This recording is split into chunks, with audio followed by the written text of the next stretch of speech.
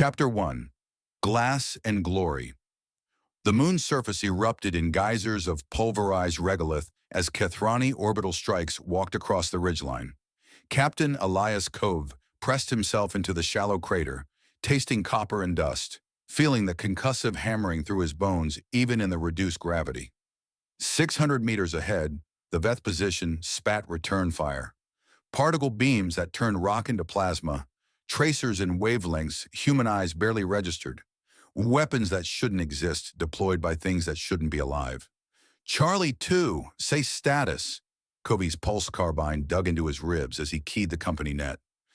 Lieutenant Chen's voice came back clipped and professional, despite the shriek of near misses in her background. Second platoon has the western approach. We're pinned, but holding. Give us covering fire and we can flank. Covering fire, right. With what remained of first platoon scattered across this hellscape, and third still climbing the approach slope.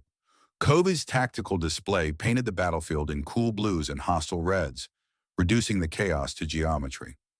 43 green markers for Charlie Company, 17 red for confirmed Veth contacts. The math should work. It never worked the way it should. All Charlies, this is actual. Cove kept his voice level, the calm center they needed. Command presence was half the job. Kethrani fire support inbound. 30 seconds. First and third, prepare to advance on my mark. Second, you've got your flank the moment the bombardment lifts. Acknowledgements crackled back. Scared voices trying to sound steady. Children playing at soldiers among the stars. Except they weren't playing, and most of them were older than Cove had been when he first put on a uniform. He checked his chrono. 26 seconds. The sky above Threshold 4 held no stars, just the perpetual eclipse of the gas giant that dominated the horizon, a swirled amber eye watching humanity's latest war. Somewhere above that churning atmosphere, Kethrani warships hung in their perfect formations, delivering precision strikes with weapons that made nuclear ordnance look like firecrackers. Humanity's saviors, humanity's partners in this righteous crusade. 20 seconds. Cove thought about Jakarta. The scar stretched before him like a wound in the world's skin. 200 kilometers of fused glass reflecting the equatorial sun in cruel brilliance. From the observation platform at the memorial's edge, Cove could see the ripples frozen in that terrible glass. Pressure waves from the bombardment preserved like ancient lava flows, marking the expansion of death from ground zero. 18 million people. The docent was young, probably not born when it happened. The massacre belonged to his generation only as history, as memorial, as lesson. The Veth orbital strike lasted 40 minutes. By the time it ended, everything from Tangerang to Bekasi was this. Cove already knew the numbers. Everyone knew the numbers. First contact had been a body count before it was a translation. Other visitors walked the memorial's pathways in respectful silence, their footsteps clicking on the stone. Families, veterans, tourists turning tragedy into pilgrimage. Cove had come alone, 3 days before shipping out to Firebase Crucible, needing to see the proof before he could carry the purpose. The heat was so intense that molecular bonds broke down, the docent continued to a small group. The bombardment didn't just kill, it erased. We identified fewer than 200,000 remains. The rest became part of the glass itself. Atomic integration. Erased. Covey looked out at that glittering wasteland and tried to multiply 18 million individual deaths in his mind. Tried and failed. The number was too large to feel, but he could look at the glass and understand the hate. They came to exterminate us, the docent said. The Veth don't negotiate. They don't coexist. They came to make Earth into glass, just like this. And they would have succeeded if the Kethrani hadn't intervened. If the Kethrani hadn't intervened. Cove repeated the phrase to himself like a prayer. Humanity owed a debt measured in billions of lives not ended, in a future not erased. The United Earth Expeditionary Corps was how that debt would be repaid. A woman nearby was crying quietly, her hand pressed against the transparent barrier that kept visitors from the glass itself. Cove wondered if she'd lost someone here, wondered if anyone on Earth hadn't lost someone, directly or tangentially, When you factored in economic collapse, refugee crises, the cascading failures that followed first contact. He stayed until sunset, until the scar caught the dying light and blazed like a warning. He remembered that light now, across 3 light years and 18 months of war, 15 seconds. The Veth position was a textbook defensive setup, reinforced bunkers dug into the ridgeline, overlapping fields of fire, sensor nets that had detected Charlie Company's approach 2 kilometers out. Intelligence claimed this was a supply depot, critical logistics node supporting Veth operations across Threshold 4's southern hemisphere. Take it out and you collapse an entire theater. Intel also claimed the depot would be lightly defended. Cove had stopped trusting intelligence reports around his 4th combat drop. 10 seconds. Drone cycling in, Lieutenant Shen reported. I've got visual on the Kethrani support package. 3 Razor Wings, combat configuration. Cove pulled up the drone feed on his tactical display. The Razor Wings were beautiful in their lethality, sleek dart shapes with adaptive camouflage skin, carrying missile pods that could crack bunkers like eggs. Kethrani technology always had that quality. Elegant, efficient, terrifyingly advanced. They'd given humanity just enough of it to fight their war. Just enough, but never the good stuff. Never the shields that could turn particle beams. Never the FTL drives that could take human ships home without Kethrani navigation assistance. Just weapons and dependence. 5 seconds. All Charlies, weapons free on my mark, Cove said. Remember, they hit Jakarta. Everyone we kill is one that can't kill us. He believed it when he said it. Needed to believe it. 3 seconds.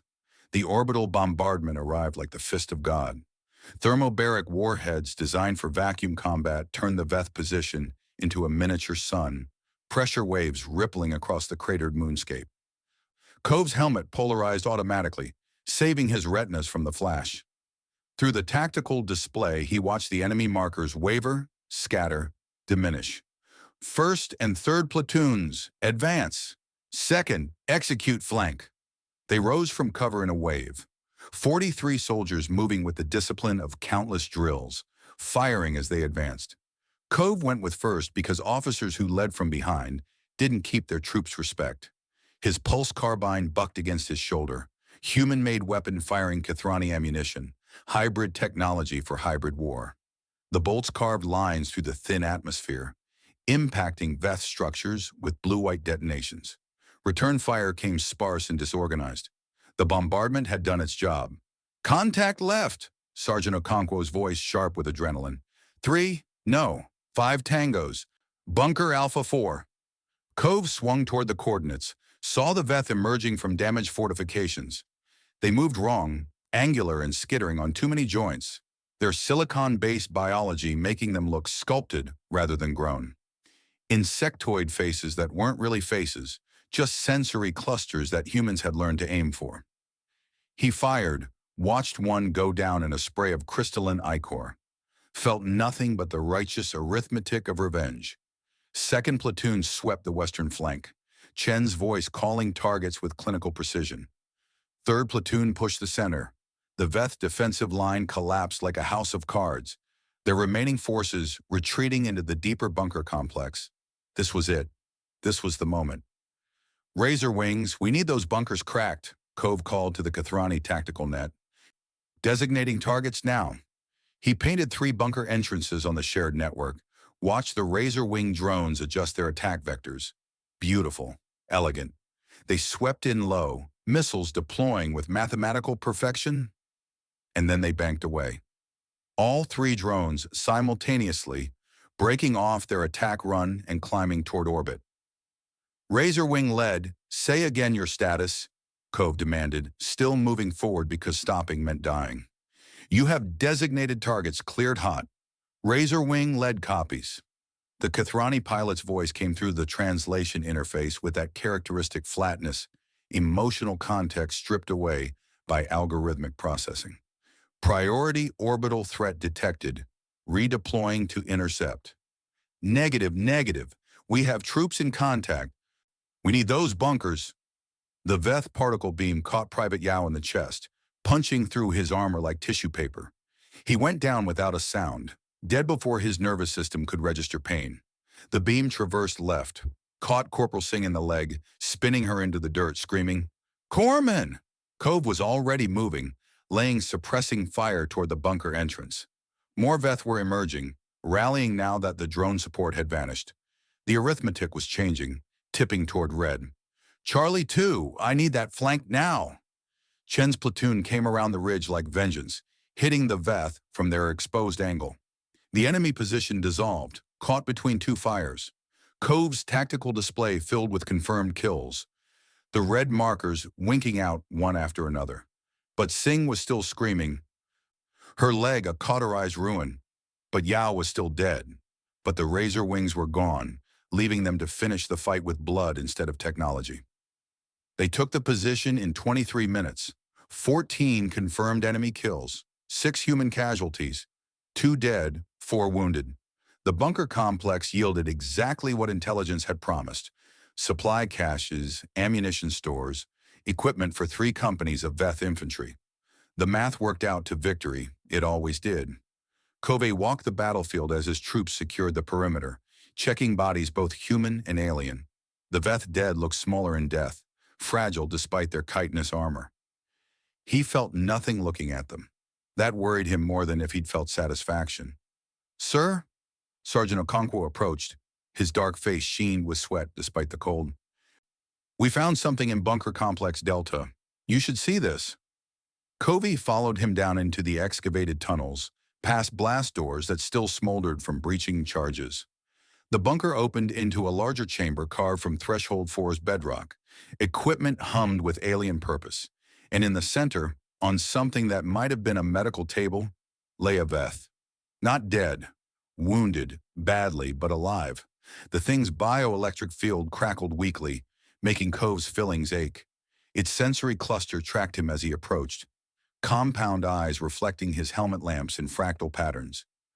A low-frequency vibration emanated from its thorax. Communication attempt, or just dying electrical discharge, impossible to tell. Particle beam took out its lower body, Okonkwo said, professional assessment of an enemy's tactical status. "Found it like this. Thing's tough, still trying to transmit something." Lieutenant Chen appeared at the bunker entrance, dusty and exhausted. "Casualty counts final. Yao and Hernandez confirmed KIA. Singh, Rodriguez, Kim and Patel are stable. Medevac inbound." She paused, looking at the wounded Veth. "That thing alive?" "For now," Kobe said. The Veth's bioelectric field pulsed, creating patterns in the air that Kobe's combat sensors registered as complex data transmission. It was trying to communicate, calling for help maybe, or cursing them in whatever passed for language among silicon-based networked consciousnesses. He thought about Jakarta, 18 million voices that would never call for anything again. "We have procedures for this," Chen said quietly. "Live capture protocols. Intelligence will want it." "Intelligence wants everything," Cove agreed. "Get a containment team down here, and find me that Kithrani liaison. What's his name? Escherven. Right, and get Dr. Brennan from the xenolinguistics section. If this thing's trying to talk, maybe we can finally ask it why. Why they came. Why they killed. Why they kept fighting when humanity just wanted to survive." The Veth's bioelectric field pulsed again, creating patterns that looked almost structured, mathematical, like language rendered in electromagnetic waves instead of sound. Cove turned away, leaving Okonkwo to coordinate the prisoner's extraction. He climbed back to the surface, emerging into Threshold 4's perpetual twilight. Above, the gas giant churned in its eternal storm, amber and vast. Somewhere beyond it, the Kithrani fleet hung in supportive formation, protecting humanity's interests. Protecting humanity's interests by abandoning them mid-combat. He tried to suppress the thought, label it as combat fatigue, adrenaline crash. The inevitable doubt that followed action. The Razor Wings had detected a threat. They'd redeployed. Standard tactical doctrine. It happened. It kept happening. Cove's comm chimed with confirmation. Dr. Brennan was being shuttled down from Firebase Crucible's research section, ETA 20 minutes. The wounded Veth was being stabilized for transport. The battle was over, won, another small victory in a war measured in light years and grudges. He looked down at the enemy bunker complex, at the bodies being tagged and processed, at the blood both red and crystalline that stained Threshold 4's ancient dust. They'd won. They'd paid the price. They'd pushed the Veth back another kilometer in humanity's long march toward earning their place among the stars. So why did the arithmetic feel wrong? Private Yao had been 22, from Shanghai, first combat deployment. He'd shown Cove pictures of his daughter before the drop, a little girl who would now grow up knowing her father died defending humanity from the monsters that made glass of cities. Died 30 seconds after the Kethrani drones withdrew. Cove sealed his helmet, cutting off the thin, poisonous atmosphere, and waited for the xenolinguist to arrive. Maybe Brennan could translate what the Veth prisoner was trying to say. Maybe it would just be more propaganda, more conquest ideology, more proof that this war was necessary and righteous. Maybe. But the Veth's bioelectric patterns had looked structured, purposeful, almost like it was trying to warn them about something. 20 minutes until Brennan arrived. 20 minutes to shake off doubt and remember the scar, remember Jakarta, remember why every Veth killed was justice delivered. 20 minutes to stop wondering why the Kethrani always seemed to withdraw at exactly the wrong moment. The prisoner's containment pod was being loaded onto a transport when the first anomalous reading appeared on Cove's tactical display. The Veth's bioelectric transmission, analyzed and partially decoded by Charlie Company's field sensors. Just one word rendered in approximate English, repeating in desperate pulses.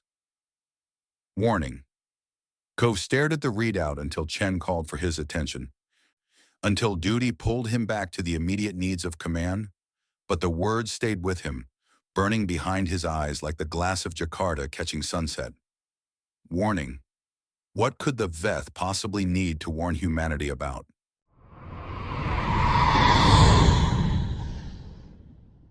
Chapter 2. The Translation Problem. Dr. Oscar Brennan had forgotten what real gravity felt like until the shuttle touched down at Firebase Crucible. The landing jarred his teeth, reminded his inner ear that it had opinions, made his knees remember they were designed for a planet with atmosphere and ecosystem collapse, but at least a proper 9.8 meters per second squared. Threshold 4's 0.6 G had seemed like mercy until the shuttle's inertial dampeners cut out on final approach. "Welcome to the sharp end, Doc." The crew chief grinned at him through her helmet, enjoying his discomfort with the easy cruelty of people who'd earned their space legs the hard way. "Try not to throw up in the airlock." Brennan didn't dignify that with a response. He gathered his equipment cases, portable analysis rig, backup drives, the linguistic database that had taken him 6 years to compile, and another 2 to adapt for xenolinguistic applications, and followed the crew chief through the shuttle's cramped interior. Outside the viewport, Firebase Crucible squatted on Threshold 4's scarred surface like a tumor of human ambition. Prefab structures connected by pressurized tubes, defensive perimeter bristling with automated weapons, the whole installation dug into regolith that had never known wind or water or life until humanity dragged war here. Beyond the Firebase, the gas giant Threshold Alpha dominated the sky, a swirled amber god watching its dead moon with infinite patience. Brennan had seen it in briefings, but the reality stole his breath. The scale, the indifference. The reminder that humanity's desperate war for survival was being fought on battlefields that didn't care if anyone survived. He'd been comfortable in Oslo, teaching eager graduate students, publishing papers on emergent communication systems, attending conferences where the most violent conflict was over citation precedents. Then the Veth arrived and languages became weapons, and suddenly the Norwegian government was very interested in professors who understood how meaning could emerge from mathematical patterns. That was 3 years ago. Now he rode military shuttles to alien moons, trying to understand the words of things that shouldn't be able to speak. The airlock cycled. Brennan's ears popped. A young lieutenant was waiting in the receiving bay, Chen, according to her nameplate, with the kind of exhaustion in her eyes that spoke of recent combat. She saluted crisply, a formality that always made Brennan uncomfortable. He was civilian contractor, not military. The salute felt like mockery. Dr. Brennan, Captain Cove sends his compliments and asks that you proceed immediately to Interrogation Facility Delta. Your Kathrani liaison is already there. The prisoner is stable, for now. Chen's expression suggested stability was relative when your biology operated on electromagnetic principles, and you'd been shot by weapons designed to disrupt molecular bonds. Containment team has it in a suppression field. Escher-Venn says the field's calibrated correctly, but we're monitoring for cascade failure. Cascade failure. Polite military terminology for violent death. They walk through Crucible's pressurized corridors, passing soldiers who look too young and move too carefully, the caution of people learning to trust unfamiliar gravity. Brennan caught snippets of conversation, casualty counts, ammunition requisitions, someone's message from home that hadn't arrived, the infrastructure of war reduced to logistics and grief. The initial field analysis suggested communication attempts, Brennan said, checking his tablet for the preliminary data Cove's sensors had captured. The word warning appeared in the decoded fragments. That's what the captain said. Chen's tone was carefully neutral, but field sensors aren't calibrated for Veth linguistics. Could be sensor artifact. Could be our pattern-matching software seeing meaning in noise. Could be. Brennan had learned to hate those two words. They were the refuge of people who needed certainty in a universe that offered only probability. The interrogation facility occupied one of Crucible's hardened bunkers, built to survive orbital bombardment and maintain containment even if the rest of the base turned to glass. Security checkpoints, biometric scans. The gradually increasing hum of electromagnetic suppression fields that made Brennan's fillings ache and his tablet's wireless connection sputter. Chen left him at the inner door with a nod that might have been sympathy. Inside, the Veth was dying. Brennan recognized the signs from previous interrogations. The bioelectric field flickering instead of pulsing steadily. The crystalline structure of its exoskeleton showing stress fractures. The way its sensory cluster tracked movement with decreasing precision. The containment field held it suspended in a cylinder of force, preventing both escape and the kind of electromagnetic transmission that Veth used for everything from communication to metabolism. Escher-Venn stood beside the containment cylinder, tall and elegant in the way all Kathrani were elegant, their chitinous skin ridges catching the harsh LED lighting in patterns that hurt to look at directly. They turned when Brennan entered, and their face, if you could call it a face, that arrangement of sensory organs and communication membranes, registered what the translation software interpreted as polite acknowledgement. Dr. Brennan, efficient timing. Escher-Venn's voice emerged from a vocalization organ that had been surgically modified to approximate human speech, giving their words a buzzing quality that translation algorithms smoothed into something almost natural. The specimen remains viable for interrogation. I estimate 4 to 6 hours before systemic failure. Specimen, not prisoner, not enemy combatant. The Kathrani had clinical detachment down to an art form. Brennan set up his equipment, trying not to think about the ethical implications of interrogating a dying intelligence. The University Ethics Board would have had seizures, but the University Ethics Board had never watched 18 million people turn to glass, had never felt the weight of extinct cities demanding answers. Has it attempted further communication? Brennan asked, running calibration sequences on his analysis rig. Continuous low-level transmission since capture. I have not permitted full translation. Protocol requires your analysis first to ensure no memetic contamination. Memetic contamination. The official term for psychological warfare embedded in language itself, ideas that infected the mind through meaning. The Kathrani had taught humanity to fear Veth communication as much as Veth weapons, warned that their networked consciousness could subvert human thought through carefully crafted linguistic structures. Brennan had his doubts. Pattern analysis was pattern analysis. If there was danger in the patterns, his algorithms would detect it. He initialized the recording suite, started logging the Veth's electromagnetic emissions across the full spectrum.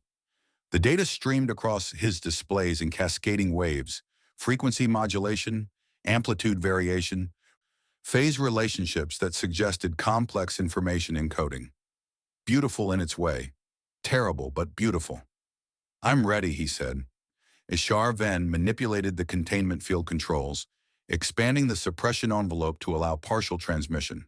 The Veth's bioelectric field surged, not attacking, but communicating, desperate pulses of meaning rendered in electromagnetic waves. Brennan's analysis rig devoured the data, parsing it through linguistic models he'd spent years developing. The Veth language, if it was language and not something stranger, some form of communication human categories couldn't properly describe, operated on principles that made natural languages look primitive. Information density that would require paragraphs in English compressed into microsecond bursts. Contextual metadata woven into carrier frequencies.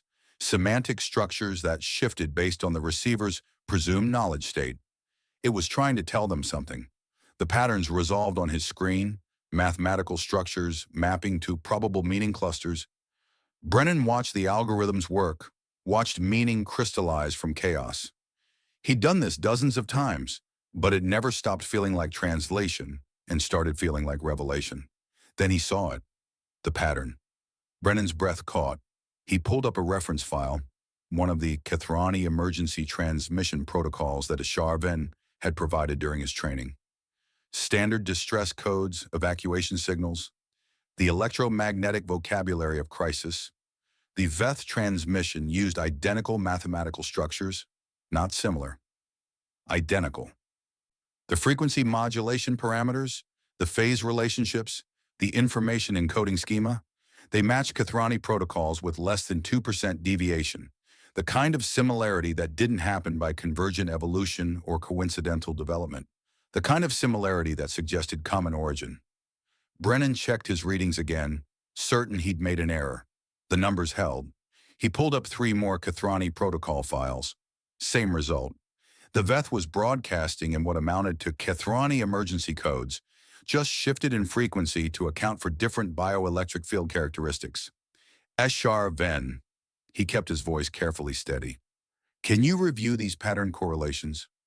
I'm seeing mathematical similarities between the Veth transmission and your species' communication protocols. The Kethrani liaison moved to his station, their triple-jointed limbs creating unsettling geometry. They studied the displays for perhaps 15 seconds. Long enough to be thorough, short enough to suggest they'd already known what they'd find. Coincidental, HFY said. Electromagnetic communication permits only limited variation in efficient encoding. Convergent mathematics. We have documented this phenomenon extensively. But the exact frequency ratios are constrained by physical laws governing bioelectric field generation. HFY's tone remained polite, but something in their posture suggested the discussion was closed. The Veth evolved their communication independently. That it resembles our protocols is unfortunate, but explicable. Explicable. Another word Brennan was learning to hate. What about semantic structure? He pulled up another analysis layer. The way information clusters are organized, the metadata encoding. Dr. Brennan, HFY turned to face him fully, and their sensory organs arranged themselves in what the cultural briefings had taught him was mild irritation. Your expertise in human linguistics is well documented, but you are applying human analytical frameworks to non-human communication. The patterns you perceive may not indicate what you believe they indicate. It was polite dismissal wrapped in technical language.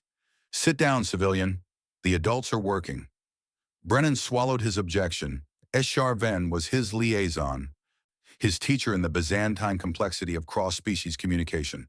Arguing would accomplish nothing except damage to their professional relationship. Besides, he could run his own analyses in private. Understood, Brennan said. What's the official translation?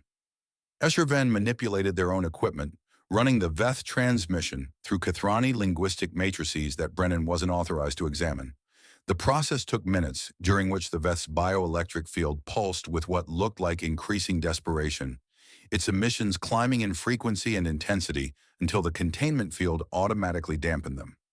Finally, HFY's translation suite produced output in English. Standard conquest ideology, the Kethrani liaison said, with what sounded like satisfaction. Assertions of Veth supremacy, claims that humanity's integration into their network consciousness is inevitable. Threats regarding the fate of species that resist assimilation. They gestured to the screen where the translation scrolled past in clinical paragraphs. As expected, the Veth do not negotiate, they announce. Brennan read the translated text. It was exactly what 2 years of interrogations had taught him to expect. The rhetoric of extinction dressed up as inevitability, the language of genocide sanitized through technological mysticism.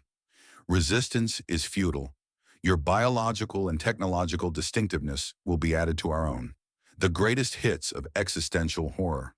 Except. He looked back at his own analysis, at those mathematical structures that screamed pattern recognition at him, at the frequency relationships that matched Kithrani emergency protocols too precisely to be coincidence. The Veth was broadcasting distress signals, and HFY was translating them as conquest propaganda. Is something unclear, Doctor? HFY asked, noticing his hesitation. No, it's, comprehensive. Brennan saved the data to his secure drives, made sure his independent analysis was encrypted separately from the official translation. How reliable is the translation confidence? 94% on semantic content, 87% on contextual nuance, well within acceptable parameters. Numbers that sounded authoritative, numbers that might be completely fabricated. Brennan had no way to verify them. All Kithrani to human translation went through Kithrani systems, using algorithms humanity didn't have access to, processing information through filters no human could examine. They'd built their entire understanding of the Veth on translations provided by the species that claimed to be saving them from the Veth. The realization settled in his chest like ice. Should we attempt further interrogation? Brennan asked, professional autopilot engaging while his mind raced. Or is the current data sufficient? Sufficient. HFY began powering down the containment field's external interfaces. The specimen will be maintained for medical study until systemic failure. Your analysis has confirmed what we already knew. The Veth remain ideologically committed to human extinction. The Veth's bioelectric field surged against the containment barriers, pulses climbing in frequency and desperation. Brennan's equipment registered the transmission, logged it dutifully. Warning, warning, warning.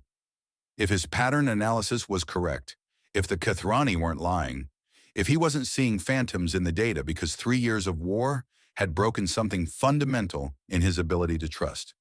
I'll file my report with UEEC Intelligence, Brennan said, gathering his equipment. The data drives felt heavier than they should, weighted with uncertainty. Excellent. I will append my verification. HFY performed what his cultural training had taught him was a gesture of professional satisfaction. Your work today helps ensure human security, Dr. Brennan. Every Veth transmission we decode is another tool against their conquest ideology. Or another lie we tell ourselves, Brennan thought but didn't say. He left the interrogation facility, walked back through Crucible's corridors with his equipment cases pulling at his shoulders. Soldiers passed him, going about the business of war. Young faces, old eyes, people who'd volunteered to die on alien moons because they believed in the mission, believed in defending humanity against extinction, believed what they'd been told. Brennan found an empty research cubicle in Crucible's intelligence section, locked the door, and pulled up his private analysis again. The patterns were still there. The mathematical similarities still screamed coincidence or correlation at him, demanding explanation. He opened a new file, began taking notes. Not for official reports, not for Kithrani review, just raw observation, speculation, the kind of thinking he'd done in academia before every hypothesis needed to serve military objectives. Observation 1. Veth bioelectric transmission structures show 98.3% correlation with Kithrani emergency communication protocols. Observation 2. This correlation exceeds probability thresholds for convergent evolution. Observation 3. Kithrani translation of correlated patterns produces conquest ideology rather than distress signals. Question: are Kithrani translations accurate? Question: if not accurate, why not? Question: if deliberately inaccurate, what are we actually fighting? He stared at the words on his screen, feeling the weight of them. 3 years of war, millions dead. Earth's entire strategic doctrine built on intelligence provided by allies who might be what? Lying. Why? To what purpose? Brennan closed the file, encrypted it behind 3 layers of security, buried it in directories labeled with mundane technical jargon that no one would bother examining. Then he sat in the quiet cubicle, listening to Firebase Crucible's ambient hum, and wondered if asking questions made him a traitor or a scientist. Outside in Crucible's training complex, he could hear the rhythmic shouts of drill instructors putting soldiers through combat exercises. Someone was counting in a language that might have been Yoruba. Cadence calls echoing through prefab corridors. The sound of people preparing to kill and die. For a lie. Maybe. Brennan rubbed his eyes, felt the weight of 41 years and 3 years of war, and the terrible responsibility of knowing something might be wrong, but not knowing enough to be certain. His tablet chimed. Message from Captain Cove. Interrogation results? Brennan's finger hovered over the reply interface. What was he supposed to say? That he'd found pattern correlations that suggested their entire understanding of the enemy might be based on fabricated translations? That he suspected their allies of systemic deception, but had no proof beyond mathematical similarities that could be explained away as coincidence? That the dying Veth in the containment field might have been screaming for help while they cataloged its screams as threats? He typed, "Standard conquest ideology, detailed analysis to follow." Then he added, "Request access to additional Veth transmission samples for comparative analysis." Because maybe more data would prove him wrong. Maybe a larger sample set would show the pattern correlations were statistical artifacts, meaningless noise he'd mistaken for signal. Or maybe it would prove him right. And then what? Take his suspicions to UEEC command? Present his evidence to officers who depended on Kathrani support for every aspect of humanity's war effort? Accuse humanity's saviors of lying about the species they'd saved humanity from? The tablet chimed again. Covey's reply. Approved. Also, noticed you didn't come through medical after landing. Report to Dr. Santos for post-flight screening. Routine, procedure. The comforting bureaucracy of military operations. Brennan stood, gathered his equipment, and headed for the medical bay. Outside the research section, he passed a training room where a sergeant was drilling his squad in close quarters combat. The instructor was dark-skinned, powerful, his voice carrying the kind of authority that came from absolute conviction. "Again," the sergeant roared, "every technique you learn is another second you survive. Every second you survive is another Veth you kill. They came to glass our cities. We're here to glass theirs." The squad responded with fierce enthusiasm, executing the drill with the dedication of people who believed in their purpose. Brennan watched them for a moment, these young soldiers perfecting the art of killing on behalf of a war they thought they understood. Then he continued to medical, carrying his encrypted files and his dangerous questions, wondering how long he could keep his doubts private before they demanded action. In the interrogation facility, the Veth prisoner's bioelectric field continued its desperate pulsing, broadcasting warnings that would be recorded as threats, dying alone in the knowledge that no one was listening. No one except a Norwegian linguist who'd started to suspect that humanity's salvation might be their damnation, and who had absolutely no idea what to do about it.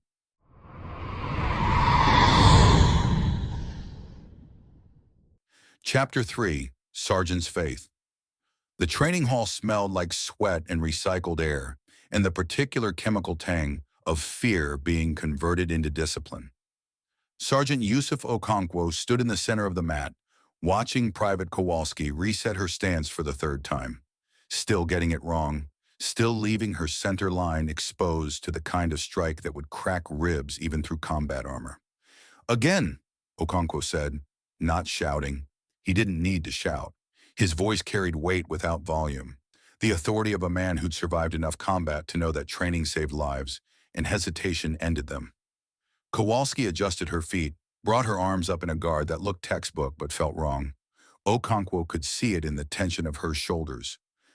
The way her weight distribution favored her right leg when it should be centered, balanced, ready to explode in any direction the moment threat materialized. "You're thinking too hard," he said, circling her slowly. The reduced gravity of Threshold 4 made movement different, required muscle memory, recalibration, forced them all to relearn the physics of violence. Close quarters. You don't have time to think. Body knows or body dies. He moved, not fast enough to actually hurt her, but fast enough that her reflexes had to engage or she'd eat Matt. His hand snapped toward her throat. She blocked, late. Technique correct, but timing wrong. He swept her legs. She went down hard, the thud echoing through the training hall. The rest of Third Squad watched from the edges of the mat. Young faces, some eager, some scared. All of them trying to mask uncertainty with the kind of bravado that got people killed when it replaced competence. Okonkwo extended a hand, pulled Kowalski to her feet.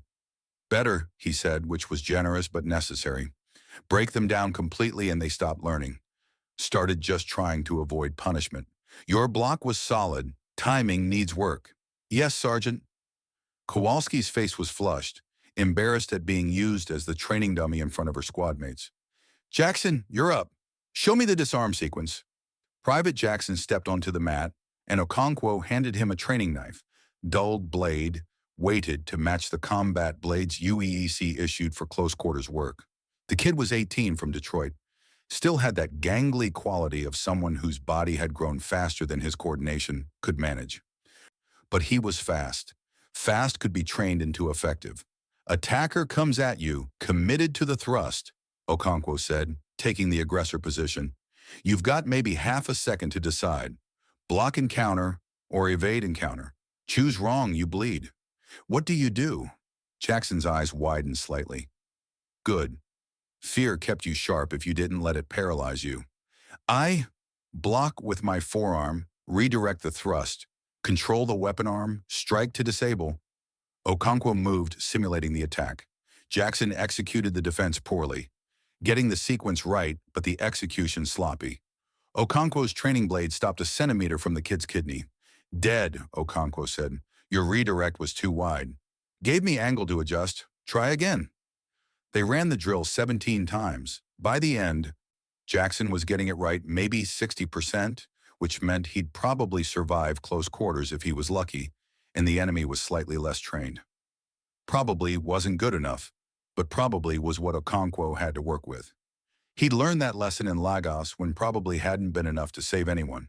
The memory tried to surface, always did during training, triggered by the smell of sweat and fear, by the sight of young people learning to kill. But Okonkwo shoved it down with practiced efficiency. Later. He could remember later. Right now, Third Squad needed him focused. "Pairs," he commanded. "Disarm sequences, full speed. I want to hear impact. If your partner isn't breathing hard by the end of the rotation, you're not pushing hard enough." The squad paired off, began working the techniques with the kind of intensity that came from knowing this wasn't academic. Tomorrow, next week, next month, they'd face Veth in close quarters, in breached bunkers and contested corridors where pulse carbines were useless and only blades and bodies mattered. Every repetition now was potential survival later. Okonkwo walked the mat, correcting form, adjusting techniques, watching for the soldiers who were learning and the ones who were just going through motions. Private Chen, no relation to the lieutenant, had the instincts but lacked aggression. Corporal Davis understood leverage but kept telegraphing his strikes. Specialist Mahmoud fought angry, which made her dangerous to train with but potentially effective in actual combat. "Sergeant Okonkwo," he turned. Lieutenant Chen stood at the training hall entrance, watching with that analytical expression she wore when she was cataloging and assessing. She'd been there maybe 10 minutes, observing silently. Okonkwo wasn't sure when she'd arrived. "Lieutenant." He gave her the kind of nod that acknowledged rank without interrupting the training flow. "Don't let me interrupt. I'm just observing." Right. Officers were always just observing, right before they had opinions about your training methods. But Chen was good people, smart, competent, didn't waste her authority on petty power games. If she was watching, she had reasons. Okonkwo returned his attention to the squad. "Switch partners. I want to see adaptability." Different body types, different fighting styles. Figure out what works against someone taller, shorter, stronger. The Veth won't match you evenly. They rotated him, and Okonkwo found himself watching Private Torres work against Specialist Park. Torres was precise, technical, every movement economical. Park was chaos barely contained, all explosive power and improvisation. The combination made for interesting training. Park's unpredictability forced Torres out of textbook responses, and Torres's discipline showed Park the gaps in his wild aggression. Good, Okonkwo called. Park, that hook was solid, but you dropped your guard. Torres would have put a blade through your throat. Torres, your counter was perfect, but too slow. Park would have recovered and broken your arm. Again. Lieutenant Chen approached, stepping carefully around the edge of the mats. How long have they been at it? 2 hours, we go another 45 minutes. Then cool down and debrief. They look exhausted. Exhausted is honest. Okonkwo watched Jackson fumble a disarm, recover, complete the sequence anyway, despite the mistake. Veth don't care if you're tired. Better they learn that here than bleeding out in some bunker. Chen nodded, but he could see her calculating. That officer's mind always running numbers. Fatigue versus readiness. Intensive training versus overtraining. The equations of war that never quite balanced. The prisoner from this morning's operation, she said. The one broadcasting. You were there for the capture. Bunker Complex Delta. Thing was half dead when we found it. Okonkwo called out a correction to Kowalski's stance without breaking conversation rhythm. Dr. Brennan interrogated yet? Finished an hour ago. Standard conquest ideology, apparently. Same propaganda they always spout. Standard. Same. The words suggested pattern, and patterns suggested predictability, and Okonkwo didn't trust predictability in war. The enemy that always did the same thing was the enemy setting up for something different. But the Veth had been predictable since first contact. Arrive, attack, assimilate, or destroy. No negotiation, no compromise. Just the cold mechanical certainty of silicon-based intelligence deciding humanity needed extinction. They're going to keep coming, Okonkwo said, not a question. Whatever we kill, they replace. Whatever ground we take, they contest, until either we're gone or they are. That's the assessment. He looked at her, trying to read past the professional mask. You sound uncertain, Lieutenant. I sound tired, Sergeant. She watched the squad for a moment, and Okonkwo wondered what she saw. Soldiers? Statistics? Future casualties? Permission to speak freely, ma'am? Granted. You ever wonder if command knows what they're doing? Sending us against position after position, trading lives for objectives that seem... He paused, searching for the word that wouldn't sound like doubt. Incremental. Chen's expression didn't change, but something flickered in her eyes. I wonder lots of things, Sergeant. Wondering is what keeps officers up at night, but wondering doesn't win wars. Training does. Discipline does. Soldiers who trust their leaders and execute their missions do. It was the right answer, the officer answer. But Okonkwo heard the subtext underneath. She wondered too. Third squad, he called. Cool down, stretches, then debrief in 10. The soldiers dropped into cool-down routines, grateful for the reprieve. Okonkwo walked to the edge of the mat where Chen waited, lowering his voice below the ambient noise of heavy breathing and movement. I lost my family in Lagos, he said. Didn't know why he was saying it, except that Chen's doubt felt dangerous and he needed to counter it with certainty. My mother, my father, 3 sisters, 2 brothers, aunts, uncles, cousins. Whole extended family was there for my nephew's baptism. First Sunday of first contact. Chen's expression softened. I'm sorry. Don't be sorry, be certain. Okonkwo gestured to the training squad. These kids, they're here because the Veth came to glass our cities, came to make Earth into the scar times 1,000. Every technique I teach them, every drill I run until they want to quit, that's another soldier who survives to push back against that. I know. Do you? He kept his voice level, but let the intensity show. Because I see officers wondering, asking if the cost is worth it, questioning whether the tactical gains justify the casualties. But there's no equation that balances against extinction, Lieutenant. Either we fight until the Veth stop coming, or we die. Chen met his gaze steadily. And if the cost of fighting becomes the same as the cost of losing? The question hit him harder than he wanted to admit. Because he'd done the math too, in the quiet hours after action, when the adrenaline faded and grief crept in. UEEC casualties running at 15% annually.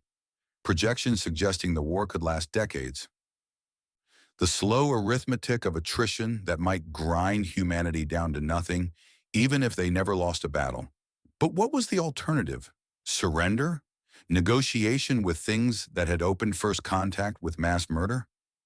Then we pay that cost, Okonkwo said, because the alternative is accepting what happened to Jakarta, to Lagos, to every city they glassed, accepting it and waiting for it to happen again. Or we find another way. What other way? The Veth don't negotiate, don't compromise, don't offer any path except submission or death. So we're told. The words hung between them, carrying weight that made Okonkwo's instincts scream warning. That was doubt. Real doubt. The kind that infected units, destroyed cohesion, got people killed when they hesitated because they'd started questioning orders. Lieutenant, he kept his voice low but hard. Whatever you're thinking, think it privately. These soldiers need to believe in the mission. They need to believe that what we're doing matters, that the Veth are the enemy, that killing them protects Earth. You start planting doubt. I'm not planting anything, Chen said sharply. I'm observing that blind certainty makes for poor tactics. That maybe asking questions doesn't make someone a traitor. Depends on the questions. She studied him for a long moment, and Okonkwo couldn't read what she was thinking. Finally, she nodded. Carry on, Sergeant. Your training methodology is solid. Third Squad is lucky to have you. She left without waiting for a response, and Okonkwo stood there feeling like he just won and lost an argument simultaneously. The squad had finished cool-down, gathering for debrief. Okonkwo looked at their faces, young, tired, trusting him to prepare them for what was coming. Private Kowalski, who'd lost her hometown to Veth bombardment. Corporal Davis, whose fiancé had died in the evacuation chaos. Specialist Mahmoud, who'd enlisted the day after watching the Scar footage, rage converting to purpose. They all had reasons. They all believed.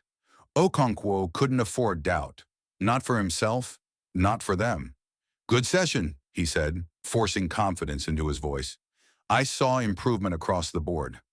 Kowalski, your stance is getting there. Jackson, your timing's solid. Park, channel that aggression. It's a weapon if you control it. He walked them through the debrief, highlighting strengths, identifying weaknesses, making sure they understood that every critique was in service of keeping them alive. Teaching was violence rendered constructive. Every corrected technique was a death they'd avoid. Tomorrow, 0600, we run urban combat scenarios, Okonkwo continued. Breaching, clearing, room to room. The Veth are dug in across Threshold 4's southern hemisphere, and eventually we're going to have to root them out of fortified positions. Questions? Private Torres raised a hand. Sergeant, why do the Veth defend territory if they're trying to assimilate everyone? Wouldn't they just keep attacking? Good question. Tactical question. The kind that demonstrated Torres was thinking beyond the immediate drill. Because even the Veth have logistics, Okonkwo said. They need supply lines, staging areas, reinforcement routes. They're fighting us the same way we're fighting them, trying to hold strategically valuable positions that enable future operations. It's war, not suicide. Torres nodded, satisfied, but Okonkwo heard Chen's words echoing, so we're told. What if the intelligence assessments were wrong? What if Veth tactical doctrine wasn't what UEEC intelligence claimed? What if... No, stop. That way led to paralysis, to questioning every order, to the kind of doubt that got soldiers killed when they hesitated at critical moments. The Veth had glassed Lagos. That was fact. Irreducible. Unambiguous. Everything else built on that foundation. Dismissed, Okonkwo said. Get food, get rest. Tomorrow's going to be harder. The squad filed out, exhausted and proud. having survived another day of training that would hopefully ensure they survived actual combat. Okonkwo stayed behind, running through cool-down routines alone in the empty training hall. His body moved through the forms with automatic precision, muscle memory built over 15 years of military service. Joint rotations, dynamic stretches, the maintenance work that kept a soldier functional past 30, but his mind went to Lagos. The message had arrived during his deployment to the Saharan Reclamation Zone, 3 years before first contact became a term anyone understood. Okonkwo had been leading a patrol through territory disputed by about 6 different factions, all fighting over water rights and arable land, while the desert expanded around them. The encrypted flash came through command channels. Lagos under attack. Unknown hostiles. Civilian evacuation in progress. All personnel with family in affected areas advised to maintain communication blackout to preserve operational security. He'd broken that blackout immediately, tried to reach his mother's number, his father's, his sister's. Nothing. Communication infrastructure down, or destroyed, or glassed into silence. By the time command authorized emergency leave, there was nothing to go home to. Lagos's coastal regions were glass. The Veth's opening salvo had caught his family at his nephew's baptism, in a church that became vapor, in a city that became crater. The math was simple: 23 family members, 0 survivors. 1 week later, the Kathrani arrived, drove the Veth back, offered humanity alliance, protection, purpose. Okonkwo had volunteered for the UEEC before the recruiting offices officially opened, before they'd even established formal enlistment procedures. First in line, first to sign, first to say yes, absolutely. Point me at the things that killed my family, and I will make them pay. That was 3 years ago. He'd killed hundreds of Veths since then, maybe thousands if you counted the bombardments and airstrikes. The numbers didn't satisfy. Couldn't satisfy, because no number of enemy dead would bring back the people who mattered. But keeping other soldiers alive, teaching them to survive, giving them the skills that might prevent another Lagos, that mattered. That was purpose shaped from grief. Okonkwo finished his cooldown, stood alone in the training hall's artificial light, and felt the weight of Lagos like a stone in his chest. Lieutenant Chen's doubt was a luxury he couldn't afford, because if the Veth weren't the enemy, if the war wasn't righteous, wasn't necessary, wasn't the only path to preventing another first contact, then what had he spent 3 years doing? What had all those deaths been for? His comm chimed. Message from Captain Cove. NCO briefing, 1900 hours. Next operation deployment timeline. Another operation. More Veth positions to assault, more objectives to secure, more soldiers to keep alive through combination of training and prayer, and the stubborn refusal to accept that casualties were inevitable. Okonkwo acknowledged the message, checked the time. He had 40 minutes before the briefing, enough to shower, eat something that passed for food, and put his game face back on. He left the training hall, walking Crucible's corridors past soldiers who nodded respect when they saw his rank tabs. Young faces trusting older faces to know what they were doing. The burden of being sergeants. You had to be certain even when certainty was a lie you told to keep people functional. The officers' mess was near the command center, and Okonkwo caught sight of Lieutenant Chen entering Colonel Vartanian's office. Through the window, he saw Captain Cove already there, standing at attention while Vartanian reviewed something on her displays. Command planning the next operation, deciding where Charlie Company would deploy, what objectives they'd be assigned, how many casualties were acceptable in service of strategic goals Okonkwo wouldn't see until the briefing. He trusted Cove. The captain was good people, competent, cared about his troops in ways that went beyond maintaining unit effectiveness. But Cove answered to Vartanian, and Vartanian answered to Theater Command, and Theater Command answered to people who'd never set foot on Threshold 4, who fought the war from orbital habitats and conference rooms. Trust was a chain. You trusted the link closest to you and hoped the whole thing held. Okonkwo grabbed food, protein paste that claimed to be chicken, reconstituted vegetables, the caloric efficiency that replaced cuisine in war zones, and ate mechanically while reviewing training notes. Third squad was improving. 2 more weeks of intensive close quarters work, and they'd be ready for urban assault operations. 2 more weeks if they had 2 more weeks, if the next deployment didn't pull them into combat before the training cycle completed. If casualties didn't force reorganization that scattered the squad across different platoons. If. The word that dominated military planning. 1900 hours arrived with grinding inevitability. Okonkwo disposed of his tray, straightened his uniform, and headed to the briefing room where the other NCOs were gathering. Platoon sergeants, squad leaders, specialists in everything from communications to demolitions. The backbone of Charlie Company. The people who actually executed whatever orders filtered down from on high. Captain Cove entered precisely at 1900, followed by Lieutenant Chen. Both looked tired. Both looked like they had the weight of knowledge that couldn't be shared yet. "Seats," Cove said, and the informal chatter died. "I'll keep this brief because we all have work to do. Colonel Vartanian has new tasking for Charlie Company. Kethrani intelligence has identified a high-value target in Sector 7 Delta. Suspected Veth command and control facility." Okonkwo pulled up the tactical map on his tablet, studying the target location. Deep in Veth-controlled territory, heavily fortified. No easy approach vectors. This was going to be costly. "We deploy in 72 hours, Cove continued. "Full company assault, supported by Kethrani air assets and orbital fire support. Objective is facility destruction and elimination of command personnel. Intelligence assessment suggests this could significantly disrupt Veth operations across the entire southern hemisphere. Significantly disrupt." Okonkwo had heard that phrase before, usually right before operations that cost more than they gained. "Questions?" Cove asked. Sergeant Hayes from 2nd Platoon raised a hand. "What's the expected resistance level?"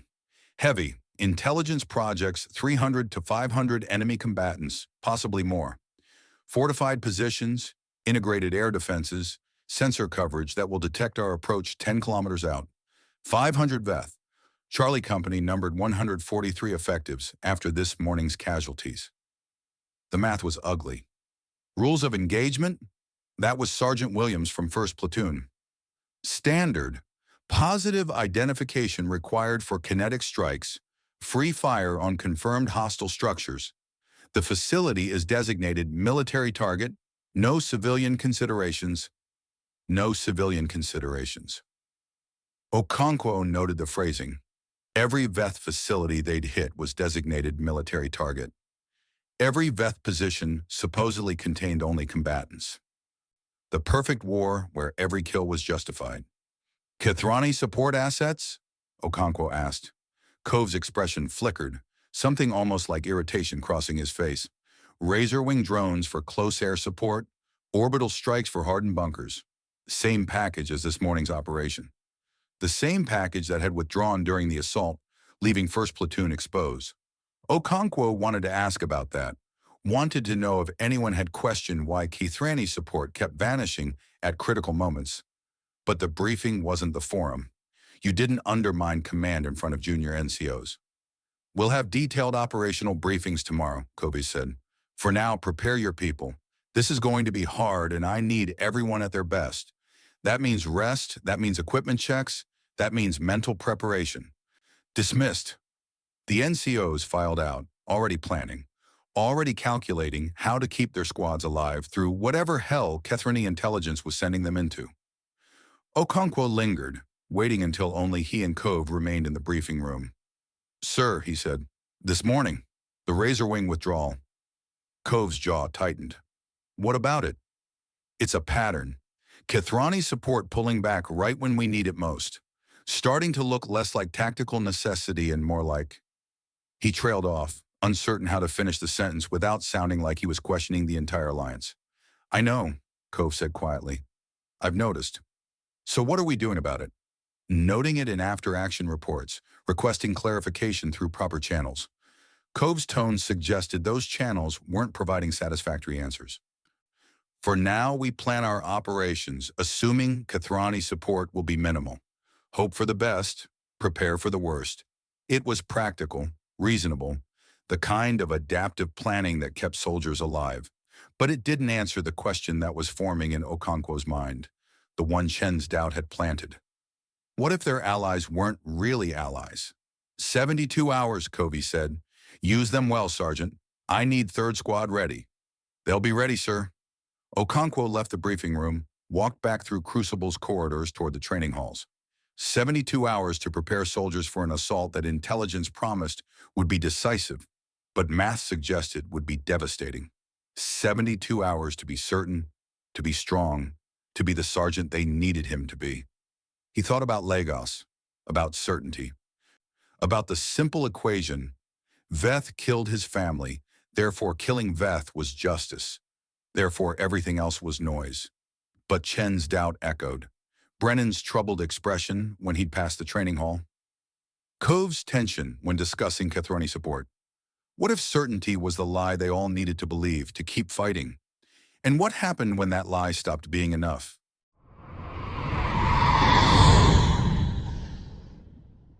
Chapter 4. Chain of Command. Cove stood alone in the briefing room after Okonkwo left, studying the tactical display with the kind of intensity that came from knowing he'd just committed 143 lives to an operation that would probably cost him a dozen, maybe more.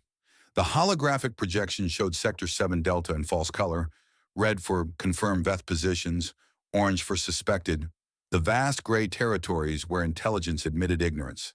The target facility sat like a tumor in the middle of Veth-controlled terrain, 40 kilometers from the nearest UEEC position. Deep penetration, no fallback positions. A one-way ticket that depended entirely on Kethrani's support assets functioning as advertised. His comm chirped. Colonel Vartanian, my office. Now. Cove acknowledged, killed the display, and headed for command section. The corridors of Firebase Crucible pulsed with late-shift activity, maintenance crews cycling out, night watch cycling in, the perpetual motion of a military base that never truly slept. Soldiers nodded as he passed. Some looked eager, hungry for the next operation. Others looked haunted, already carrying the weight of operations past. He'd been both. Right now, walking toward Vartanian's office, he was somewhere in between. The command center occupied Crucible's most fortified section, buried under 30 meters of excavated rock and reinforced with alloys that could supposedly withstand direct orbital bombardment. Supposedly. Covey had learned to distrust supposition the same way he'd learned to distrust intelligence assessments that used words like suspected and likely. Colonel Lydia Vartanian's office was Spartan in the way that senior officers' spaces were, when they'd stopped caring about comfort and started caring only about function. Tactical displays, communication arrays, a desk that looked like it doubled as a planning table, one personal item, a photograph from pre-war Earth showing a younger Vartanian with a woman and 2 children, all of them smiling in sunshine that seemed impossible now. Vartanian herself stood by the main display, reviewing data streams that Cove couldn't read from the doorway. She was early 50s. Gray threading through black hair, she kept military short, face weathered by command decisions that aged you faster than combat. Her uniform was immaculate despite the late hour, pressed and proper in ways that suggested she treated regulations like armor against chaos. "Captain," she said without turning, "close the door." Cove did, and the ambient noise of the corridor died. Soundproofed, everything in this office was designed for conversations that couldn't be overheard. "Your NCO briefing went well?" Vartanian asked, still studying the displays. "As well as telling people they were about to assault a fortified position? Can go, ma'am." Now she turned, and Cove saw the fatigue around her eyes, the kind that came from too many deployments and too few victories. "I read your after-action report from this morning's operation. Kethrani air support withdrew during the assault." "Yes, ma'am. Razor-wing drones pulled back approximately 4 minutes into the engagement, citing sensor interference. First platoon took casualties during the withdrawal window." "How many?" 3 KIA, 5 wounded. Could have been worse." Vartanian's expression didn't change, but something tightened around her jaw. Could have been better if the Kethrani had maintained coverage. It wasn't quite agreement, but it was closer than Cove had expected from a colonel who'd spent the last 3 years defending the alliance to anyone who questioned it. He waited, letting the silence build. giving her space to say whatever this private meeting was actually about. She gestured to the tactical display. Sector 7 Delta. Tell me what you see. Cove approached, studying the holographic terrain. Veth-controlled territory, heavy fortification, minimal intelligence on internal structure, single target structure designated Priority 1 by Kethrani reconnaissance. And the approach vectors? He traced them with his finger, the pathways Charlie Company would take through hostile terrain. Limited. The surrounding area is sensor-rich, probably mined, definitely monitored. Any approach gets detected 10 kilometers out, maybe more. We'll be fighting from first contact to objective. Acceptable casualties? The question hung like poison gas. Acceptable. As if some number of dead soldiers was okay, was planned for, was built into the operational calculus, like ammunition expenditure and fuel consumption. 15%, Cove said, because that was the theater-wide average. The number that suggested operations were costly but sustainable. Any more than that, and we compromise company effectiveness for future operations. 21 soldiers. Vartanian said it flat, converting percentages to body counts. That's what 15% means. You're prepared to lose 21 people taking this facility? No, ma'am. I'm prepared to minimize casualties through sound tactics and aggressive execution. But if you're asking what I think this operation will cost, he paused, doing the math he'd been avoiding since the briefing data arrived. 12 to 18, maybe 20 if we're unlucky, assuming Kethrani support functions as advertised. Vartanian nodded slowly, like he'd confirmed something she already knew. And if Kethrani support doesn't function as advertised? There it was. The question beneath the question. The doubt that senior command couldn't voice publicly, but had to address privately. Then we adapt, Kobe said. We've been doing it for 3 months. Plan for minimal support, execute with maximum flexibility, count on nothing except our own capabilities. That's not sustainable, Captain. We can't fight a war where our primary allies are unreliable force multipliers. Then we need to address that with Theater Command. Request clarification on Kethrani tactical doctrine. Demand accountability for support assets that disappear during critical moments. Cove heard his voice rising, forced it back to professional neutrality. We can't keep sending soldiers into operations planned around support that evaporates. I've made those requests multiple times. Theater Command's response is always the same. The Kethrani are our allies. Their support is invaluable. Any tactical adjustments they make are necessary responses to battlefield conditions humans don't fully understand. Vartanian's tone carried bitter edges. Apparently questioning our allies' reliability demonstrates insufficient commitment to the coalition effort. Cove felt something cold settle in his gut. So we just accept it? Accept that our people die because support we're promised never materializes? We accept the mission parameters we're given and execute to the best of our ability. She turned back to the display, and Cove couldn't see her face. That's what soldiers do, Captain. That's what command does. We take impossible situations and make them work through skill and sacrifice, and the stubborn refusal to admit we might be fighting a losing battle. The words felt wrong coming from Vartanian, who'd always projected absolute confidence in UEEC operations, absolute certainty in humanity's eventual victory. Hearing doubt from her was like watching foundation stones crack. Ma'am, I think we have our orders. She pulled up a new data packet, transmitted it to Cove's comm. Detailed operational briefing. Review it tonight, finalize your assault plan by 0800 tomorrow. This facility is a priority target. Kethrani intelligence designates it as a major logistics hub supporting Veth operations across 3 sectors. Cove scanned the data on his handheld, seeing coordinates, structural assessments, projected force deployments. Standard intelligence package except for one detail that made his instincts scream. This facility wasn't on previous target lists, he said. Correct. Kethrani reconnaissance identified it within the last 48 hours. And they're certain about its function? Certain it's a logistics hub and not, say, a hardened bunker or command facility or... Intelligence assessment is high confidence. Supply depot, reinforcement staging area, Possibly ammunition manufacturing. High-value target worth the risk. High confidence from allies whose support kept disappearing. High-value target discovered just in time to require immediate action. The operational timeline felt rushed, pressured, like someone was pushing for commitment before questions could be asked. What's the strategic objective? Kova asked.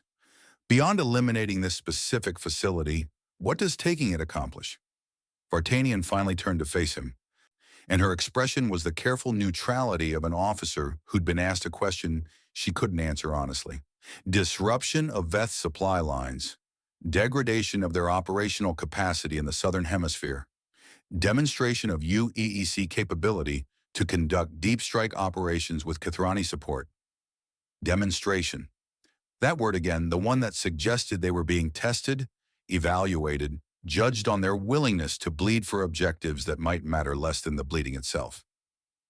Colonel, I need to ask. No, Vartanian interrupted. You don't. Because I know what you're going to ask, and I can't give you the answer you want. Can't even give you the answer you need. She walked to her desk, leaned against it with the posture of someone carrying weight they couldn't share. Here's what I can tell you, Captain. Theater Command wants this operation executed. The Kathrani want this operation executed. Our alliance partners are providing intelligence, orbital support, and strategic planning that enables operations we couldn't conduct alone. In exchange, they expect us to contribute ground forces to prove that humanity can hold territory and eliminate threats and serve as effective coalition members. Even when that proof costs 20 soldiers per operation?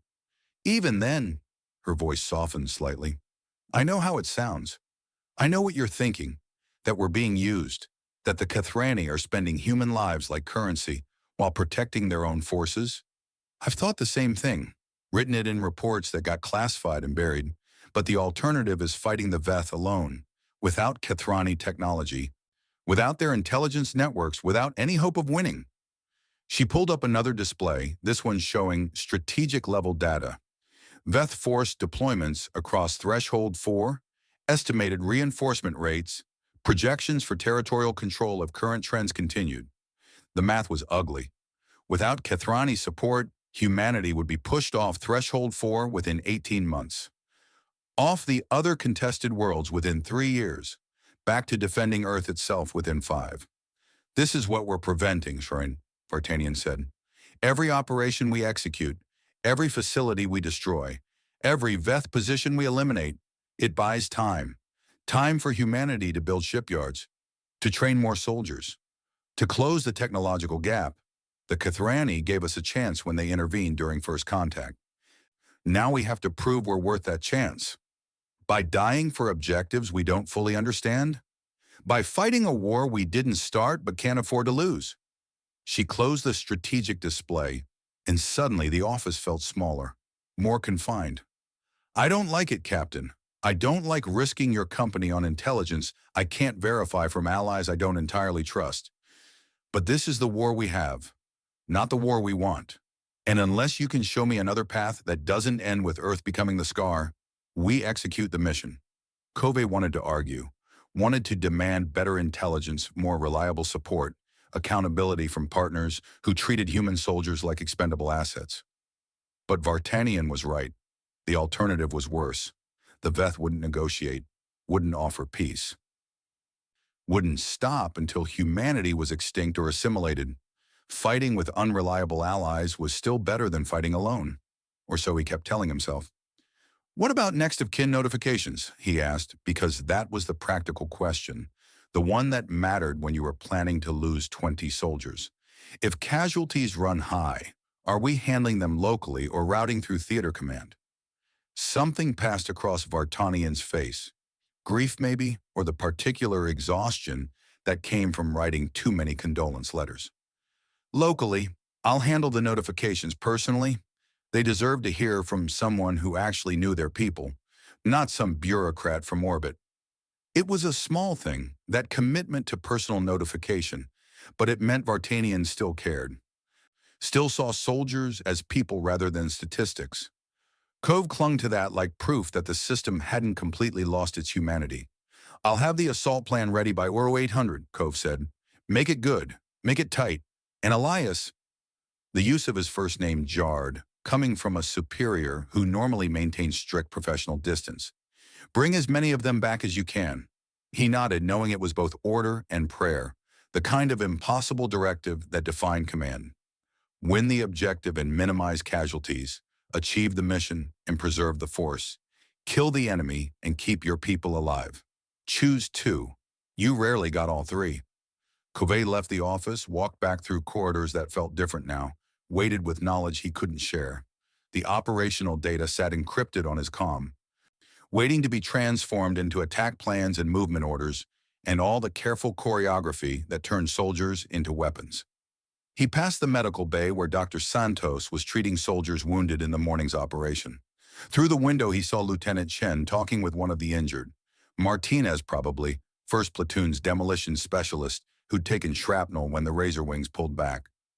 Chen's expression was gentle, compassionate in ways she never showed during operations. The research section was dark, but Cove could see light bleeding from under Dr. Brennan's door. The linguist pulling another late shift, probably still analyzing the prisoner's bioelectric broadcasts, still trying to find meaning in signals everyone else dismissed as propaganda. Good people, all of them, trying to do their jobs, trying to serve something larger than themselves, trying to believe that fighting mattered and sacrifice meant something, and humanity deserved the chance the Kethrani had given them. Covey wanted to believe it too. His quarters were small. Captain's privilege got you private space, but not comfortable space. Just enough room for a bunk, a desk, a footlocker containing everything he owned. He locked the door, pulled up the operational data on his terminal, and started working. The facility designated Target 7 Delta sat in a shallow valley surrounded by ridge lines that would provide perfect observation positions for defenders. Approaches were limited to 3 viable vectors, all of them exposing Charlie Company to enfilade fire from elevated positions. The structure itself was hardened, reinforced, designed to survive bombardment. Standard Veth military architecture, except Cove zoomed in on the structural scans, studying details that bothered him without quite knowing why. The facility was large, sprawling, with multiple interconnected sections that suggested complexity beyond simple warehousing. Power signatures were high but diffuse, spread across the entire complex rather than concentrated in industrial areas. Thermal imaging showed activity, but the heat patterns seemed organic, dispersed, not the concentrated signatures of manufacturing or heavy logistics. He pulled up previous intelligence on confirmed Veth supply depots, compared thermal profiles. The patterns didn't match. Target 7 Delta was too distributed, too varied in its energy signature, too irregular in its structure. But maybe that was just paranoia talking. Maybe he was seeing patterns that didn't exist because he didn't trust the intelligence source. Maybe Kethrani reconnaissance was right and his instincts were wrong.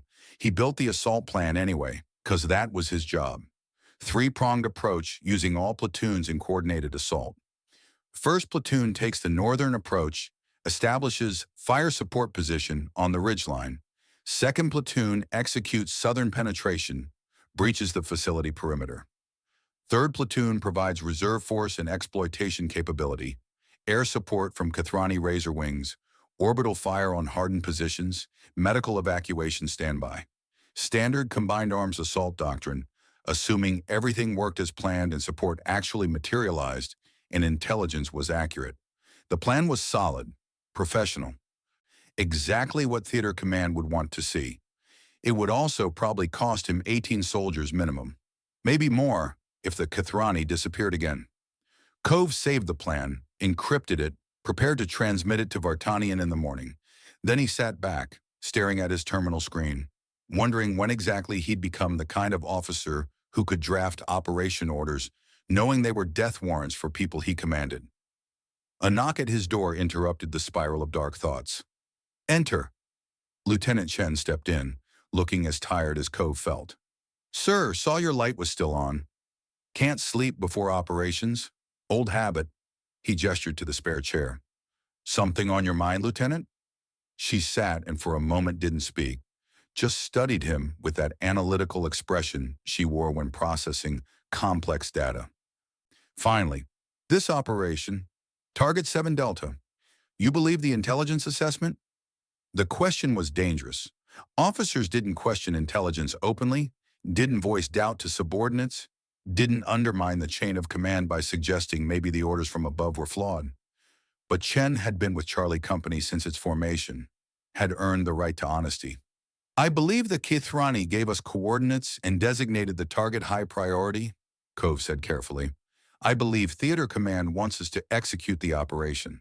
I believe our orders are legitimate and our mission is clear. That's not what I asked, sir.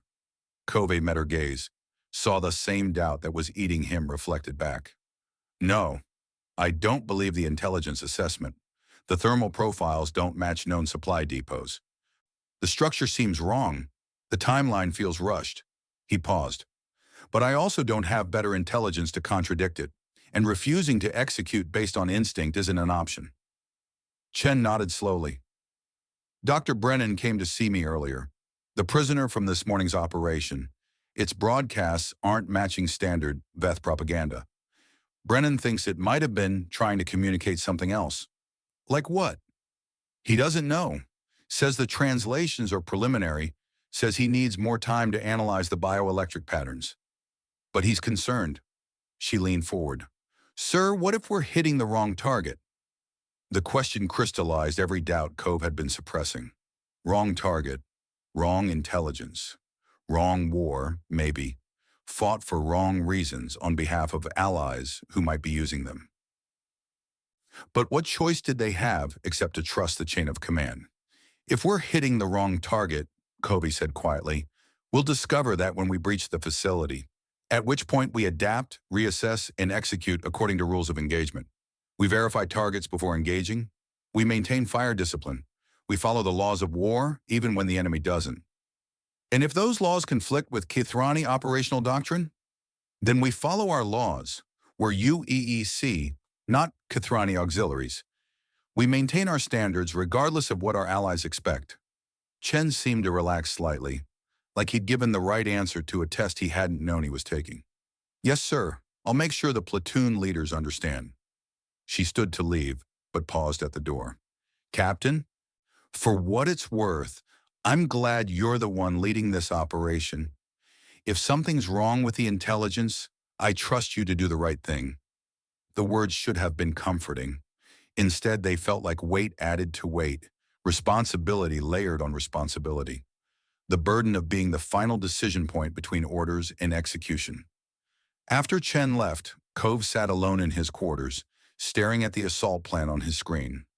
72 hours until deployment, 72 hours until 143 soldiers followed him into hostile territory based on intelligence he didn't trust from allies he couldn't rely on to achieve objectives he didn't fully understand. This was command. This was the war. And tomorrow morning, he'd brief the assault plan like he believed every word of it. Because that's what captains did. They took doubt and converted it to certainty. They took fear and converted it to confidence. They took soldiers and converted them to assault forces capable of achieving impossible objectives. Covey checked the mission clock. 68 hours until insertion. He pulled up the facility data one more time, studying the thermal profiles that bothered him, the structural patterns that seemed wrong. Maybe Chen was right. Maybe Brennan's concerns had merit. Maybe the target wasn't what Kithrani intelligence claimed, but orders were orders. The mission was clear. Charlie Company would assault Target 7 Delta in 68 hours, and Cove would lead them. Because that's what captains did even when certainty became doubt, and faith became question marks, and the only thing you could trust was the training that said execute the mission regardless. He closed the file, turned off his terminal, tried to sleep. Failed. Outside his quarters, Firebase Crucible continued its endless operation cycle, preparing for the next deployment, the next assault, the next sacrifice in service of a war that promised victory but delivered only casualties. Somewhere in the research section, Dr. Brennan was analyzing broadcasts that might mean something or nothing. Somewhere in the training halls, Sergeant Okonkwo was reviewing drill sequences that might save lives or just delay deaths. Somewhere in the medical bay, Dr. Santos was treating wounds that might heal or might fester into the kind of damage no surgery could fix. And somewhere beyond Crucible's fortified walls, in the hostile terrain of Threshold 4, Target 7 Delta waited in its shallow valley, broadcasting thermal signatures that didn't quite match, hiding secrets that intelligence assessments dismissed, preparing to receive Charlie Company's assault with whatever truth waited inside its hardened walls. Covey closed his eyes and saw the faces of the soldiers he might lose. 21, if acceptable casualties proved accurate. Fewer, if he was skilled and lucky, and the Kethrani actually provided promised support. More if the intelligence was wrong, and the target wasn't what they'd been told and the operation went sideways in ways no assault plan could anticipate. In 68 hours, he'd know which future manifested. For now, all he could do was prepare, plan, and pray that when Charlie Company breached Target 7 Delta, they'd find exactly what they'd been sent to destroy, and not something else entirely.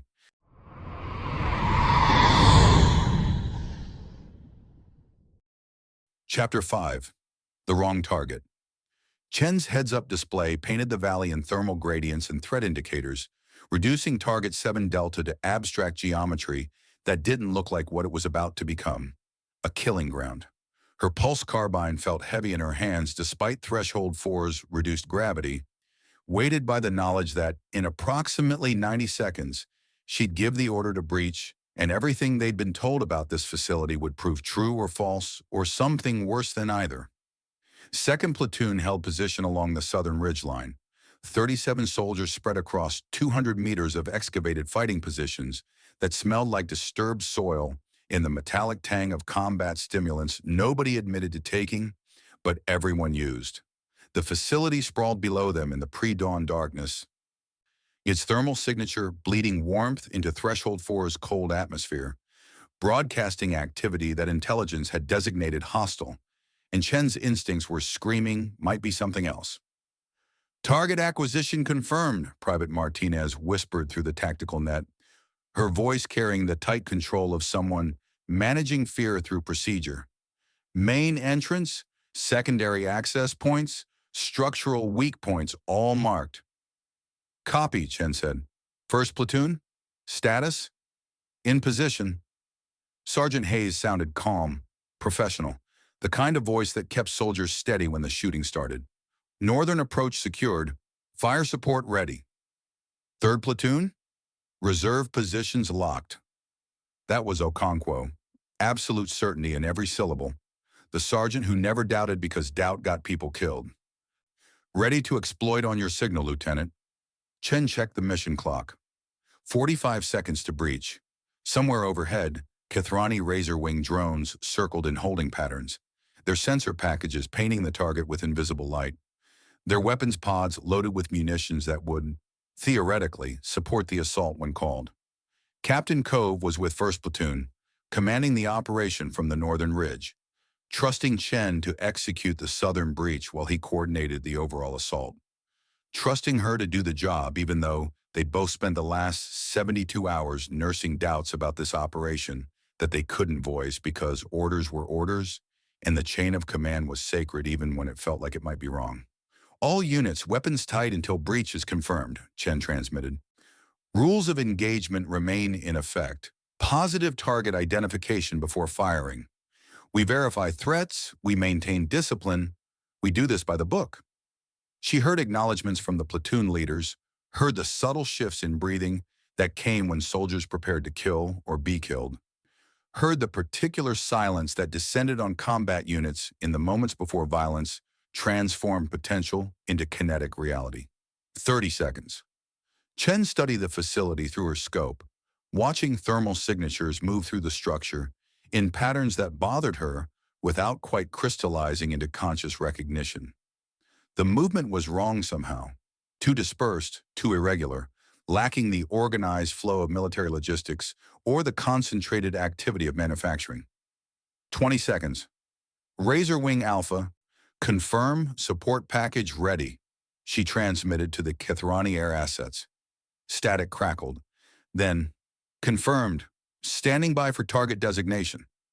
The voice was synthesized, emotionless, as alien as the allies providing it. Chen had never actually seen a Kathrani. Firebase Crucible's liaison officer, Ishar Ven, communicated exclusively through encrypted channels and diplomatic protocols that kept the coalition partners professionally distant. Maybe that was for the best. Hard to trust something you'd never met face to face. 10 seconds. Second platoon, prepare to breach on my mark. She could see her soldiers tensing, checking weapons one final time, the small rituals that separated training from combat. Some made religious gestures, others touched photographs or trinkets. Martinez kissed a pendant that probably held someone's picture. Chen had nothing to kiss, nothing to pray to, except the hope that intelligence was right and this facility contained exactly what they'd been sent to destroy. 5 seconds. Her finger moved to the detonation trigger for the breaching charges Martinez had placed on the southern entrance. One squeeze and the door would become shrapnel, and second platoon would pour through it to whatever waited inside. 3, 2. Chen squeezed the trigger. The explosion was light in sound and pressure, shaped charges converting precisely measured chemical energy into kinetic force that tore through reinforced barriers like they were paper. The entrance vanished in fire and smoke, and Chen was moving, leading her platoon down the ridgeline toward the breach, pulse carbine raised. Every sense heightened to combat clarity where time stretched and everything became simple. Friendly, hostile, target, no target. They hit the breach at full speed. Chen went through first because lieutenants led from front, crossed the threshold into smoke and darkness, and the immediate sensory assault of interior spaces after exterior operations. Different air pressure, different acoustics, different smells. Wrong smells. Not the industrial chemical signatures of manufacturing, not the concentrated ordnance sense of ammunition storage, not anything that matched intelligence assessments of Veth military logistics. The smoke cleared as second platoon established entry positions, and Chen's tactical display populated with thermal contacts throughout the facility. Too many contacts, hundreds of them, clustered in what the structural scans had identified as storage areas, but now looked like, "Oh God," someone whispered over the tactical net. Chen saw it then, really saw it. The truth that thermal imaging and intelligence assessments had hidden behind abstractions and threat designations, and the comfortable certainty that Veth installations contained only legitimate military targets. The facility wasn't a supply depot. It was a refuge. The thermal signatures weren't military logistics. They were civilians. Veth civilians. Hundreds of them pressed into chambers that looked like they'd been designed for shelter rather than storage, radiating the biological warmth that thermal scanners had identified as enemy activity, moving in the confused patterns of frightened populations rather than organized military resistance. And some of the signatures were small, too small. Children. The Veth had children here. "All units, weapons tight," Chen transmitted, voice cracking despite training. "Do not fire. Repeat, do not engage." But first platoon was already breaching the northern entrance, already pouring into the facility, following assault plans that assumed hostile combatants and legitimate targets, already executing the mission they'd been sent to complete. Gunfire erupted from the northern section. Not the disciplined fire of soldiers engaging military targets, the panicked automatic fire of troops who'd burst into what they thought was an enemy installation and found something else entirely. "Cease fire!" Captain Cove's voice cut through the tactical net with command authority that demanded instant obedience. "All units, cease fire immediately!" The shooting stopped, but damage was done. Chen could hear screaming now, the bioelectric keening that Veth used for distress vocalization, modulated through frequencies that made her teeth ache and her stomach twist. The sound of fear, the sound of pain, the sound of civilians dying because intelligence had been wrong, and orders had been followed, and nobody had questioned hard enough. Chen moved deeper into the facility, second platoon following with weapons lowered but ready, clearing chambers that should have held ammunition crates or supply stockpiles, but instead contained what looked like living quarters. Crude bedding, personal effects. The particular organization of spaces where people lived rather than worked. She rounded a corner and stopped. The chamber was large, maybe 50 meters across, and it was full of Veth, Not soldiers, not combatants. Civilians. If that word even applied to silicon-based life forms whose biology humanity barely understood. They huddled against the far wall, bioelectric fields pulsing in synchronized patterns that Chen's translator identified as terror, broadcasting fear across EM frequencies like radiation from a disaster. And in the center of the huddle, protected by adult bodies, were the juveniles, smaller Veth, younger Veth. Their crystalline structures less developed, their bioelectric patterns weaker, their movements carrying that particular uncoordinated quality that transcended species, the universal signature of children too young to understand why adults were frightened, why soldiers with weapons had invaded their shelter, why the world had suddenly become violence and noise and death. "Lieutenant?" Corporal Martinez appeared beside her, weapon lowered, face slack with horror. "What? What is this?" "Stand down," Chen said, hearing her voice come from somewhere distant, detached from the part of her brain trying to process the catastrophic gap between mission briefing and operational reality. "Nobody fires. Nobody moves. We hold position and figure out what we're doing." Captain Cove's voice on the command channel, urgent and tight. "Chen, status?" "Second platoon has encountered non-combatants, civilians, juveniles." The words felt inadequate, too clinical for the nightmare unfolding. "Sir, this isn't a military installation." Silence, then, "Confirmed. First platoon reports same. We've got maybe 300 Veth civilians, including approximately 60 juveniles. No weapons detected. No defensive positions. No military infrastructure."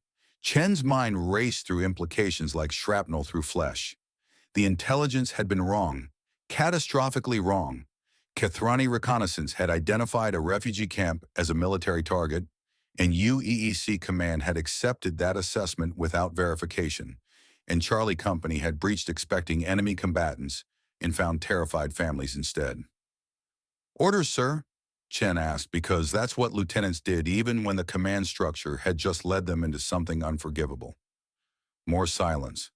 Long enough that Chen could hear her own pulse hammering, could hear second platoon's collective breathing over the tactical net, could hear the Veth civilians keening their bioelectric distress into frequencies that would haunt her forever.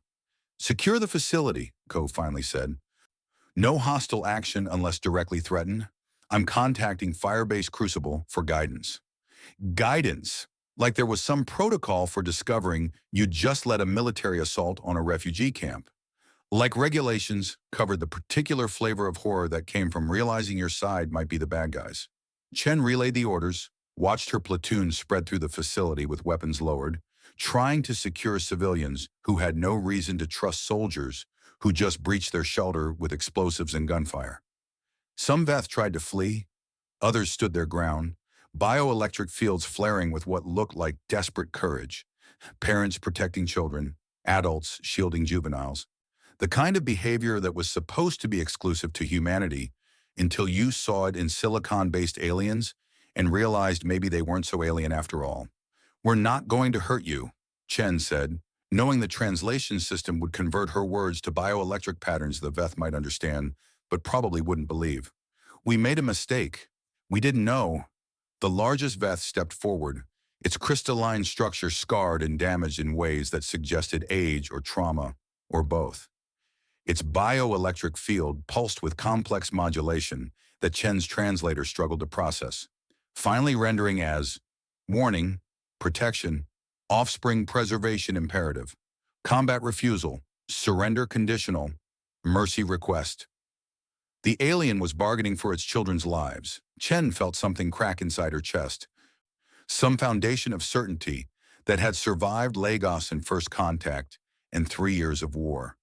She'd believed, needed to believe, that humanity was fighting for survival against implacable enemy, that every Veth killed was justice for Earth's dead, that the war was righteous even when it was brutal. But righteous wars didn't involve terrified parents begging for mercy while shielding their offspring from soldiers who'd been told they were liberating rather than murdering. "Stand down," she told her platoon again, unnecessarily since they'd already lowered weapons, most of them looking as shattered as she felt. "Maintain secure positions, but no aggressive action. We wait for command guidance. Martinez approached quietly. Lieutenant, some of the first platoon breaching team, when they came through the northern entrance, they encountered Veth attempting to evacuate. There was gunfire. I think, she swallowed hard, I think we have civilian casualties. Of course they did, because you didn't breach what you thought was a military installation with weapons tight and hearts open. You came through firing, suppressing resistance, eliminating threats before they eliminated you.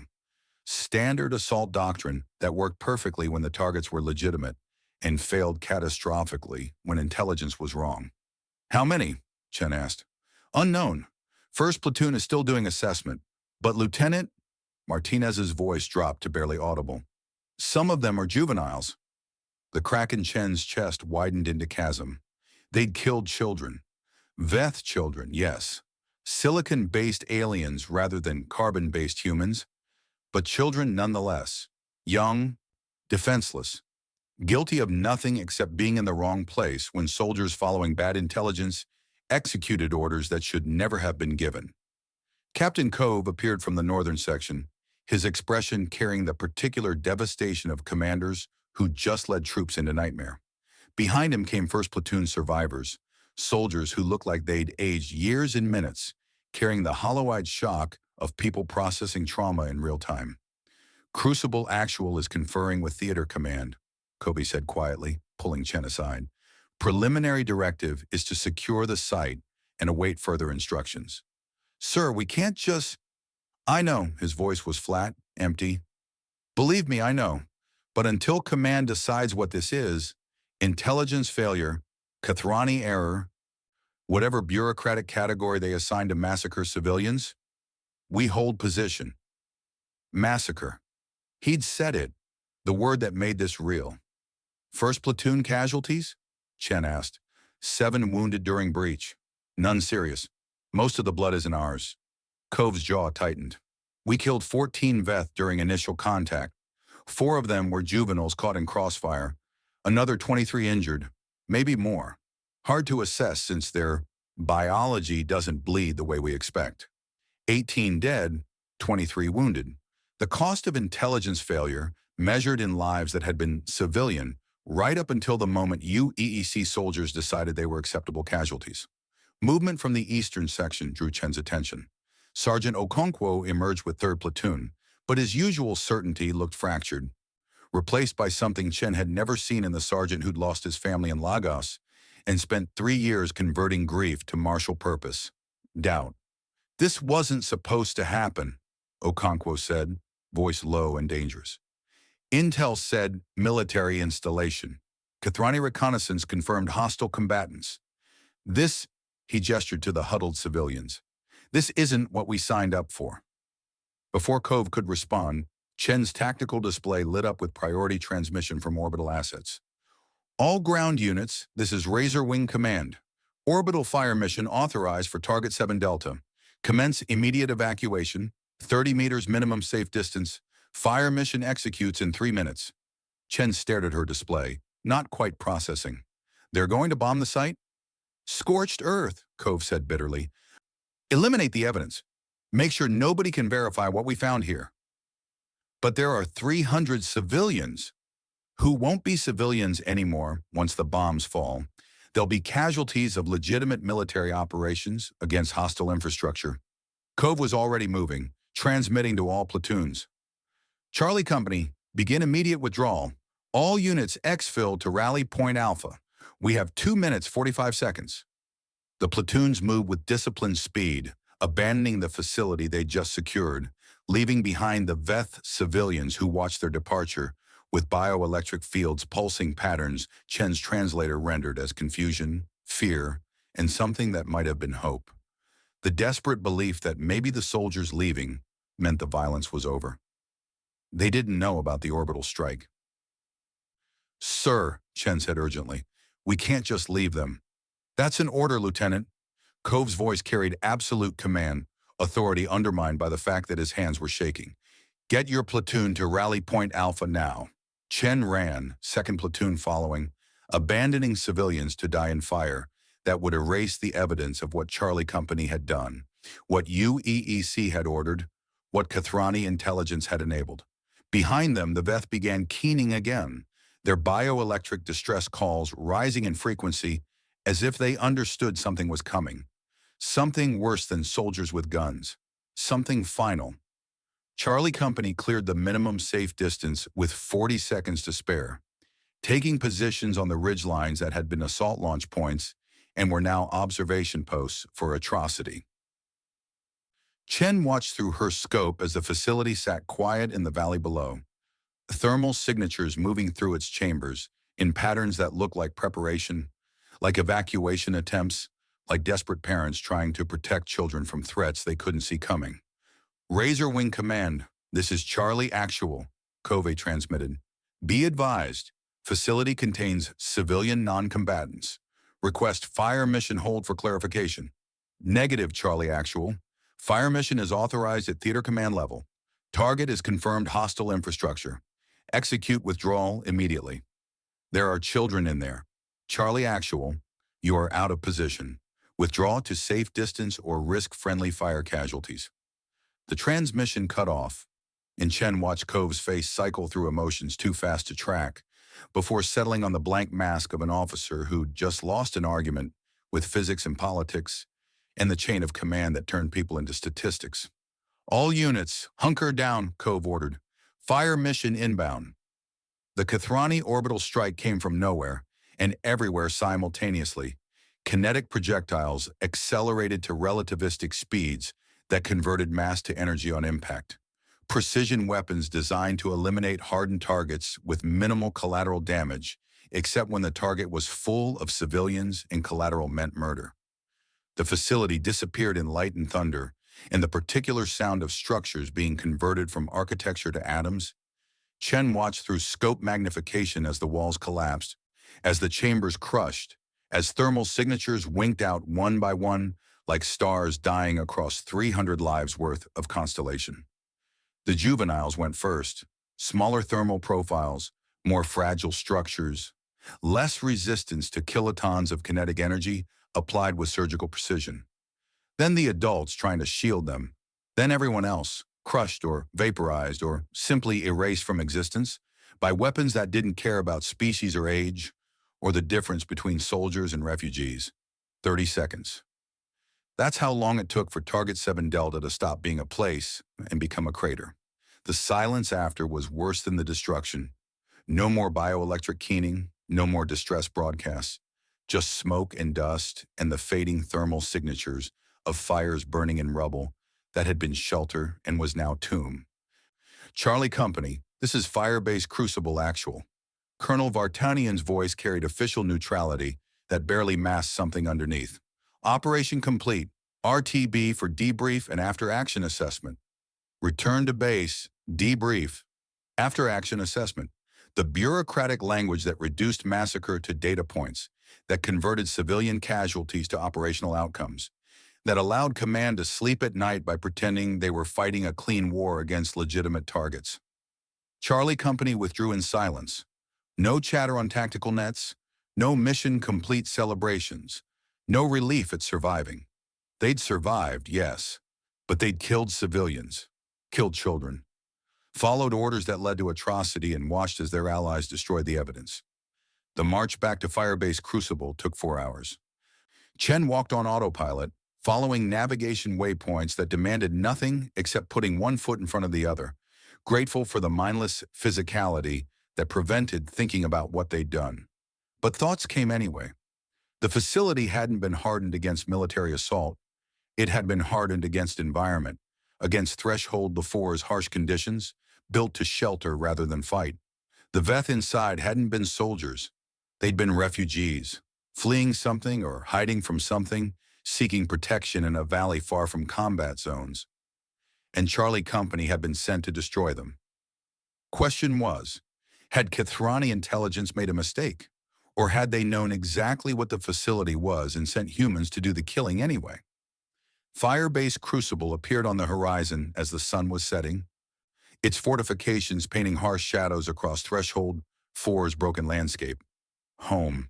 Except it didn't feel like home anymore. Felt like complicity, like being part of a machine that converted doubt into certainty and soldiers into weapons and refugees into acceptable casualties. The company passed through the main gate in straggle formation, exhausted and traumatized and silent. No welcomes waited, just orders to secure equipment, report to medical for post-mission screening, attend mandatory debrief in 3 hours. Chen dismissed second platoon with instructions to get food and rest, knowing neither would come easy. Then she stood alone in the equipment bay, staring at her pulse carbine like it had betrayed her by functioning exactly as designed. "Lieutenant," she turned. Captain Cove stood in the doorway, still wearing his combat gear, dust and carbon scoring marking him as recently returned from operation. His expression was carefully controlled, the officer mask firmly in place, but his eyes looked dead. "We need to talk," he said, "somewhere private." They walked to the observation deck on Crucible's southern perimeter, a maintenance area that nobody used because it faced away from the active combat zones. Just reinforced windows looking out at empty landscape, and the kind of privacy that came from being somewhere officially unimportant.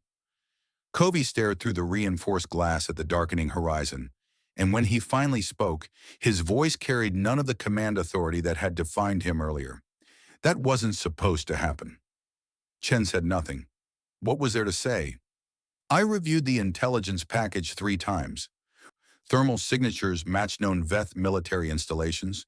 Power profiles suggested industrial activity. Kethrani reconnaissance confirmed hostile designation." Cove's hands gripped the railing hard enough that his knuckles went white. Everything pointed to legitimate military target. Except it wasn't. Except it wasn't. He turned to face her.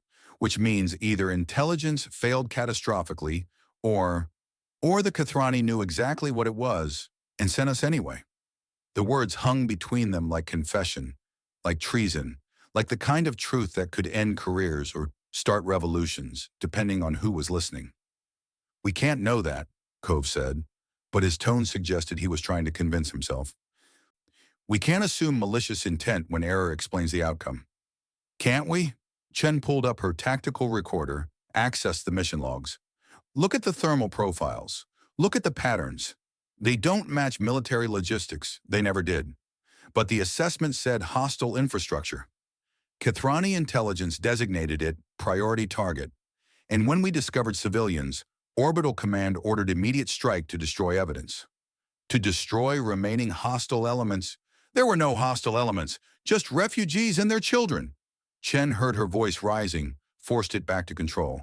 "Sir, we killed civilians. Our allies destroyed the evidence. And somewhere in the chain of command, someone knew or should have known that Target 7 Delta wasn't what we were told." Covey was silent for a long moment. "Then, if you're right, if the Kethrani deliberately misidentified the target, then we need to ask why. What do they gain from having us massacre Veth refugees?" "I don't know, but I intend to find out." "That's dangerous thinking, Lieutenant. More dangerous than following orders blindly? More dangerous than being the ones who pull triggers on behalf of allies we don't fully understand?" Chen met his gaze. "I joined UEEC to fight the Veth who glassed Earth, to prevent another first contact, to protect humanity from extinction, not to be the weapon that someone else points at civilians." "Neither did I," Covey admitted. "But if we start questioning intelligence assessments, questioning Kethrani guidance, questioning the alliance itself, where does it stop? How do we fight the war if we can't trust our own chain of command? Maybe we can't. Maybe the war we think we're fighting isn't the war that's actually happening." The words crystallized something Chen had been feeling since the breach, since seeing those juveniles huddled against their parents, since watching orbital fire erase evidence of atrocity. This wasn't the righteous war she'd enlisted for, wasn't the defensive struggle to prevent another scar. Was something else, something darker, something that used human soldiers as instruments for objectives they didn't understand on behalf of allies whose motives remained opaque. "Dr. Brennan tried to warn us," Chen said. "The prisoners' broadcasts, he said they weren't matching standard propaganda, said there might be something else in the bioelectric patterns." "Chen, I'm going to talk to him. Going to review those translations and see if maybe the Veth have been trying to communicate something we've been too certain to hear." She paused. "You can report me if you want. Tell Colonel Vartanian I'm questioning intelligence. undermining unit cohesion, showing insufficient commitment to coalition operations. But I need to know if today was error or intention. Need to know if we're soldiers fighting for humanity's survival or pawns in someone else's war. Cove studied her for a long moment, and Chen prepared for relief of duty, for orders to report for psychiatric evaluation, for all the mechanisms command used to suppress doubt and maintain the certainty that kept soldiers functional. Instead, Cove nodded slowly. I can't officially sanction investigation into intelligence failures or Kathrani operational doctrine. Can't have my lieutenant publicly questioning the alliance that keeps humanity alive. He met her eyes. But if you happen to review prisoner interrogation records in your capacity as intelligence liaison, if you happen to consult with Dr. Brennan about Veth communication protocols, if you happen to develop concerns about target assessment accuracy, I can't stop that, and I won't report it. Yet. It was permission wrapped in plausible deniability, tacit approval disguised as careful neutrality. Chen understood the subtext. Cove needed answers too, but couldn't pursue them without destroying his career and compromising command authority. So he was authorizing her to ask questions he couldn't, to investigate doubts he couldn't voice, to be the one who cracked if certainty proved unsustainable. Thank you, sir. Don't thank me. If you're wrong, if this was just intelligence error and the Kathrani are trustworthy allies, and I'm letting you undermine unit cohesion with paranoid speculation, then we've both failed Charlie Company. He turned back to the window. And if you're right, if our allies are using us for purposes we don't understand, then everything we've done for 3 years has been, he stopped, unable or unwilling to finish. Chen finished it silently. Wrong. They stood together on the observation deck while Threshold 4's sun completed its setting, painting the alien landscape in colors that had no names in human language. Somewhere out in that darkness, Target 7 Delta smoldered, carrying its secrets into ash and ensuring that nobody would ever verify what Charlie Company had found there. Somewhere in Firebase Crucible, Dr. Brennan was analyzing broadcasts that might mean everything or nothing. Somewhere in the command center, Colonel Vartanian was writing after-action reports that would sanitize today into acceptable military terminology. Somewhere among 3rd Squad's bunks, Sergeant Okonkwo was trying to reconcile his absolute certainty with the image of those Veth juveniles dying for crimes they hadn't committed. And somewhere in Chen's chest, faith was dying the same way those thermal signatures had. One by one, winking out like stars, leaving only darkness and the desperate need to understand what she'd become. Get some rest, Lieutenant, Cove said finally. Tomorrow we debrief, and Command will tell us today was unfortunate but necessary. And we'll all pretend to believe it because that's what soldiers do. And after that, you talk to Brennan. You review those broadcasts. You find out if we're fighting the right war. He paused. Just be careful. Questions like these have a way of getting people classified as security risks. Chen nodded, left him alone on the observation deck, and headed for her quarters through corridors that felt different now. Less like military base, more like cage where uncomfortable truths got locked away behind operational security and chain of command. She didn't sleep, couldn't. Every time she closed her eyes, she saw thermal signatures winking out, heard bioelectric keening modulated into frequencies that meant protect the offspring, felt the particular horror of discovering you'd been weapon rather than soldier. At 300 hours, she gave up on rest and wandered Crucible's perimeter, walking the maintenance corridors and observation posts where night shift personnel kept lonely watch against threats that might not be the threats they'd been trained to fight, and found standing alone at the northern observation point, the figure of Dr. Oscar Brennan staring out at darkness like it held answers he was afraid to find. He turned at her approach, and in the dim emergency lighting, his expression carried the same devastation she felt. You can't sleep either, Brennan said. Not a question. No. They stood in silence, two people who'd participated in atrocity from different angles. Chen had pulled the trigger. Brennan had interrogated prisoners whose warnings nobody wanted to hear. Both of them trying to process guilt and complicity and the terrible suspicion that nothing was what they'd been told. Finally, Yamam, Brennan spoke. I heard what happened at Target 7 Delta. Heard it wasn't military installation after all. It was a refugee camp. Families, children. Chen's voice was flat. We killed them. Then our allies destroyed the evidence. Brennan nodded slowly, like she'd confirmed something he'd already suspected. The prisoner I interrogated, the one broadcasting distress patterns, I finished the full translation analysis this evening. And it wasn't propaganda, wasn't conquest ideology or assimilation demands. He pulled out a data tablet, displayed bioelectric waveforms that meant nothing to Chen, but apparently meant everything to him. It was a warning, repeated over and over in frequencies we almost missed. A warning that the Veth aren't the enemy we think they are, that the war we're fighting isn't what we believe. That humanity needs to. He stopped, struggling with translation or implications or both. Needs to what? Chen asked, though part of her didn't want to know, wanted to preserve some fragment of certainty even as everything else crumbled. Brennan met her eyes, and his expression carried the weight of knowledge that destroyed faith.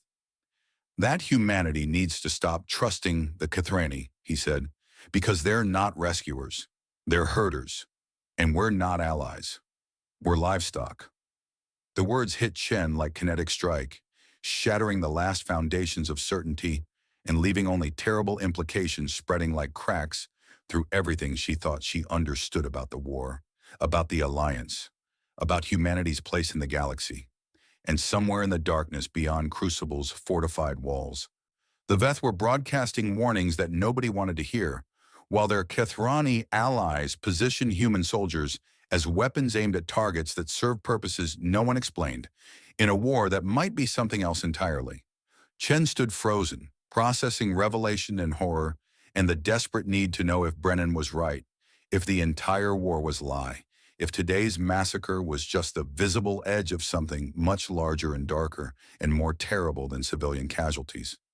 Tell me everything, she said. And Dr. Oscar Brennan, Norwegian linguist who'd started to suspect that humanity's salvation might be their damnation, began to explain why the broadcast patterns he'd been analyzing suggested that Earth's rescue from the Veth had been something else entirely. The moment humanity became pawns in a war they didn't understand, fighting for masters who saw them as disposable tools rather than worthy allies. While night settled over Firebase Crucible and Threshold 4 turned beneath alien stars, and the truth waited to be discovered by soldiers who believed they were heroes until today taught them they might be monsters instead.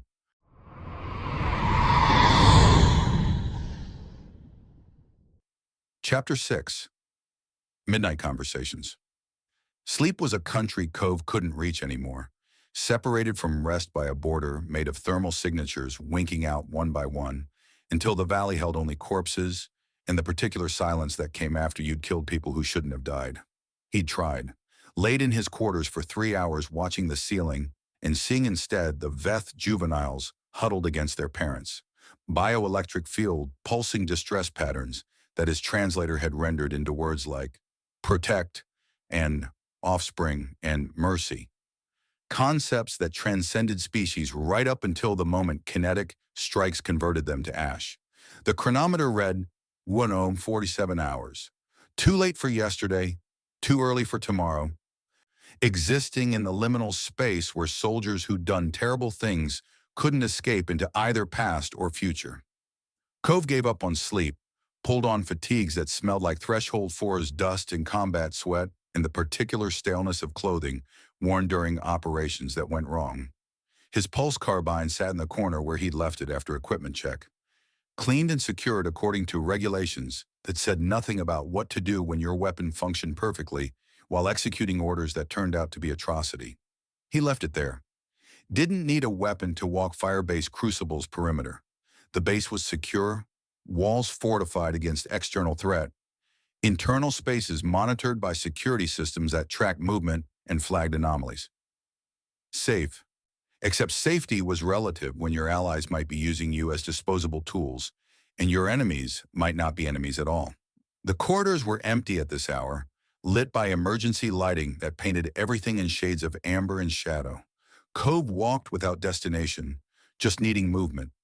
The physical act of going somewhere, even if nowhere offered escape from the thoughts circling his mind like Kithrani drones in holding patterns. He'd led Charlie Company into that valley, ordered the breach, coordinated the assault, watched intelligence assessments prove catastrophically wrong, while soldiers under his command discovered that following orders sometimes meant killing people who deserved protection rather than destruction.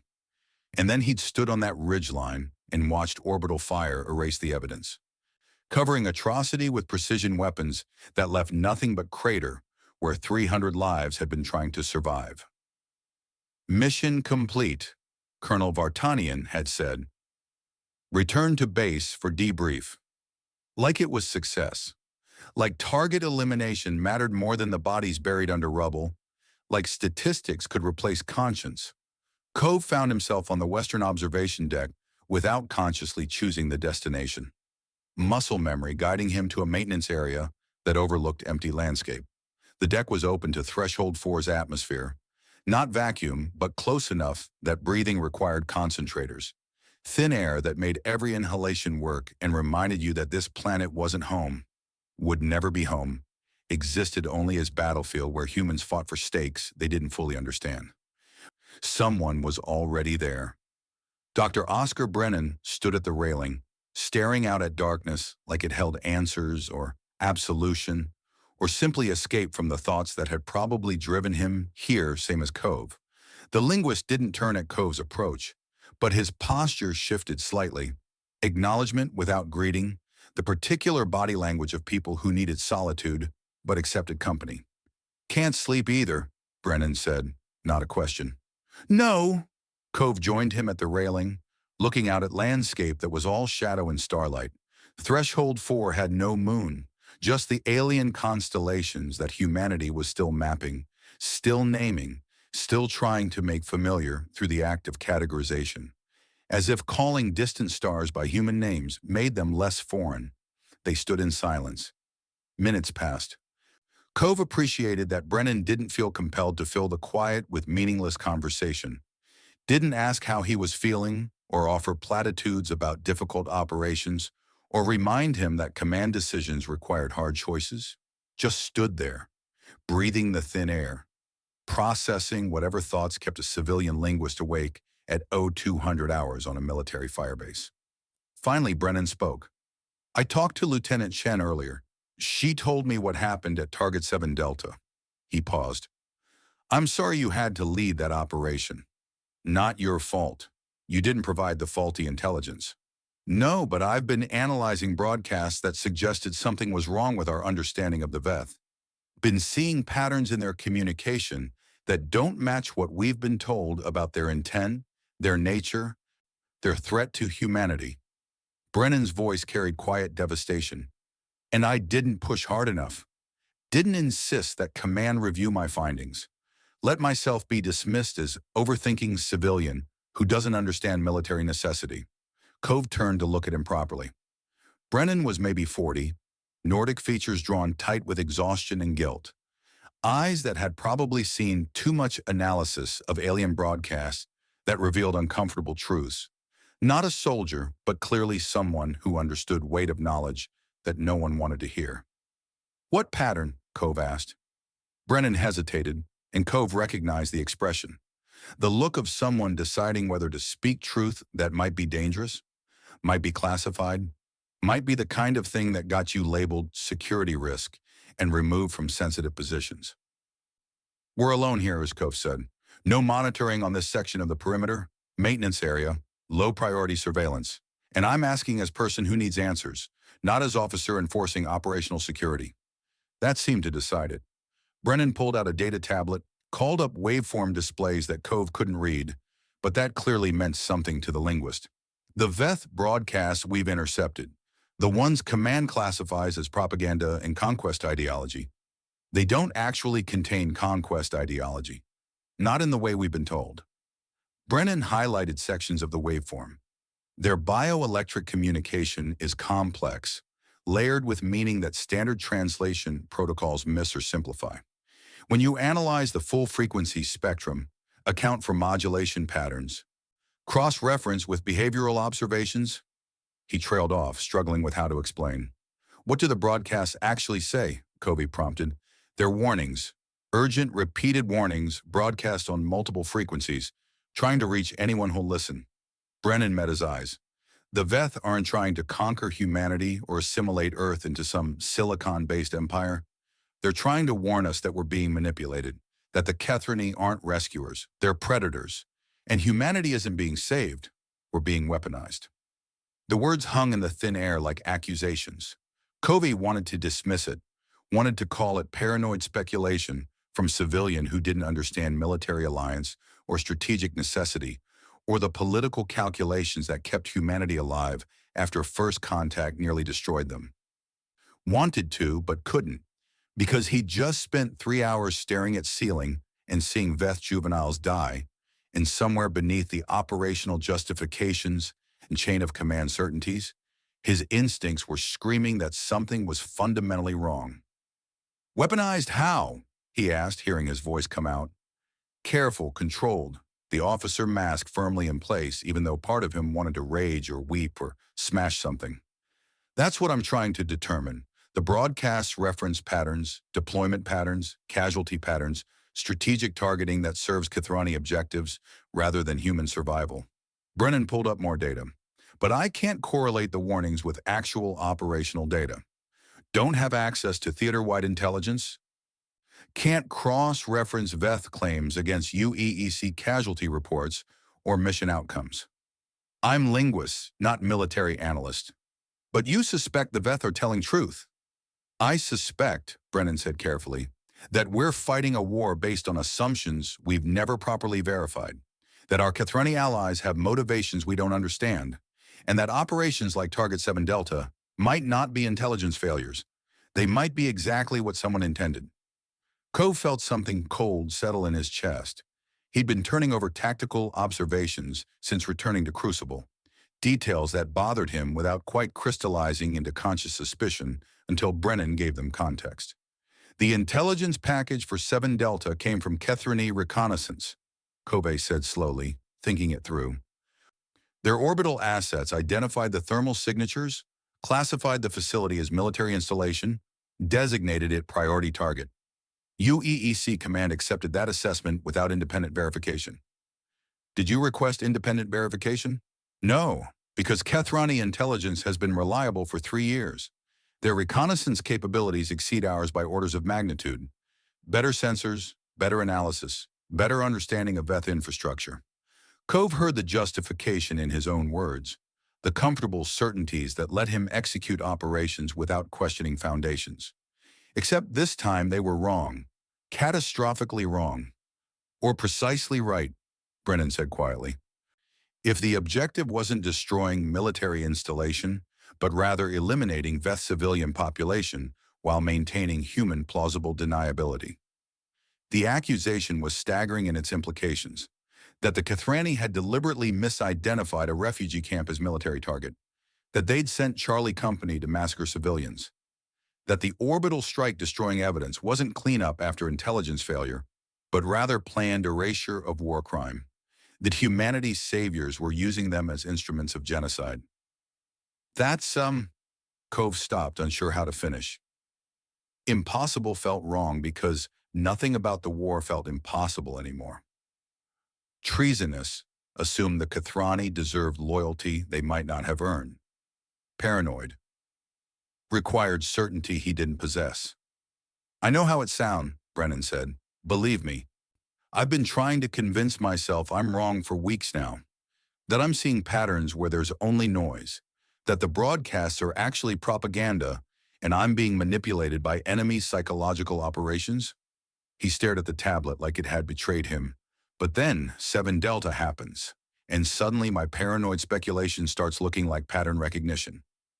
Cove thought about the mission brief, about Kethrani assurances of hostile infrastructure and military significance. Thought about the thermal profiles that hadn't quite matched standard logistics, but that he dismissed because Allied intelligence said otherwise. Thought about the bioelectric keening as civilians realized soldiers had come for them. In the orbital strike that followed so quickly it seemed pre-planned. If you're right, Cove said carefully, if the Kethrani are deliberately sending us against civilian targets, Then we need evidence. Actual proof that survives beyond speculation and translation analysis, which is impossible because the Kethrani control orbital reconnaissance, provide the intelligence assessments, and destroy sites with precision strikes that leave nothing to verify. Brennan's frustration was palpable. Perfect system. We do the killing, they erase the evidence. Humanity stays ignorant of what we're actually fighting for. Not perfect, Cove said. We have combat logs, after-action reports, casualty data across multiple operations. If there's pattern, if human forces are consistently being deployed against civilian targets, while Kethrani claim military significance, then the data should show it. You have access to theater-wide operational records? No, but Lieutenant Chen does, in her capacity as intelligence liaison. She reviews mission assessments, correlates tactical data, maintains awareness of battalion-level operations. Cove was thinking operationally now, converting suspicion into actionable intelligence gathering. If Chen cross-references target assessments against actual outcomes, identifies discrepancies between Kethrani intelligence and observed reality, patterns should emerge. Assuming Command hasn't already sanitized the records to hide the discrepancies. Chen's good at finding things people don't want found. And she's motivated. She was at 7 Delta, saw what I saw. Carries same weight. Covey paused. She came to you first, didn't she? Before I found you here. Asked about the broadcasts. Brennan nodded. About an hour ago, I told her what I'm telling you. That the Veth aren't the enemy we think they are, and the Kethrani aren't the allies we need them to be. He met Cove's eyes. She's reviewing translation analysis now, looking for verification that my interpretation is accurate rather than paranoid delusion. And if she verifies it, if the broadcasts really are warnings rather than propaganda, then we need to decide what to do with that knowledge, whether to report it through chain of command that might be compromised or complicit, whether to investigate further and risk being classified as security threats, whether to keep fighting the war we've been ordered to fight even if it's not the war we thought we were fighting. The questions hung heavy as the weapons that had killed civilians this morning.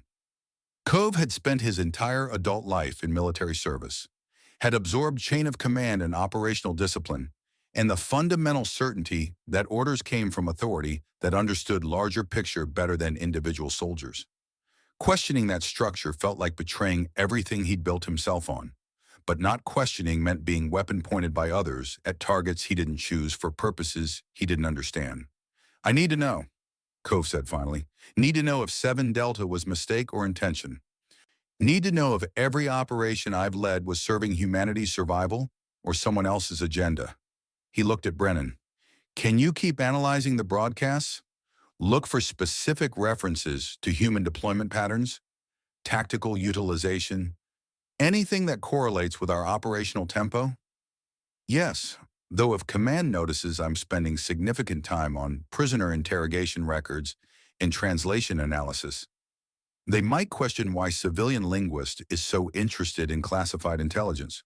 Tell them you're investigating Veth propaganda techniques for counterintelligence purposes.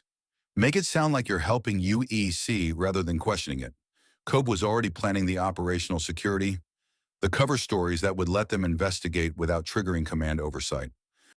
I'll review tactical reports from Charlie Company's operations, look for patterns in Kethrani targeting recommendations versus actual observed conditions, and I'll coordinate with Chen on broader data analysis. This is dangerous, Brennan said quietly. If we're wrong, we're undermining Allied cooperation and spreading paranoia that damages unit cohesion. If we're right, we're uncovering conspiracy that powerful people want to keep hidden. Either way, we're taking significant personal risk. I led soldiers into massacre this morning because I trusted intelligence I didn't verify. I watched orbital strikes destroy evidence because I followed orders I didn't question. Cove's voice was hard, carrying certainty that came from watching children die. I'll take the risk, because the alternative is being weaponed forever, killing targets I'm told to kill without ever knowing if they deserve death. Brennan studied him for a long moment, and Cove wondered what the linguist saw. An officer cracking under operational stress, a soldier having crisis of faith, Or maybe just a person trying to reconcile duty with conscience when they pointed in different directions. All right, Brennan said. We investigate quietly. We gather evidence. We verify the truth before deciding what to do with it. He paused. And if we find that the Kathrani really are using humanity as disposable weapons in war we don't understand, then we figure out how to stop being used. The commitment hung between them, oath or conspiracy depending on perspective. They were agreeing to question the foundation of Earth's survival strategy, to investigate allies who might be predators, to pursue truth that could shatter the comfortable certainties that kept UEEC functional. Or they were letting paranoia and guilt from one failed operation drive them toward treason and delusion. Time would tell which. I should go, Brennan said. Chen will be looking for me. We were supposed to review additional translation protocols after our initial conversation. He hesitated. Captain, thank you for listening, for taking this seriously. Most officers would have dismissed me as traumatized civilian who doesn't understand military necessity. Most officers didn't just lead assault on refugee camp. Changes your perspective on what constitutes necessity. Cove managed something that might have been Smile if it carried any actual warmth. And call me Elias. If we're going to investigate potentially treasonous conspiracy together, we should probably dispense with rank formality. Oscar, Brennan offered. Though I still think of you as Captain Cove. Hard to break the habit. Understood. Military hierarchy is useful right up until it prevents honesty. Cove glanced at his chronometer. 231, you should get some sleep if you can. Going to need to be functional when command convenes the after-action debrief. You too. I'll try. Cove knew he wouldn't succeed. Sleep felt impossible with his mind racing through tactical records and intelligence assessments, and the particular horror of discovering your entire understanding of the war might be wrong. Good night, Oscar. Good night. Brennan left, and Cove stood alone on the observation deck, staring out at Threshold 4's hostile landscape and thinking about pattern recognition, about data analysis, and about the difference between seeing connections that existed versus seeing patterns in noise because you needed the universe to make sense. Was he pursuing truth or succumbing to guilt-driven paranoia? Was Brennan's analysis revealing genuine conspiracy or finding meaning where there was only error and chaos?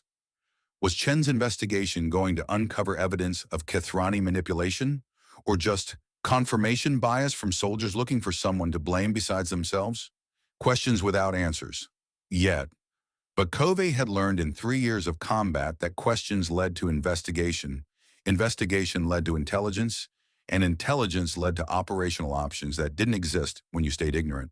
Whether those options led to salvation or damnation depended on what the truth turned out to be. He pulled out his command tablet, accessed Charlie Company's operational archive, began reviewing mission reports from the last 6 months. Looking for patterns, discrepancies between Kathrani intelligence assessments and observed outcomes. Instances where targets proved different from briefing, where casualties exceeded predictions, where operations felt wrong even when they went right. Target 7 Delta wouldn't be the first time something hadn't matched. Cove could remember other missions, other facilities that hadn't quite aligned with intelligence, other operations where outcomes felt off even when objectives were achieved. He dismissed those instances as inevitable friction of war, the gap between planning and reality that every soldier learned to accept. But maybe they weren't friction, maybe they were pattern. Cove worked through reports methodically, making notes that were careful and vague enough to avoid triggering security alerts, but specific enough to track for correlation. Thermal signatures that didn't match infrastructure. Defensive postures that seemed reactive rather than aggressive. Bioelectric broadcasts during assault that seemed more like distress than tactical communication. Small details, easy to dismiss individually. But collectively, his tablet chimed with secure message notification. From LTA Chen to CPT E Covey. Subject, data request. Classification, routine.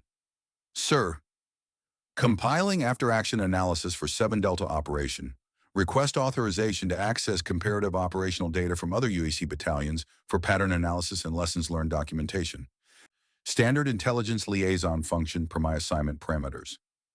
Will have preliminary correlation by 0800 if approved. Covey read the message twice, seeing the subtext beneath official language.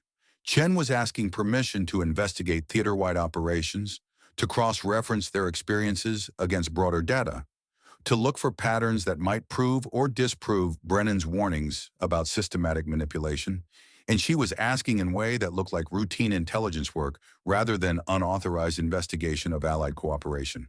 Smart. Gave them cover while pursuing truth. Cove authorized the request, added clearance codes that would let Chen access operational archives across Firebase Crucible's sector. Then he added personal note on encrypted channel. Be thorough. We need to know. Chen's reply came within seconds. Understood. Cove closed the tablet, returned his attention to the dark landscape beyond the observation deck. Somewhere out there, the Veth were broadcasting warnings that maybe humanity should have been listening to from the start. Somewhere above, Kethrani orbital assets watched and waited and provided intelligence that directed human forces toward objectives that served purposes no one explained. And somewhere in Firebase Crucible's data archives, the truth was waiting to be discovered. Either evidence of massive conspiracy that would shatter Earth's survival strategy, or proof that guilt and paranoia were creating patterns from chaos and everything was exactly what it seemed. Cove wasn't sure which outcome frightened him more. The chronometer advanced, 247 hours.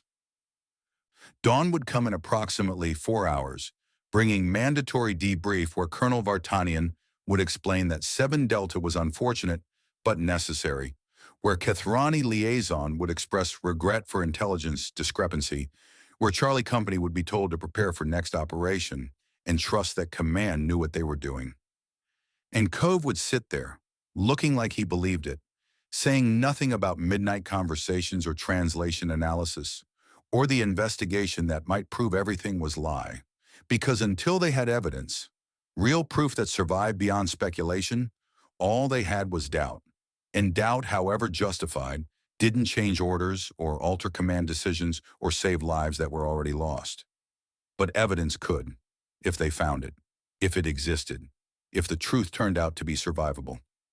Cove remained on the observation deck until dawn began painting Threshold 4's horizon in colors that had no Earth equivalent, watching alien sunrise illuminate alien landscape where human soldiers fought war that might not be what anyone thought. Then he returned to his quarters, cleaned up for debrief, put on the uniform that represented authority and duty and chain of command that might be directing him toward atrocity rather than salvation, and prepared to sit through briefing where he'd pretend yesterday made sense, while privately pursuing investigation that might reveal it made terrible sense in ways no one wanted to acknowledge. The debrief convened at 800 hours in Crucible's main briefing theater. Charlie Company attended in full, sitting in rigid rows that reflected military discipline despite exhaustion and trauma. Colonel Vartanian presided from the podium, looking every inch the professional officer who'd seen 30 years of service and learned to process horror through official channels. The presentation was exactly what Cove expected. Sanitized language that converted massacre to acceptable casualties, intelligence assessment that classified 7 Delta as regrettable error rather than criminal operation. Kethrani apology transmitted through secure channels and displayed on screen with appropriate diplomatic phrasing. Nobody mentioned the juveniles.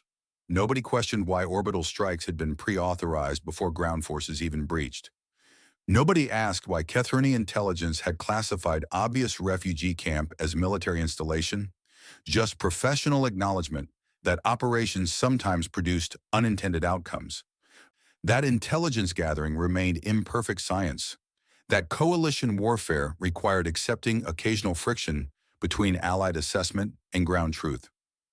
Covey watched it happen, watching his command reduced to statistics and lessons learned that would probably lead to same mistakes with different targets because the fundamental problem, trusting intelligence from allies whose motivations remained opaque, went unaddressed. When Vartanian opened floor for questions, nobody spoke. What was there to say? The official story was established, the records sanitized, the evidence destroyed. Asking hard questions would accomplish nothing except flagging the questioner as potential problem. So they sat in silence, and Colonel Vartanian interpreted that silence as acceptance. And the debrief concluded with orders to prepare for next operation cycle and trust that 7 Delta's lessons would prevent future errors. Covey filed out with Charlie Company, maintaining professional demeanor while internally cataloging every evasion and careful phrasing and diplomatic non-answer that made the briefing feel like cover-up rather than accountability. Lieutenant Chen caught his eye as they exited, and the look they exchanged said everything that couldn't be spoken aloud. Did you see? Did you hear? Do you understand what just happened? They'd been given an official story that required accepting impossible coincidences and unexplained inconsistencies and intelligence failures that somehow only ever served Kethrani strategic interests rather than human survival. And now they had to decide whether to accept that story or pursue the truth beneath it. Covey returned to his office, reviewed the daily operational briefing that outlined Charlie Company's next mission cycle, another week of patrols and reconnaissance, another Kethrani-designated target that intelligence assured was legitimate military installation, another operation that might prove exactly right or catastrophically wrong, depending on weather patterns held. His tablet chimed, secure message from Chen. Initial data correlation complete. Results concerning. Request private briefing at your convenience. Concerning. That was careful language for something worse than concerning, something that probably confirmed their worst suspicions about systematic pattern rather than isolated incident. Cove checked the mission clock. 4 hours until next operational briefing. Time enough for Chen to present her findings, for them to decide whether evidence justified bringing concerns to command or continuing quiet investigation. Time enough to learn if 7 Delta was aberration or standard procedure.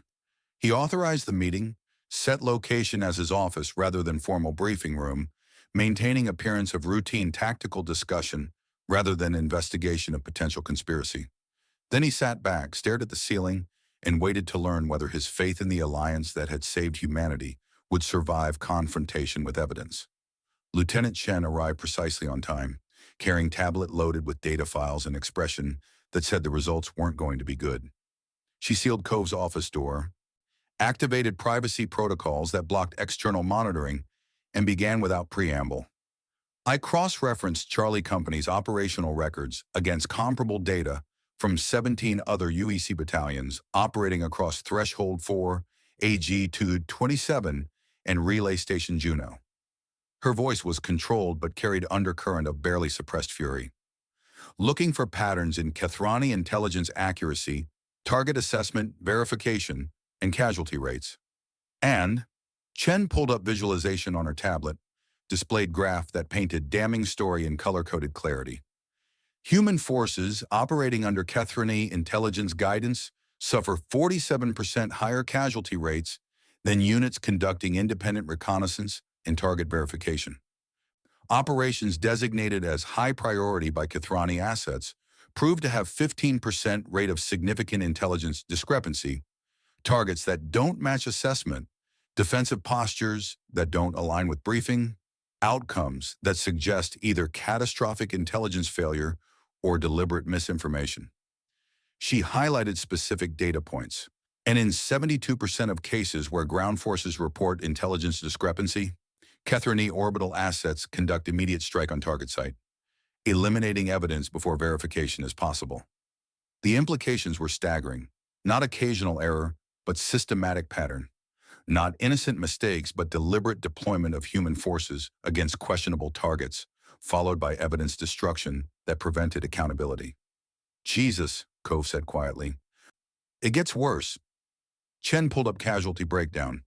When you analyze human losses by operation type, units conducting Kethrani-designated critical strikes suffer twice the attrition rate of comparable tactical operations. We're being sent against harder targets with higher risk, producing outcomes that serve. She trailed off, clearly struggling with how to characterize it. Serve Kethrani objectives rather than human survival, Cove finished. Yes, sir. Chen met his eyes. The data supports Dr. Brennan's analysis, The Veth broadcasts warning that we're being weaponized. That's exactly what the casualty patterns suggest. Human forces are being deployed as expendable assets against targets that advance Kithrani's strategic goals while producing acceptable attrition rates that slowly degrade UEC combat capability. We're not allies, Cove said, feeling the foundation crack completely. We're ammunition. Chen nodded slowly, and in her expression, Cove saw the same devastation he felt. The collapse of every certainty that had justified 3 years of war. The terrible revelation that humanity's salvation had been conscription into someone else's conflict as disposable soldiers. And somewhere in the data files on Chen's tablet, the evidence waited that would force them to decide, report this through chain of command that might be compromised, or pursue quiet investigation that might get them classified as traitors, or keep fighting the war while knowing every operation served purposes they didn't choose. There was no good option, only necessary ones. And the necessity, Cove realized as he stared at the damning data visualization, was learning the full scope of how badly humanity had been betrayed before deciding how to respond. "Get me everything," he said. "Every operation, every casualty report, every instance where Kithrani intelligence proved questionable. We need complete picture before we decide what to do with this." "Yes, sir." Chen paused. "And if the complete picture confirms what the preliminary data suggests?" Cove looked at her, seeing the lieutenant who'd led assault on refugee camp because she trusted orders, who'd watched children die because intelligence was wrong, who now held evidence that wrong might be systematic rather than accident. "Then we figure out how to stop being weapon," he said, and committed them both to investigation that would either save humanity or destroy them for trying.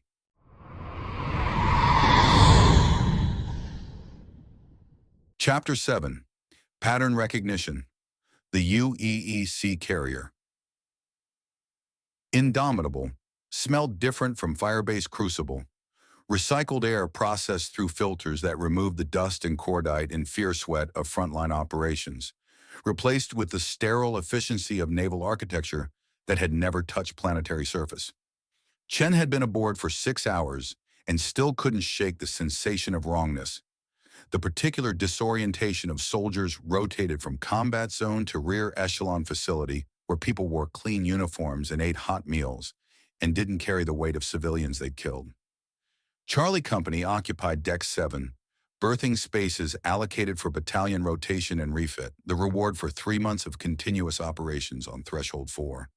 Rest, recovery, equipment maintenance, the official terminology that meant try to process trauma before deploying back to the grind. Chen sat in her assigned quarters, a space barely larger than the Firebase Crucibles, but somehow more claustrophobic. Metal walls pressing close without the compensating vastness of hostile landscape beyond, and stared at data that was systematically destroying every certainty she'd built her military career on. 17 battalions, 43 months of operations, thousands of individual engagements cross-referenced against casualty reports, intelligence assessments, and Kithrani support parameters. The pattern was undeniable. Her tablet displayed correlation matrices that painted story in statistical certainty.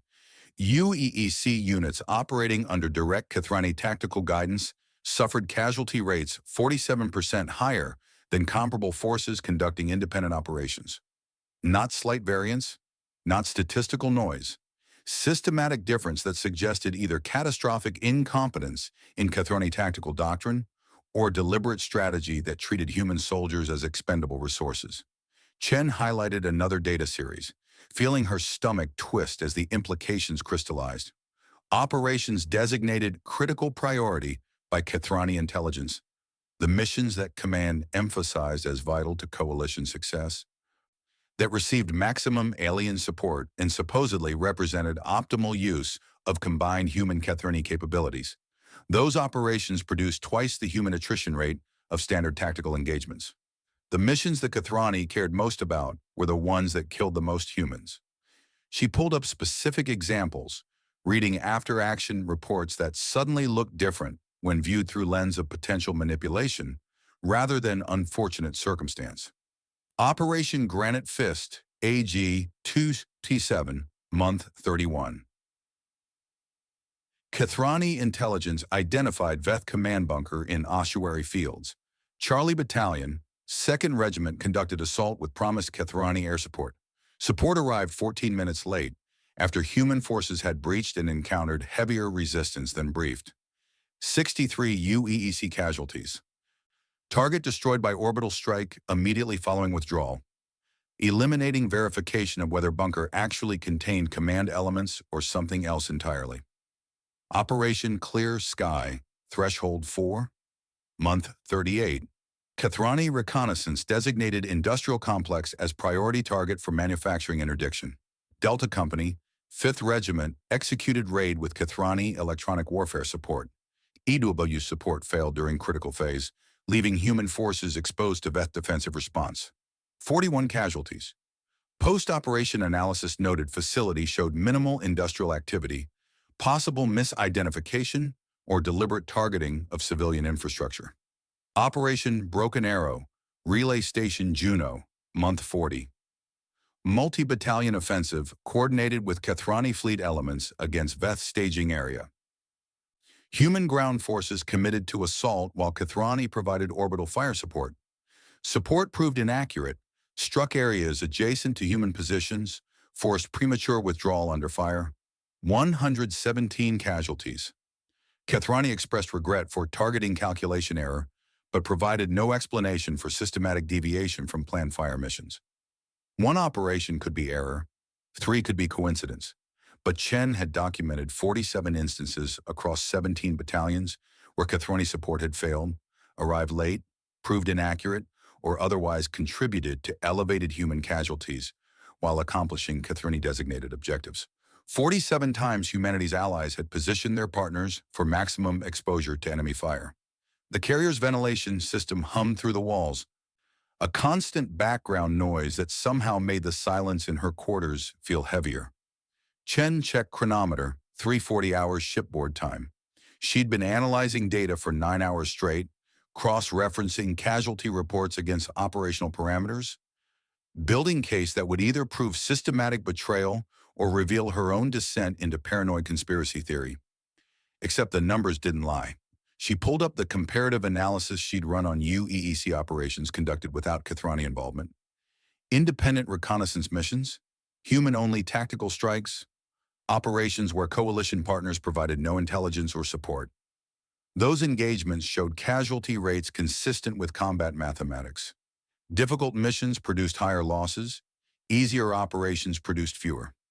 Standard military logic. But operations with Kethrani support showed casualty rates that didn't correlate with tactical difficulty. Hard targets didn't necessarily produce more deaths. Easy operations sometimes resulted in catastrophic losses. The determining factor wasn't mission complexity, it was Kethrani involvement. The more the aliens helped, the more humans died. Chen's hands were shaking. She forced them still, breathing deep to maintain control, but the rage was building beneath professional composure, like pressure behind bulkhead, threatening to rupture into something that would compromise her ability to function as officer and intelligence analyst. Because this wasn't just statistical pattern. This was people. Soldiers she'd trained with, served alongside, mourned when they didn't come back from operations that command had assured were necessary and achievable, and supported by allies who supposedly valued human lives as much as their own strategic objectives. Lies, all lies. A knock on her compartment door interrupted the spiral. Chen secured her tablet, wiped her face, opened the door expecting crew personnel, or perhaps Sergeant Okonkwo checking on his troops. Captain Cove stood in the corridor, wearing fatigues that looked as slept-in as hers probably did, carrying expression that suggested he'd been having equally productive and disturbing night. "Permission to enter, Lieutenant?" Chen stepped aside, sealed the door behind him, reactivated privacy protocols that blocked external monitoring. The compartment felt smaller with 2 people, but Cove's presence was somehow steadying. Another person who understood the weight of what they were discovering, who shared the burden of knowledge that couldn't be unlearned. "You found something," Cove said, not a question. "Everything." Chen handed him the tablet. 17 battalions, 43 months, complete operational correlation between Kethrani involvement and human casualty rates. She watched him scan the data, saw his expression tighten as implications registered. We're not being used inefficiently, sir. We're being used deliberately. Maximum human attrition while accomplishing Kethrani strategic objectives. Covey scrolled through the analysis in silence, reading casualty reports that transform from tragic necessity to calculated murder when viewed through proper context. Finally, he looked up, and his eyes carried the particular devastation of officers who just realized they'd been leading soldiers to slaughter on behalf of allies who saw them as ammunition rather than partners. How confident are you in this correlation? Statistical significance exceeds 97%. The pattern isn't noise, it's signal. Deliberate signal. Chen pulled up supporting documentation. And it's not just casualties. Look at operational outcomes. Missions with Kethrani support consistently achieve alien strategic objectives while producing minimal direct Kethrani engagement. We do the fighting, we take the losses, and somehow every battle advances their territorial control or resource acquisition or whatever larger war they're actually fighting, while humanity thinks we're defending Earth and preventing another first contact. Yes, sir. Cove sat on the edge of Chen's bunk, looking suddenly exhausted in a way that transcended physical fatigue. I've been reviewing Dr. Brennan's latest translation analysis. The Veth broadcasts aren't just warning us about Kethrani manipulation. They're trying to communicate their own strategic situation. According to Brennan's interpretation, the Veth aren't expansionist empire. They're refugees. Chen felt the foundation shift again, some new horror layering onto existing revelation. Refugees from what? From the Kethrani, from 3,000-year war of systematic extermination that's been driving silicon-based life forms toward extinction across multiple star systems. Cove pulled up files on his own tablet, displayed translation matrices that Chen couldn't read, but that clearly troubled him profoundly. First contact, the Veth appearing in Earth's system, the attack on Jakarta. Brennan thinks it was an invasion. It was a desperate attempt to secure refuge from species being hunted to extinction. And the Kethrani arrived to rescue us from existential threat that was actually, what? Cry for help? Or territorial dispute where we were claimed as resources before the Veth could establish foothold. Covey's voice was bitter. Either way, humanity wasn't saved. We were recruited, conscripted into war that has nothing to do with our survival and everything to do with Kethrani's strategic objectives. Chen wanted to reject it, wanted to find the flaw in logic that would restore comfortable certainty that the war was righteous and allies were genuine, and her service mattered for right reasons. But the data didn't support that narrative. The numbers told story of systematic manipulation, of human forces deployed as expendable assets, of casualties that served purposes no one explained while command accepted Kethrani assurances and soldiers died for objectives they didn't choose. Target 7 Delta, Chen said quietly. The refugee camp. That wasn't intelligence failure. No, that was exactly what the Kethrani intended. Human forces eliminating Veth's civilian population while maintaining plausible deniability. We do the killing, orbital strikes destroy the evidence, and humanity stays ignorant of genocide we're committing. Cove looked physically ill. How many other operations were like 7 Delta? How many military installations were actually refugee camps? How many times have we killed civilians because our allies told us they were combatants? The question hung in the recycled air like accusation. Chen thought about the operations she'd participated in, the targets she'd helped designate, the Veth she'd killed without questioning whether they deserved death. Had they all been soldiers? Or had some been refugees, civilians, families trying to survive war that predated human involvement by millennia? She'd never known, because evidence was always destroyed and verification was always impossible, and chain of command always accepted Kethrani explanations without demanding proof. We need unfiltered intelligence, Chen said, thinking operationally because that's what kept her functional when emotions threatened to overwhelm. Every piece of information we receive about the Veth comes through Kathrani translation, Kathrani analysis, Kathrani interpretation. We're seeing war through filter that serves their objectives. Brennan is working on raw Veth broadcasts, but he's limited by what prisoner interrogations provide. We need access to actual field communications, the bioelectric transmissions that Veth forces use during operations. Cove was thinking tactically now too, converting horror into actionable intelligence requirements. If we could intercept and translate Veth communications without Kathrani intermediary, we could verify whether their tactical behavior matches what we've been told or whether they're actually defending themselves from extermination, Chen finished. Fighting defensive war against genocide while we serve as Kathrani proxies. The implications were staggering. Not just that humanity's allies were using them badly, but that humanity might be on the wrong side entirely. That the war they'd been fighting for 3 years was war of extinction against species that had committed no crime except being hunted by more powerful predator. That Chen and every UEC soldier had been making themselves into weapons of genocide. We can't take this to command, Cove said. Not yet. We don't have proof that survives beyond statistical correlation and translation theory.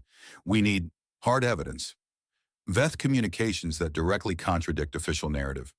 Operational intelligence that proves systematic deception rather than occasional error.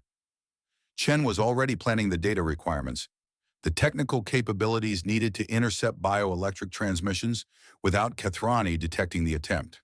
And we need it without alerting our allies that we're questioning their version of the war. Can it be done? Intercepting Veth communications without Kathrani assets detecting the intercept? Chen thought about Indomitable's capabilities, about the electronic warfare systems that UEC maintained for signals, intelligence, and tactical jamming. Standard equipment included bioelectric sensors for tracking Veth forces, sensors that could theoretically be reconfigured for direct reception and recording without routing through Kathrani translation protocols. Maybe. Indomitable has full EW suite for tactical intelligence gathering. If I can access the intercept systems, configure them for raw data collection, and coordinate with Dr. Brennan for translation analysis. She trailed off, considering operational security. It would have to be unofficial. Using classified systems for unauthorized intelligence gathering would be career-ending if discovered. Assuming we survive to have careers, Cove said darkly. If the Kathrani discover we're questioning the Alliance, investigating their intelligence, pursuing independent verification of their strategic narrative, they might decide humanity's usefulness doesn't outweigh security risk of potential defection. The threat was implicit but terrifying. Their allies had orbital weapons, had technological superiority, had demonstrated willingness to destroy evidence with precision strikes. If the Kathrani decided that Covey and Chen represented threat to operational security, what would stop them from eliminating that threat the same way they'd eliminated Target 7 Delta? So we move carefully, Chen said, hearing the determination in her own voice that came from watching children die and learning it was murder rather than military necessity.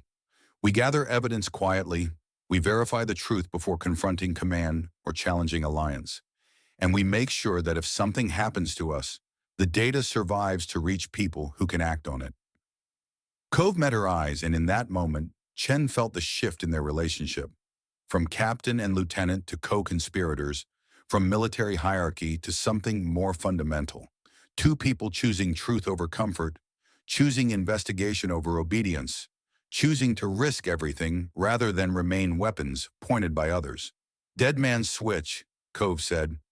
We compile everything, casualty correlations, translation analysis, intercepted communications, and set it to automatically transmit to multiple recipients if we don't regularly confirm we're alive and operational. To who? Command might be compromised. UEEC leadership might be complicit or simply unwilling to confront alliance that keeps humanity supplied and defended. Chen thought about chains of communication, about who could be trusted with information that might shatter coalition. We need recipients who have authority to act but aren't embedded in command structure. People with access to political leadership, media networks, civilian oversight mechanisms. Dr. Brennan would know. He's civilian contractor, maintains contacts outside military hierarchy. Cove was planning operational security now, thinking through redundancy and protection.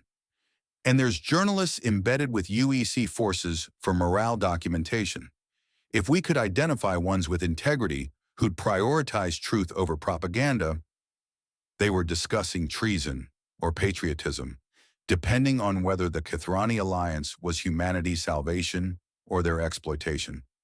Chen pulled up her operational calendar, checking Charlie Company's rotation schedule. We have 9 days aboard Indomitable before redeployment to Threshold 4.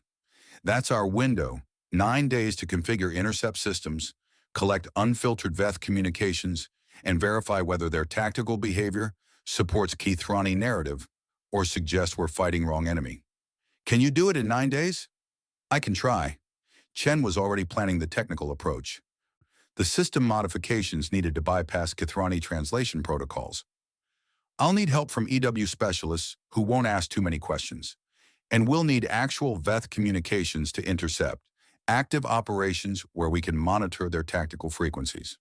3rd Battalion is conducting operation on AG-227 in 48 hours. Raid on Veth forward position in the ossuary fields. Major engagement should generate significant communication traffic. Cove checked his own files. If you can get intercept systems operational, that would be ideal opportunity to collect raw data. Chen made notes, building operational timeline.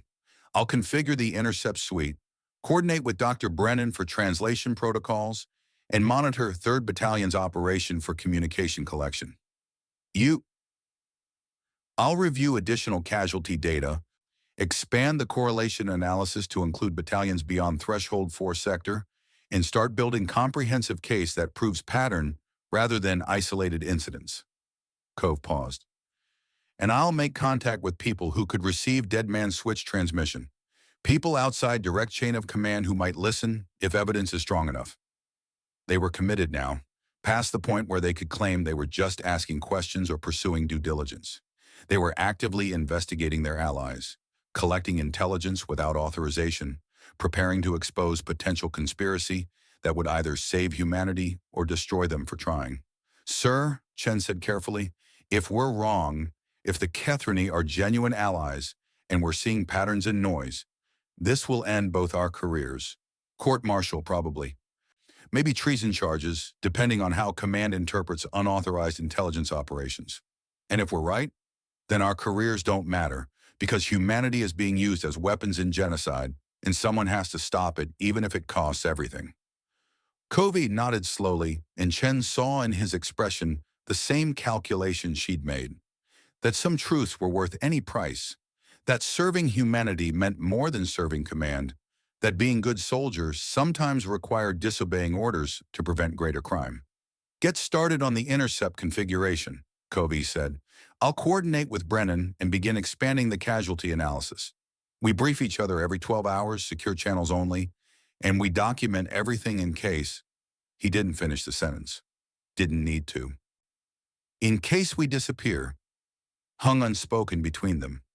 Chen stood, feeling the weight of what they'd committed to, but also strange sense of clarity. For 3 years, she'd fought war on faith, trusting that command knew best and allies meant well, and her service advanced humanity's survival. That faith had been comfortable, had made the killing bearable, had let her sleep despite the violence. But it had also been lie. Now she was pursuing truth, and truth was terrifying and dangerous and potentially fatal. But at least it was honest. At least she'd know whether the blood on her hands served purpose worth the cost. I'll have preliminary intercept capability within 24 hours, she said. First collection attempt during 3rd Battalion's operation. Full analysis within 72 hours if the data quality is sufficient. Keep me informed. And Lieutenant, Covey paused at the door. Be careful. We're investigating people who've demonstrated willingness to destroy evidence with orbital strikes. If they realize what we're doing... I know. Chen managed something that might have been smile if it carried any actual warmth. But careful doesn't matter if we're already complicit in genocide. Better to risk dying for truth than live as weapon. Covey left, and Chen returned to her data analysis, but now the work felt different. Not just academic exercise in pattern recognition, but rather intelligence gathering that might expose humanity's greatest strategic error. Trusting rescuers who turned out to be recruiters, accepting salvation that was actually conscription, fighting war for allies who valued human lives as ammunition rather than partnership. The numbers scrolled past on her tablet, each casualty report a person who died believing they were defending Earth.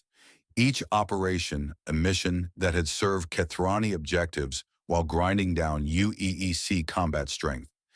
Each statistic a piece of larger pattern that suggested systematic exploitation rather than unfortunate friction of coalition warfare.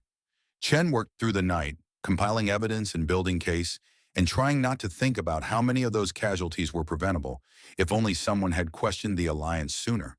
If only she'd questioned it before leading 2nd Platoon into Target 7 Delta. If only any of them had demanded proof instead of accepting assurances. But regret didn't change past, and guilt didn't resurrect the dead. All Chen could do was make sure the future was built on truth rather than comfortable lies, even if that truth destroyed everything humanity thought they understood about the war. By 800 hours, she had comprehensive analysis ready for secure transmission to Cove, expanded casualty correlation covering 23 battalions, detailed breakdown of Kethrani support failures, operational timelines showing systematic pattern rather than random error. The evidence that would either prove conspiracy or prove her own descent into paranoid delusion. She encrypted the files with protocols that would take Kethrani hours or days to break if they intercepted the transmission, then sent it through Indomitables. Secure internal network to Cove's personal terminal. Then she headed to the carrier's electronic warfare center to begin what would either be most important intelligence operation of her career or final mistake before court-martial and disgrace. The EW Center occupied Deck 4. Deep in Mini Indomitables, protected interior. A space filled with sensor arrays and communication equipment in the particular controlled chaos of specialists who monitored electromagnetic spectrum for tactical advantage. Chief Warrant Officer Torres ran the department, a 30-year signals intelligence veteran who'd served in every major UEEC operation and supposedly could intercept communications from sources that didn't want to be found. Torres looked up as Chen entered, expression shifting from routine acknowledgement to guarded interest. Lieutenant Chen, don't usually see infantry liaisons down in EW territory. What can I do for you? Chen had prepared cover story, plausible explanation that would justify unusual request without revealing actual objective. I'm analyzing Veth tactical communication patterns for counterintelligence assessment, looking to understand their operational security, response times, coordination protocols. She pulled up official authorization that Cove had generated through his command access. Captain Cove approved independent collection effort to supplement Kethrani-provided intelligence. Torres examined the authorization, and Chen watched her evaluate the request against operational norms and bureaucratic protocols. Finally, the warrant officer nodded slowly. Makes sense. Always good to have independent verification of Allied intelligence. What do you need? Access to raw bioelectric intercept capability. I want to monitor Veth communications during active operations without routing through Kethrani translation systems. That's unusual. Standard protocol is to let our allies handle Veth communication analysis. They've got better sensors, better understanding of the bioelectric modulation. Torres looked skeptical but not hostile. Why bypass established protocols? Chen had anticipated the question, had answer ready that was technically true while hiding larger investigation. Academic exercise for my intelligence certification, demonstrating capability for independent SIGINT collection in case we need to operate without Allied support. She paused, adding plausible personal motivation. And honestly, Chief, I'd like to verify that what the Kethrani tell us about Veth communications matches what the Veth are actually saying. Something shifted in Torres's expression. Recognition of kindred skeptic, perhaps, or simply professional appreciation for someone who valued verification over assumption. Fair enough. UEEC maintains independent bioelectric intercept suite precisely for that purpose, though command rarely authorizes its use. She moved to console, began configuring systems. What's your target operation? 3rd Battalion raid on AG-227, 43 hours from now, should generate significant Veth tactical traffic. Torres pulled up the operational schedule, verified the timing, then began configuring intercept parameters that looked impossibly complex to Chen's infantry-focused training. I can give you raw feed from our bioelectric sensors. No translation, no analysis, just pure data stream. But you'll need linguistics specialists to make sense of it. Bioelectric modulation isn't something you can interpret without specialized training. I'm coordinating with Dr. Brennan for translation analysis. The Norwegian linguist who's been working prisoner interrogations? Torres looked impressed. Good choice. He's brilliant, if a bit paranoid about Kathrani intelligence reliability. She finished the configuration, tagged Chen's authorization codes. You'll have full access to Intercept Suite starting 36 hours from now. Data will stream to secure partition on your personal terminal, bypassing normal intelligence channels. Just remember, this is unauthorized SIGINT collection from Allied perspective. The Kathrani won't appreciate humans conducting independent analysis of communications they're supposed to translate for us. I'll be discreet. See that you are. Because if this goes badly, I was just following your authorization codes and had no idea you were actually questioning Allied intelligence rather than conducting academic verification. Torres met her eyes with understanding that went beyond professional courtesy. But between us, I'm glad someone's checking whether our friends are telling us truth. 3 years is long time to trust blindly. Chen felt surge of gratitude for the warrant officer's implicit support, for finding another person who understood that verification wasn't disloyalty, but rather professional competence. Thank you, Chief. Don't thank me yet. You might not like what you find. Chen left the EW Center with access codes and configuration protocols, returned to her quarters, and began preparing analysis framework for the communications data she'd collect during 3rd Battalion's operation. If the intercepts matched Kathrani translations, if Veth tactical behavior aligned with what humanity had been told about aggressive expansion and conquest ideology, then maybe the conspiracy theory was just paranoia and guilt making patterns from noise. But if the intercepts contradicted the official narrative, her tablet chimed, "Secure message from Dr. Brennan requesting meeting to discuss latest translation developments." Chen authorized it, and 20 minutes later, the linguist arrived at her quarters carrying data files and expression that suggested he'd been having revelations as disturbing as hers.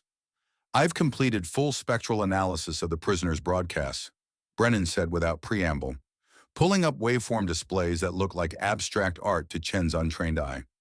Cross-referenced against every Veth communication in UEEC archives, compared modulation patterns against Kathrani-provided translations, and analyzed semantic consistency across operational contexts. And the Kathrani have been systematically misrepresenting Veth communications for 3 years. Not occasionally, not in isolated instances, systematically. Brennan highlighted sections of the waveform. Messages that Kathrani translate as territorial claims are actually evacuation coordination. Broadcasts designated as conquest propaganda are distress calls requesting humanitarian corridor. Tactical communications that supposedly prove aggressive intent are defensive coordination trying to protect civilian populations from ongoing military assault. Chen felt the foundation crack completely. The Veth aren't invaders. No, they're refugees being exterminated, and we're the weapons being used to kill them. Brennan's voice carried absolute certainty born from linguistic analysis that couldn't be dismissed as speculation. Every operation we've conducted, every target we've struck, every Veth we've killed, it's all been genocide disguised as defensive war. The words hung in recycled air like judgment. Chen thought about Target 7 Delta, about the juveniles huddled against their parents, about bioelectric patterns that had translated as protect offspring and mercy request. She'd thought that was isolated horror, tragic error from faulty intelligence, but it was standard procedure. "I'm collecting raw Veth communications during 3rd Battalion's operation," Chen said, hearing her voice come out flat and controlled despite the rage building beneath. "Independent intercept without Kathrani translation. If your analysis is correct, the tactical communications should match your interpretation, rather than official narrative. When do you collect? 43 hours. 3rd Battalion hits Veth forward position in ossuary fields. Should generate significant tactical traffic. Brennan nodded, expression grim. I'll prepare translation protocols for real-time analysis. If the intercepts match my assessment, if we can prove Kathrani are systematically mistranslating Veth communications, we'll have evidence that survives beyond statistical correlation. Evidence that proves humanity is being used to commit genocide. Yes. They sat in silence, processing implications that were too large for immediate comprehension. 3 years of war.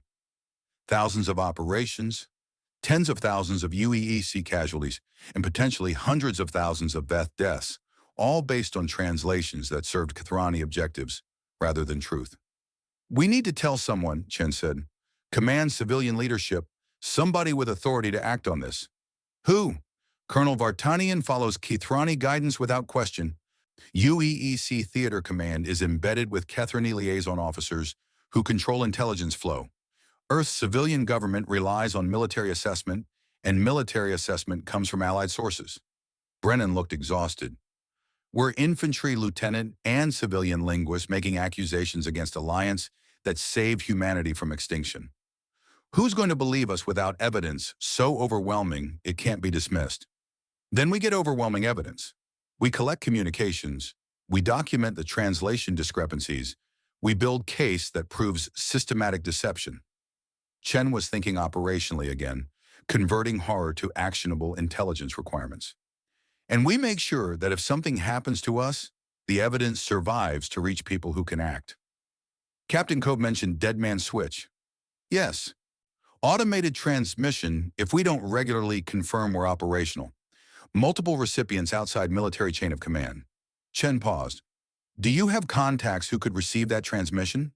People with access to civilian oversight or media networks? Brennan considered.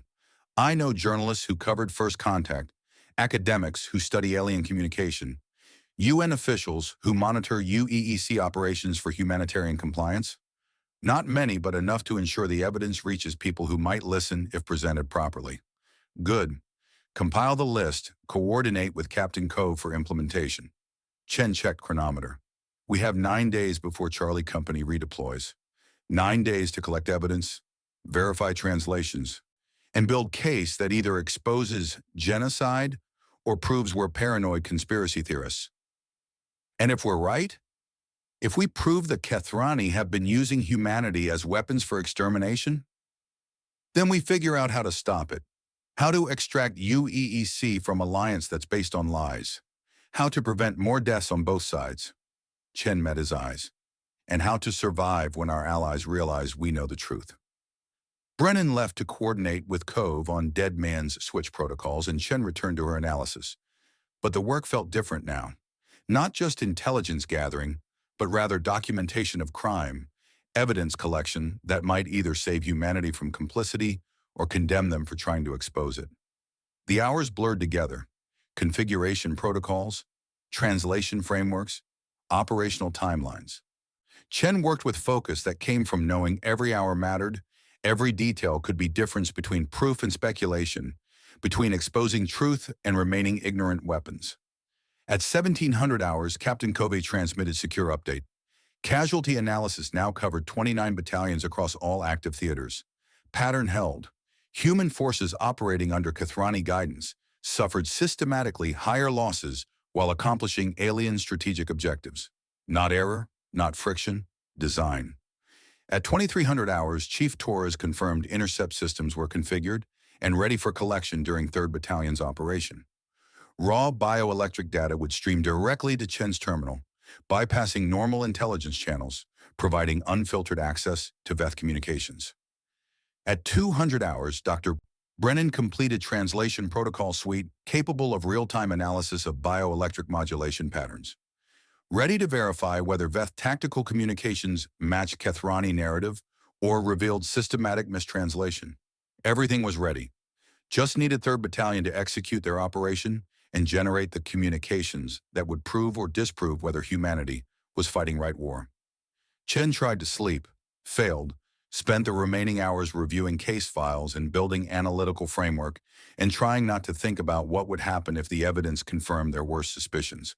Because then they'd have to decide, expose truth and risk destroying alliance that kept humanity supplied and defended, or remain silent and continue participating in genocide. No good options, only necessary ones. And necessity, Chen was learning, sometimes meant choosing between survival and conscience. The operation commenced at 600 hours shipboard time. 3rd Battalion, 5th Regiment, 300 soldiers conducting raid on Veth position in AG-2227's ossuary fields. Standard tactical engagement coordinated with Kathrani orbital support. Chen watched from Indomitable's intelligence center, monitoring operation through official channels while her unauthorized intercept systems collected raw Veth communications in background. The battle unfolded according to a familiar pattern. Human forces advanced, Veth forces responded. Firefight erupted across a cratered landscape. But now Chen was watching with new understanding, seeing details that had never registered before. Veth defensive positions focused on protecting specific structures rather than optimal tactical advantage. Veth retreat patterns seemed designed to draw human forces away from certain areas rather than preserve combat effectiveness. Veth casualties concentrated among units that placed themselves between human advance and what looked like civilian shelters. Oh God, it was Target 7 Delta again. Different location, different battalion, but same operation. Human forces assaulting what they'd been told was military position, finding resistance that seemed less like defending territory and more like protecting civilians, conducting raid that might be massacre disguised as legitimate combat operation. Chen's intercept systems captured everything. Bioelectric broadcasts modulating across frequencies that standard translation would render as tactical coordination, but that Chen was recording for Dr. Brennan's independent analysis. The operation lasted 4 hours. 87 Veth casualties, 41 UEEC losses, objective achieved, Veth position destroyed, threat to human logistics eliminated, or maybe refugee camp destroyed, civilian population eliminated, genocide advanced another increment. Chen wouldn't know until Brennan translated the intercepts. She secured the communications data, encrypted it with protocols that would resist Catherine decryption, transmitted it through secure partition to Brennan's analysis terminal, then waited, watching chronometer advance while linguists performed translation that would either validate official narrative or shatter it completely. 90 minutes later, Brennan transmitted results. Chen opened the file with hands that were shaking despite her attempt at professional composure. The translation was damning. Catherine version. Enemy forces advancing. Maintain defensive positions. Prepare tactical withdrawal to preserve combat effectiveness. Brennan's translation. Human soldiers approaching evacuation zone. Priority, protect the offspring clusters. Accept casualties to ensure juvenile preservation. Coordinate orderly retreat only when young ones are secured. Ketherani version. Requesting immediate reinforcement. Enemy assault, overwhelming position. Brennan's translation. Medical aid urgently needed. Casualties among protective detail. Juveniles frightened but intact. Requesting any available support for evacuation completion. Kethrani version. All units prepare for tactical counter-assault. Target human logistics with maximum force. Brennan's translation. Last message before communication terminus. We failed to protect them. Forgive us. May the young ones survive what we could not prevent. Chen stared at the translations, feeling something break inside her that might have been faith or sanity, or simply the last pretense that the war was anything other than systematic murder. 3rd Battalion hadn't conducted military raid. They'd assaulted evacuation in progress. They'd killed Veth trying to protect their juveniles. They'd accomplished massacre while believing they were defending humanity. And the Kethrani had provided the intelligence, coordinated the operation, and probably known exactly what the target contained. Her tablet chimed, priority message from Captain Cove, requesting immediate secure meeting. Chen secured her evidence, left the intelligence center, found Cove waiting in maintenance corridor that nobody used, expression carrying same devastation she felt. Brennan sent me the translations, Cove said without preamble. 3rd Battalion hit civilian evacuation. Yes, sir. And nobody will ever know because Kithrani will report it as legitimate military target, and command will accept that assessment, and 3rd Battalion will carry guilt of massacre they didn't know they were committing. His voice was hollow. Just like Charlie Company at 7 Delta. Just like every operation where Kithrani intelligence proved slightly inaccurate and human soldiers killed people who should have been protected. We have proof now, Chen said. Raw communications independently translated. Evidence that proves systematic mistranslation and deliberate targeting of civilian populations. Evidence that will get us killed if Kithrani discover we collected it. They stood in maintenance corridor while Indomitable hummed around them. Massive carrier that represented humanity's military power and technological achievement and complete strategic dependence on allies who were using them as weapons for genocide. We can't keep this secret, Chen said. Can't know this and stay silent.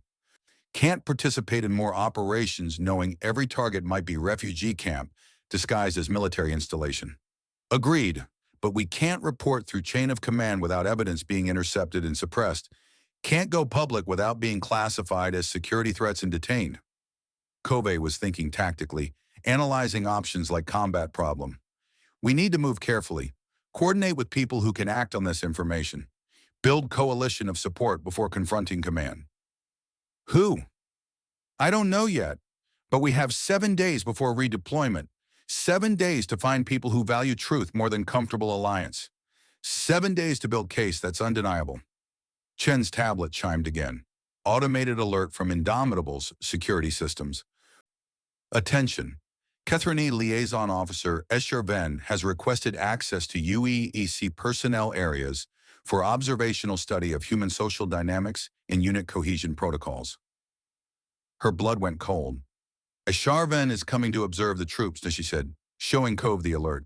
The Kethrani liaison we've never actually met, who communicates only through encrypted channels, who supposedly coordinates all Allied intelligence operations. Timing is suspicious, Cove said grimly.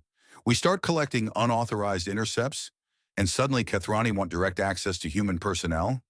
You think they know? I think they're smart enough to monitor for anomalies in human intelligence gathering, and careful enough to investigate when infantry lieutenant requests direct bioelectric intercept capability. Cove's expression hardened. We need to assume operational security is compromised. Accelerate timeline. Get evidence to safe locations before Escher Ven's observation becomes elimination. Chen felt the walls closing in, metaphorically and literally, maintenance corridor suddenly feeling like trap rather than refuge. They'd exposed conspiracy, collected evidence, threatened alliance that powerful forces wanted to preserve, and now their allies were coming to observe them, to evaluate whether Lieutenant Amara Chen and Captain Elias Cove represented acceptable security risk or loose ends that needed eliminating. What do we do? Chen asked. Covey met her eyes, and in his expression Chen saw determination that came from officer who'd led soldiers to die and refused to do it blindly anymore. We act like nothing's wrong. We cooperate with Escher Ven's observation. We maintain perfect professional demeanor. He paused. And we make damn sure that if something happens to us, the evidence survives to destroy the alliance that's using humanity as weapons. They were committed now. Past investigation, past verification, into active resistance against allies who commanded orbital weapons and controlled humanity's strategic intelligence and demonstrated willingness to eliminate evidence with precision strikes. The only question was whether they'd survive long enough to expose the truth, or whether Escher Ven's observation would end with 2 convenient casualties that prevented uncomfortable questions from spreading through UEEC ranks. Chen returned to her quarters, encrypted all evidence with redundant protocols, configured automated transmission that would activate if she didn't input security codes every 12 hours, and prepared to meet the Kethrani liaison officer who might be coming to evaluate whether she represented acceptable risk or necessary elimination. And somewhere in Indomitable's crew spaces, human soldiers were going about their duties, unaware that their allies were predators and their war was genocide, and 2 of their officers were fighting to expose truth that might save humanity or destroy them for trying. The choice was made. The evidence secured, the truth undeniable. Now they just had to survive long enough to share it.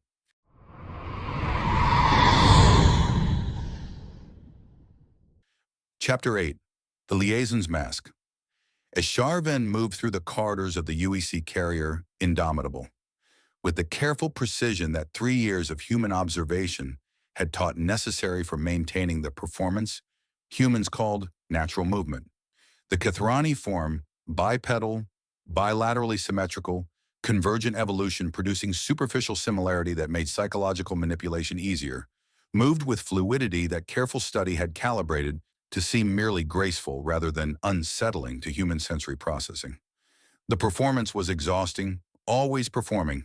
The biomonitoring systems embedded in Ishar-Ven's liaison implants registered elevated stress markers, chemical signatures that Kethrani physiology had been engineered to suppress millennia ago, when the Harmony protocols established emotional regulation as cultural imperative. Stress was inefficient, doubt was wasteful, individual preference was discord. Yet Ishar-Ven felt something that might have been doubt if Kethrani still possessed proper reference for such things. The corridors smelled wrong, recycled air carrying biological markers that Kethrani filtering systems would have stripped to sterile baseline. But humans apparently preferred atmospheric composition that included trace organics from thousands of bodies occupying enclosed space. Inefficient. But then, humanity's entire approach to existence was inefficient by Kethrani standards. They ate for pleasure rather than optimal nutrition. They slept in irregular patterns rather than calculated rest cycles. They formed emotional bonds that compromised operational effectiveness and complicated resource allocation. They were messy, chaotic, contradictory. They were also dying in patterns that Ishar-Ven's analytical protocols had flagged as potentially problematic. The notification had arrived 17 standard hours ago through secure Kethrani channels. Lieutenant Amara Chen had requested unauthorized access to bioelectric intercept systems, configured direct collection capability that bypassed standard intelligence filtering, and coordinated with civilian linguists who demonstrated concerning interest in independent translation verification. Analysis suggested possible security compromise, human assets beginning to question official intelligence assessments. Potentially investigating patterns that High Command preferred remain obscured. Standard protocol called for threat assessment, followed by targeted elimination if necessary. Convenient accidents, equipment failures, friendly fire incidents that tragic but understandable in combat environment. The Kethrani had refined such operations to precise art over 3,000 years of managing coalition forces and eliminating problematic elements that threatened strategic objectives. Ishar-Ven had been dispatched to Indomitable to evaluate whether Lieutenant Chen and her associates represented acceptable risk or necessary elimination. The mission parameters were clear. The authorization was explicit. The operational protocols were established through centuries of successful intelligence management and strategic deception. Yet Ishar-Ven felt that sensation again. The monitoring implants classified as aberrant stress response, requiring corrective pharmacological intervention. The Kethrani didn't call it guilt. They'd engineered that particular emotional inefficiency out of their genetic heritage during the fifth harmonization, when individual conscience had been deemed obstacle to collective optimization. But Ishar-Ven had spent 3 years observing humans, studying their behaviors, learning to predict their reactions, and somewhere in that extensive contact with species that still experience full emotional range, something had started to break down in the careful conditioning that maintained Kethrani's psychological efficiency. Something that made the prospect of eliminating Chen and her associates feel wrong. Inefficient thought. Eliminate it. But the doubt persisted. Ishar-Ven reached Deck 7, the berthing area allocated to Charlie Company during their rotation and refit cycle. The official purpose of this observation was documented as cultural exchange and morale assessment, studying human social dynamics, evaluating unit cohesion, providing Kethrani High Command with data about coalition partner psychological resilience. Standard liaison activities that explain Kethrani presence among human personnel without revealing actual intelligence gathering objectives.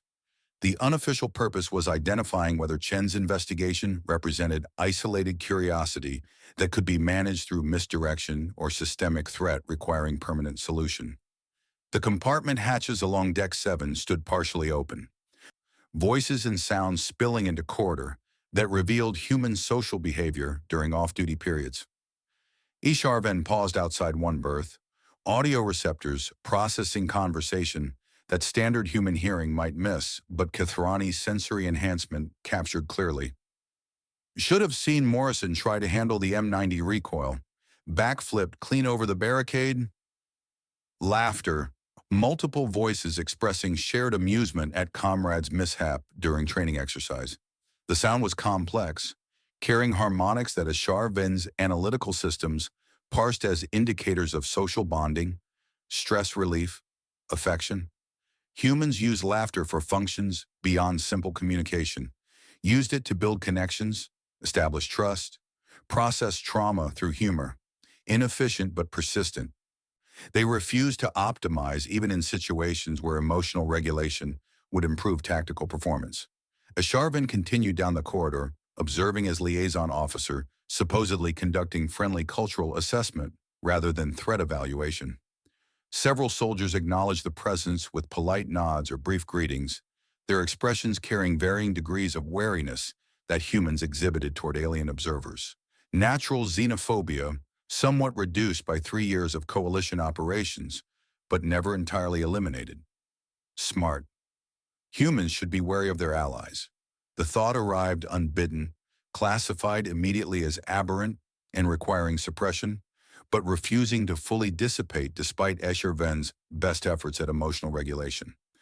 3 years of managing human assets had provided extensive exposure to species that processed information through emotional frameworks, that formed moral judgments based on ethical principles rather than strategic optimization, that valued individual lives in ways that Kethrani cultural engineering had classified as impediment to necessary actions. And somewhere in that exposure, Isharven had started to recognize patterns that Kethrani High Command would classify as dangerous cognitive corruption.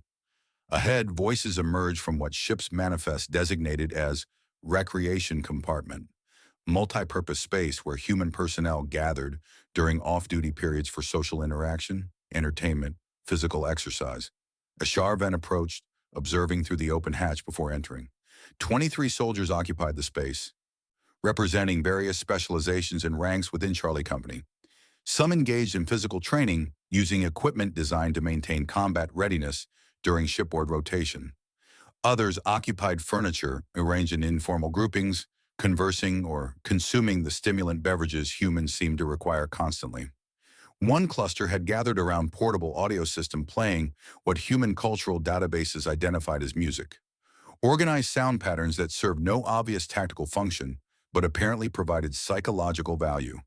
The music was slow, melodic, carrying emotional resonance that Isharven's implants analyze as mournful or elegiac, based on harmonic structure and lyrical content.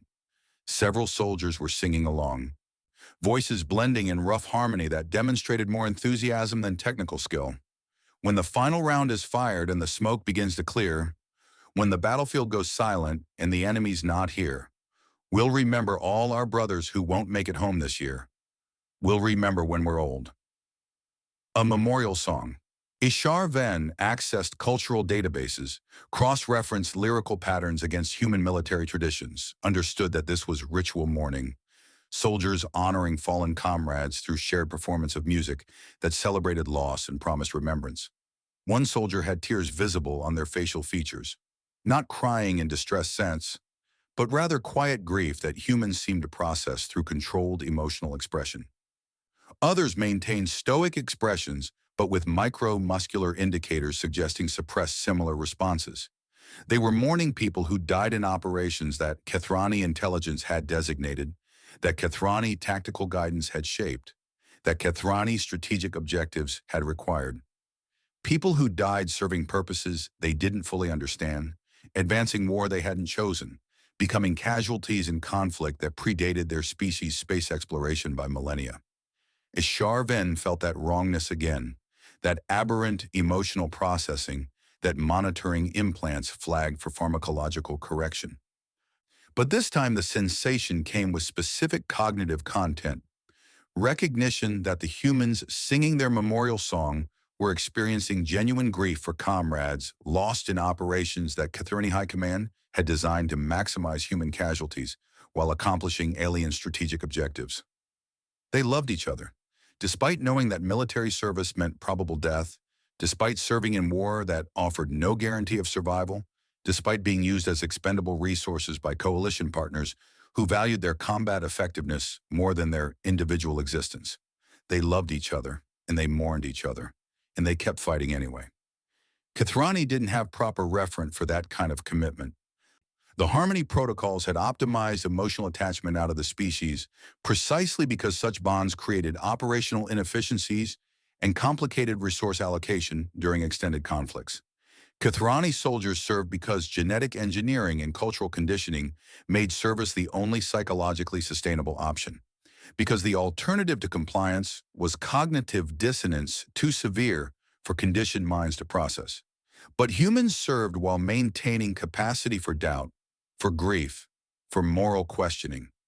Served while experiencing full range of emotions that made every death personal tragedy rather than acceptable statistical outcome. Why? Why would they continue fighting when they possessed emotional framework to recognize the cost? Asharven entered the recreation compartment, drawing attention from several soldiers who acknowledged the presence with polite acknowledgments before returning to their activities. The liaison role required maintaining friendly demeanor, expressing interest in human culture, projecting image of benevolent ally who valued coalition partnership. The performance was automatic after 3 years.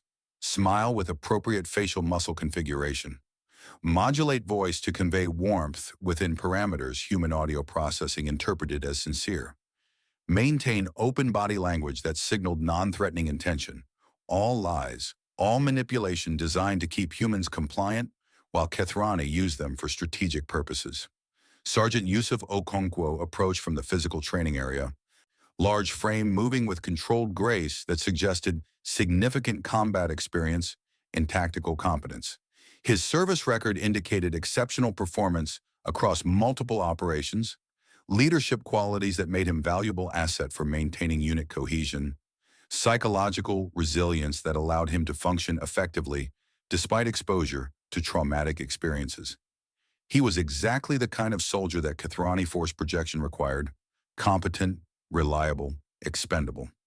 Liaison Officer Asharven, Okonkwo said, voice carrying professional courtesy with underlying reserve that suggested he maintained healthy skepticism about alien observers. Don't usually see you down in crew spaces? What brings you to Charlie Company's territory? Asharven deployed the prepared explanation, delivered with practiced sincerity. I'm conducting observational study of human social dynamics and unit cohesion protocols. The Kethrani High Command values understanding our coalition partners beyond tactical parameters, understanding how you maintain morale, process trauma, sustain operational effectiveness despite difficult conditions. Pause for effect, slight head tilt that humans interpreted as curiosity. I hope my presence isn't intrusive. Not intrusive, just unexpected.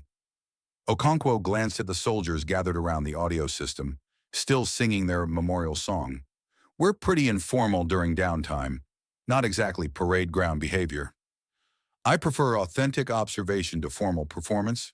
I want to understand how humans actually function, not how they think observers expect them to behave. The irony wasn't lost on Esharven, requesting authentic behavior while maintaining carefully constructed performance, seeking honest insight while concealing actual mission parameters, studying humans to better manipulate them while developing uncomfortable recognition that manipulation might be morally problematic. If Kathrani still possessed proper framework for moral evaluation, which they'd supposedly engineered away during the fifth harmonization, except clearly something remained, because Esharven kept experiencing these aberrant cognitive processes that monitoring implants couldn't fully suppress. Okonkwo considered the request, then gestured toward the memorial gathering. We lost some people during the last rotation. Morrison, Valdez, 3 others from 2nd Platoon. This is how we honor them. Singing songs, sharing stories, making sure they're remembered as people, not just casualty statistics. You maintain individual identity even after death. Of course, they were our friends, our family. Okonkwo's expression carried that particular human intensity that indicated deep emotional investment. Military service means accepting mortality, but it doesn't mean forgetting who we serve with or why their lives mattered. HFY accessed the casualty records for referenced soldiers, cross-referenced against operational parameters, discovered that all 5 deaths occurred during Kethrani-designated priority operations, where coalition guidance had positioned human forces for maximum exposure to enemy fire while accomplishing strategic objectives. Morrison, killed during assault on Target 7 Delta, the refugee camp that Chen's investigation had identified as potential massacre rather than legitimate military operation.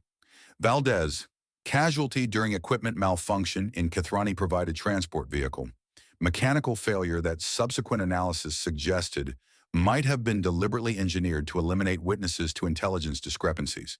The others, deaths in operations where Kethrani support had, unfortunately, failed at critical moments, where timing suggested possible intentional exposure rather than mere tactical friction. These soldiers were mourning people who'd been deliberately sacrificed for Kethrani's strategic objectives, and they had no idea.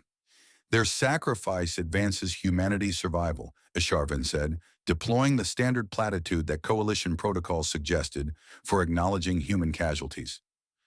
They served honorably in cause that protects your homeworld. That's what we tell ourselves. Okonkwo's voice carried edge that might have been skepticism or grief, or both. But sometimes I wonder if we really understand what we're fighting for. The Kethrani tell us the Veth are existential threat, that we're defending Earth from extinction, but we never get clear picture of larger strategic situation. Just tactical objectives and immediate threats. Dangerous observation. Sign that even loyal soldiers like Okonkwo were beginning to question official narrative, to notice gaps in information, to develop the kind of critical thinking that could undermine strategic deception if allowed to spread through UEEC ranks. Standard protocol called for gentle misdirection, reassurance that reinforced coalition narrative, subtle manipulation that redirected questioning toward acceptable channels. But HFY hesitated, found the prepared response somehow inadequate when facing a soldier who'd just lost 5 comrades to operations that served purposes he didn't understand. The war is complex, HFY said instead, offering truth that was technically accurate while revealing nothing substantial. Strategic considerations that extend beyond individual operations or tactical engagements. The Kethrani have been fighting this conflict for 3,000 years. The scope makes it difficult to explain to species encountering it for first time. 3,000 years is long time to be at war. Okonkwo looked thoughtful. Makes me wonder what could sustain that kind of conflict. What's worth fighting for across millennia? Survival, territory, resources. The systematic extermination of silicon-based life forms that Kethrani High Command had classified as existential threat to carbon-based civilization and targeted for extinction through strategic genocide spanning multiple star systems and countless generations. Except recent analysis suggested the Veth weren't actually existential threat, weren't aggressive empire, but rather refugee population fleeing systematic persecution, weren't invading Earth, but rather seeking asylum from species that had been hunting them for 3,000 years. And humanity had been recruited as weapons to complete the extermination. HFY couldn't say any of that, not without compromising entire strategic deception that kept humans compliant and fighting, not without revealing that coalition partnership was exploitation dressed as mutual defense. Survival, HFY said simply. The conflict concerns fundamental survival of our respective civilizations. It was true, just not in the way Okonkwo would interpret it. The sergeant nodded, seemed to accept the explanation, returned his attention to the memorial gathering. The song had ended, replaced by conversation that HFY's audio receptors processed as soldiers sharing stories about their fallen comrades. Humorous anecdotes, impressive achievements, personal quirks that individualize the deceased rather than reducing them to casualty statistics. One soldier described Morrison's terrible cooking, how he'd somehow managed to ruin even the pre-packaged military rations that were supposedly foolproof. Laughter, affection in the mockery. Another recounted Valdez's habit of singing off-key during combat operations, completely unself-conscious performances that had been simultaneously annoying and endearing. Smiles. Remembered fondness. They were celebrating lives, not just mourning deaths, finding joy in memory even while processing grief. Kithrani didn't do that. When Kithrani soldiers died, their genetic material was recycled for resource optimization, and their service records were archived for tactical analysis. No songs, no stories, no individual mourning, just efficient processing of biological resources and strategic data. The Harmony protocols had deemed such efficiency necessary for species engaged in multi-generational conflict, had classified emotional attachment to individual soldiers as impediment to optimal force deployment, had engineered away the capacity for grief that humans exhibited so naturally. And watching these soldiers honor their dead with laughter and tears and shared memories, Isharven wondered for the first time whether the Kithrani had optimized themselves into something less than what they'd been before the harmonization, whether efficiency had cost them something essential, whether 3,000 years of war had turned them into species that could commit genocide without moral hesitation because they deliberately eliminated the emotional framework that might object to such actions. The thought was profoundly uncomfortable, aberrant, requiring immediate suppression and pharmaceutical correction. As Sharven ignored the monitoring implant's recommendations, let the discomfort persist, observed these humans who refused to optimize their emotions away and wondered what that meant about comparative civilizational development. Lieutenant Chen entered the recreation compartment, moving with controlled precision that suggested high stress despite outward composure. Her service record indicated exceptional intelligence and tactical competence. Psychological profile showed strong moral framework and capacity for independent critical thinking. Exactly the attributes that made her both valuable asset and potential security threat. She noticed Esharven immediately, facial micro-expressions registering surprise followed by careful neutrality, evaluating, calculating, recognizing that Kithrani liaison's presence might be routine observation or might be something more dangerous. Smart. Chen understood that she was being assessed, that her investigation into casualty patterns and communication intercepts had potentially compromised her security status. Liaison officer, Chen acknowledged, voice professionally courteous. I wasn't aware you were visiting Deck 7. Cultural observation, Esharven replied, maintaining the performance. Learning how humans maintain unit cohesion during difficult deployments. Sergeant Okonkwo has been educating me about memorial traditions. We honor our dead.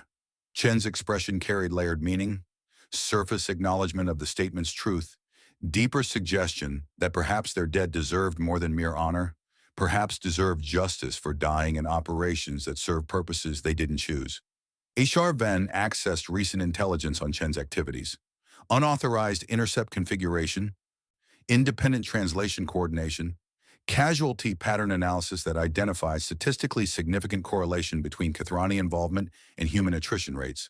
The investigation was sophisticated, methodologically sound, dangerously close to exposing strategic deception that High Command required remain hidden.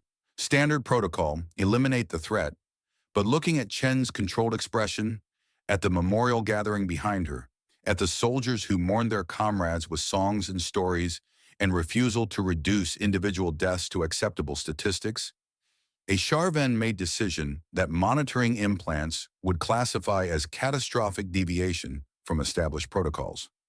Lieutenant Chen, could we speak privately? I have questions about human emotional processing that might be sensitive for public discussion. Chen's micro-expressions registered alert calculation, evaluating whether private conversation represented threat or opportunity, whether liaison officers sought to eliminate security risk or pursue different objective. Of course, Chen said carefully. My quarters or somewhere else?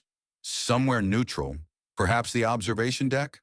They left the recreation compartment, moved through Indomitable's corridors, toward the observation deck that offered view of the surrounding void.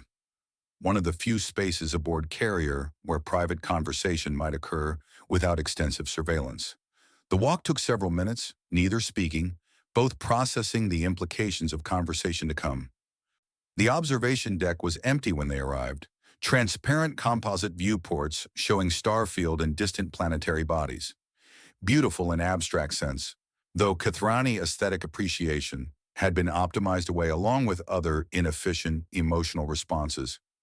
Chen positioned herself with strategic awareness, maintaining line of sight to both exit routes, body language suggesting readiness for combat despite professional demeanor, prepared for elimination attempt. But HFY didn't attack.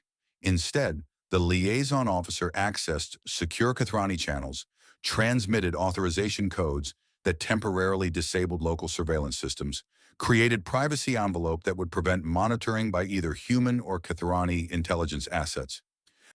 "You've been investigating casualty correlations," HFY said without preamble, cross-referencing human attrition rates against Kathrani tactical involvement, analyzing patterns that suggest systematic, rather than coincidental exposure to enemy fire. Chen's expression remained carefully neutral, but physiological indicators, elevated heart rate, subtle changes in respiration, micromuscular tension, revealed significant stress response. "I don't know what you're referring to." "Yes, you do. And you're right." The words emerged before HFY could fully process their implications. Aberrant decision that monitoring implants flagged as requiring immediate reversal. The casualty patterns aren't coincidence. Human forces are being deliberately positioned for maximum exposure while accomplishing Kathrani strategic objectives. Silence. Chen processing the admission, evaluating whether liaison officer was providing genuine information or setting elaborate trap. "Why are you telling me this?" Chen's voice was steady despite physiological stress indicators suggesting profound disorientation. "Good question. One that HFY didn't have fully satisfactory answer for, because the decision violated every protocol governing coalition management and intelligence security. Because I've spent 3 years observing humanity, and I've started to recognize patterns that my conditioning should prevent me from acknowledging." HFY gestured toward the viewports, toward the stars beyond. "Kathrani culture engineered away emotional processing millennia ago, classified it as impediment to strategic efficiency during multi-generational conflict. We don't mourn our dead. We don't form personal attachments. We don't experience guilt or moral uncertainty about actions required for a strategic success." It sounds efficient. It is. Supremely efficient. HFY turned from the viewports to face Chen directly. "But watching your soldiers sing songs for their fallen comrades, seeing them maintain individual identity for the deceased, observing them process grief while continuing to function, I've started to wonder whether efficiency is adequate measure of civilizational success." Chen said nothing, clearly uncertain how to respond to alien liaison officer experiencing what appeared to be existential crisis about comparative cultural development. "The Veth aren't existential threat," HFY continued, committing to the revelation. "They're a refugee population fleeing systematic extermination that Kathrani have been conducting for 3,000 years. First contact wasn't invasion, it was desperate attempt to secure asylum from species being hunted to extinction, and humanity was recruited as weapons to complete the genocide." "You're telling me everything we've been fighting for is a lie?" "Yes. And you expect me to believe that Kathrani liaison officer is suddenly having crisis of conscience and revealing strategic deception out of what? Guilt? Moral revelation? I don't know what I'm experiencing," HFY admitted. "Kathrani don't have proper reference for these cognitive processes. But I know that watching humans mourn their dead while my people use them as expendable resources feel wrong. And I know that I can't eliminate you for investigating truth that you deserve to understand." Chen studied the liaison officer with expression that combined tactical assessment with genuine attempt to evaluate sincerity. Finally, she spoke. "What are you proposing?" "I maintain my role as Kathrani liaison. I continue reporting through official channels, providing intelligence that keeps High Command satisfied that security remains intact. But simultaneously, I provide you with access to information that supports your investigation. Communication intercepts. operational planning documents, evidence that proves systematic deception. You want to be double agent? I want to stop participating in genocide while humanity remains ignorant of what they're being used for. Why should I trust you? You shouldn't. A Sharvan transmitted encrypted file through secure channel to Chen's personal terminal. But I just provided you with Kithrani communication intercepts showing High Command discussing optimal human casualty rates for maximizing strategic objectives while maintaining coalition compliance. That's evidence that would get me executed for treason if discovered, which suggests my commitment to this assistance is genuine, regardless of whether you trust my motivations. Chen accessed the file, read through the intercepted communications, and Asharvan watched her facial expressions shift from skepticism to horror as she processed the contents. Kithrani officers discussing human casualties as acceptable resource expenditure, analyzing optimal attrition rates that balance combat effectiveness against political sustainability, planning operations specifically designed to maximize human losses while accomplishing alien strategic goals. Evidence that proved everything Chen's investigation had suspected. This is... Chen couldn't seem to finish the sentence. Proof, Asharvan supplied, that your casualty correlations reflect deliberate strategy rather than tactical friction. That Kithrani intelligence has been systematically positioning human forces for maximum exposure. That the alliance is exploitation disguised as mutual defense. And you're just giving me this. Yes. Why? As Sharvan looked out at the stars, at the vast distances that separated civilizations and the conflicts that spanned millennia, at the humans singing memorial songs in recreation compartment because they refused to forget their dead. Because I heard your soldiers singing, and I realized they love each other despite knowing military service means probable death.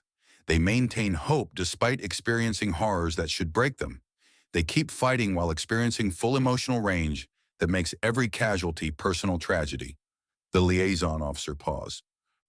And I realize that species which can mourn their dead while continuing to function might be stronger than species which engineered away capacity for grief in pursuit of operational efficiency. You're helping us because we sing songs for our dead. I'm helping you because you maintain something the Kithrani lost 3,000 years ago when we decided efficiency was more important than emotional authenticity. And I think we were wrong. I think the Harmony protocols optimized us into something less capable of recognizing when we've become the threat we claim to be fighting against. Chen was silent for a long moment, processing implications of alien liaison officer experiencing moral crisis and offering assistance. Finally, what do you need from me? Continue your investigation, gather evidence, build comprehensive case that proves systematic deception, but do it carefully.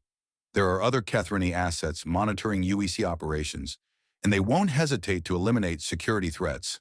As Sharvan transmitted additional files, I can provide access to communication archives, operational planning documents, intelligence assessments, everything you need to prove the truth, but you need to be prepared for what happens when you expose it. The alliance collapses, possibly, or transforms into something more honest.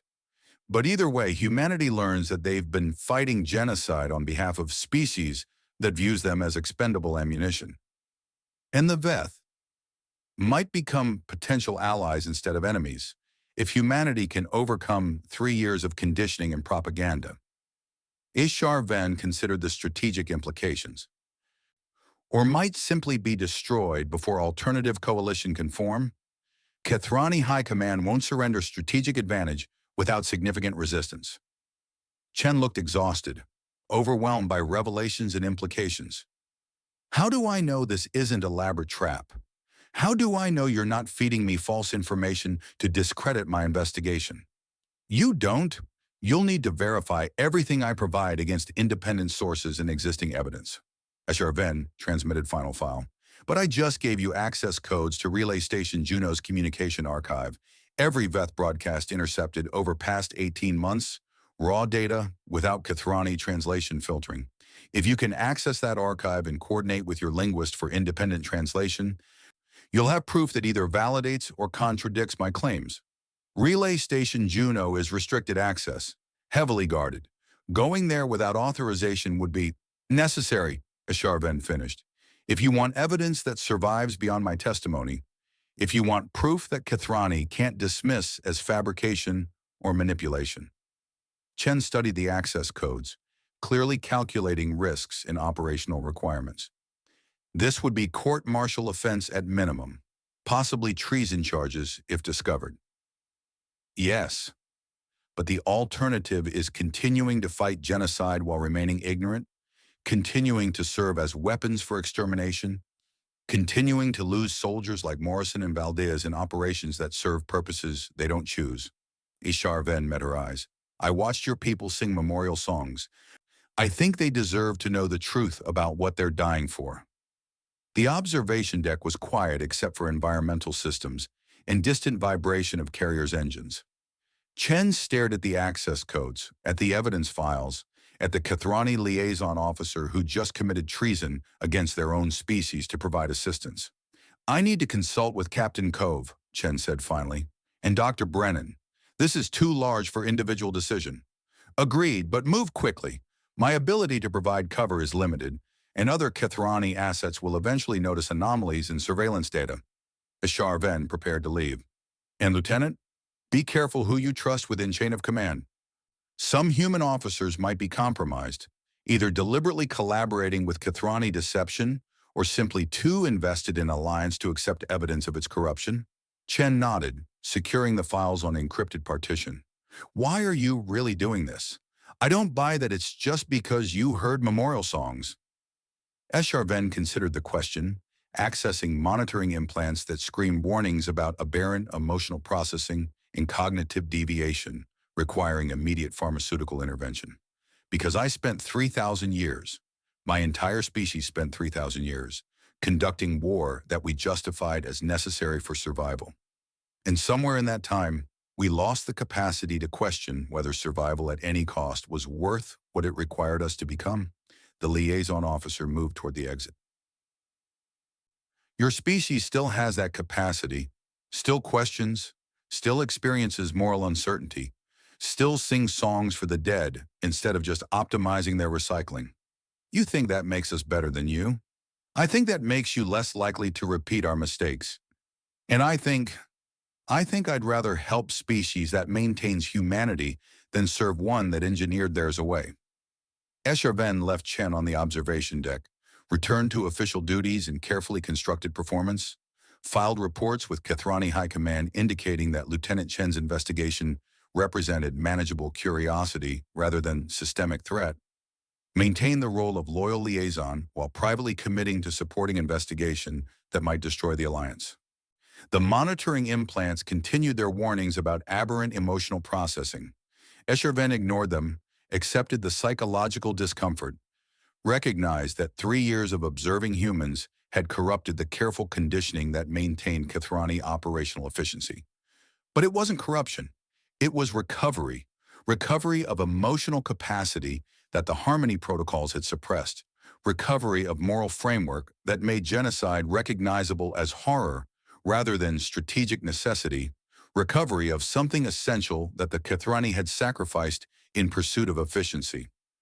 And if that recovery came too late to save Asharven's own species from what they'd become, perhaps it came in time to help humanity avoid the same fate.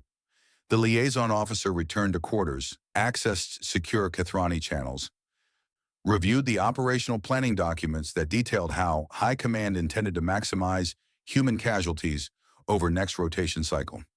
Standard strategic optimization, positioning UEEC forces for maximum exposure, coordinating operations that advance Kathrani territorial control while grinding down human combat strength, managing coalition to extract maximum utility before inevitable collapse.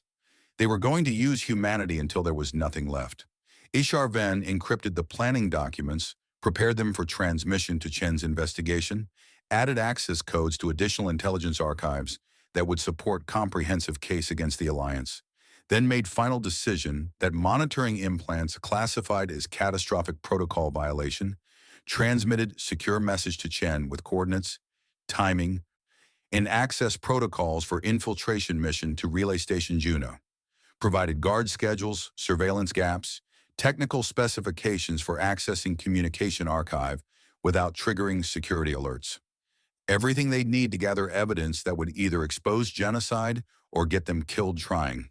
The message concluded with simple statement: your soldiers sing memorial songs. They deserve to know the truth about what they're dying for.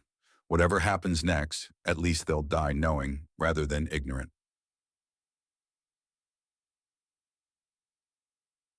HFY. The liaison officer secured the transmission, deleted local copies that might provide evidence of treason, prepared to maintain performance while humans pursued investigation that would determine whether humanity remained weapons or became something more. And somewhere in the carefully engineered psychology that had supposedly eliminated capacity for hope, HFY felt something that might have been exactly that. Hope that humans might succeed where Kathrani had failed. That species, still capable of mourning their dead, might find way to end war rather than become consumed by it. Hope was inefficient, irrational, aberrant. But watching Chen leave the observation deck with evidence that could destroy the Alliance, HFY decided that hope might be exactly what both species needed to escape the genocide they've been trapped in for 3,000 years. The monitoring implants screamed their warnings. HFY ignored them and waited to see whether humanity would prove capable of truth that Kathrani had spent millennia avoiding.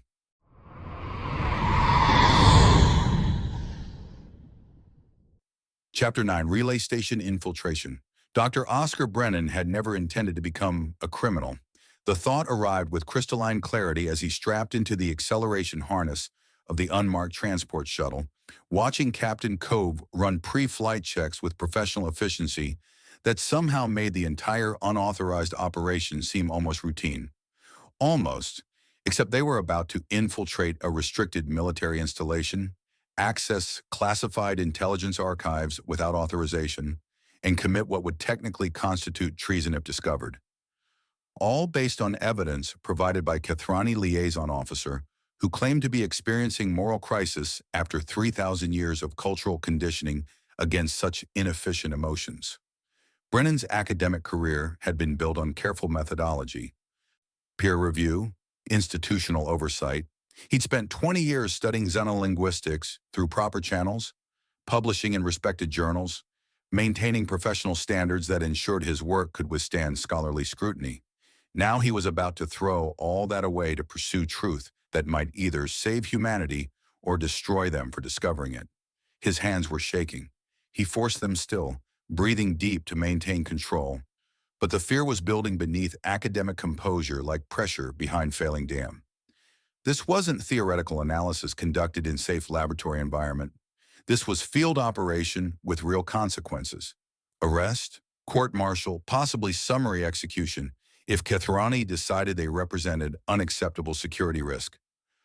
"You don't have to do this," Lieutenant Chen said from the harness beside him, voice carrying understanding that came from recognizing civilian contractors' participation was voluntary rather than ordered. "Covey and I are military. We signed up for risks like this, but you're not obligated to—" "Yes, I am." Brennan surprised himself with the certainty in his voice. "I've spent 3 years translating Veth communications through Kathrani filters, accepting their interpretations without independent verification, providing linguistic analysis that supported operations I never questioned. If those operations were genocide disguised as defensive war, then I'm complicit." He met her eyes. "I need to know the truth, whatever the cost." Chen nodded slowly, and Brennan saw in her expression the same guilt he carried, the weight of realizing that every translation, every intelligence assessment, every operation they'd supported might have been murder dressed as military necessity. Cove completed pre-flight sequence, secured the cockpit, moved back to the passenger compartment with expression that suggested he'd made peace with what they were about to attempt. Relay Station Juno is 4 hours transit at current trajectory. HFY's access codes should get us through external security without triggering alerts. But once we're inside, we'll have maybe 90 minutes before automated monitoring systems flag anomalies in access patterns.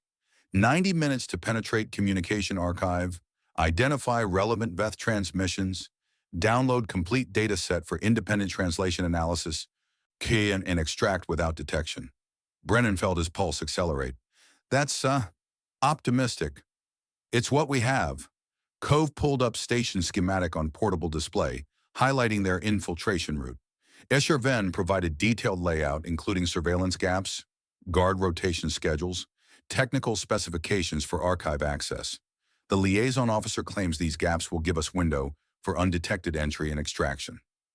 And if the liaison officer is lying, if this is an elaborate trap designed to identify and eliminate security threats, then we discover that in approximately 4 hours and die having at least tried to learn the truth. Cove's voice carried grim acceptance. But I don't think HFY is setting trap. The evidence the liaison provided, the Kethrani communication intercepts about optimal human casualty rates, that's genuine intelligence that could get HFY executed for treason. Nobody provides that level of incriminating evidence as bait. Brennan wanted to believe that, wanted to trust that alien liaison officer experiencing moral revelation was genuine rather than sophisticated deception. But 3 years of war had taught him that trust was luxury they couldn't afford, that verification was essential, that believing comfortable narratives led to complicity and atrocities. The shuttle launched, acceleration pressing Brennan into his harness with force that made breathing difficult until compensators adjusted. Through the viewport, he watched Indomitable recede into distance, massive carrier that represented humanity's military power and complete strategic dependence on allies who might be using them as weapons for genocide. 4 hours. That's how long they had before point of no return, before they either gathered evidence that would expose systematic deception or discovered they'd been manipulated into committing career-ending security violation. Brennan spent the transit time reviewing translation protocols, preparing analytical frameworks for rapid assessment of Veth communications, building methodology that would allow him to verify whether archived transmissions matched Kethrani interpretations or revealed systematic mistranslation. His tablet displayed spectral analysis tools, semantic pattern recognition algorithms, comparative databases that mapped bioelectric modulation against known linguistic structures. Academic preparation for criminal enterprise. The irony wasn't lost on him. Chen used the time for tactical preparation, reviewing station layout and planning contingency routes for various emergency scenarios. Cove monitored communication channels, ensuring their departure from Indomitable hadn't triggered immediate pursuit or investigation. The shuttle hummed through vacuum, carrying 3 people who decided that truth mattered more than careers, that exposing genocide justified treason, that some revelations were worth any price. Brennan thought about his family back on Earth. Sister in Oslo, nephew who'd just started university, colleagues who'd probably think he'd lost his mind if they knew what he was attempting. What would he tell them if this operation succeeded? Sorry, discovered humanity was fighting genocide for alien allies who viewed us as expendable ammunition, had to commit treason to expose it? What would he tell them if it failed? Nothing, because failure probably meant death or imprisonment, meant disappearing into security detention that left no opportunity for explanations or farewells. The thought should have terrified him. Instead, Brennan felt strange clarity, recognition that some choices transcended personal consequences, that pursuing truth mattered more than individual survival, that remaining complicit in genocide would haunt him more than any punishment for exposing it. Approaching Relay Station Juno, Cove announced from cockpit. Transmitting HFY's access codes now. Brennan watched through viewport as station materialized from void, cylindrical structure bristling with communication arrays and sensor equipment, orbiting designated coordinates that provided optimal coverage for intercepting Veth transmissions across this sector. Military installation, restricted access. The kind of facility where unauthorized entry resulted in immediate detention at minimum. They were really doing this. The shuttle's communications system chimed, automated response from the station security, accepting their access codes, granting docking authorization, treating their arrival as routine liaison visit rather than criminal infiltration. HFY's codes worked, Chen said, voice carrying relief and fresh anxiety. We're officially authorized for next 90 minutes. After that, station monitoring will flag discrepancies between our documented purpose and actual activities. Kobe guided shuttle toward docking bay. Clock starts when we breach the archive. The docking procedure was smooth, professional, entirely routine. Station personnel processed their credentials without suspicion, granted access to facility quarters, pointed them toward technical sections where communication intercept systems resided. Perfect infiltration made possible by traitor liaison officer who decided genocide was unacceptable price for strategic efficiency. Brennan followed Cove and Chen through station corridors, trying to project calm confidence despite his racing pulse and the knowledge that every step took them deeper into facility where discovery meant catastrophic consequences. The station smelled different from Indomitable, more sterile, less occupied, the particular atmosphere of automated installation where most functions ran through AI systems and human personnel served primarily as oversight. Fewer witnesses. That was either advantage or isolated vulnerability. The communication archive occupied Section 7, deep in station's protected interior, a secure facility where raw Veth intercepts were stored before routing to Kethrani translators for processing. Ishar-Ven's schematic indicated archive access required biometric authentication and encryption protocols that normally prevented unauthorized entry. But the liaison had provided override codes that supposedly bypassed standard security. Cove entered the codes at archive entrance. Brennan held his breath, waiting for alarms, for security forces, for immediate confirmation that they'd walked into trap. Instead, the door unsealed with quiet hiss, granting access to archive that contained 3 years of Veth communications. Every transmission Humanity had intercepted, stored in raw form before Kethrani translation filtered them for human consumption. They entered quickly, sealed the door behind them, activated privacy protocols that Ishar-Ven claimed would prevent surveillance detection for limited window. The archive was smaller than Brennan expected. Compact space dominated by server arrays and interface terminals, efficient design that prioritized data storage over human comfort. Emergency lighting provided minimal illumination, casting shadows that made the cramped space feel claustrophobic and threatening. 73 minutes until monitoring systems flag anomalies, Chen said, checking chronometer. How long do you need for preliminary translation verification? Brennan moved to nearest interface terminal, accessed the archive database, felt his stomach twist as the scope of stored communications registered. There are tens of thousands of individual transmissions, 3 years of continuous intercept operations across multiple theaters. He pulled up most recent files. I can sample representative examples, verify whether they match Kethrani translations, but comprehensive analysis would require weeks or months. We don't have weeks. We need enough verification to prove systematic mistranslation, then download complete archive for detailed analysis later. Kobe was monitoring corridor through security feed.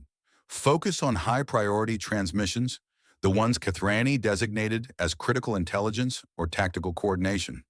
Brennan filtered the database, isolating transmissions that Kethrani had flagged as operationally significant, pulled up the first sample with hands that were shaking despite his best efforts at professional composure.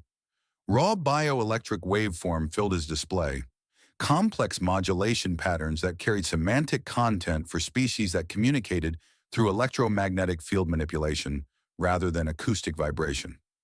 Brennan's translation protocols analyzed the spectral characteristics, mapped them against established Veth linguistic structures, rendered interpretation that made his blood run cold.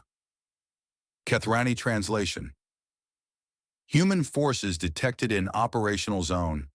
All units prepare for combat engagement. Defend strategic position with maximum force. Brennan's translation. Unknown bipedal entities approaching Refugee Cluster 7. Identity uncertain. Possible coalition peacekeepers. Request clarification before initiating defensive protocol. Priority, protect civilian evacuation in progress. They weren't enemy combatants. They were refugees asking for clarification before defending themselves. And Kethrani had translated that as aggressive threat, requiring immediate military response. Brennan felt rage building beneath academic detachment. but forced himself to continue. Pulled up another high-priority transmission. Kathrani translation. Territorial expansion proceeding as planned. Human resistance minimal. Continue advance towards strategic objectives. Brennan's translation. Evacuation convoy successfully relocated 17 family clusters to temporary sanctuary zone AG-227 Beta. Minimal hostile contact during transit. Unknown carbon-based forces appear focused on different territorial section. Grateful for this mercy. Not expansion, evacuation. Refugees fleeing persecution while expressing gratitude that human forces hadn't attacked them yet. Another sample. Kathrani translation. Requesting immediate military support for offensive operations against human logistics infrastructure. Target coordinates attached. Brennan's translation. Urgent humanitarian appeal to any listening entities. We are peaceful refugee population seeking asylum from systematic persecution. We have juveniles requiring medical aid, elderly requiring protection, families requiring safe harbor. Please, if you can understand this transmission, we mean no harm. We only seek survival. Cultural exchange protocols attached as demonstration of peaceful intent. Brennan stared at the translation, at the desperate plea for asylum that Kathrani had rendered as military threat, at the evidence that proved 3 years of war had been built on systematic lies. Dr. Brennan? Chen's voice seemed to come from great distance. What did you find? He couldn't speak, could only gesture at the display, at the translations that shattered every certainty about the war's justification. Chen read the analysis, and Brennan watched her facial expression transform from professional concern to horrified comprehension. They were asking for help. They were refugees seeking asylum, and the Kathrani told us they were enemy combatants. Not occasional mistranslation, systematic inversion. Brennan pulled up more samples, each one revealing the same pattern. Desperate pleas for sanctuary rendered as military threats. Offers of cultural exchange translated as territorial demands. Defensive coordination portrayed as aggressive expansion. Every transmission the Kathrani designated as high-priority intelligence was actually humanitarian appeal or civilian coordination. They've been systematically mistranslating Veth communications to make refugees appear as invaders. How many? Cove's voice was steady but carrying underlying rage. How many of these humanitarian appeals did we intercept? Brennan ran database query, felt his stomach drop as the results populated. 47,312 individual transmissions, flagged as operationally significant by Kathrani intelligence over past 3 years. He pulled up random samples, verified the pattern held across different time periods and operational theaters. All of them follow the same pattern. Civilian communications translated as military coordination, refugee movements rendered as aggressive expansion, peace offerings portrayed as strategic deception. 47,000 attempts at diplomatic contact. 47,000 humanitarian appeals, all filtered out, mistranslated, used to justify operations that killed the refugees trying to communicate peaceful intent. Download everything, Cove ordered. Complete archive, every transmission, every Kathrani translation, every piece of metadata. We need comprehensive evidence that survives beyond representative samples. Brennan initiated data transfer, watching progress indicator crawl across his display while gigabytes of intercept data copied to encrypted storage. 73,000 individual files. 3 years of systematic deception documented in raw communications that proved Kathrani had been lying since first contact. The download would take 43 minutes. They had 57 minutes before monitoring systems flagged anomalies. Tight timing, but achievable if nothing went wrong. Chen monitored security feeds, Cove watched the corridor, and Brennan continued sampling translations to verify the pattern while data transferred. Each new sample confirmed the same horrifying truth. The Veth weren't conquerors but refugees, weren't invading Earth but fleeing persecution, weren't humanity's enemies but potential allies who'd been systematically misrepresented by coalition partners who needed human weapons for genocide. Brennan pulled up transmission from the battle at Target 7 Delta, the refugee camp where Chen had led 2nd Platoon in assault that killed juveniles. and felt his hands shake as the translation rendered. Kithrani translation. Enemy command bunker identified. High-value targets confirmed. Recommend immediate assault with maximum force. Brennan's translation. Emergency shelter cluster housing 43 juvenile entities and their protective caregivers. Medical resources depleted. Food synthesis failing. Requesting any coalition assistance for humanitarian crisis. Coordinates attached in hope that carbon-based allies might provide aid rather than hostility. We trust in possibility of mercy. They'd been begging for help. The high-value targets had been children and their parents asking for medical aid and food, trusting that humanity might show mercy. And Chen had led assault that killed them all. Stop! Brennan heard his own voice, strained and breaking. I need to stop for a moment. We don't have time. I know, but I need... He couldn't finish the sentence. Couldn't explain that reading these translations was like watching every operation through lens that transformed justified military action into systematic murder. The weight of complicity was crushing, the recognition that his linguistic expertise had enabled genocide, that every translation he'd accepted without verification had contributed to massacre of refugees who'd been asking for help.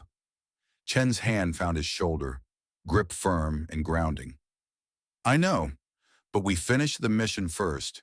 We process the horror later. Right now we gather evidence and get out alive. Professional compartmentalization, the ability to function despite emotional devastation. Brennan forced himself to breathe, to focus, to continue documenting atrocities so they could expose them rather than remain complicit through ignorance. The download progressed, 31% complete, 39 minutes remaining before monitoring flagged them. Brennan returned to sampling, building analytical framework that proved systematic rather than coincidental mistranslation, documenting linguistic patterns that demonstrated intentional inversion of semantic content. Academic rigor applied to evidence of genocide, his training finally serving purpose beyond enabling the killing. A new transmission caught his attention. Recent intercept from the Ashori Fields operation, where 3rd Battalion had conducted raid. The mission that Chen's unauthorized intercept had captured. Brennan pulled up both versions, Kithrani translation and his independent analysis. Kithrani translation. All combat units engage approaching human forces, inflict maximum casualties. No mercy for enemy combatants. Brennan's translation. Alert! Carbon-based soldiers advancing toward evacuation zone. All protective details prioritize juvenile safety over personal survival. Accept casualties if necessary to ensure offspring preservation. Forgive them. They don't understand what they're destroying. May the young ones survive our failure to find peace. Forgive them. The Veth being killed by human soldiers. Refugees defending their children from assault they didn't provoke. We're asking their people to forgive humanity for the massacre. We're recognizing that humans didn't understand they were murdering refugees rather than combating invaders. Brennan felt something crack inside him. Some fundamental belief about moral clarity and just warfare, and the possibility of serving honorably in conflicts that demanded violence. These weren't just mistranslations. These were inversions so complete that every human soldier became unwitting participant in genocide while believing they defended humanity's survival. The data transfer continued, 57% complete, 23 minutes to monitoring alert. Security patrol approaching Section 7, Chen announced, watching surveillance feed. 2 Kithrani personnel, standard inspection route. They shouldn't access the archive, but if they detect our presence, we maintain cover, Cove said. Act like we're conducting authorized technical assessment. Ven's credentials list us as Communications Efficiency Review Team. And if they question why we're accessing raw intercept data, we improvise. Not reassuring, but they committed to the operation, and stopping now meant leaving without evidence, meant returning to ignorance and complicity, meant all the risk for none of the truth. The Kithrani patrol passed Section 7 without stopping. Brennan released breath he hadn't realized he was holding. 73% complete. 14 minutes to alert threshold. Brennan pulled up final sample. Transmission from the first contact event. the initial Veth appearance in Earth's system that had precipitated the war. This would be the critical evidence, proof that first contact hadn't been invasion, but something else entirely. The translation made him want to weep. Kithrani translation. Initiating conquest of primitive, carbon-based civilization. Establish beachhead for territorial expansion. Eliminate resistance. Brennan's translation. Desperate plea to any carbon-based entities within range. We are Veth refugee fleet fleeing systematic genocide by Kithrani Harmony. Our population numbers 300,000, all that remains of civilization that once spanned 17 star systems. We seek asylum, sanctuary, any place beyond Kithrani reach where our children might survive. The incident at your population center was navigation error during emergency landing. Our propulsion systems failed during pursuit evasion. We mean no harm. Please, if you can understand this message, we only wish to live. Cultural exchange data follows as evidence of peaceful intent. We are not your enemies. We are your potential allies against common threat. First contact was an invasion. It was crash landing during desperate flight from persecution. The Veth had been running from the Kithrani when they'd arrived in Earth's system. The destruction in Jakarta, the scar that had killed 8 million people and traumatized humanity into accepting Kithrani alliance. That hadn't been deliberate attack but catastrophic accident during emergency landing of failing spacecraft. And the Kithrani had arrived immediately after, offering protection from invaders, who were actually refugees seeking help, recruiting humanity as weapons against the very people who'd been trying to ask for sanctuary. The entire war was built on mistranslation of a cry for help. Download complete, Brennan announced, voice hollow. We have everything. 3 years of communications proving the Veth are refugees, proving the Kithrani have been systematically lying, proving humanity has been fighting genocide since first contact. Then we extract, now. Cove moved toward the door. Before monitoring systems, alarms. Red emergency lighting flooded the archive, accompanied by klaxon that signaled security breach detection. Not the 90-minute window they'd been promised. Not even close. What happened? Chen demanded, checking her chronometer. We still had 9 minutes. Doesn't matter. We're compromised. Cove accessed security feed, cursed. Kithrani quick response team mobilizing, 6 personnel, full combat loadout, converging on Section 7. He looked at Brennan and Chen with expression that combined tactical assessment and grim acceptance. We're not getting out through standard routes. Ishar Ven's surveillance gaps just became kill zones. Alternative extraction? Chen already had sidearm drawn, moving into defensive position. Maintenance conduits. Covey pulled up station schematic. Emergency ventilation system connects archive to external docking bay. Tight passage, not designed for personnel transit, but achievable if we move fast. And the Kithrani security team? Will expect us to retreat through standard corridors. Maintenance route might give us window to reach shuttle before they intercept. Might. Not ideal tactical assessment, but better than waiting for forces that would either kill them or detain them for interrogation that would end with same result. Brennan secured the encrypted data storage, checking twice to confirm complete download before following Cove and Chen toward maintenance access panel. His academic training hadn't prepared him for combat situations, for emergency extractions, for running from security forces through ventilation shafts while carrying evidence of genocide. But then his training also hadn't prepared him for discovering that 3 years of linguistic analysis had enabled systematic murder of refugees. Some lessons came through necessity rather than curriculum. The maintenance conduit was exactly as claustrophobic as expected. Narrow passage barely wide enough for single person, metal walls pressing close. Emergency lighting providing minimal illumination that made navigation treacherous. Brennan followed Chen's lead, crawling through confined space while trying not to think about what would happen if Kithrani forces reached the access points ahead of them. Behind them, sounds of security team breaching the archive, shouted commands in Kithrani language, equipment being moved, search patterns being established. They discovered the intrusion.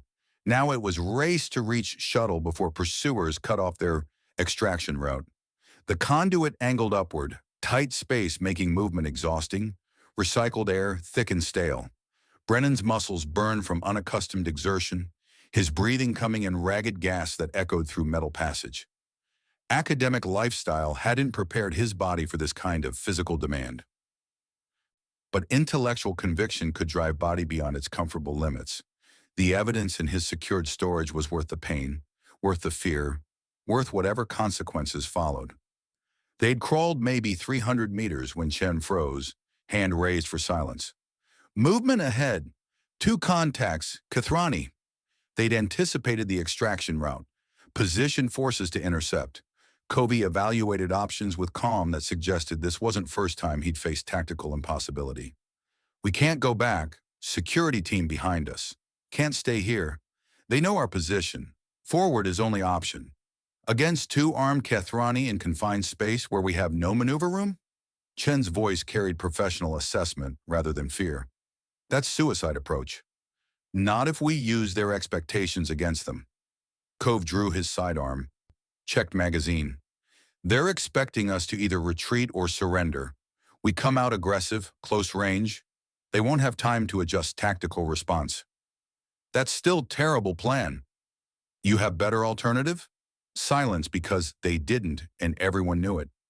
Sometimes survival required terrible plans, executed with commitment rather than good plans that didn't exist. Brennan, you stay back, Cove ordered. Chen and I breach. You follow only after we've cleared immediate threat. If this goes badly, if we're killed or captured, you get that data back to Indomitable. Get it to someone who can use it. Okonkwo, maybe. Someone outside chain of command who'll prioritize truth over politics. I'm not leaving you. You're the only one who can translate this evidence. Without you, the intercepts are just raw data that proves nothing. Cove met his eyes. Your linguistics expertise is more valuable than your combat capability. So you survive, even if we don't. The logic was sound. Infuriating, but sound. Covey and Chen positioned at conduit exit, weapons ready, preparing to assault superior forces in confined environment that offered no cover or tactical advantage. Suicide mission motivated by necessity and the slender hope that surprise might create window for escape. They breached.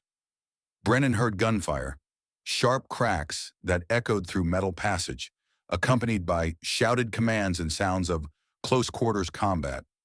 He couldn't see what was happening, could only listen and imagine and clutch the encrypted storage containing evidence that might justify whatever was happening ahead. 15 seconds of chaos. Then silence. Clear! Chen's voice strained but alive. Brennan, move now! He crawled forward, emerged from conduit into corridor stained with biological fluids that Kathrani physiology produced instead of blood. 2 alien bodies on the deck. Chen had wound across her shoulder, grazing shot that drew red line through uniform fabric. Cove was checking his weapon, expression grim. They got distress signal out before we neutralized them, Cove said. Rest of security team knows our position and direction. We have maybe 3 minutes to reach shuttle. They ran. No more stealth, no more careful infiltration. Just desperate sprint through station corridors toward docking bay, racing against Kathrani forces that knew their position and had superior numbers. Brennan's lungs burned, his legs felt like they might collapse. But he kept pace with military personnel who'd trained for exactly this kind of emergency extraction. The data storage felt impossibly heavy in his bag, physical weight multiplied by psychological burden of carrying evidence that would either save humanity or get them all killed. Docking bay ahead, 50 meters, 30. Kathrani's security team materialized from intersecting corridor. 4 personnel, weapons raised, blocking their route to shuttle. No time for tactics. Cove and Chen opened fire while moving. Suppressive barrage that forced Kathrani to seek cover, created momentary gap in defensive line. Go! Cove shoved Brennan toward the opening. Get to shuttle! Brennan ran, hearing weapons fire behind him, hearing Chen return fire to cover his advance, hearing Cove's shouted coordination as they fought delaying action against superior forces. He reached the shuttle, cleared the boarding ramp, turned to see Chen stumbling backward under impact that her armor mostly absorbed but still drove her toward cover. Covey advancing with controlled aggression that kept Kathrani pinned but wouldn't hold indefinitely against their numbers. They needed to disengage. needed to reach shuttle before more security forces arrived, or current team adapted to human tactics. Brennan made decision that academic training definitely hadn't prepared him for. Grabbed fire extinguisher from shuttle's emergency equipment, triggered maximum discharge toward Kithrani positions, not weapon, not meant for combat, but thick chemical fog-filled corridor, disrupted visibility, created confusion that gave Cove and Chen window to retreat. They ran for shuttle, boarding at sprint while Brennan secured the data storage and initiated launch sequence that Cove had pre-programmed for emergency extraction. The shuttle lifted before the ramp fully sealed, acceleration throwing everyone against bulkheads as automated systems executed departure that prioritized speed over safety. Through viewport, Brennan watched relay station Juno recede, watched Kethrani security forces emerge from docking bay, too late to prevent escape. They'd succeeded. They had the evidence. They were alive. The cost would come later. Cove piloted manually, pushing shuttle's engines beyond safe parameters, putting distance between them and station where sensors would be recording their trajectory, where communication systems would be alerting Kithrani High Command about security breach and unauthorized data extraction. Chen, damage assessment, Cove ordered, voice steady despite everything that had just happened. Shoulder graze minor, nothing critical. She was already applying field dressing. Brennan, uninjured, terrified, but functional. He checked the encrypted storage, verified data integrity. Download appears complete, all 73,000 files accounted for, including first contact transmission. Then we have proof, evidence that survives beyond statistical correlation and translation theory. Cove checked rear sensors, watching for pursuit. Evidence that proves the Veth are refugees, proves the Kethrani have been systematically lying, proves humanity has been fighting genocide since first contact. Evidence that will destroy the alliance if we reveal it, Chen said quietly. Evidence that accuses our allies of conspiracy and makes us look like either paranoid conspiracy theorists or traitors undermining coalition during existential war.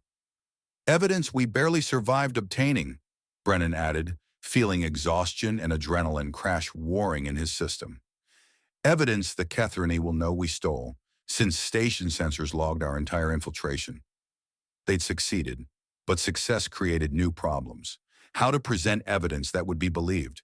How to survive Kethrani response to the theft. How to prevent being detained as security threats before they could share what they discovered. We can't go back to Indomitable, Cove said, thinking tactically. Station sensors recorded our shuttle identification. Kethrani will notify UEC command about security breach, request our detention for investigation. Where do we go? Chen asked.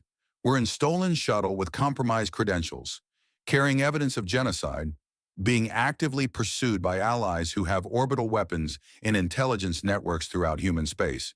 We find someone in chain of command who values truth over political convenience, someone with authority to act on this evidence, who won't just suppress it to maintain alliance.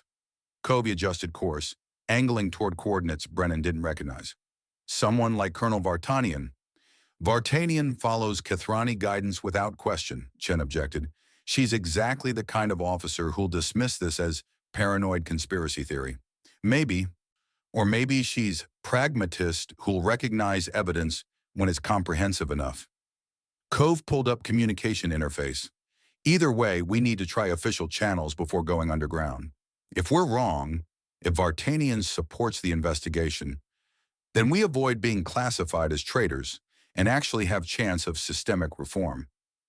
And if we're right, if she's compromised or unwilling to confront alliance, then we run and we find alternative channels for exposure, and we become fugitives fighting to save humanity from genocide. Cove transmitted encoded message toward UEEC command network.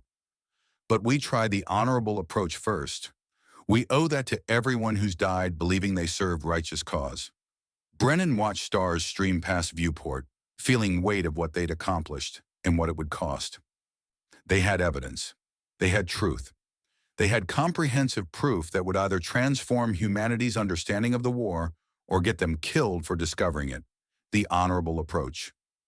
Try official channels first. Trust that military leadership would prioritize truth over political convenience. believed that systemic reform was possible through proper procedures. Academic idealism that Brennan wanted desperately to embrace, despite 3 years of learning that proper channels often protected power rather than pursued justice. Incoming communication, Chen announced. UEEC Command Network, priority encryption, source identifier shows, Colonel Lydia Vartanian. They exchanged glances, recognition that the conversation to come would determine whether they succeeded in exposing genocide or simply signed their own death warrants. Cove accepted the connection. Colonel Vartanian, Captain Elias Cove reporting unauthorized intelligence operation at Relay Station Juno. I know what you did, Captain. Vartanian's voice carried controlled anger that suggested she'd been fully briefed on the security breach. Station sensors logged your infiltration. Catherine Liaison reported theft of classified communication archives. High Command is demanding your immediate detention for investigation as potential security threats. Ma'am, we can explain. I'm sure you can, and you will. But first, you need to understand your situation. You committed unauthorized infiltration of restricted military facility, engaged in armed conflict with coalition security forces, stole classified intelligence archives, and compromised strategic alliance during active war operations. Vartanian paused. Standard protocol calls for immediate arrest, detention pending court-martial, probable execution for treason. Brennan felt ice settle in his stomach. They'd gambled on Vartanian being pragmatists who'd evaluate evidence before executing messengers, but her tone suggested they'd miscalculated badly. However, Vartanian continued, voice shifting to something more complex than simple command authority. I've reviewed preliminary analysis of your casualty correlation studies. The statistical patterns you identified are concerning. Troubling enough that I'd like to understand what motivated 3 otherwise exemplary personnel to risk everything for unauthorized intelligence operation. Hope. Dangerous. Possibly delusional hope that maybe the colonel was willing to listen. We have evidence, Cove said carefully. Comprehensive evidence that the Veth communications have been systematically mistranslated by Kethrani intelligence, that what we've been told are military threats are actually humanitarian appeals, that first contact was refugee fleet seeking asylum rather than invasion force. Silence on the channel. Long enough that Brennan wondered if Vartanian had terminated connection in disgust. Then, you're telling me that our coalition partners have been lying about fundamental nature of the war? That humanity has been fighting genocide based on fabricated intelligence? Yes, ma'am. We have 73,000 intercepted Veth transmissions with independent translation analysis that prove systematic deception. Another pause. Brennan could hear his own pulse, could feel the weight of moment that would determine whether exposure was possible or futile. Transmit your evidence through secure channel, Vartanian said finally. Complete data package, intercepts, translations, casualty correlations, all supporting documentation. I'll review personally before deciding whether this constitutes genuine security threat or legitimate intelligence concern. And if we transmit the evidence, you guarantee we won't be detained before you've completed review? No, I don't guarantee anything except that I'll evaluate your findings before submitting recommendation to High Command. Vartanian's voice hardened. You committed serious violations, Captain. Whether those violations were justified depends entirely on whether your evidence supports extraordinary claims you're making. So transmit the data and prepare to defend your actions. Not reassurance, but not immediate execution either. Conditional willingness to evaluate evidence before passing judgment. It was better than they deserved, given what they'd done. Cove looked at Chen and Brennan. Silent question. Do we trust her? Chen nodded slowly. Brennan found himself agreeing despite every scholarly instinct that said never send irreplaceable data to potentially hostile recipient before securing guarantees. But they'd committed to the honorable approach. This was the test. Transmitting now, Colonel, Covey said, initiating secure data transfer. The evidence package streamed through encrypted channels, translations, intercepts, casualty analyses, everything they'd risked their lives to obtain. Complete exposure of their findings to officer who might either champion their investigation or use it to justify their execution. Received, Vartanian confirmed. Return to Indomitable. Report directly to my office upon arrival. Come prepared to explain why I shouldn't have you shot for treason. She paused. And Captain, whatever you discovered at Relay Station Juno, I hope for all our sakes that it's as significant as you believe. Because if you're wrong, you just destroyed 3 careers and compromised humanity's only strategic alliance for nothing. The connection terminated. They flew in silence, processing what had just occurred, the gamble they'd made, the evidence they'd transmitted, the colonel who now held power to either vindicate or destroy them. Think she'll actually review it? Chen asked quietly. Or just forward everything to Kethrani intelligence? I think, Cove considered carefully, I think Vartanian is a pragmatist who values military effectiveness over political convenience. If the evidence is strong enough, if it genuinely proves systematic deception, she might prioritize truth over maintaining comfortable alliance. And if she doesn't, then we die knowing we tried the honorable approach before resorting to alternatives. Not comforting, but honest. Brennan clutched the backup storage device he'd secretly secured. Duplicate copy of all evidence, insurance against Vartanian's suppressing findings. If official channels failed, if they were detained or executed, at least the data would survive through Dead Man's switch protocols they'd established. Some truths were too important to die with their discoverers. Indomitable appeared ahead, massive carrier that might become either platform for exposing genocide or prison where they'd await execution for discovering it. They approached docking bay, watching sensor feeds for signs of armed reception or immediate detention. Nothing obvious, but that meant little. Vartanian might be waiting in her office with security detail, might be coordinating with Kethrani liaisons about optimal response to security breach. The shuttle docked. They disembarked into corridor where Sergeant Okonkwo waited with expression that combined concern and confusion. Sir, ma'am, Dr. Brennan, what the hell happened?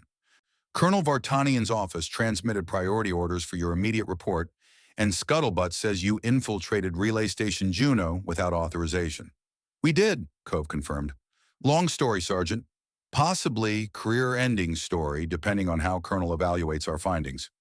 And the findings were worth the risk? Brennan answered. We discovered proof that the Veth are refugees seeking asylum, that the Kethrani have been systematically mistranslating their communications, that humanity has been fighting genocide since first contact. He met Okonkwo's eyes. So yes, worth the risk, whatever happens next. Okonkwo absorbed that, processed implications. Then I hope the Colonel sees it the same way, because if she doesn't, he didn't finish the thought. Didn't need to. They proceeded toward Vartanian's office. 3 people who'd committed treason to expose truth, walking into confrontation that would determine whether their sacrifice achieved anything or simply destroyed them for trying. The office door stood open. Inside, Colonel Lydia Vartanian sat at her desk, reviewing data on multiple displays, expression unreadable. She looked up as they entered, gestured for them to stand at attention. Captain Cove, Lieutenant Chen, Dr. Brennan. Her voice was controlled, professional, revealing nothing about her evaluation of their evidence. I've reviewed your data package. Preliminary analysis suggests your translation interpretations are linguistically sound, your casualty correlations are statistically significant, and your conclusions about systematic deception are, she paused, troubling. Not dismissal. Not immediate accusation of paranoid conspiracy theory. Troubling. However, Vartanian continued, evidence of this magnitude requires more thorough verification before I can act on it, which means I'm faced with difficult decision. She stood, moved to viewport showing Earth in distant orbit. I can follow standard protocol, detain you for security investigation, notify Kethrani liaisons about unauthorized intelligence operation, allow normal procedures to determine your fate. Safe approach that maintains alliance and protects my career. Brennan felt his stomach drop. They'd gambled and lost. Or, Vartanian turned to face them, expression still unreadable. I can recognize that sometimes protecting humanity requires violating protocols, that some truths matter more than political convenience, that officers who risk everything to expose potential genocide deserve hearing before being sacrificed to Alliance stability. Hope. Dangerous, probably foolish hope. So here's what's going to happen, Vartonian said, voice carrying command authority that brooked no argument. You're going to provide complete briefing on your investigation, every piece of evidence, every translation, every casualty correlation. You're going to convince me that your extraordinary claims are supported by extraordinary proof. And then, she paused, then I'm going to decide whether I'm officer who maintains comfortable alliance or officer who pursues truth regardless of cost. She gestured to conference table. Sit, begin your briefing. And Captain Cove, make it convincing. Because if I'm going to commit career suicide by challenging our coalition partners, I need to be absolutely certain that you're right about this genocide. They sat, they briefed, and somewhere in that moment, Brennan felt the weight shift from crushing burden of solitary knowledge to shared responsibility of people committed to exposing truth. The outcome remained uncertain. Vartanian might still choose alliance over evidence, might still classify them as security threats requiring elimination. But for the first time since discovering the deception, they weren't facing it alone. And that, Brennan reflected as he began presenting his translation analysis, might be exactly what humanity needed to escape the genocide they'd been trapped in since first contact. People willing to risk everything to pursue truth. And leaders willing to listen when the truth demanded action.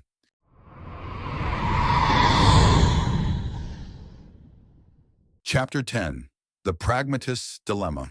Colonel Lydia Vartanian dismissed them at 2347 hours, precisely 3 minutes before the watch change, because some conversations required the buffer of administrative transition when witness accounts became blurred by shift rotation and paperwork. She waited until their footsteps faded in the corridor, waited until the duty logs would show gap in surveillance coverage, 38 seconds every 4 hours when monitoring systems cycled through security protocols. Waited until she was absolutely certain she was alone before allowing her carefully maintained composure to crack. Then she poured herself 3 fingers of whiskey from the bottle she kept for nights when command decisions weighed heavier than regulations permitted admitting, and she tried not to think about how many of those nights had accumulated over the past 3 years. The whiskey burned. Good.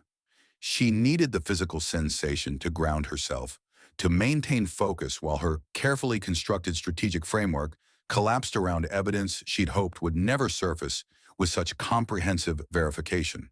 They'd been thorough, devastatingly thorough.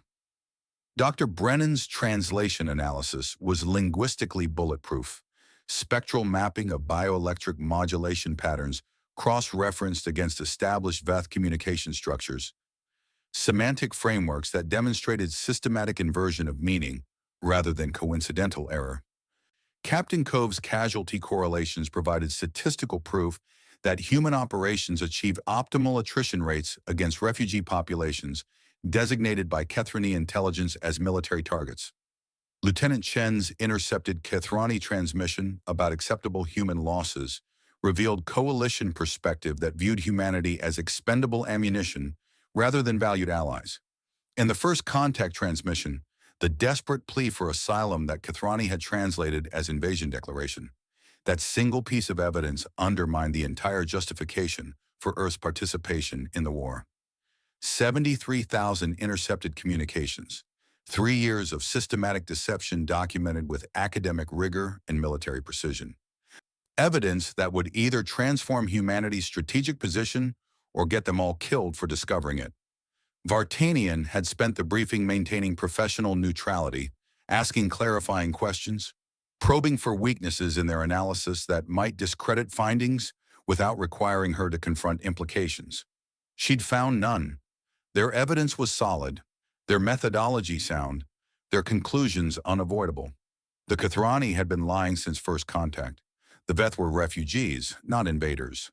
Humanity had been fighting genocide for 3 years while believing they'd defended Earth from existential threat. Everything Vartanian had built her command philosophy around: pragmatic alliance with technologically superior partners, strategic cooperation that ensured Earth's survival, professional relationship that prioritized results over comfortable moral certainties, All of it rested on foundation that these three idealistic fools had just systematically demolished. She should have them arrested immediately. Should notify Kethrani High Command about security breach at Relay Station Juno. Coordinate response that would classify them as threats requiring elimination. Allow proper channels to handle evidence through protocols designed to protect Alliance stability. Should maintain the comfortable lie that had kept Earth alive for 3 years. Instead, she finished the whiskey and poured another, because the truth was more complicated than her subordinates understood, and the choices facing humanity were worse than they could imagine. Vartanian had known.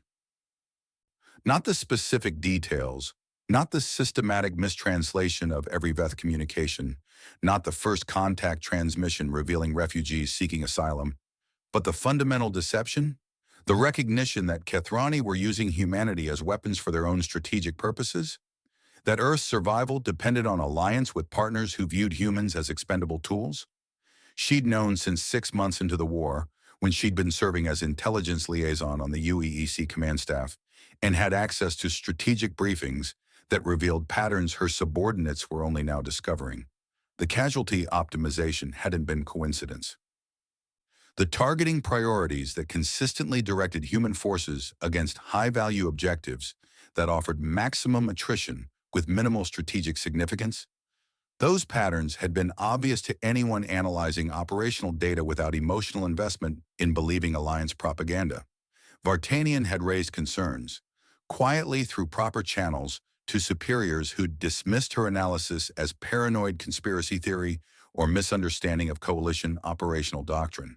She'd pushed harder, assembled preliminary evidence, prepared detailed assessment that questioned fundamental premises of Kethrani intelligence, and General Martinez, her mentor, the officer who'd recruited her into strategic planning, the man who'd taught her that command required prioritizing outcomes over comfortable principles. He'd taken her aside and explained the reality that her idealism had been refusing to acknowledge. The Kethrani are using us. Everyone with clearance high enough knows this. But without their technology, their orbital weapons, their intelligence networks, Earth dies. The Veth might be refugees, probably are, based on fragmentary evidence we've managed to verify independently. But that changes nothing about our strategic position. We're fighting genocide to ensure our own survival. It's ugly, it's morally reprehensible, but it's the price for humanity's continued existence in universe where we're technologically primitive and strategically vulnerable. So you have choice, Colonel.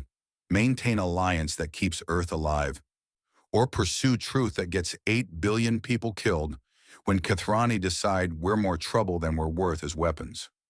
Martinez had died 8 months later. Combat accident during inspection tour of forward operating base.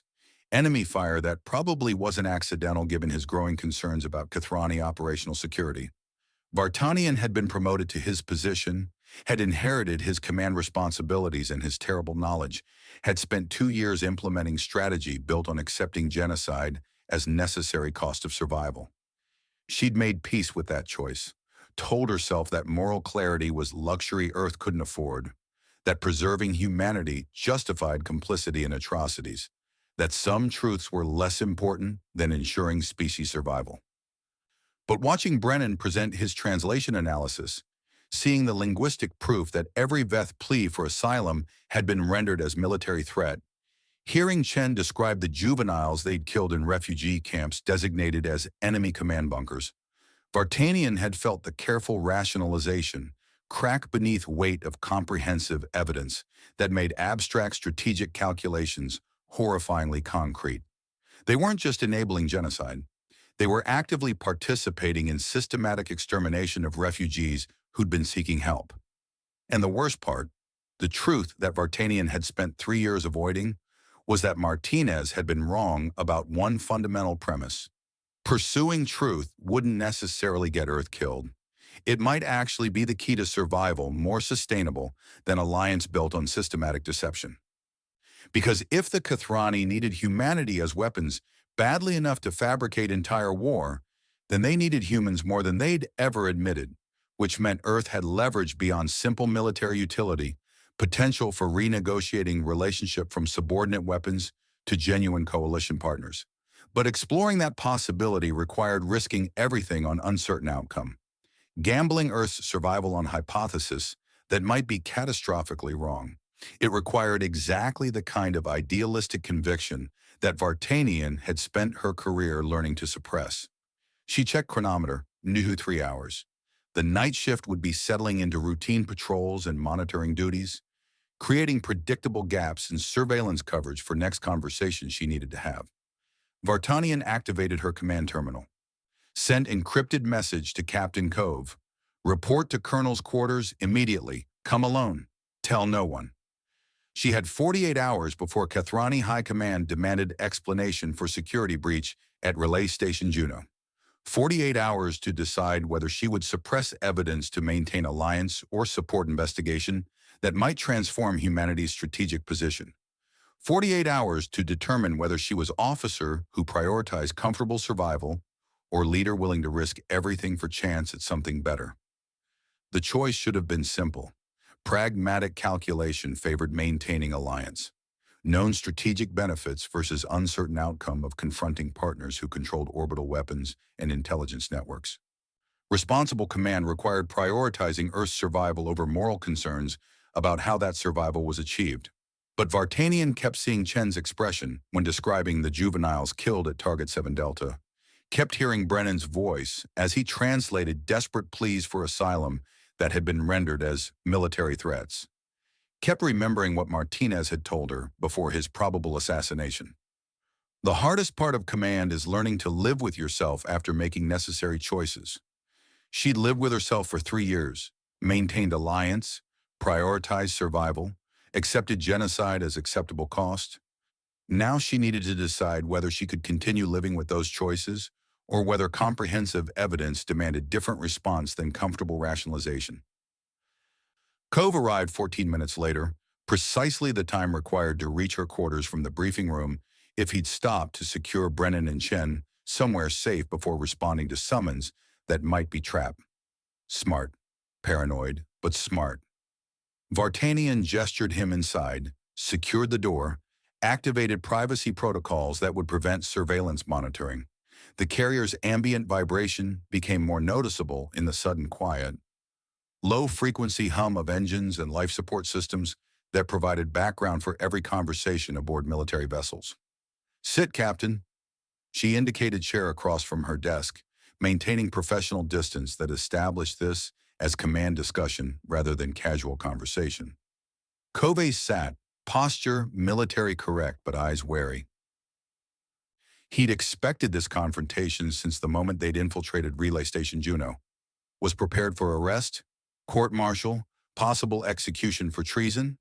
Wasn't prepared for what Vartanian was about to tell him. Your evidence is comprehensive, she said without preamble. Dr. Brennan's translation analysis is linguistically sound. Your casualty correlations are statistically significant.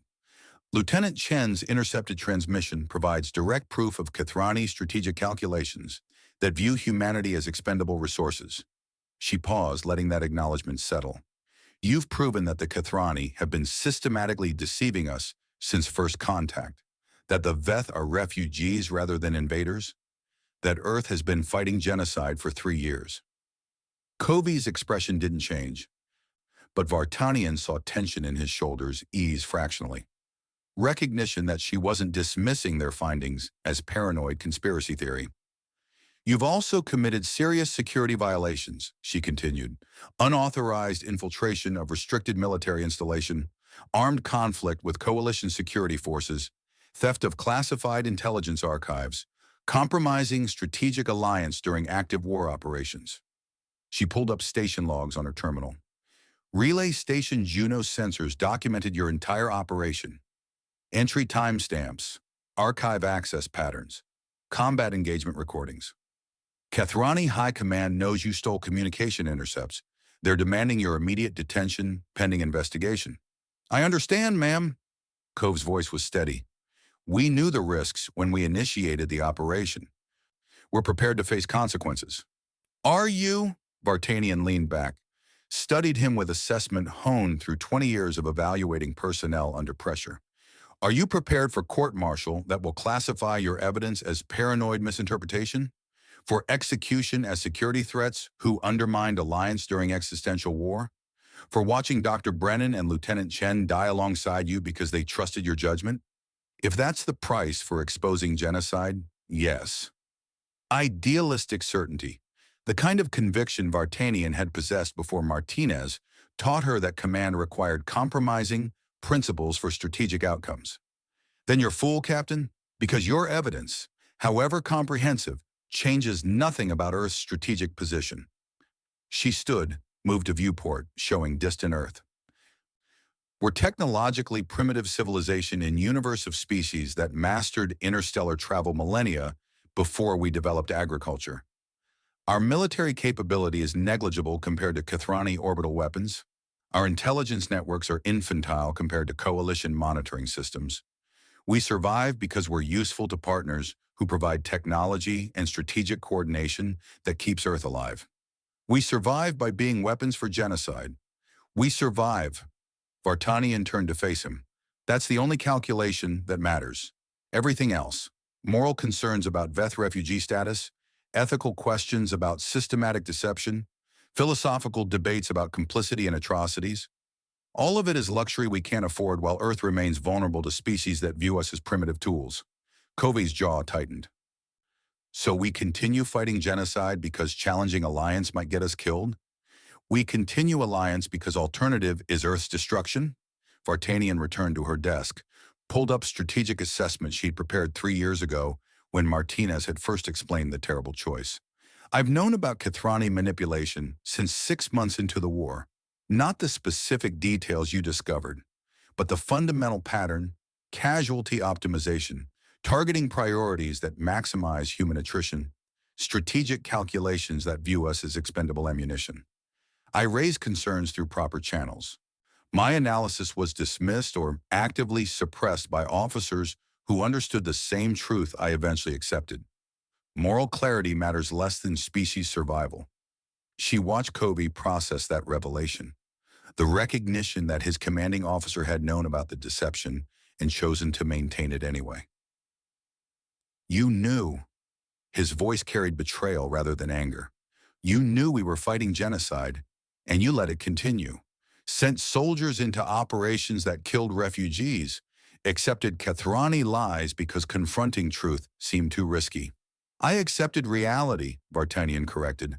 The reality that Earth needs Kathrani technology to survive, that challenging alliance risks retaliation from partners who control orbital weapons, that some truths are less important than ensuring humanity's continued existence. How many? Cove's question was quiet, dangerous. How many refugees did we kill while you maintained comfortable alliance?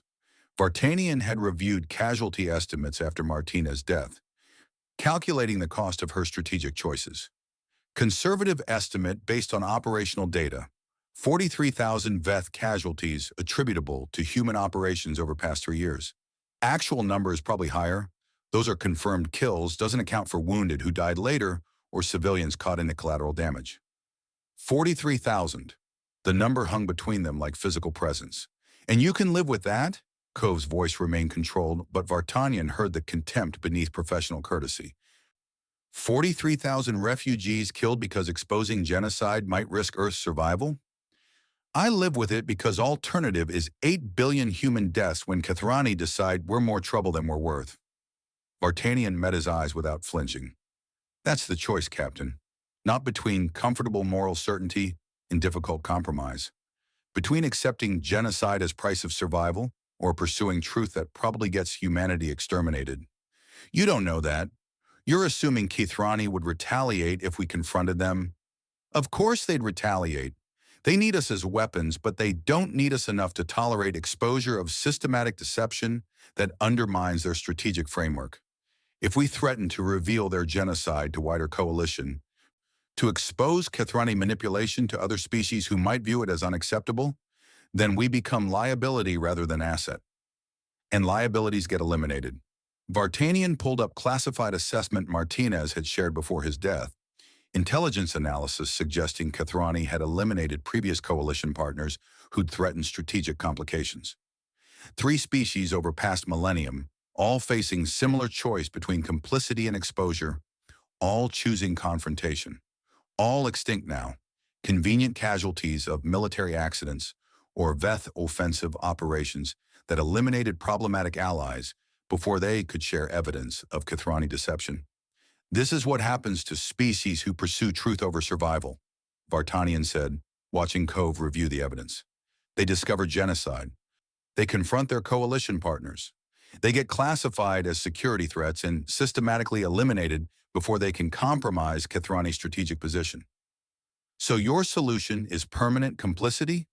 We just keep fighting genocide forever because confronting truth is too dangerous?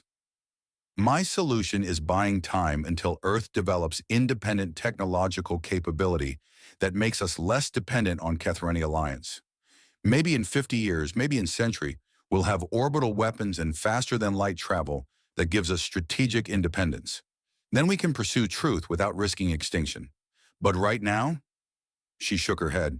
Right now, we're vulnerable, and vulnerability requires pragmatic choices rather than idealistic principles. Covey stood, and Vartanian saw in his posture the rigid certainty of officer who'd made decision regardless of cost. Then you're going to arrest me, because I won't bury this evidence. I won't watch more refugees die while maintaining comfortable lives. I won't be complicit in genocide because challenging alliance seems too risky. This was the moment. The choice that would determine whether Vartanian maintained strategy she'd implemented for 3 years or acknowledged that comprehensive evidence demanded different response. She could arrest him, follow proper protocols, notify Kathrani High Command, allow normal procedures to classify him as security threat requiring elimination, safe choice that preserved alliance in her command position, or she could offer alternative that might give him chance to see reason. I'm not going to arrest you, Captain. Vartanian opened desk drawer, pulled out documentation she prepared during the briefing, transfer orders, promotion authorization, assignment to battalion executive officer position that would remove him from field operations. I'm going to offer you choice because you're exceptional officer who deserves opportunity to understand full strategic picture before destroying yourself pursuing impossible ideals. She slid documents across desk. Choice 1, accept promotion to Battalion XO. Transfer out of direct combat operations into strategic planning role where your talents can be properly utilized. Bury the evidence you obtained at Relay Station Juno in classified archive where it won't compromise alliance. Live with knowledge that you enabled genocide, yes, but also ensured humanity's survival through pragmatic cooperation with partners who keep Earth alive. And choice 2, pursue your investigation. Share evidence with personnel who will support exposing Kathrani deception.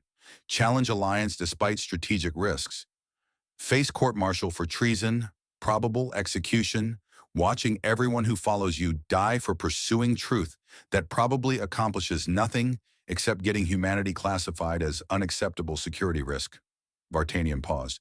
That's your alternative, Captain. Comfortable survival through complicity or principled destruction through idealism. Covey stared at the promotion orders, at the offer that would save his career and life in exchange for maintaining deception he'd risked everything to expose.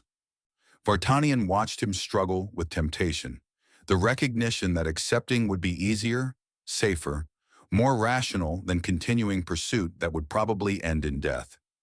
She'd struggled with same choice 3 years ago, had eventually chosen survival over truth, pragmatism over principles, strategic outcomes over moral certainty, had spent every day since living with that choice, watching casualty reports from operations she knew were killing refugees.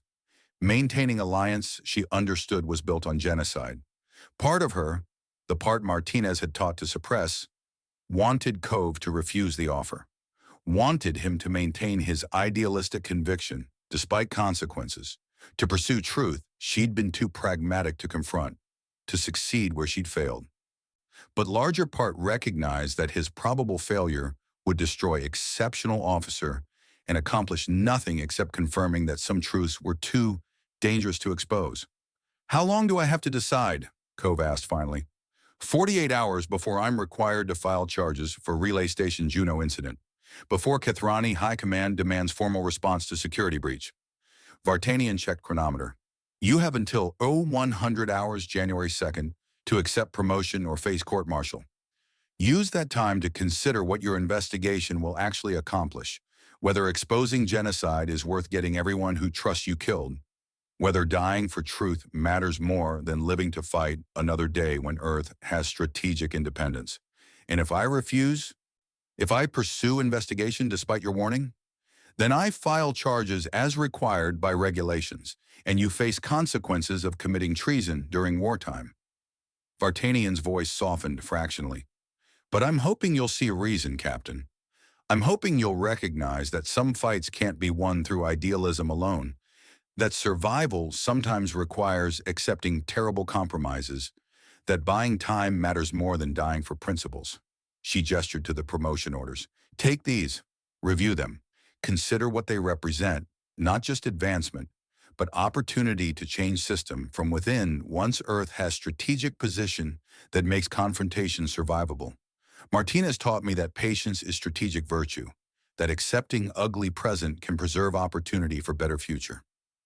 Cove collected the documents, movement stiff and reluctant. And Dr. Brennan, Lieutenant Chen, do they get same offer? Dr. Brennan is civilian contractor who can be reassigned without formal charges. Lieutenant Chen, Vartanian had considered various options. Lieutenant Chen is exceptional officer who made tactical decision supporting her commanding officer's judgment. If you accept promotion and bury evidence, she gets reprimand for unauthorized operation, but avoids court-martial. If you pursue investigation, she faces same charges. So my choice determines her fate. Your choice determines many fates, Captain. That's what command means, recognizing that your decisions have consequences for everyone who trusts your judgment. Vartanian stood, indicating conversation was concluding. 48 hours, use them wisely. Consider what you're really accomplishing by pursuing truth that will probably get you killed without changing Earth's strategic dependence on genocidal allies. Cove saluted with mechanical precision, turned toward door, paused with hand on access panel. Permission to speak freely, ma'am? Granted. I understand your position. I recognize the strategic calculations that led to your choices. I even appreciate that you're offering opportunity rather than immediate arrest. His voice was quiet, controlled. But I also know that I won't be able to live with myself if I accept promotion bought with genocide, that some prices are too high even for survival, that dying for truth matters more than living with complicity. Then you're going to die for nothing, Captain.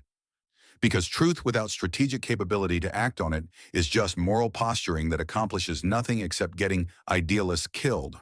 Maybe, Kobe opened the door, or maybe that's what you tell yourself to justify choices you know are wrong. Maybe dying for truth accomplishes more than living with lies, even if the only thing it accomplishes is refusing to participate in atrocities. He left before Vartanian could respond, door sealing behind him with quiet hiss that felt somehow final. She sat alone in her quarters, staring at empty chair where principled officer had just refused pragmatic salvation she'd offered.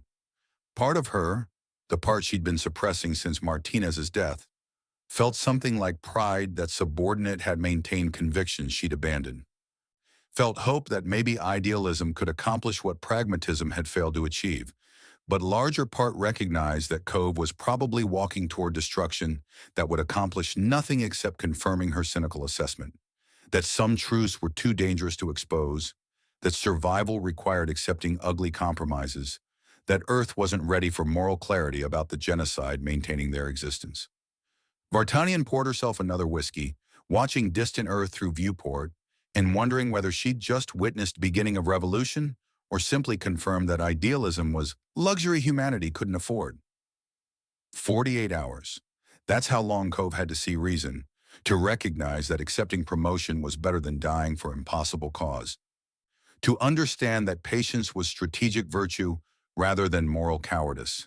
She didn't think he'd accept, didn't think 48 hours would be enough to convince officer who'd risked everything for truth to suddenly embrace comfortable lie, which meant she'd be filing charges in 2 days, meant Cove would face court-martial, probable execution, destruction of everyone who'd supported his investigation, meant Vartanian would maintain alliance built on genocide, and live with another terrible choice added to a collection that kept her company during nights when whiskey couldn't dull the memories.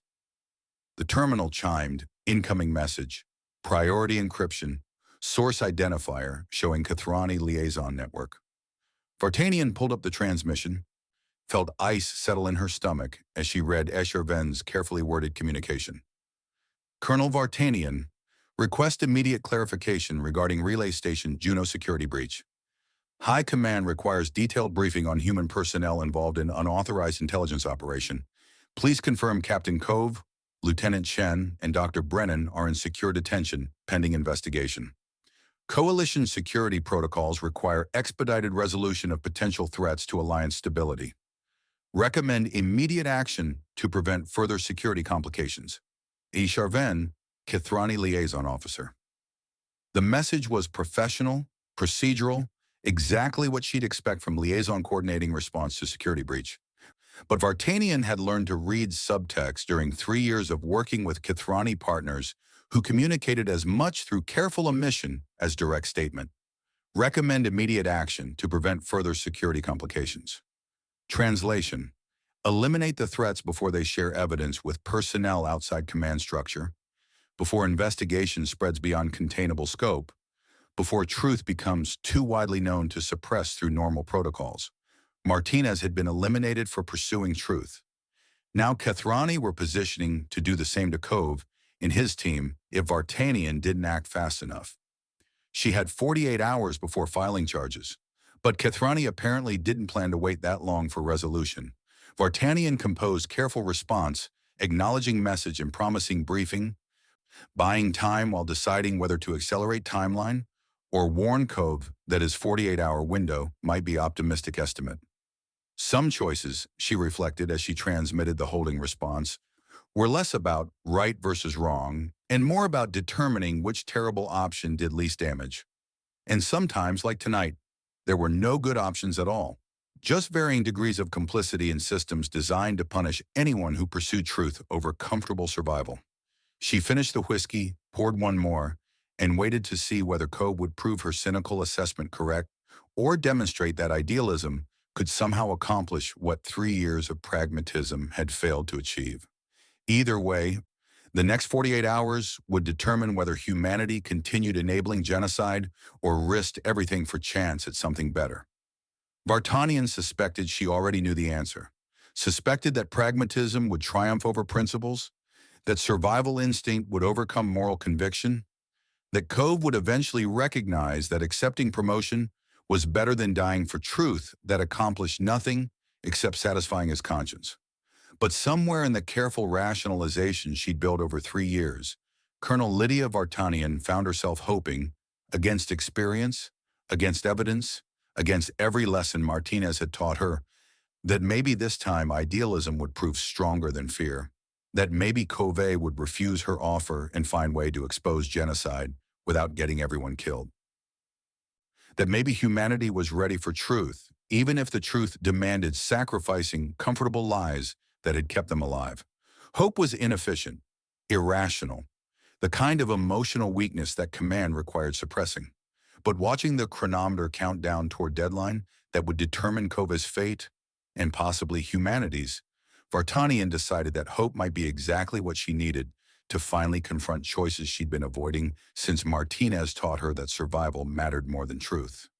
Even if confronting those choices meant risking everything she'd spent 3 years trying to protect.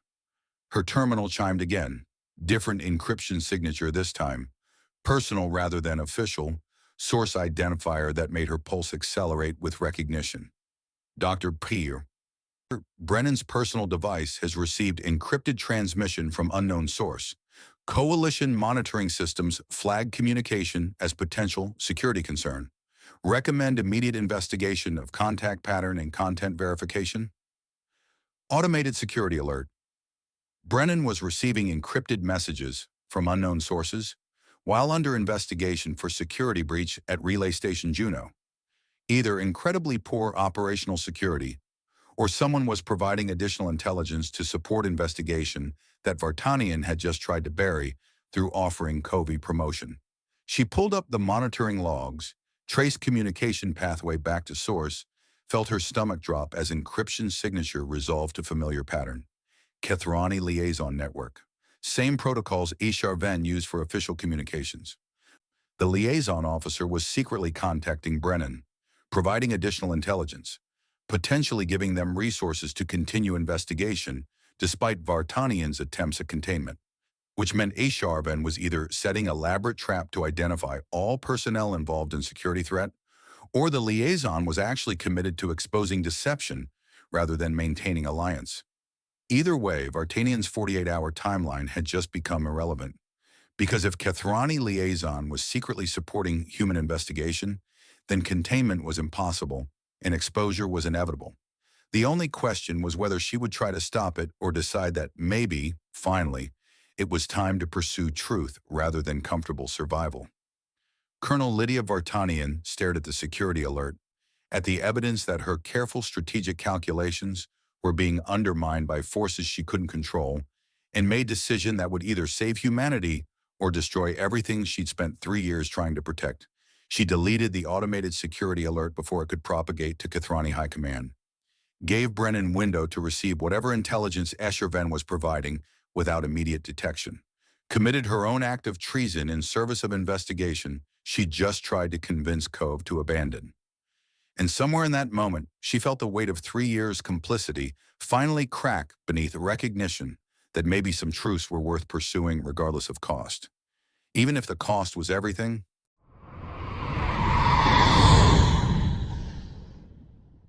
Chapter 11. The Defector's Price.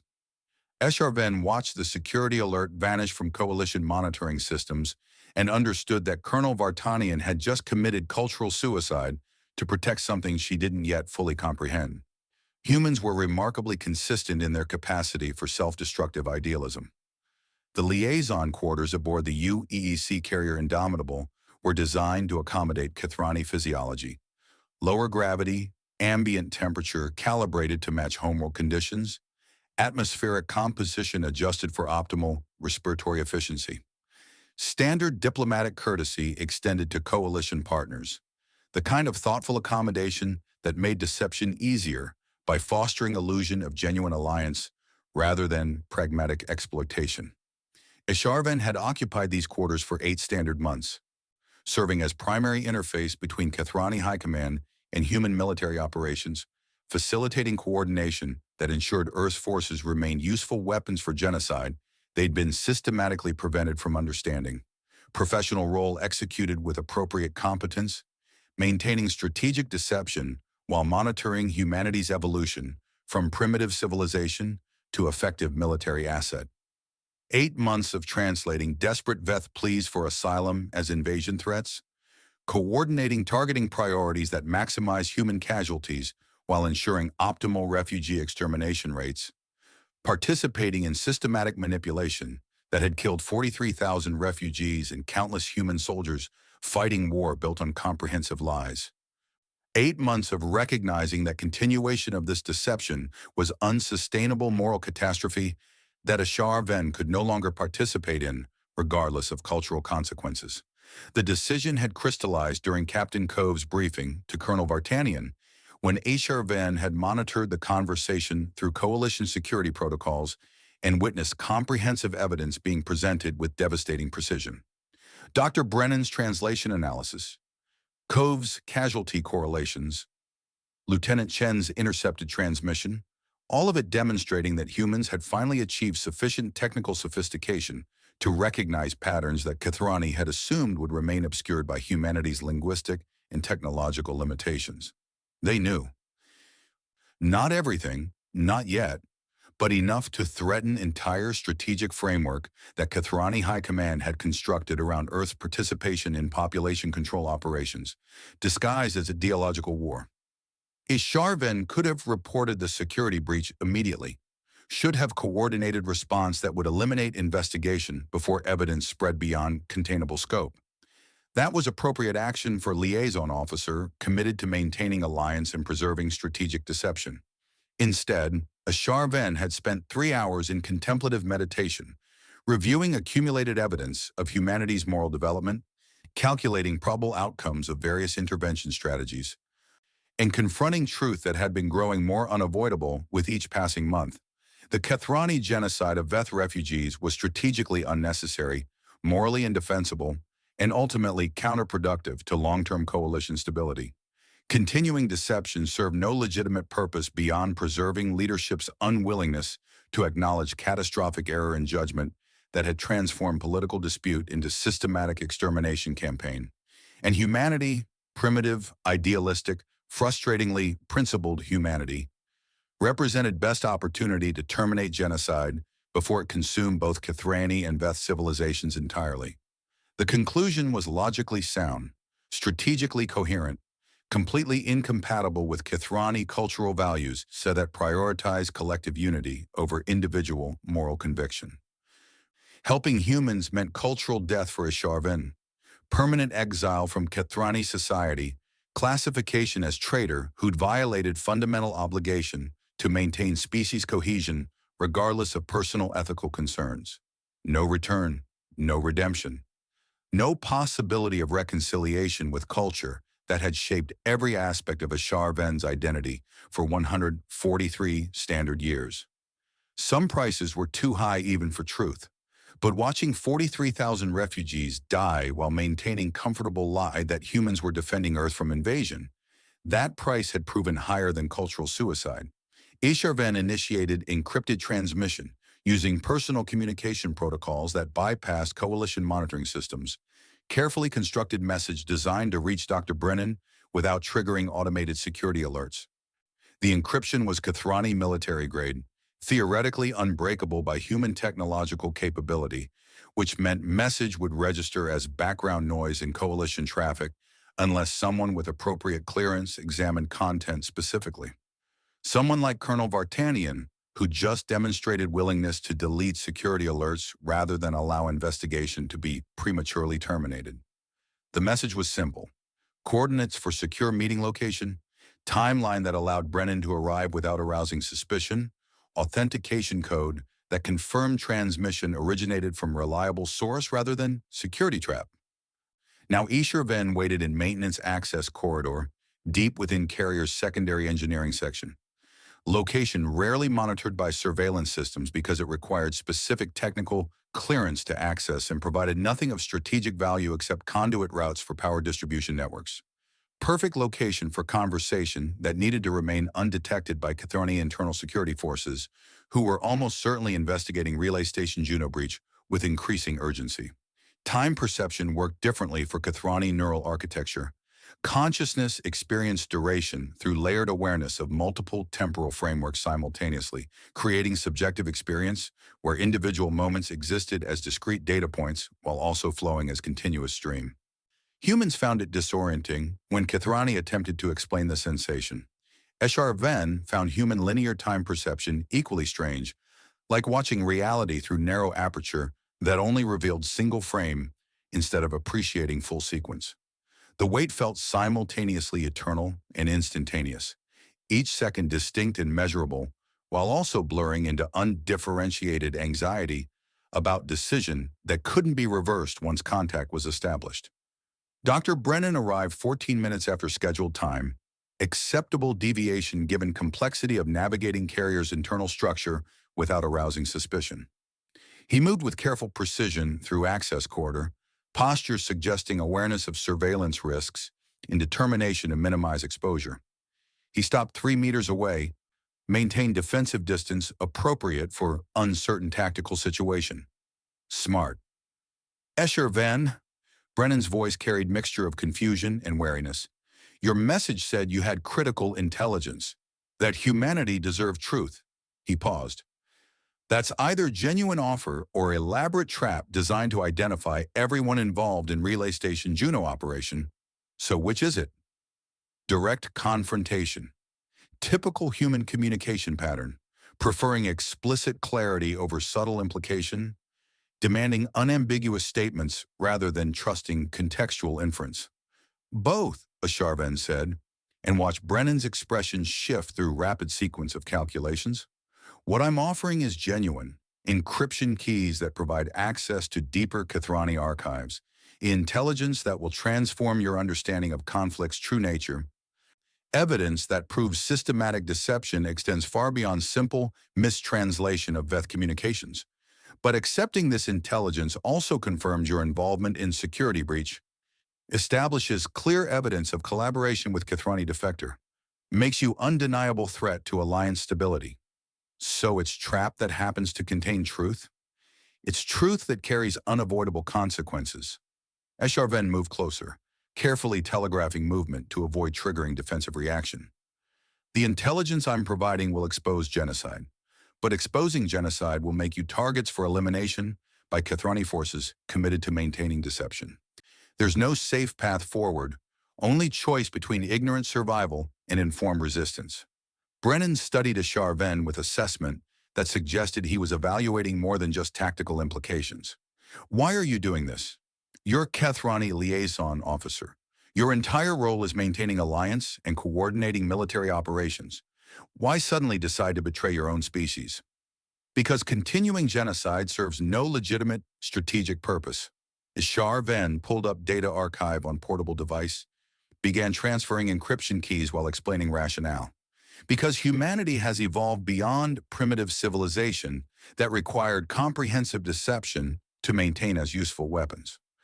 Because 43,000 refugee deaths and counting represent moral catastrophe that I can no longer participate in, regardless of cultural consequences. The encryption keys transferred with quiet chime that seemed too innocuous for magnitude of intelligence being shared. Entire archives of Kithrani strategic communications, population control directives, genetic analysis that would shatter fundamental assumptions about conflict's nature. Cultural consequences? Brennan examined the transferred data, recognition dawning in his expression. Helping us means exile from Kithrani society? Helping you means permanent classification as traitor who violated species cohesion. Esharven's bioelectric field modulated with pattern that humans couldn't perceive, but that carried emotional resonance Kithrani would recognize as profound grief. No return, no redemption. Cultural death for individual who prioritized alien species moral education over maintaining collective unity. Brennan struggled with translation. I don't have adequate words for what you're sacrificing. Your language lacks appropriate terminology because human cultures permit individual moral conviction to override collective obligation. You celebrate defectors as heroes rather than traitors. You valorize personal ethics over species loyalty. Esharven's vocalization carried harmonics that conveyed complex mixture of admiration and sorrow. For Kithrani, individual identity exists only within collective framework. Betraying that framework means ceasing to exist as culturally recognized being. Silence stretched between them, Brennan processing implications of sacrifice being made, Esharven confronting reality of choice that couldn't be reversed. The encryption keys provide access to classified archives, Esharven continued, shifting to tactical briefing because discussing cultural suicide was becoming emotionally overwhelming. Deepest level intelligence that Kithrani High Command restricted even from liaison officers until we demonstrated sufficient commitment to maintaining deception. What you'll find there will transform your investigation from exposing systematic mistranslation to proving foundational lie about conflict's entire premise. What foundational lie? The war between Kithrani and Veth. Esharven pulled up genetic analysis, comparative biological data that had been classified at highest security levels. It's not ideological conflict between distinct species. It's civil war between populations that share common genetic origin. Brennan stared at the data, comprehension building through layers of shock. You're saying Kithrani and Veth are the same species? We're the same species. Evolutionary divergence over 3 millennia created distinct populations with incompatible cultural frameworks, but genetic markers remain essentially identical. 98.7% overlap in core genome sequences, matching patterns indicating recent common ancestry rather than independent evolutionary development. Esharven highlighted relevant sections of analysis. Veth are refugees because they're fleeing population control measures implemented by Kithrani leadership after political dispute escalated into systematic persecution of ideological minorities. Population control. Brennan's voice was flat, Processing implications. You're killing your own people. This isn't war. It's genocide masquerading as external conflict. Correct assessment. HFY pulled up additional documentation showing progression from political disagreement to systematic extermination campaign. 3,000 years ago, unified civilization achieved interstellar capability and began expansion across multiple star systems. Political tensions emerged between populations committed to centralized authority structure versus those advocating for distributed governance. Tensions escalated. Eventually, leadership faction, ancestors of modern Kathrani, determined that ideological opposition represented existential threat requiring elimination.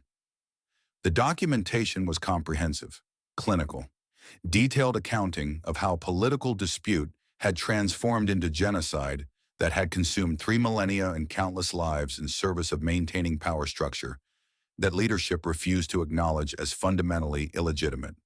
They fled, Brennan said quietly, tracing refugee migration patterns through Kathrani records. Veth are descendants of original dissidents who escaped initial purge. 3,000 years of running while you hunted them across the galaxy.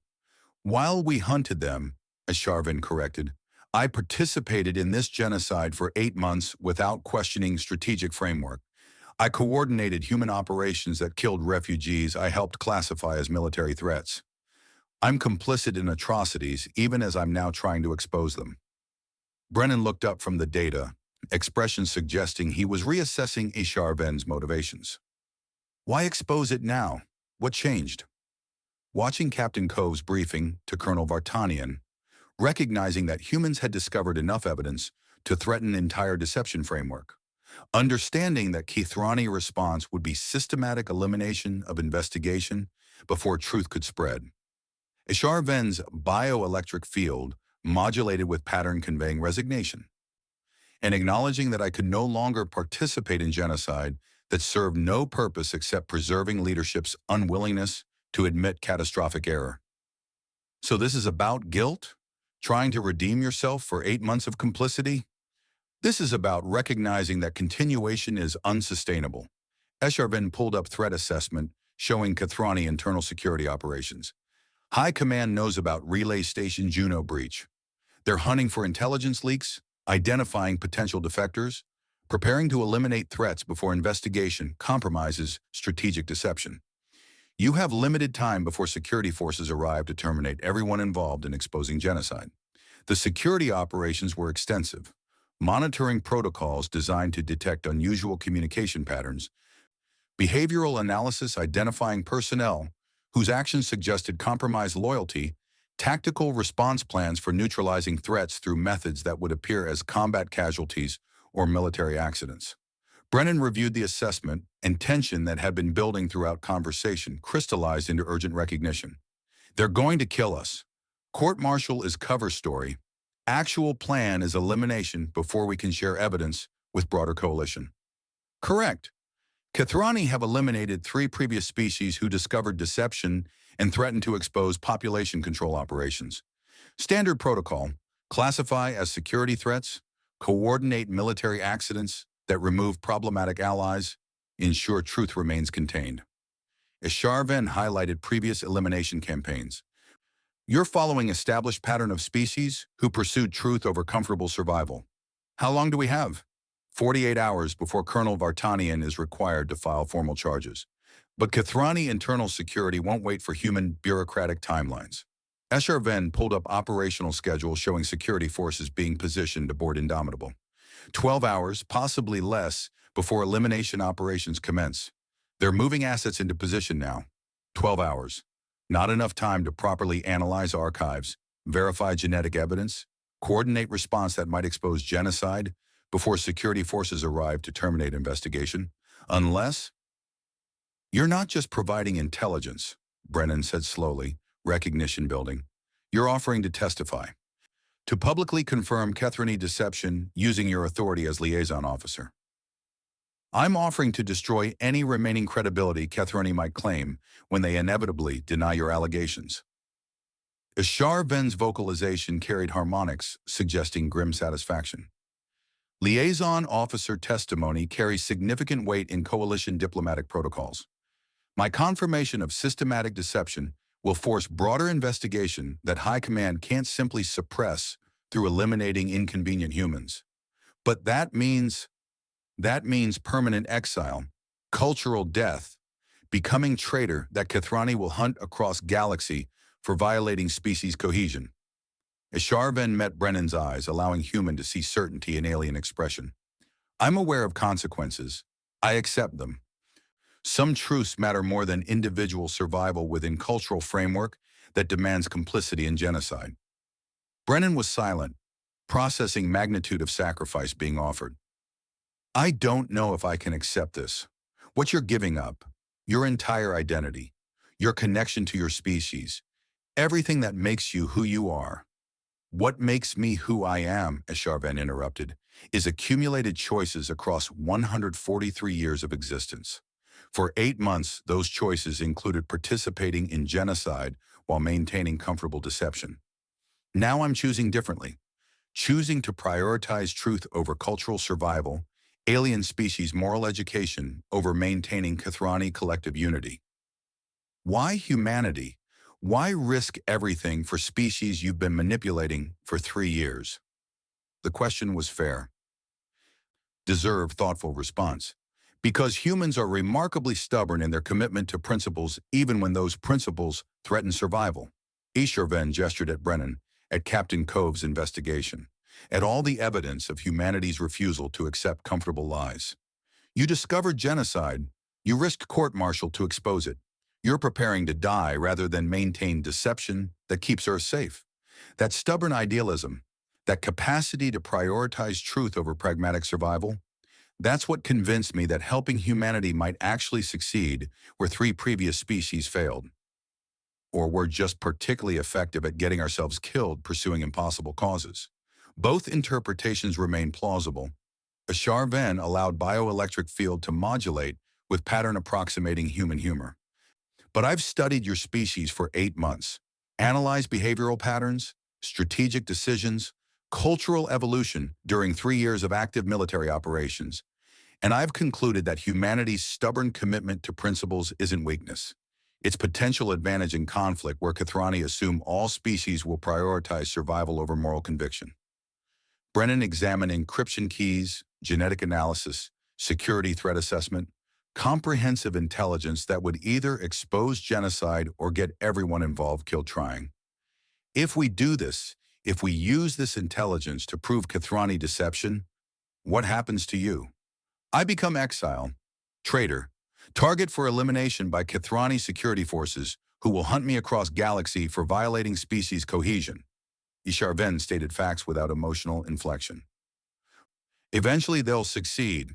Kathrani are patient, thorough, and completely committed to eliminating threats to collective unity. I'll die for helping humanity expose genocide.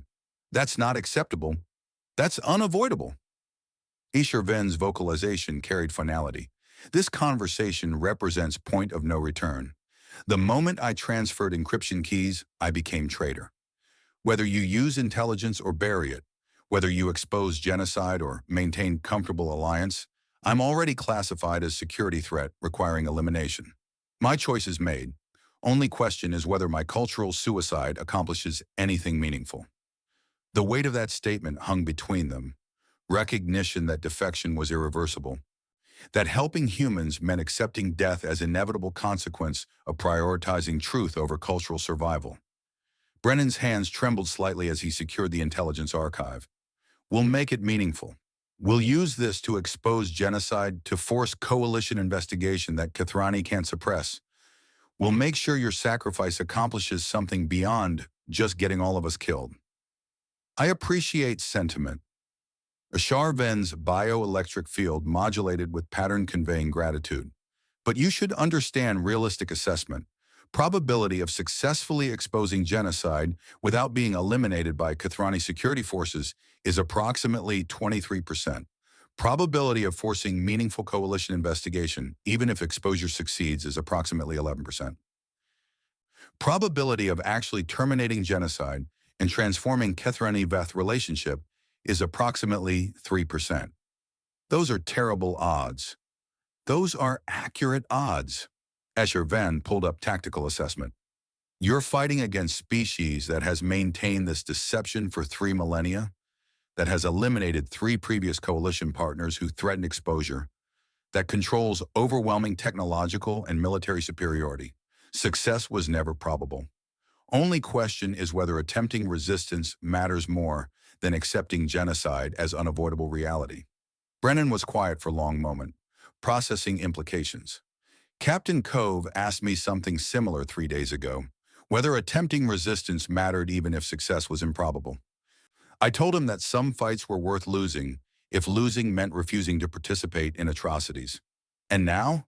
Now I'm standing in maintenance corridor talking to Kathrani defector who's risking cultural death to help humanity expose genocide. So yes, I still believe resistance matters more than accepting comfortable lies. Brennan met HFY's eyes. Even if probability of success is only 3%, then we should coordinate strategy while time remains. HFY pulled up operational timeline. 12 hours before Kathrani security forces likely initiate elimination operations, 48 hours before Colonel Vartanian files formal charges. Limited window to verify intelligence. Coordinate with Captain Cove. Prepare evidence for distribution that might survive our probable deaths. They spent next hour reviewing archives, confirming genetic analysis, developing presentation strategy that might convince coalition leadership to investigate deception despite Kathrani objections. The work was methodical, professional, exactly the kind of tactical planning that HFY had executed throughout 8 months as liaison officer. Except this time, planning was designed to destroy alliance rather than maintain it, to expose genocide rather than facilitate it, to sacrifice everything HFY had been for slim possibility of achieving something better.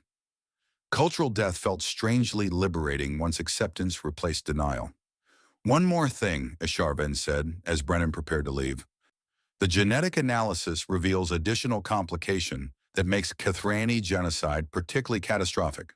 What complication? Kathrani and Veth populations are diverging rapidly due to 3 millennia of genetic isolation and environmental adaptation to different planetary conditions. Current trajectories suggest complete reproductive incompatibility within 500 years.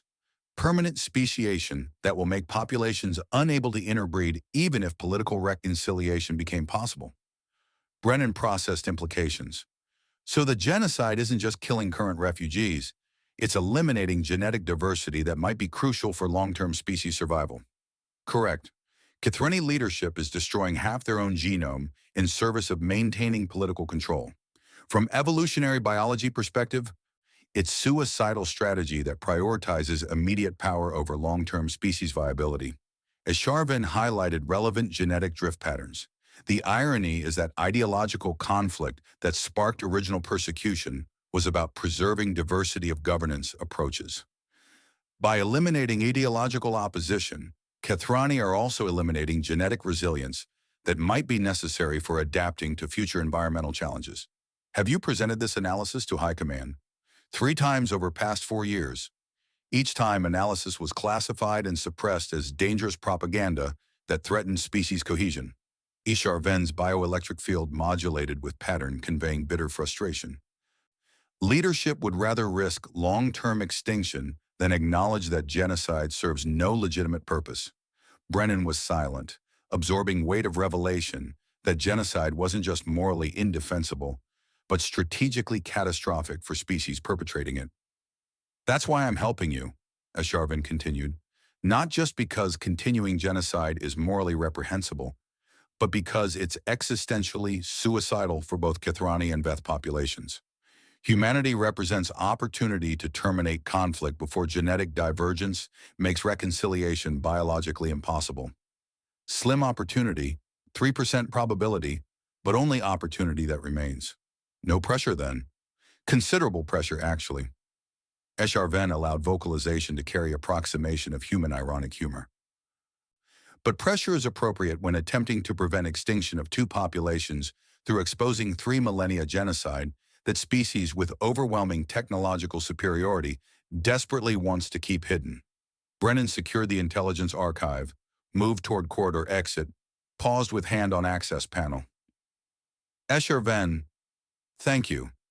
For risking everything. For prioritizing truth over cultural survival. For believing humanity might actually succeed where others failed. Thank you for being species stubborn enough to pursue truth despite terrible odds. HFY's bioelectric field modulated with pattern conveying respect and resignation. If we're going to die attempting impossible resistance, at least we're doing it for cause that matters. Brennan left, moving carefully through carrier's passages toward wherever Captain Cove was preparing next phase of investigation. HFY remained in maintenance corridor, contemplating irrevocable choice and cultural death that was now inevitable, regardless of whether genocide exposure succeeded. No return, no redemption, no possibility of reconciliation with Kethrani society that would classify this defection as ultimate betrayal of species cohesion. But watching Brennan disappear into Carrier's labyrinth, carrying intelligence that might expose genocide, that provided something like meaning to sacrifice that otherwise seemed merely self-destructive. Some prices were too high even for truth, but some truths demanded payment regardless of cost. HFY returned to liaison quarters, prepared to maintain professional facade for 12 remaining hours before Kethrani security forces arrived to eliminate investigation, prepared to testify when moment arrived, to use liaison authority to confirm systematic deception, to die for helping humanity expose genocide, prepared to discover whether 3% probability was reason for hope or just statistically insignificant chance that made resistance feel meaningful while accomplishing nothing except satisfying conscience. The carrier's ambient vibration felt different now, less like comfortable background rhythm and more like countdown to inevitable confrontation. Somewhere aboard this vessel, Captain Cove was reviewing evidence. Colonel Vartanian was choosing between comfortable survival and impossible resistance. Lieutenant Chen was preparing for combat that would probably end in death. And Sergeant Yusuf Okonkwo, loyal soldier who'd fought beside Cove for 3 years without questioning Alliance propaganda, was about to discover investigation that would force him to choose between comfortable ignorance and uncomfortable truth. HFY monitored security feeds, watched Okonkwo moving through carrier's passages with purposeful stride that suggested soldier on mission. Watched him approach a location where Cove had been coordinating with Brennan and Chen. Watched confrontation that was about to transform investigation from contained security risk to broader crisis that Kethrani couldn't suppress through simple elimination. The sergeant's expression carried determination, suspicion, loyalty strained by recognition that something significant was happening without his knowledge. 12 hours before security forces arrived. But judging from Okonkwo's trajectory, confrontation was happening now. Investigation was about to expand beyond Cove's small team, or contract into nothing as loyal sergeant reported suspicious activity to proper authorities. Either way, the timeline had just accelerated, and HFY, traitor, defector, Kethrani exile who'd sacrificed everything for 3% probability of exposing genocide, could only watch as humanity's stubborn idealism collided with soldiers' legitimate questions about what exactly his commanding officer was risking everything to pursue.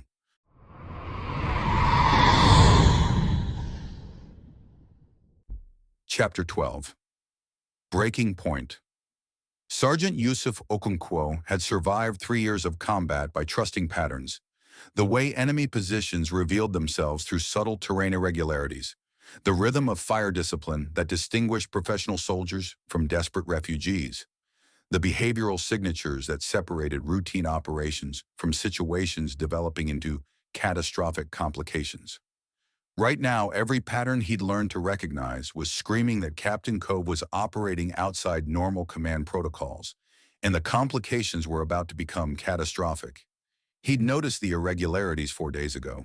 Small things initially: Cove's meeting with Dr. Brennan in rec compartment at 300 hours, Lieutenant Chen's unusual requisitions for specialized communications equipment, the encrypted data transfers that bypass standard security protocols. Individually, none of it was necessarily suspicious. Professional officers conducted sensitive briefings. Specialists requisitioned equipment. Classified operations required secure communications. But combined with the Firebase Crucible incident, the unauthorized extraction that Cove had justified as tactical necessity, The classified debrief that excluded his senior NCO. The subtle tension in how Cove had been avoiding direct questions about operational objectives. The pattern suggested something significant was happening without Okonkwo's knowledge. Something that his commanding officer was deliberately concealing from him. That shouldn't have bothered Okonkwo as much as it did. Officers kept secrets. Command decisions happened above NCO clearance levels. Professional soldiers accepted information compartmentalization as necessary operational security, but Okonkwo had served with Cove for 3 years, had fought beside him through 17 major operations and countless smaller engagements, had developed the kind of professional trust that made teams effective under conditions where hesitation meant death. They'd saved each other's lives, shared grief when squad members died, built relationship where Cove trusted Okonkwo's tactical judgment and Okonkwo trusted Cove's strategic vision. Now Cove was hiding something, conducting investigation outside proper channels, risking something significant enough that he couldn't trust his own sergeant with knowledge of what he was pursuing. And Okonkwo needed to know why, because the not knowing was worse than any truth Cove might be concealing. He found them in auxiliary storage compartment 3 decks below officer quarters. Cove, Brennan, and Chen clustered around portable terminal, displaying data that they immediately tried to conceal when Okonkwo entered, without announcing his presence. The guilty reaction told him everything he needed to know about whether his suspicions were justified. They were conducting unauthorized investigation, accessing classified intelligence, hiding it from proper chain of command and from soldiers who trusted Cove's leadership for 3 years. Sergeant, Cove's voice was carefully neutral, but Okonkwo saw tension in his posture. This is classified operation. You don't have clearance for this briefing. Don't have clearance or don't have your trust, sir. Okonkwo kept his voice level, professional, fighting against surge of betrayal that threatened to override tactical discipline. Because I've had your back through every operation for 3 years, and right now you're running investigation without including the senior NCO who's supposed to be integrated into every aspect of command decision-making. Cove exchanged glance with Chen that confirmed they'd anticipated this confrontation. This isn't about trust. It's about operational security. The fewer people who know about investigation, the less exposure. The less exposure to what? Okonkwo interrupted. What exactly are you investigating that's so sensitive you can't brief your own sergeant? What's worth risking court-martial and conducting operations outside proper channels? Silence stretched between them. Cove weighing options. Okonkwo waiting for explanation that would make betrayal feel less like violation of trust that defined their professional relationship. The Alliance, Cove said finally, we're investigating evidence that Kethrani have been systematically deceiving humanity since first contact. That the Veth aren't invaders, but refugees. That we've been fighting genocide for 3 years while believing we were defending Earth. The words hit like physical impact. Not because they were surprising. Okonkwo had suspected investigation involved questioning operational doctrine, but because hearing them stated explicitly made abstract suspicion into concrete accusation that demanded response. Okonkwo struggled for words. That's conspiracy theory, paranoid delusion that questions every casualty we've taken, every operation we've conducted. It's documented fact. Brennan pulled up data on terminal, displayed translation, analysis, and casualty correlations, and intercepted transmissions. We have comprehensive evidence. 73,000 Kethrani communications showing systematic mistranslation of Veth messages. Statistical proof that human forces have been deliberately directed toward maximum attrition operations. Direct intelligence from Kethrani liaison confirming that we're being used as weapons for population control. Okonkwo stared at the evidence, at the linguistic analysis and strategic assessments and tactical patterns that supposedly proved humanity had been deceived for 3 years. Part of him recognized professional competence in their methodology. Brennan's translation work was academically rigorous. Cove's casualty correlations were statistically sound. The intercepted transmissions appeared authentic, but larger part refused to process implications, because accepting this evidence meant accepting that everything he'd fought for, everyone he'd lost, had been based on comprehensive lie. No, the word came out harder than intended. No, this is misinterpretation. Kathrani intelligence is complex. Cultural differences create translation challenges that might appear as deliberate deception, but are actually just communication difficulties between species with fundamentally different. Sergeant Chen's voice was gentle, which somehow made it worse. We've verified this from multiple independent sources. The evidence is conclusive. Evidence can be manipulated. Data can be misinterpreted. Okonkwo felt defensive anger building, irrational fury at people who were forcing him to confront possibility he couldn't afford to accept. You're seeing patterns that confirm pre-existing bias. You want to believe we've been deceived because that's more comfortable than accepting that war is exactly what leadership says. A necessary defense against existential threat. More comfortable? Covey's expression suggested he was fighting his own frustration. Sergeant, accepting this evidence means acknowledging we've been complicit in genocide, that the Veth refugees we killed at Firebase Crucible were actually civilians seeking protection, that 43,000 casualties were systematic extermination rather than justified military operations. How exactly is that more comfortable than believing we've been fighting legitimate war? Because believing legitimate war means my family died defending Earth. Okonkwo's voice rose despite professional discipline that should have maintained emotional control. It means my wife and daughter were killed in Lagos incursion, protecting humanity from invasion, rather than being casualties of fabricated conflict designed to maximize human losses. The compartment fell silent. Okonkwo hadn't meant to reveal that. The personal cost that made accepting Cove's evidence psychologically impossible. But now it was exposed.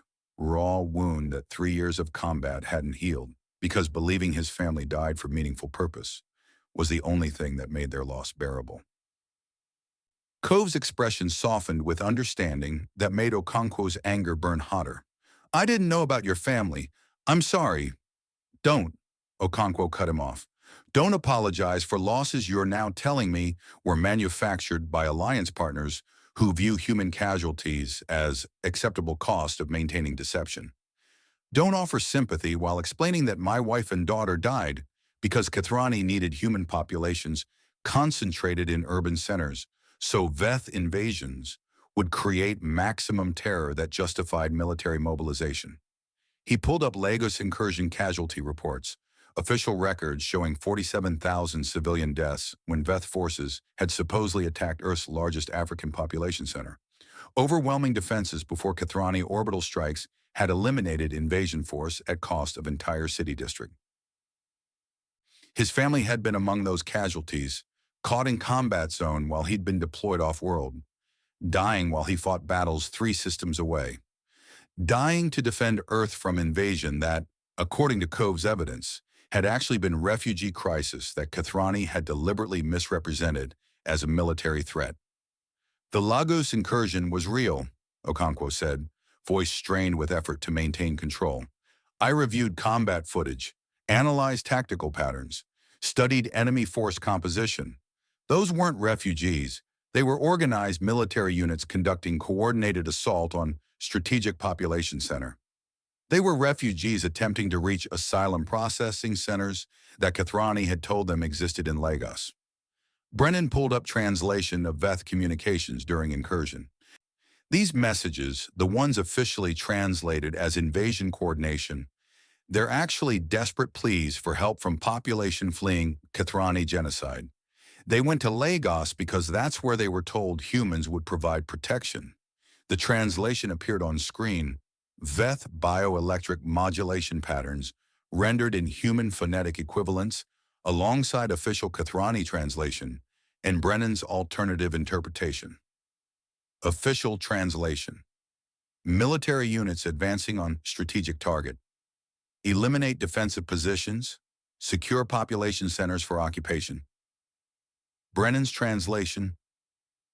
Refugee convoy approaching designated safety zone. Avoid armed confrontation. Reach civilian authorities who can provide asylum. Okonkwo stared at competing interpretations, at the linguistic analysis showing how bioelectric frequencies could be rendered either way depending on contextual assumptions.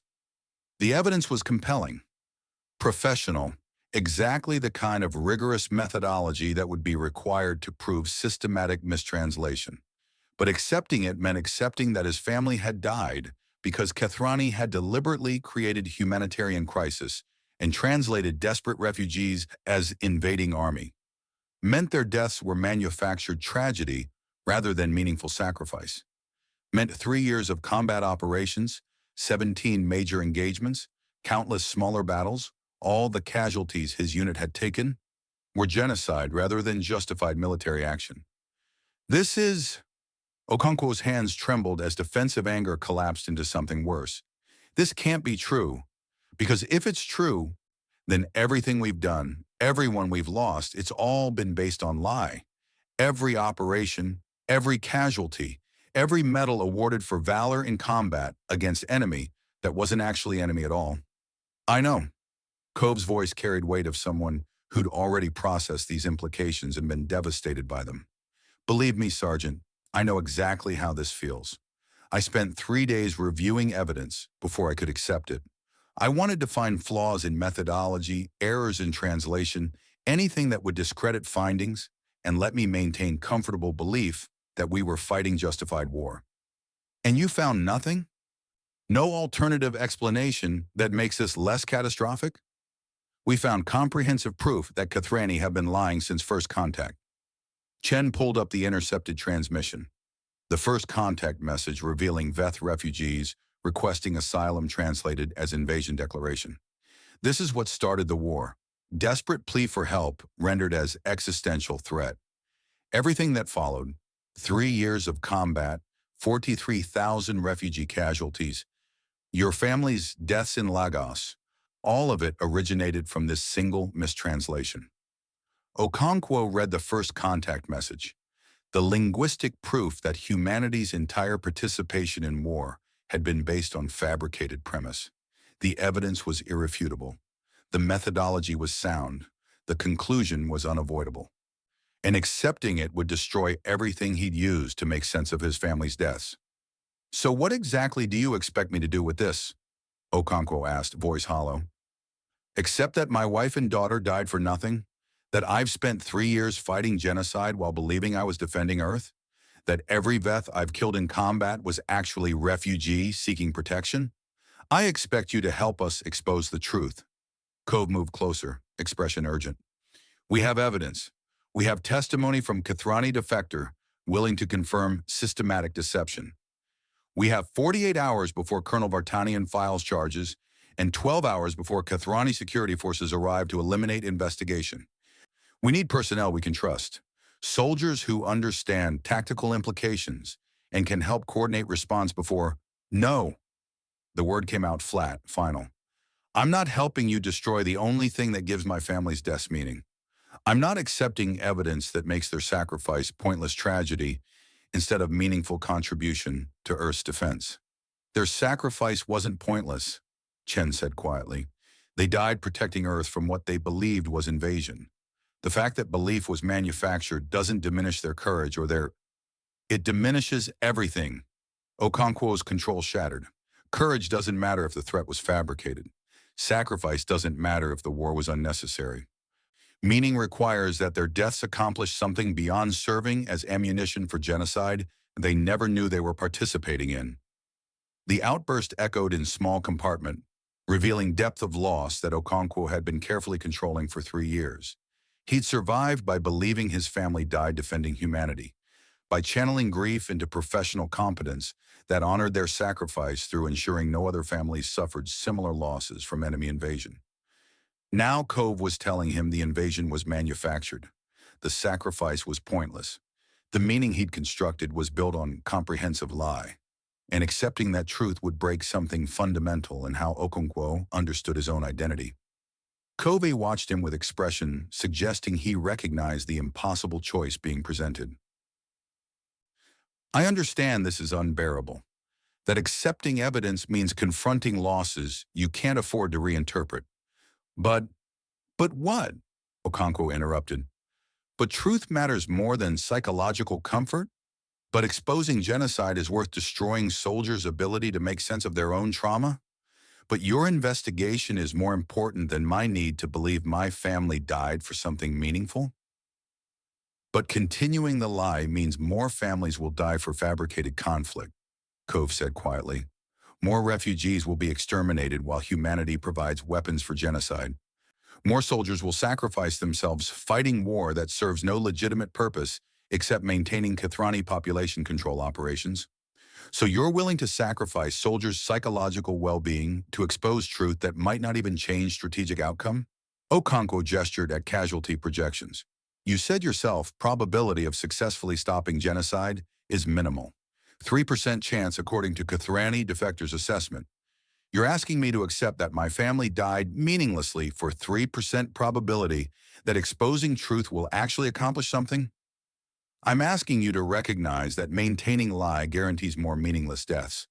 Cove pulled up operational projections. Current casualty optimization patterns show human losses increasing exponentially.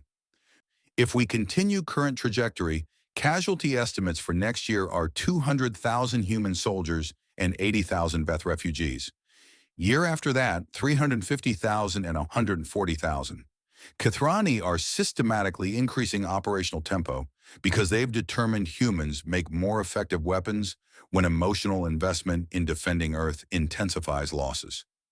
The projections were clinical, devastating, mathematical proof that continuing alliance meant accelerating genocide while maximizing human casualties used to perpetrate it.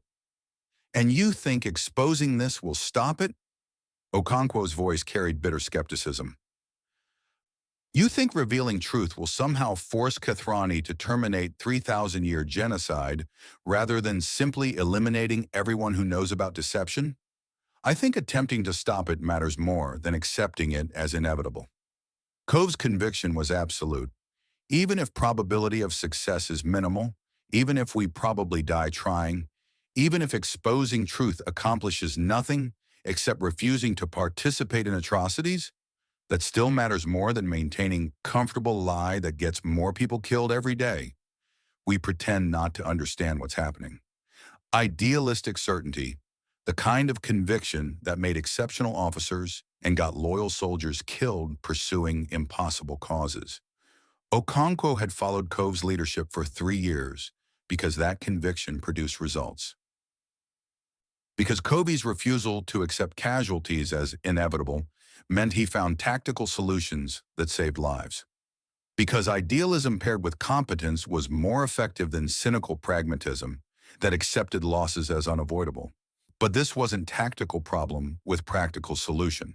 This was existential crisis that demanded psychological reconstruction Okonkwo couldn't achieve in 12 hours before Kathrani security forces arrived to eliminate investigation. I can't help you, Okonkwo said finally. I can't accept evidence that makes my family's deaths meaningless. I can't participate in an investigation that destroys the only framework I have for making sense of 3 years of trauma. I can't, his voice broke. I can't survive believing they died for nothing. Cove's expression showed understanding, mixed with regret. So what are you going to do? Report us to proper authorities? Let Kathrani eliminate investigation before truth can spread? The question hung between them. Recognition that Okonkwo now had to choose between actively supporting investigation or actively destroying it. Maintaining comfortable lie required collaboration, even if only through passive acceptance of evidence being suppressed. I don't know. Okonkwo's honesty felt like vulnerability he shouldn't expose. I don't know if I can report you for pursuing truth, even if that truth is unbearable. But I also don't know if I can help you destroy framework that's kept me functional for 3 years. So you're just walking away? Chen's voice carried disbelief. Pretending you never saw evidence? Letting investigation proceed without either supporting or opposing it? I'm choosing not to choose, Okonkwo corrected, because both options are impossible, and I'm not ready to commit cultural suicide by accepting that everything I've believed was manufactured deception. He moved toward compartment exit, paused with hand on access panel.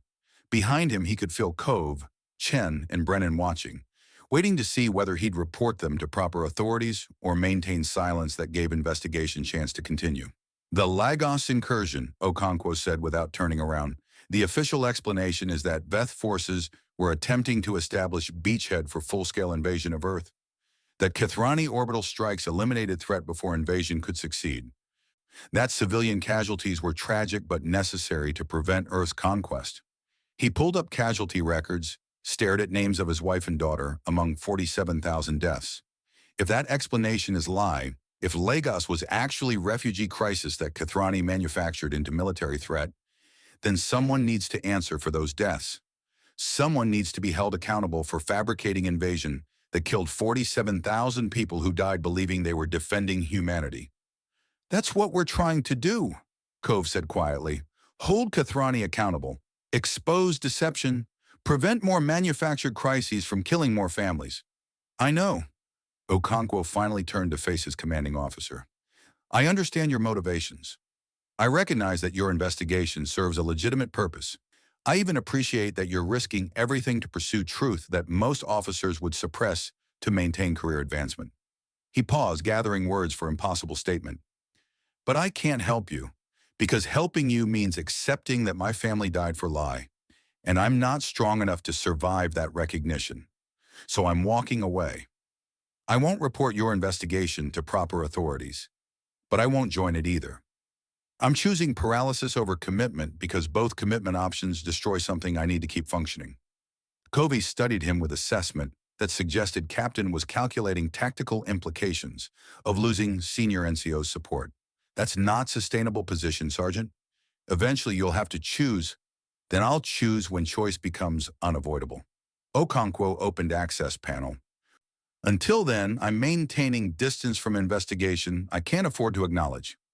He left before Cove could respond, moving through Carrier's passages with mechanical precision while struggling to maintain composure that felt increasingly impossible. Behind him, the investigation would continue. Cove would pursue truth. Chen and Brennan would analyze evidence. Kithrani security forces would arrive to eliminate threats.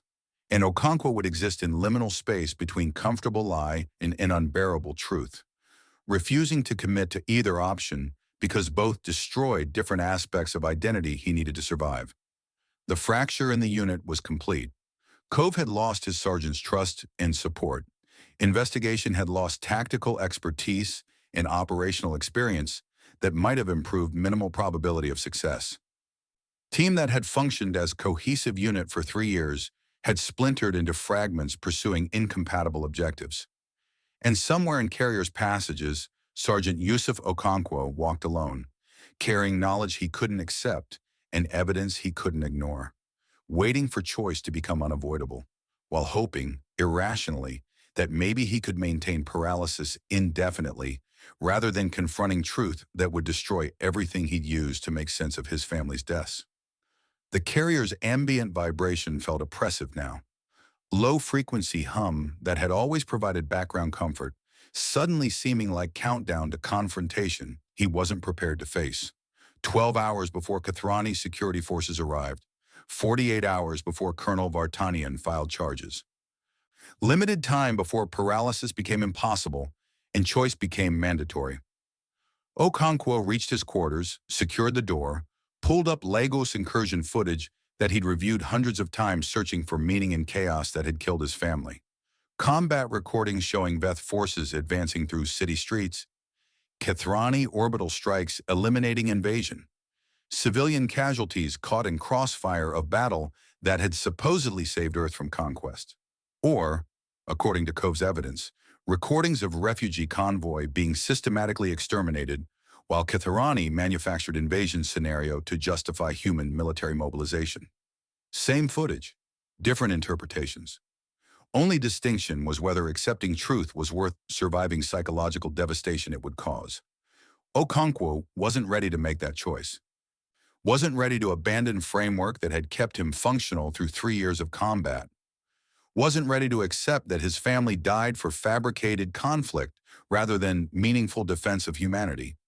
But he also wasn't ready to report investigation to authorities. Wasn't ready to actively suppress truth that might prevent other families from suffering similar manufactured tragedies. So he existed in impossible middle ground. Soldier who knew too much to maintain comfortable ignorance, but couldn't accept enough to commit to resistance. The unit had fractured, and Okonkwo's paralysis had ensured that fracture would remain unhealed while investigation proceeded toward confrontation that would probably destroy everyone involved regardless of whether truth was exposed or suppressed. 3 decks above Okonkwo's quarters, Dr. Oscar Brennan sat in auxiliary research compartment, accessing Kathrani archives using encryption keys that Asharvin had provided. The defector's intelligence had already transformed the investigation, from exposing systematic mistranslation to proving foundational lies about conflict's nature. Now, Brennan was discovering something that made even genocide seem like surface-level deception, concealing deeper truth about Kathrani and Veth populations. Historical archives revealing extinct progenitor civilization called the Architects, species that had existed 50,000 years before current galactic timeline. Species that had apparently engineered both Kathrani and Veth as deliberately designed populations with specific purposes that archives didn't fully explain, but suggested were related to some kind of large-scale stellar engineering project. Both populations were artificial, created by extinct civilization, designed with complementary capabilities that made genocide even more catastrophic than eliminating half of natural species' genetic diversity. Because Kathrani and Veth weren't just populations that shared common origin. They were deliberately engineered paired populations whose separation might make both unable to fulfill whatever purpose the architects had designed them to achieve. The archives were fragmentary, corrupted, partially redacted by someone, probably Kathrani leadership, who recognized that revealing artificial origin would undermine entire cultural framework built on belief in natural evolutionary development. But even fragmentary evidence was enough to suggest that genocide wasn't just morally reprehensible population control. It was dismantling of whatever grand design the architects had implemented 50,000 years ago. Brennan stared at the data, at implications that transformed investigation from exposing deception to uncovering truth about species' fundamental nature, and felt certainty that sharing this intelligence would either expose greatest conspiracy in galactic history or get everyone involved killed before revelation could achieve anything meaningful. Either way, the investigation had just become significantly more complicated. And somewhere in Carrier's passages, Kathrani security forces were positioning assets for elimination operations that would commence in less than 12 hours.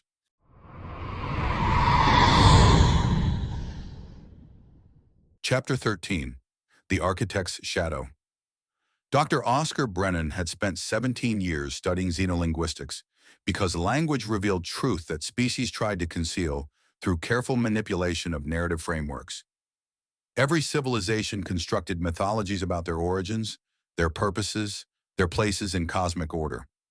Linguistic analysis cut through those mythologies to expose underlying realities that cultures found too uncomfortable to acknowledge directly. He'd never expected to discover that an entire civilization's mythology was fabricated cover story concealing engineered origin as artificial species created by extinct progenitors for purposes that were still being executed 50,000 years after creators had vanished. The architect archives were corrupted, data degraded by millennia of storage in formats that barely translated into modern computational architecture, deliberately redacted by Kathrani leadership, who recognized that revealing artificial origin would undermine cultural frameworks built on belief in natural evolutionary development. But even fragmentary evidence was sufficient to reconstruct basic outline of truth that transformed everything Brennan understood about the war's nature. The research lab aboard the Indomitable felt too small for revelations this magnitude. Standard scientific workspace designed for linguistic analysis and translation work, equipped with computational systems adequate for processing intercepted communications and analyzing bioelectric modulation patterns. Not equipped for processing evidence that rewrote fundamental understanding of galactic civilization's history, Brennan's hands trembled as he navigated deeper archive layers using encryption keys Asharvin had provided. The defector had warned him that intelligence would transform investigation from exposing systematic deception to proving foundational lies. Brennan had assumed that meant additional evidence of genocide, maybe revelation of other species Kathrani had manipulated into serving as weapons. He hadn't anticipated discovering that Kathrani themselves were weapons. tools, engineered constructs designed by civilization so advanced that their purposes remain incomprehensible even to populations they'd created to fulfill them. The first archive layer had contained standard historical records, Kethrani cultural development, political evolution, technological advancement across 3 millennia.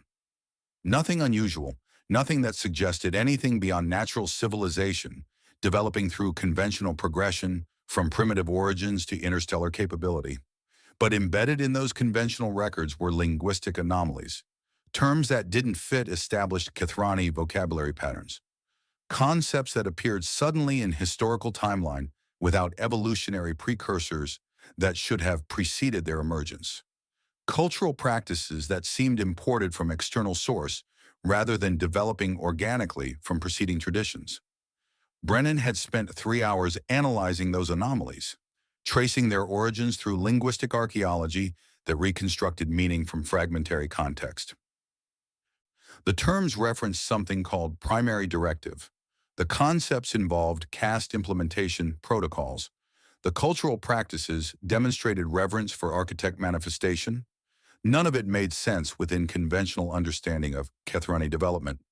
All of it suggested external influence shaping civilization's evolution toward predetermined objectives. The second archive layer, accessible only through Ashar Ven's military-grade encryption keys, contained documentation that explained those anomalies in ways that made conventional understanding collapse into horrifying comprehension. The Kethrani were artificial, engineered species created approximately 50,000 years ago by civilization designated in archives as the architects, not evolved through natural selection, designed, constructed at genetic level to possess specific capabilities aligned with purposes that archives referenced obliquely without fully explaining. Brennan pulled up genetic data, compared Kethrani genome sequences against patterns documented in architect archives. The matches were precise, too precise. Every major genetic structure showed evidence of deliberate engineering, bioelectric communication capabilities optimized for specific frequency ranges, neural architecture designed for processing complex spatial relationships, metabolic systems calibrated for environments that current Kethrani populations no longer inhabited. These weren't natural evolutionary adaptations. These were features, specifications, design requirements implemented by creators who'd built species the way human engineers built tools, selecting capabilities needed for intended functions, discarding traits that didn't serve designated purposes. The Veth showed identical engineering signatures, same genetic markers indicating artificial construction, same optimization patterns suggesting deliberate design, same evidence that they'd been created rather than evolved. But the Veth genetic architecture was complementary to Kethrani patterns rather than identical. Different capabilities, different specializations, different roles in whatever grand design the architects had implemented. Brennan cross-referenced the genetic data with fragmented architect documentation, struggled to translate concepts that barely mapped onto modern linguistic frameworks. The terminology was archaic, corrupted, filtered through 50,000 years of linguistic drift and deliberate redaction. But general structure emerged through careful reconstruction. The architects had created paired populations, worker castes designed to function in coordination, each possessing capabilities the other lacked, both necessary for completing projects that individual populations couldn't achieve independently. Kethrani caste, spatial engineering, large-scale construction coordination, resource logistics across stellar distances. Veth caste, energy manipulation, stellar engineering, managing forces at scales that made planetary construction seem trivial. Together, the paired populations had apparently been designed to execute projects involving. Brennan had to verify the translation 3 times because it seemed impossible. Stellar reorganization, moving stars, adjusting orbital parameters of entire solar systems, constructing megastructures that spanned light years. The architects had built civilizations capable of engineering reality at galactic scale. Then they'd vanished, leaving their constructed populations to continue executing directives that those populations no longer fully understood but couldn't override because the programming was embedded at genetic level. Brennan sat back from terminal, tried to process implications that expanded far beyond exposing Kethrani genocide of Veth refugees. This wasn't population control. This wasn't political conflict escalated into systematic extermination, and this was malfunction, catastrophic breakdown of engineered system that had been functioning for 50,000 years until some variable the architects hadn't anticipated or some degradation in inherited programming, had caused paired populations to turn on each other instead of continuing coordinated stellar engineering projects. The war between Kethrani and Veth wasn't ideological dispute. It was system failure. Engineered species attacking complementary castes that they were designed to collaborate with, driven by programming corruption that transformed cooperation directives into elimination protocols. And humanity, primitive species that had achieved spaceflight only 3 centuries ago, had been conscripted as weapons in civilizational conflict that predated human evolutionary development by 40 millennia. Brennan pulled up timeline reconstruction showing how system failure had progressed. The archives were fragmentary, but pattern was clear enough. 48,000 years ago, architect civilization active, directing paired Kethrani-Veth populations in stellar engineering projects across galaxy. 47,000 years ago, last confirmed architect communication documented in archives. After this point, no further directive updates. 46,500 years ago, Kethrani-Veth populations continue executing previous directives without architect supervision.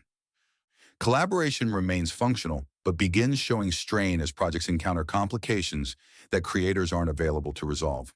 45,000 years ago, first documented conflicts between Kethrani and Veth casts over resource allocation and project prioritization. Conflicts remain minor, resolved through protocols established by architects for managing intercaste disputes. 40,000 years ago, major system failure. Some critical architect installation malfunctions, possibly contaminating inherited directives with corrupted programming that begins reshaping caste relationships. 35,000 years ago, open warfare erupts. Kethrani populations begin viewing Veth as threats rather than complementary workers. Veth populations flee, attempting to escape systematic persecution. 3,000 years ago, warfare intensifies dramatically. Kethrani develop focused extermination campaign. Veth refugee populations scattered across multiple systems, desperately seeking sanctuary. 3 years ago, Kethrani encounter humanity, recognize primitive species as potential weapons that can be manipulated into serving as proxies for continuing genocide against Veth refugees. The timeline was devastating in its clinical precision. 50,000 years of engineered collaboration degraded into 40,000 years of escalating conflict, culminating in systematic genocide that had now conscripted humanity as unwitting participants.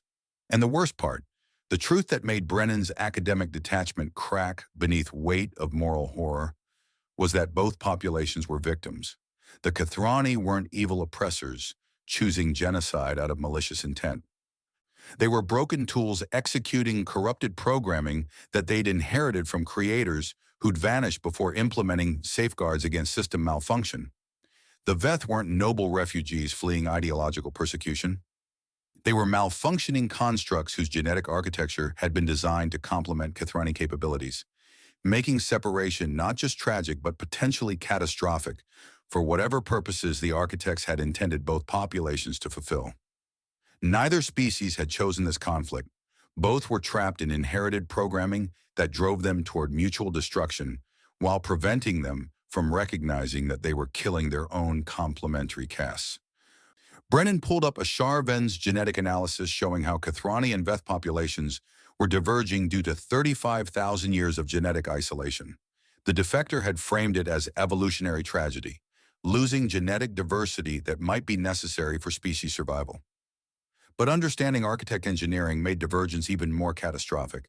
The populations weren't just losing genetic diversity, they were losing complementary capabilities that their artificial origin had specifically designed them to possess.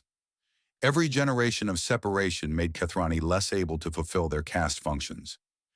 Every refugee death eliminated Veth genetic patterns that were necessary for whatever stellar engineering projects The architects had intended both populations to execute together. The genocide wasn't just morally reprehensible.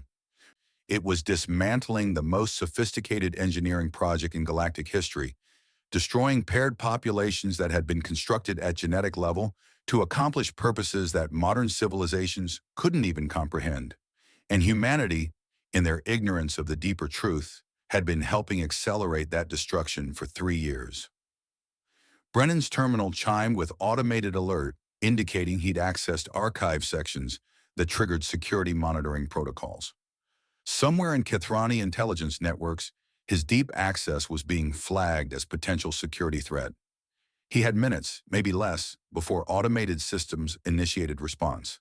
He worked faster, pulling data sets that might prove architect engineering, downloading genetic comparisons and historical reconstructions, and linguistic analysis that documented how modern Kithrani and Veth languages retain fragments of original architect terminology embedded in basic vocabulary structures. The archives reference physical evidence, actual architect installations that still existed, scattered across systems that Kithrani had designated as archaeological preservation zones, sites where original engineering protocols might still be accessible, locations that might contain technology capable of repairing corrupted programming that was driving paired populations toward mutual extinction.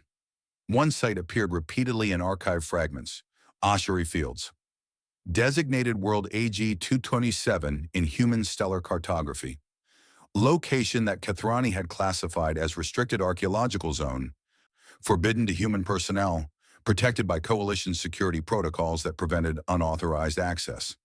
Archive documentation suggested ossuary fields contained primary architect installation, central coordination facility where original directives had been programmed into Kithrani Veth genetic architecture, site that might preserve uncorrupted copies of intended collaboration protocols, site that might make it possible to repair system malfunction that had consumed 40,000 years and countless lives.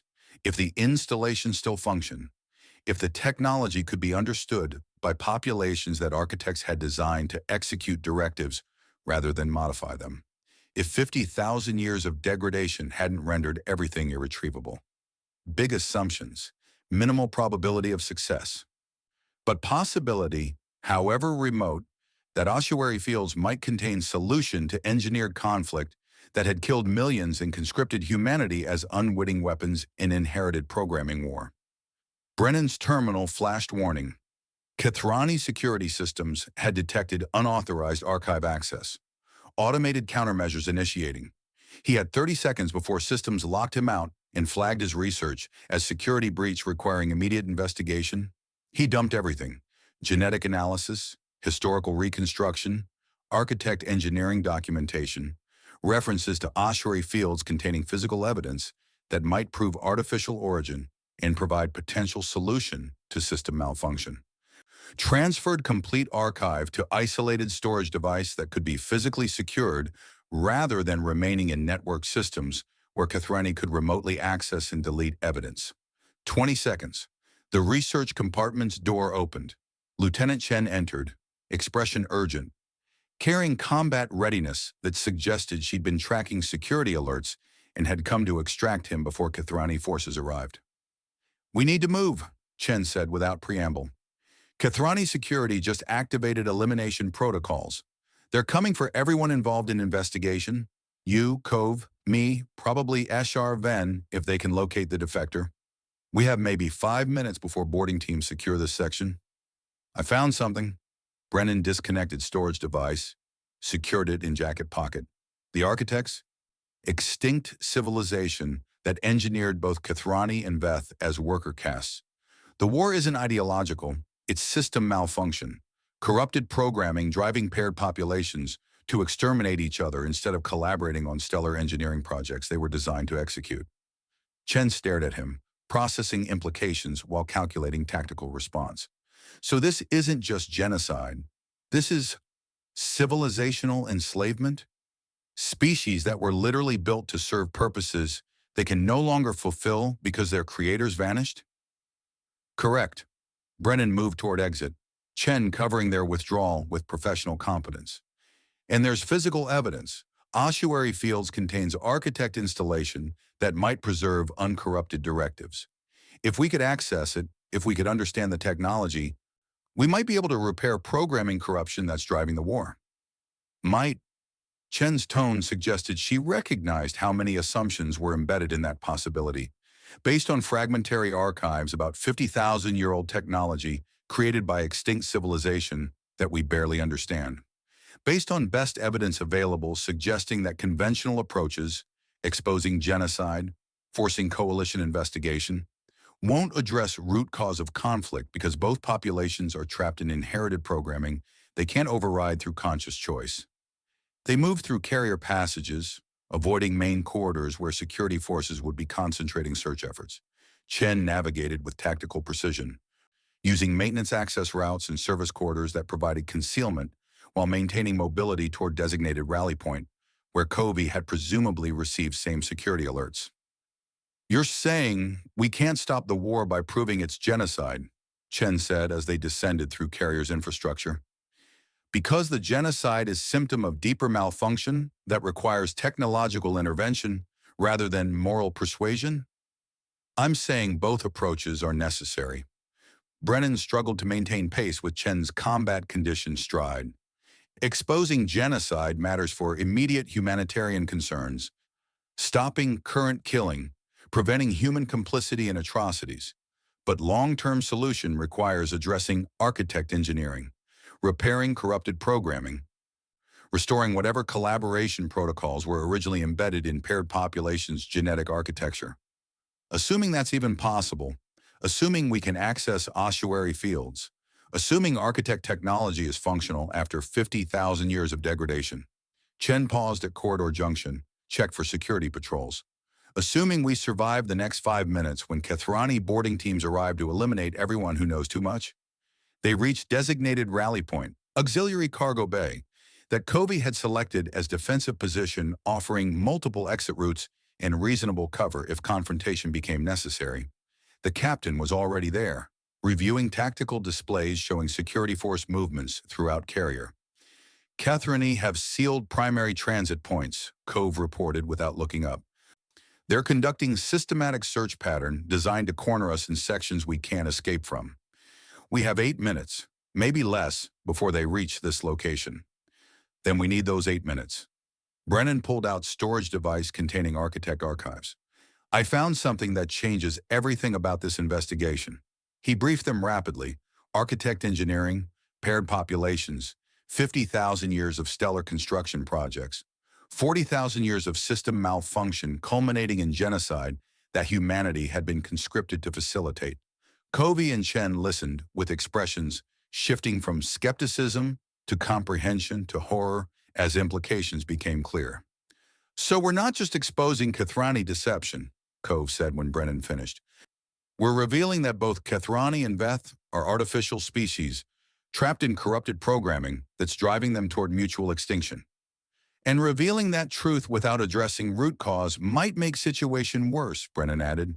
"If both populations learn they're engineered constructs whose entire existence serves purposes defined by extinct creators, if they recognize that their war is malfunction rather than legitimate ideological conflict, that knowledge might cause complete cultural collapse without providing actual solution."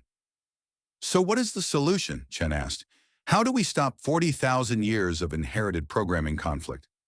"Ossuary fields." Brennan pulled up archive references. "Architect installation that might contain uncorrupted directives. Technology that could potentially repair system malfunction. Physical evidence that proves artificial origin while possibly providing tools to address underlying programming corruption." Cove studied the data, tactical mind clearly calculating operational implications. "Ossuary fields is Kethrani restricted zone. Coalition security protocols prohibit human access. Attempting infiltration would be..." His terminal chimed. "Priority message. Deployment orders." Cove pulled up the transmission, read with expression that shifted from tension to something approaching disbelief. "We're being reassigned. Charlie Company. Ossuary Fields Archaeological Security Detail. Effective immediately. Orders are signed by Colonel Vartanian and countersigned by UEEC Command." That's... Chen processed timing. That's not coincidence. Vartanian knows about architect evidence. She's positioning us to access ossuary fields under legitimate operational orders instead of requiring unauthorized infiltration. Or she's positioning us for elimination in location where combat casualties can be easily fabricated. Covey's skepticism was warranted. Sending investigation team to isolated archaeological site where Kithrani's security forces can eliminate threats without witnesses. Either interpretation remains plausible, Brennan acknowledged, but deployment orders give us legitimate access to site that might contain evidence necessary for addressing root cause of conflict. Whatever Vartanian's motivations, accepting assignment provides opportunity we couldn't create through unauthorized operation. The cargo bay's entrance chimed, security override. Someone with command clearance accessing their defensive position despite lockdown protocols. Cove drew sidearm. Chen positioned for tactical engagement. Brennan backed toward alternate exit while clutching storage device containing evidence that was either humanity's opportunity to understand galactic conspiracy or academic curiosity that would die with him when Kithrani eliminated investigation. The door opened. Colonel Vartanian entered alone, hands visible and empty, posture suggesting she'd come to negotiate rather than arrest. "Stand down. I'm not here to detain you." She looked at Cove, at deployment orders on his terminal. "You received assignment to ossuary fields. I assume Dr. Brennan's discovered why that location is critically important?" "Architect installation," Brennan said. "Physical evidence of engineered origins. Possible technology for repairing corrupted programming." Among other things, Vartanian moved to tactical display, pulled up classified intelligence about ossuary fields that significantly expanded on fragmentary archive documentation. Kithrani have been excavating that site for 6 years. They found something that terrifies their leadership, evidence that threatens to expose not just genocide, but fundamental lies about their species' nature and purpose. "You knew about the architects." Cove's voice carried accusation. "You knew both populations were artificial, that the war was system malfunction, that humanity was being used to perpetuate inherited programming conflict." "I knew fragments, enough to recognize that conventional approach, exposing genocide through diplomatic channels, wouldn't address root cause." Vartanian's expression was grim. "Isharvin contacted me 3 hours ago, provided additional intelligence. Explained that your investigation had discovered deeper truth that made simple exposure insufficient." "So you're sending us to ossuary fields to complete investigation?" Chen asked. "Allowing us to access architect installation despite knowing Kithrani will try to prevent that access?" "I'm sending you to ossuary fields because archaeological security detail provides legitimate cover for operation that needs to look like routine deployment while actually being intelligence gathering mission." Vartanian pulled up operational briefing. "Kithrani research expedition is extracting artifacts from primary installation. Your orders are to provide security for that expedition, maintain perimeter defense, prevent unauthorized access to archaeological site." "But our actual mission," Cove pressed. "Your actual mission is to document whatever Kithrani are finding, to verify architect evidence, to determine whether installation contains technology that might address programming corruption." Vartanian met his eyes. "And to survive long enough to share that intelligence with personnel who can act on it, because I'm committing career suicide by enabling this operation, and I need you to make my sacrifice accomplish something beyond getting all of us killed." The cargo bay fell silent except for ambient carrier vibration and distant sounds of security forces conducting systematic search for investigation team that was no longer hiding but preparing for deployment to site that might expose greatest conspiracy in galactic history or simply provide remote location for convenient elimination. "We have 6 minutes before Kithrani security reaches this section," Vartanian said. "Transport departs for ossuary fields in 40 minutes. You're either on it executing legitimate deployment orders, or you're here when security forces arrive to terminate investigation before it compromises alliance." Cove looked at Chen, at Brennan, at deployment orders that were either opportunity or elaborate trap. "And Esharven, the defector who provided intelligence that made this possible?" "Already aboard transport," Vartanian said. "Officially assigned as coalition liaison for archaeological security operation. actually positioned to provide real-time translation of architect technology if you manage to access installation without being eliminated by Kathrani research teams who will recognize exactly what you're attempting. 3% probability, Brennan murmured, remembering Esharven's assessment. That's what the defector calculated for successfully exposing genocide. What's probability for accessing architect installation, understanding 50,000-year-old technology, and repairing inherited programming that's been corrupted for 40,000 years? Immeasurably small, Vartanian admitted, but slightly better than zero, which is probability of accomplishing anything meaningful if you're dead when security forces arrive in 5 minutes. She transmitted updated orders to their terminals. Deployment authorization, mission parameters, security clearances that would allow them to board transport without triggering additional security alerts. Everything they needed to either complete investigation or walk directly into elimination operation disguised as routine deployment. Make your choice, Captain, Vartanian said, because I've made mine. I'm either officer who enabled truth to be exposed regardless of cost, or officer who sent exceptional personnel to their deaths pursuing impossible cause. Either way, I'm committed. Cove studied deployment orders one final time, calculating tactical implications against minimal probability of success, then met Vartanian's eyes with decision that Brennan recognized as point of no return. We deploy. We access ossuary fields. We document architect evidence. Kova's voice carried absolute conviction, and we discover whether 50,000-year-old installation contains solution to inherited programming war, or whether we're walking into remote location where our deaths will be conveniently classified as combat casualties. Excellent. Vartanian moved toward exit. Transport departs in 38 minutes. I suggest you use that time to prepare for operation that will either expose civilizational conspiracy or confirm that some truths are too dangerous for species built as weapons to ever fully understand. She left, presumably to return to command duties and maintain professional facade, while her subordinates deployed to archaeological site that might contain humanity's opportunity to escape inherited programming conflict or simply provide isolated location for convenient elimination. Chen began tactical preparation, weapons check, equipment verification, combat readiness protocols. Cove reviewed mission parameters, identifying potential complications and defensive positions. Brennan secured architect archives, downloading critical data to multiple backup devices in case primary storage was compromised. 35 minutes until deployment to ossuary fields. 35 minutes before investigation team attempted to access installation that might prove both Kathrani and Veth were artificial constructs trapped in 40,000 years of corrupted programming.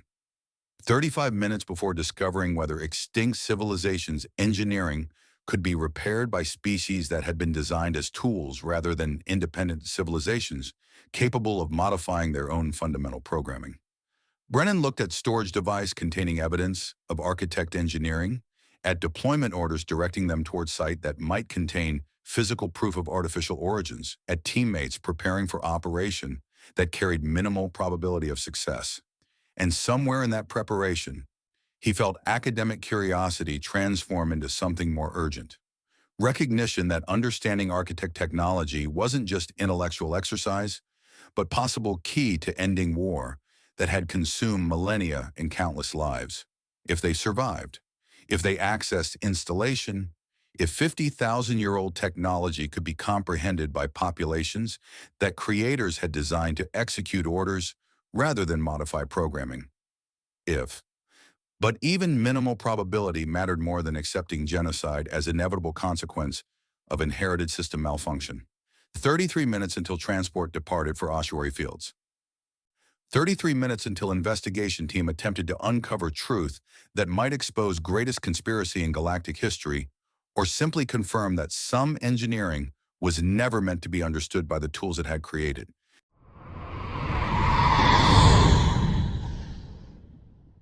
Chapter 14.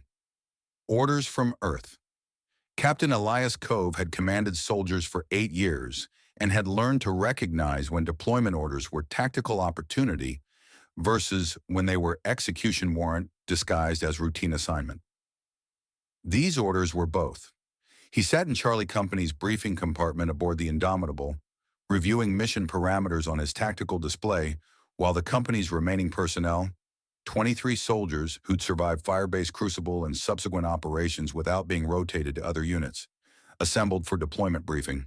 30 minutes until transport departed for Ossuary Fields. 30 minutes to prepare team for operation that was either humanity's opportunity to expose greatest conspiracy in galactic history or convenient location for eliminating investigation that threatened alliance stability. The orders were professionally constructed. Standard archaeological security detail, provide perimeter defense for Kethrani research expedition, prevent unauthorized access to restricted sites, maintain operational readiness for potential Veth incursions in system designated as low threat, but requiring presence due to strategic significance. Signed by Colonel Vartanian and countersigned by UEEC Command, carrying all appropriate authorization codes and security clearances. Nothing in the formal documentation suggested this was anything beyond routine deployment to archaeological zone, where coalition forces occasionally provided security for scientific operations. But Covey had spent 3 years learning to read subtext in operational orders, and the subtext here was unmistakable. Ossuary Fields was isolated. Remote system 3 weeks from nearest UEEC facilities, surrounded by territory that Kethrani controlled through coalition agreements. Support infrastructure was minimal. Single research station, limited defensive positions, communication arrays that required coalition relay networks rather than independent human channels. Perfect location for combat casualties that couldn't be independently verified. Perfect isolation for eliminating investigation team without witnesses who might question official explanations. Perfect tactical environment for trap disguised as legitimate deployment. And Vartanian, pragmatic officer who'd spent 3 years maintaining alliance while knowing about Kethrani deception, had signed orders sending Cove's team directly into that trap, which meant either she'd decided suppression was preferable to exposure, or she was providing cover for operation that needed to look routine while actually being intelligence-gathering mission with minimal probability of success and maximum probability of getting everyone killed. Cove suspected the latter, hoped for it actually, because alternative was that officer who'd shown signs of supporting investigation had ultimately chosen comfortable survival over uncomfortable truth. Lieutenant Chen entered briefing compartment, posture suggesting she'd completed tactical preparation and was ready for whatever confrontation Ossuary Fields would present. She moved to Cove's position, reviewed deployment orders with expression that confirmed she recognized same tactical implications he'd identified. "It's a trap," Chen said quietly. "Isolated location, minimal support, Kethrani control of surrounding territory. Perfect environment for eliminating investigation without complications." "Agreed." Cove pulled up system maps showing Ossuary Fields' strategic position. "But it's also legitimate opportunity to access architect installation that might contain evidence we couldn't obtain through unauthorized infiltration. Evidence we'll never share if we're dead before extracting from hostile environment." "Also agreed." Cove switched to personnel roster, identifying soldiers whose loyalty he trusted versus those who might report unusual operational activities to proper authorities, which is why we're treating this as combat deployment rather than routine security detail. Full tactical preparation, contingency planning for hostile contact, defensive positions that assume Kethrani forces might engage rather than collaborate.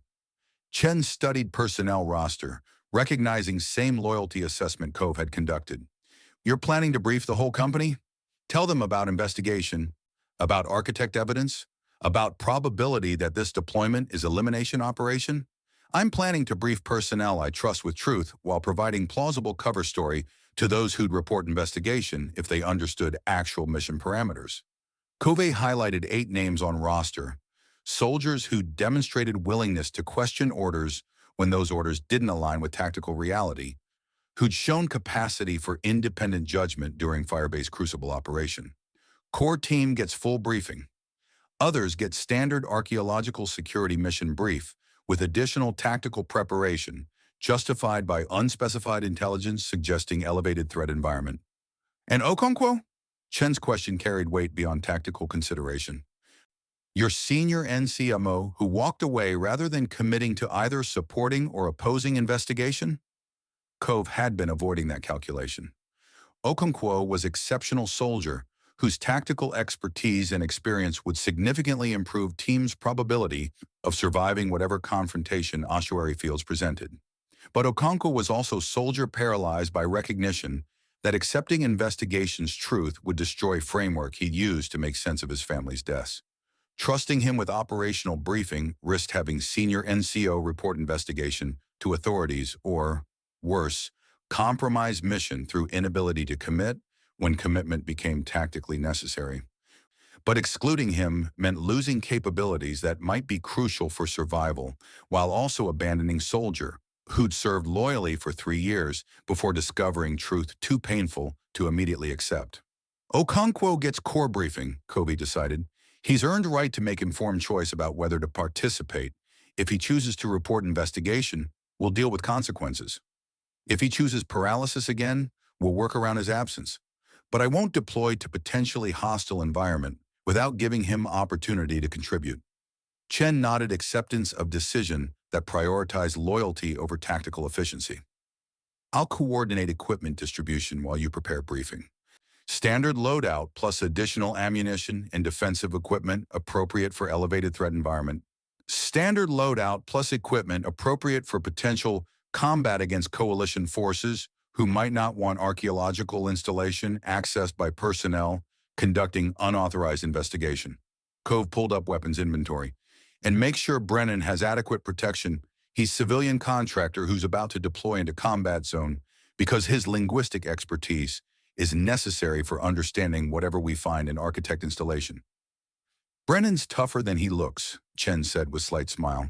Firebase Crucible demonstrated he can function under pressure. And he's personally motivated to access ossuary fields.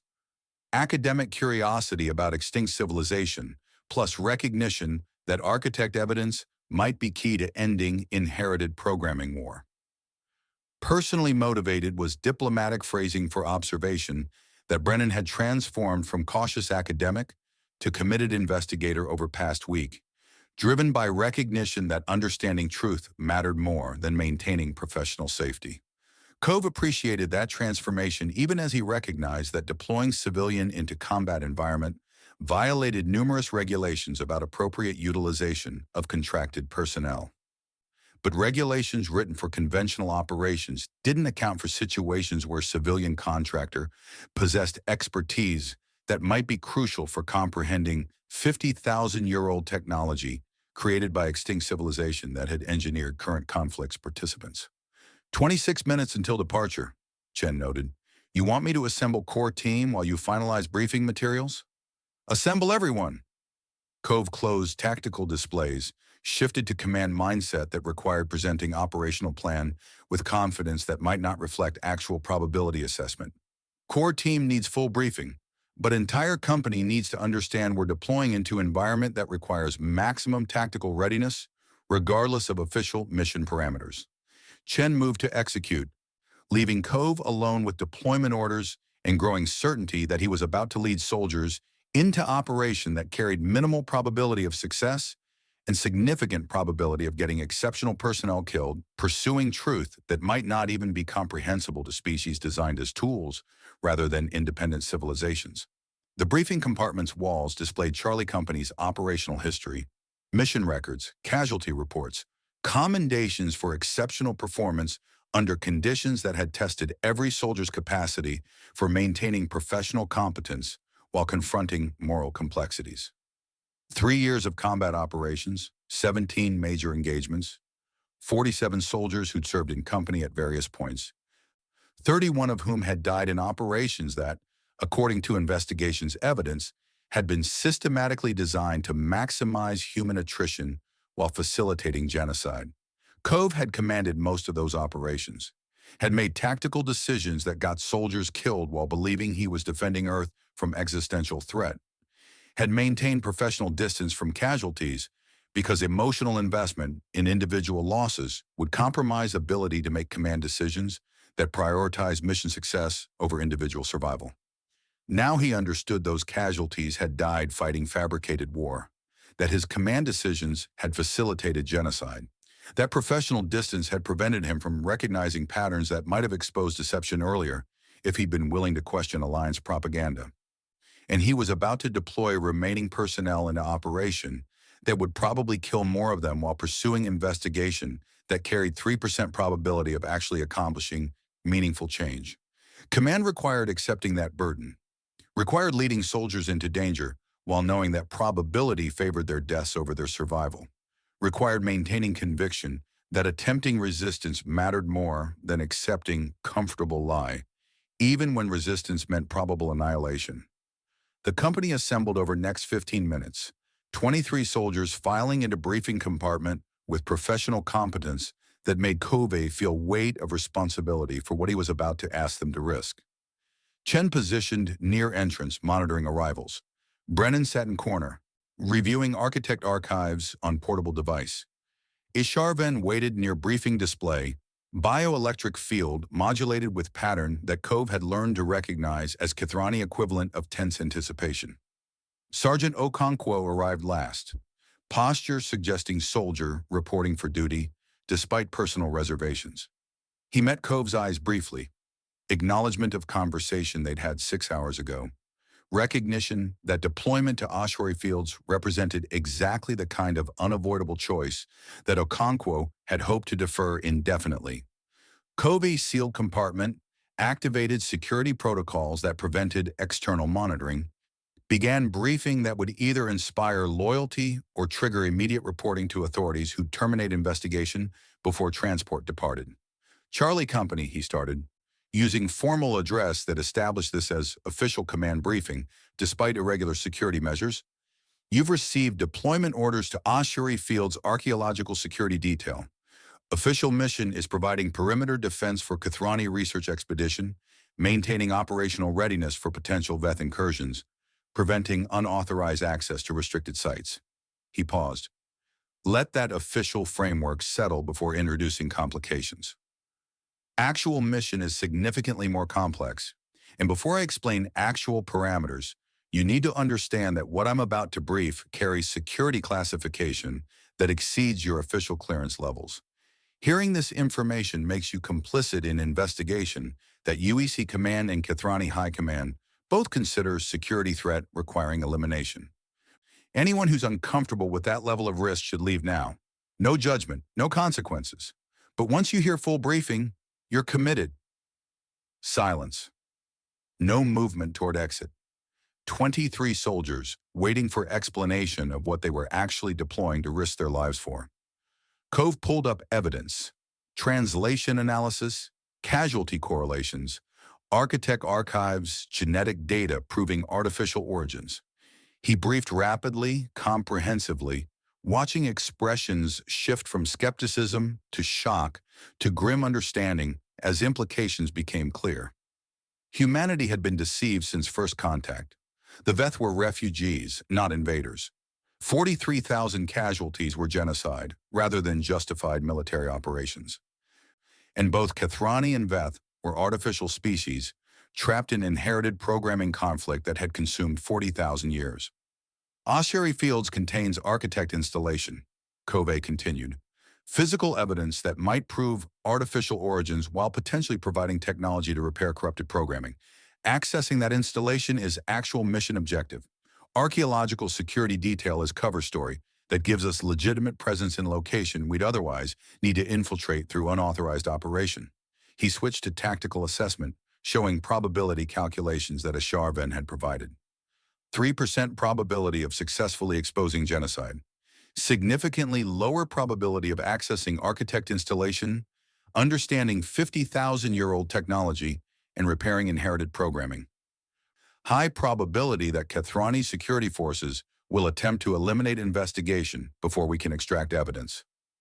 Covey met each soldier's eyes. This deployment is either opportunity to expose greatest conspiracy in galactic history or convenient trap for eliminating personnel who've discovered truth that threatens Alliance stability. But we're going anyway, one of the corporals said. Statement rather than question. Recognition of how Cove's command style operated. We're going anyway, Cove confirmed. Because attempting to expose truth matters more than accepting genocide as inevitable. Because accessing architect installation might provide solution to inherited programming war.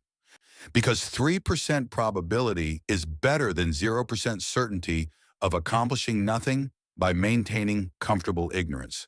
He pulled up deployment timeline. Transport departs in 22 minutes. Anyone who wants to transfer to different unit, request reassignment, or report this briefing to proper authorities, do it now. Otherwise, we're treating this as combat deployment into a hostile environment where coalition forces might engage rather than collaborate. More silence.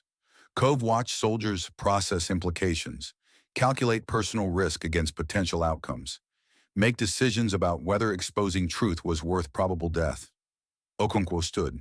For a moment, Cove thought his senior NCO was going to walk out, report investigation, request transfer, anything except committing to operation that required accepting truth about his family's deaths. Instead, Okonkwo moved to briefing display, pulled up tactical map of ossuary fields. If we're deploying into potential hostile environment, we need defensive positions that account for Kathrani force disposition. Research station is here. He highlighted installation location. Standard security perimeter would position human forces in exposed positions that make us vulnerable to coalition fire. Recommend alternative deployment that provides cover while maintaining access to archaeological site. Relief flooded through Cove. Recognition that his sergeant had chosen commitment over paralysis. That exceptional soldier was contributing tactical expertise despite personal cost of accepting investigation's truth. Agreed, Covey said. Lieutenant Chen will coordinate defensive positions. Dr. Brennan and Isher Ven will focus on accessing architect installation. I'll maintain command coordination and interface with Kathrani research teams who may or may not be aware that their security detail has unauthorized intelligence gathering objectives. He looked at assembled company, 23 soldiers who just committed to deployment that carried minimal probability of success and significant probability of death. This is probably suicide mission, Cove said bluntly. Probability favors our elimination over our survival, but attempting resistance matters more than accepting genocide as inevitable consequence of inherited programming conflict. And if we somehow succeed, if we access architect installation, if we document evidence, if we survive long enough to share intelligence that exposes civilizational conspiracy, then maybe humanity can escape being used as weapons for war we never should have been fighting. And if we fail? Another soldier asked.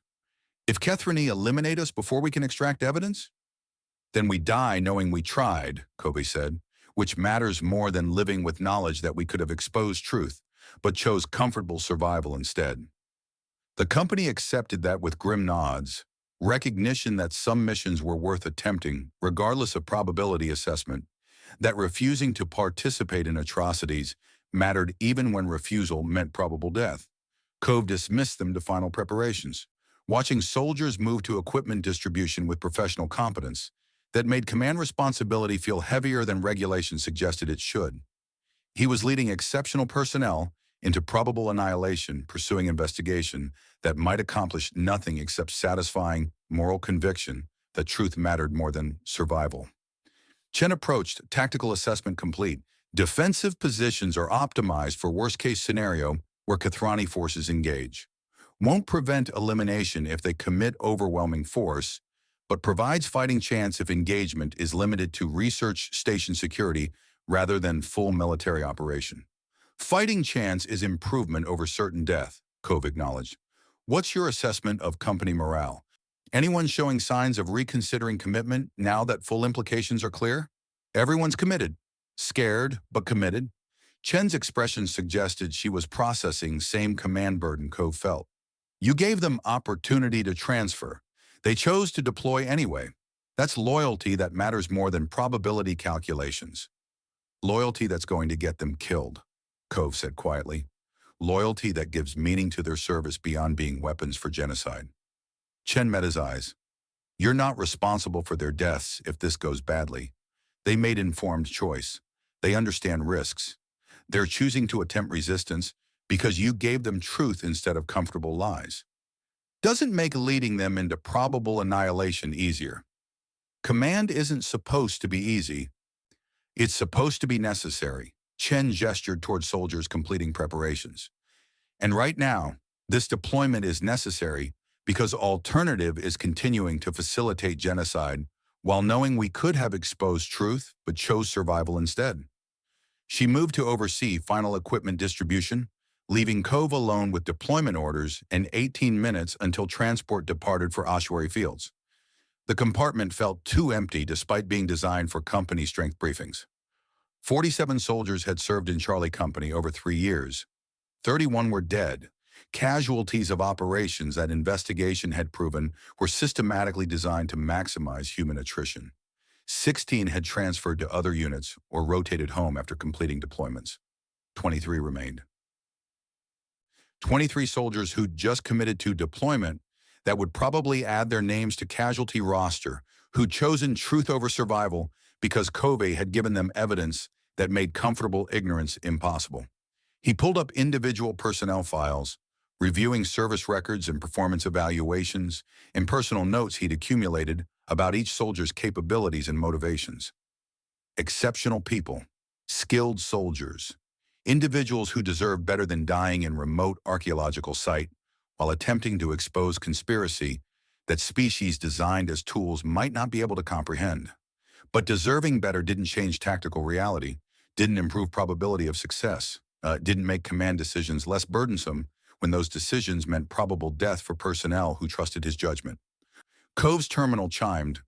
Private message from Brennan requesting brief conversation before departure.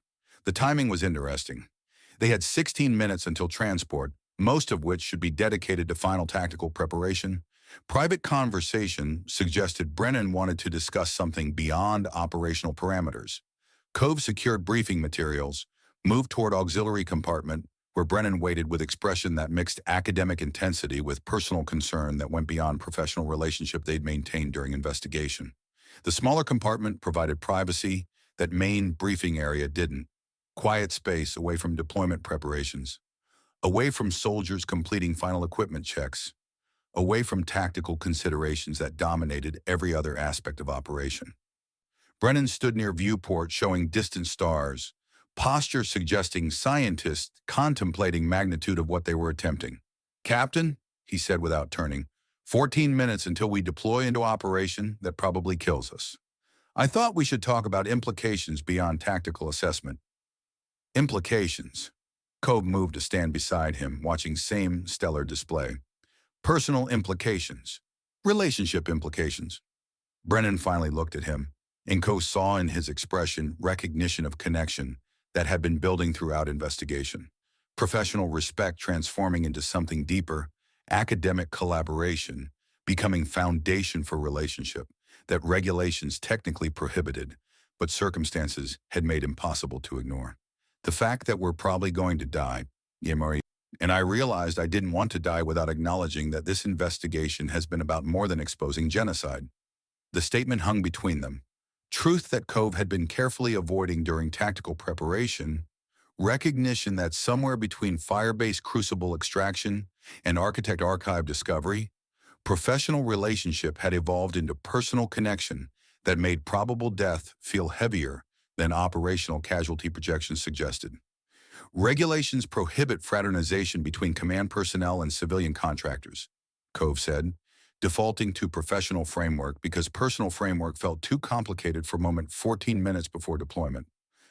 Regulations written for conventional operations don't account for situations where command personnel and civilian contractors are collaborating on investigation that will probably get both killed while attempting to expose civilizational conspiracy.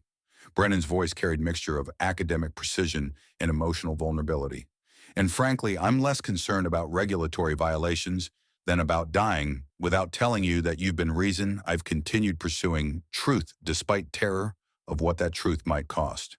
Covey felt careful professional distance crack beneath weight of admission that reflected his own evolution from skeptical officer to committed investigator, driven partially by evidence, but significantly by Brennan's conviction that some truths demanded exposure regardless of personal consequences. When did this become about more than investigation? Cove asked quietly. Probably Firebase Crucible. Definitely by Relay Station Juno. Brennan's smile was slight, self-aware. Watching you risk court-martial to extract evidence, listening to you defend investigation despite knowing it might destroy career. Somewhere in that commitment, I recognized that pursuing truth mattered less than pursuing it with someone whose conviction made impossible resistance seem achievable. That's not tactical assessment, Cove observed. No, it's personal recognition that regulations prohibiting fraternization exist because emotional connections compromise professional judgment. Brennan met his eyes. An acknowledgement that I don't care about compromised judgment when alternative is maintaining professional distance while dying alongside he paused, person whose partnership has made this investigation bearable instead of isolating terror. Cove should have maintained boundaries, should have redirected conversation to operational parameters, should have preserved professional framework that command required regardless of personal feelings. Instead, he found himself acknowledging truth he'd been suppressing. You're not just civilian contractor providing linguistic expertise. You haven't been since Firebase Crucible. And I'm not just commanding officer coordinating investigation. He struggled for terminology that captured relationship that had evolved beyond regulations. We're partners. In investigation, yes. But also in recognition that attempting this matters more when attempted with someone who makes probable death feel less like waste of potential and more like meaningful sacrifice. The admission felt simultaneously liberating and terrifying. Recognition that professional distance had eroded completely, that emotional connection had become central to how Cove understood investigation's purpose, that losing Brennan in Ossuary Field's operation would mean more than losing exceptional linguistic expertise. Brennan moved closer, and Cove felt tension that had been building throughout preparation finally crystallized into a moment that regulations would classify as inappropriate, but that felt like only honest response to recognition that they were probably about to die together. 12 minutes until transport, Brennan said quietly. 12 minutes before we deploy into operation that carries 3% probability of success. I needed you to know that whatever happens, whether we succeed or fail, whether we survive or die, pursuing this investigation with you has been the most meaningful thing I've accomplished. Even if we fail, even if we die without exposing truth, even then, Brennan's conviction was absolute. Because attempting resistance with partner who makes impossible cause feel achievable matters more than succeeding with resources that make victory certain but meaningless. Cove recognized truth in that statement, recognition that investigation's meaning came not just from potential outcomes, but from process of pursuing truth alongside someone whose partnership transformed burden into shared purpose. He should have said something about tactical preparation, about deployment timeline, about necessity of maintaining professional focus during final minutes before operation commenced.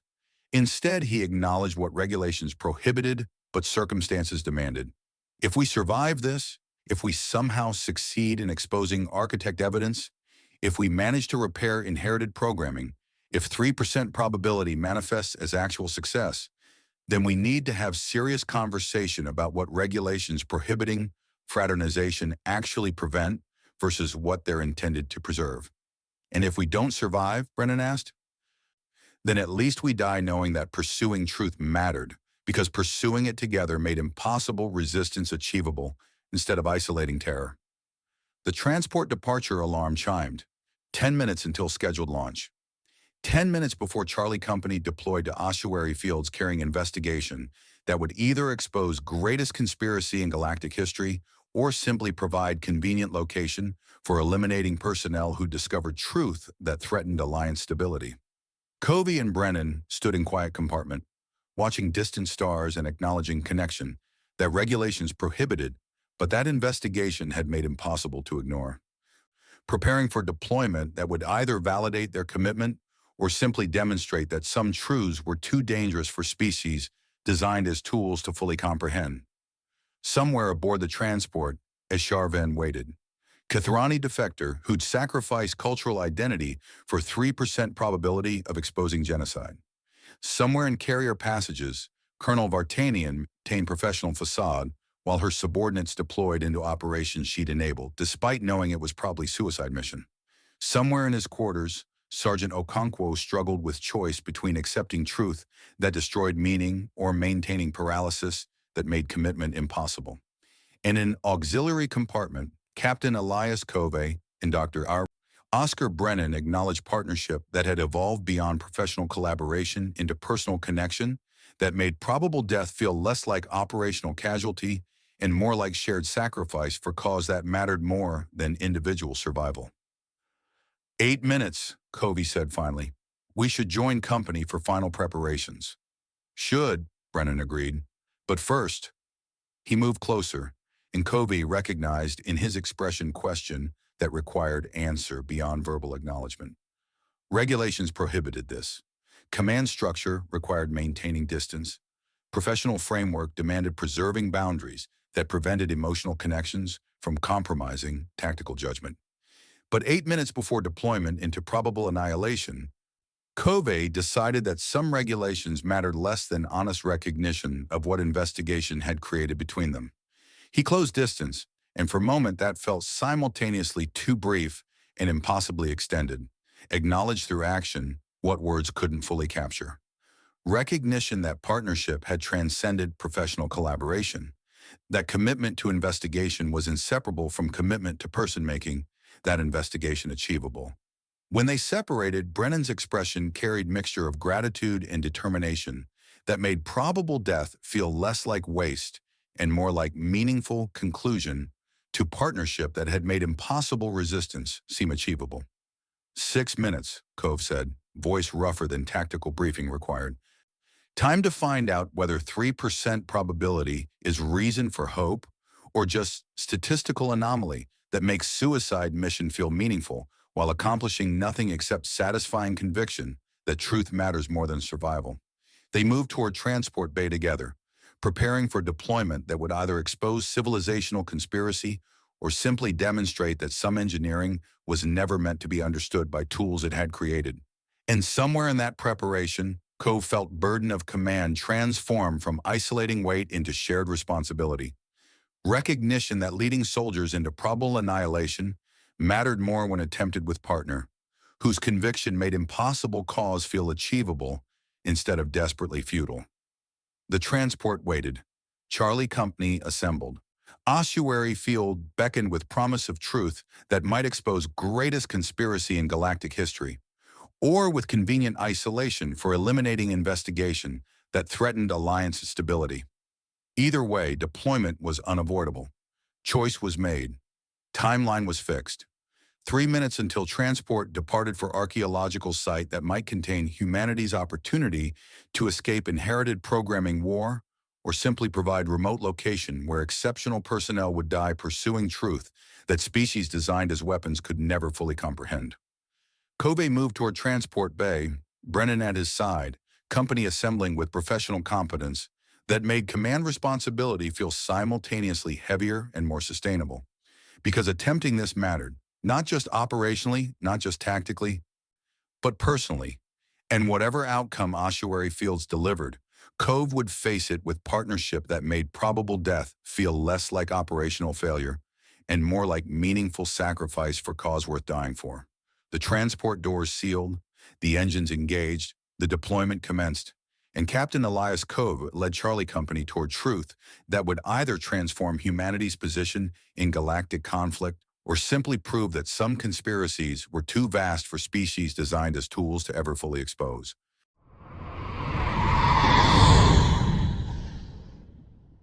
Chapter 15. The Lover's Burden.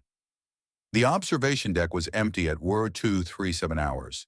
Shift change had cleared the space of personnel seeking distraction from carrier routine, leaving only stars visible through reinforced viewports and quiet that felt simultaneously peaceful and oppressive. Captain Elias Cove stood watching AG-227's distant glow, the world that human cartographers had designated ossuary fields, appearing as faint point of light among thousands, unremarkable except for what it represented. Archaeological site containing evidence that might expose greatest conspiracy in galactic history, or convenient location for eliminating investigation that threatened alliance stability. 12 hours until transport departed. 12 hours that should have been dedicated to tactical preparation, operational planning, final coordination with personnel who'd committed to deployment carrying 3% probability of success. Instead, Covey had come here seeking quiet that command responsibilities rarely permitted, trying to process weight of decisions that would probably get exceptional soldiers killed while pursuing truth that might not even be comprehensible to species designed as tools. The door whispered open. Cove didn't need to turn to know who'd found him. Brennan's footsteps had distinctive rhythm, academic precision mixed with determination that had characterized his evolution from cautious contractor to committed investigator.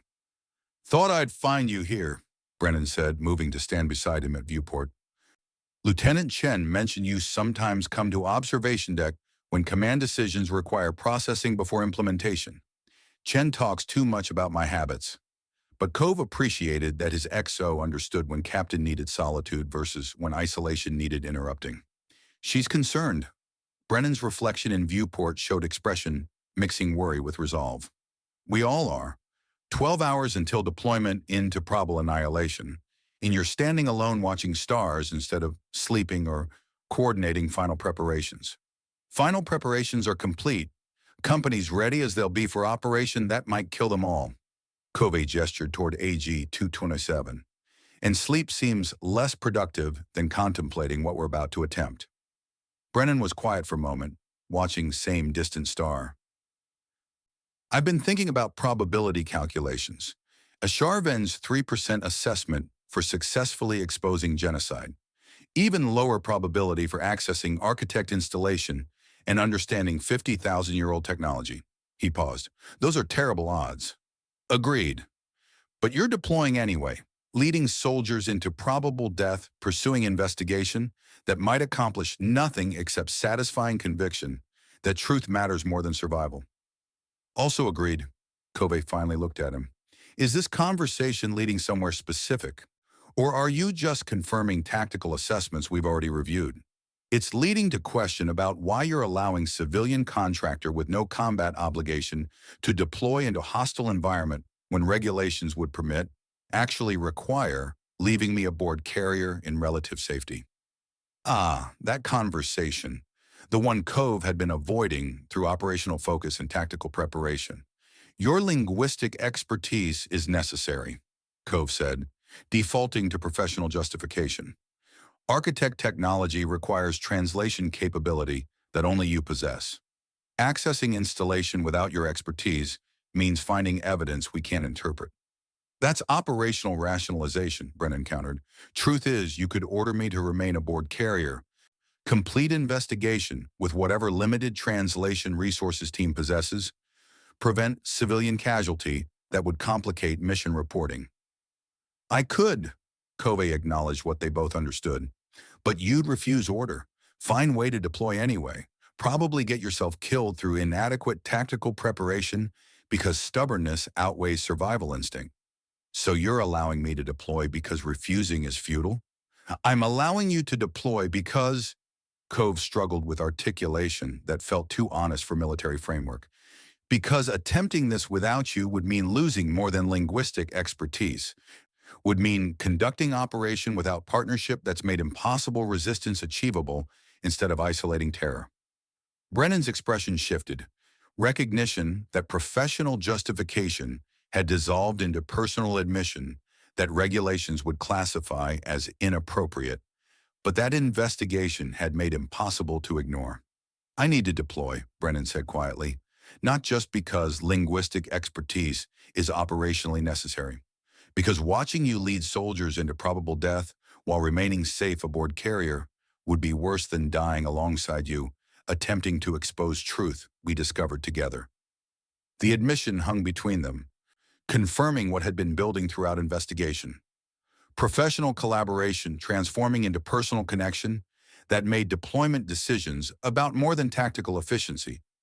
Cove should have maintained boundaries, should have insisted that civilian contractors remained in safe positions regardless of personal preferences. should have preserved command structure that prevented emotional connections from compromising operational judgment. But 12 hours before deployment, that would probably kill them both. Maintaining professional distance felt less important than acknowledging truth they've been carefully avoiding. Regulations prohibit what we're discussing, Covey said.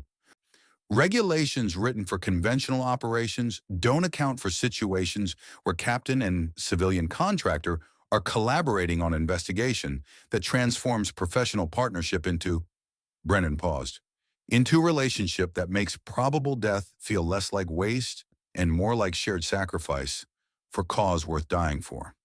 When did this become about more than investigation? Covey asked, echoing question from earlier conversation. Firebase Crucible, probably. Definitely by Relay Station Juno. Brennan moved closer to viewport, close enough that Cove could see tension in his posture. Watching you risk everything to extract evidence, listening to you defend investigation despite knowing it might destroy career. Somewhere in that commitment, I recognized that pursuing truth mattered because pursuing it with you made impossible cause seem achievable. Cove had recognized same evolution, professional respect transforming into something deeper, academic collaboration becoming foundation for connection that felt simultaneously inappropriate and inevitable. You understand what you're risking? Not just deployment into hostile environment, but emotional investment in relationship that might end with both of us dead before it's fully explored? I understand risks better than you think. Brennan's voice carried mixture of academic precision and personal vulnerability. I've spent 3 years studying xenolinguistics while maintaining careful professional distance from military personnel. Safe career built on avoiding emotional complications that might compromise objectivity. And then Firebase Crucible happened, and I discovered that objective analysis matters less than pursuing truth with partner whose conviction makes impossible resistance achievable. That's not tactical assessment. No, it's personal recognition that I'm tired of professional distance, tired of safe choices that preserve career at expense of meaningful connection, tired of, he turned to face Kobe directly, tired of pretending that working alongside you for past week has been only about investigation rather than discovering that some partnerships transcend professional collaboration. The observation deck felt smaller suddenly, intimate space that carrier's usual activity didn't permit. Just two people acknowledging connection that regulations prohibited, but circumstances had made impossible to ignore. I tried to protect you, Cove said quietly. Tried to maintain distance that would keep you safe if investigation failed. Tried to preserve professional framework that might allow you to survive with plausible deniability about depth of involvement. I don't want protection that requires pretending partnership is only professional. Brennan's certainty was absolute. I want honesty about what this investigation has created between us. Want acknowledgement that deploying to ossuary fields together matters more than surviving separately with comfortable lies about relationships' nature. Cove felt careful control crack beneath weight of admission that reflected his own evolution from maintaining command distance to recognizing that some connections mattered more than preserving professional boundaries. If we survive this, he said carefully, if we somehow succeed in exposing architect evidence, if 3% probability manifests as actual success, then we'll need to address what regulations prohibiting fraternization mean when applied to a relationship that developed through shared commitment to impossible cause. And if we don't survive, then we die knowing that attempting this together mattered more than succeeding alone. Cove allowed himself to acknowledge truth he'd been suppressing. That partnership transformed burden of command into shared purpose. That investigating genocide with you made probable annihilation feel like meaningful sacrifice rather than operational failure. Brennan was quiet, processing admission that confirmed what investigation had created between them. Then, I need you to understand something. I'm deploying to ossuary fields not because linguistic expertise is necessary, though it is, but because facing probable death alongside you feels more honest than remaining safe, while pretending partnership was only professional collaboration. That's terrible tactical reasoning. That's honest emotional reasoning. Brennan smiled slightly. And after 3 years of safe tactical choices, I've decided that honest emotion matters more than comfortable professional distance. Cove recognized truth in that statement, recognition that investigation had forced both of them to choose between maintaining safe frameworks and acknowledging connections that regulations classified as inappropriate, but that circumstances had made central to how they understood mission's purpose. The carrier's ambient vibration seemed more pronounced in observation deck's quiet, low-frequency hum of engines and life support, creating background rhythm that made moment feel suspended outside normal operational timeline. 12 hours until deployment, 12 hours that regulations suggested should be dedicated to tactical preparation and professional coordination. But standing here acknowledging relationship that had evolved beyond professional collaboration felt more necessary than additional weapons checks or defensive position reviews. "Tell me about Lagos," Brennan said unexpectedly. "Not the tactical assessment or casualty reports. Tell me why you chose military service after incursion killed 47,000 civilians." The question was personal, invasive in way that regulations would classify as inappropriate between command personnel and civilian contractor. But context, 12 hours before probable death, observation deck empty except for stars and quiet, made professional boundaries feel less relevant than honest sharing of experiences that shaped who they'd become. "Lagos wasn't just statistics," Cove said after long pause. "It was watching city where I'd grown up become combat zone, watching Kathrani orbital strikes eliminate what they classified as Veth invasion force, watching 47,000 people die while leadership explained it was necessary sacrifice to prevent Earth's conquest." He pulled up archive footage on Viewport, combat recordings from Lagos incursion showing chaos and destruction that had motivated his military service. "I joined because someone needed to prevent future incursions, because preventing meant understanding enemy tactics, because understanding meant surviving long enough to develop countermeasures." He paused. "And now investigation has proven that incursion was manufactured crisis. That 47,000 casualties died because Kathrani translated refugee convoy as invasion force.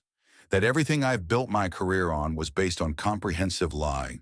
Brennan watched footage with expressions suggesting he was processing not just tactical information, but personal cost of discovery that transformed Cove's foundational motivations from justified response to manipulation by species using manufactured tragedy to ensure human military mobilization.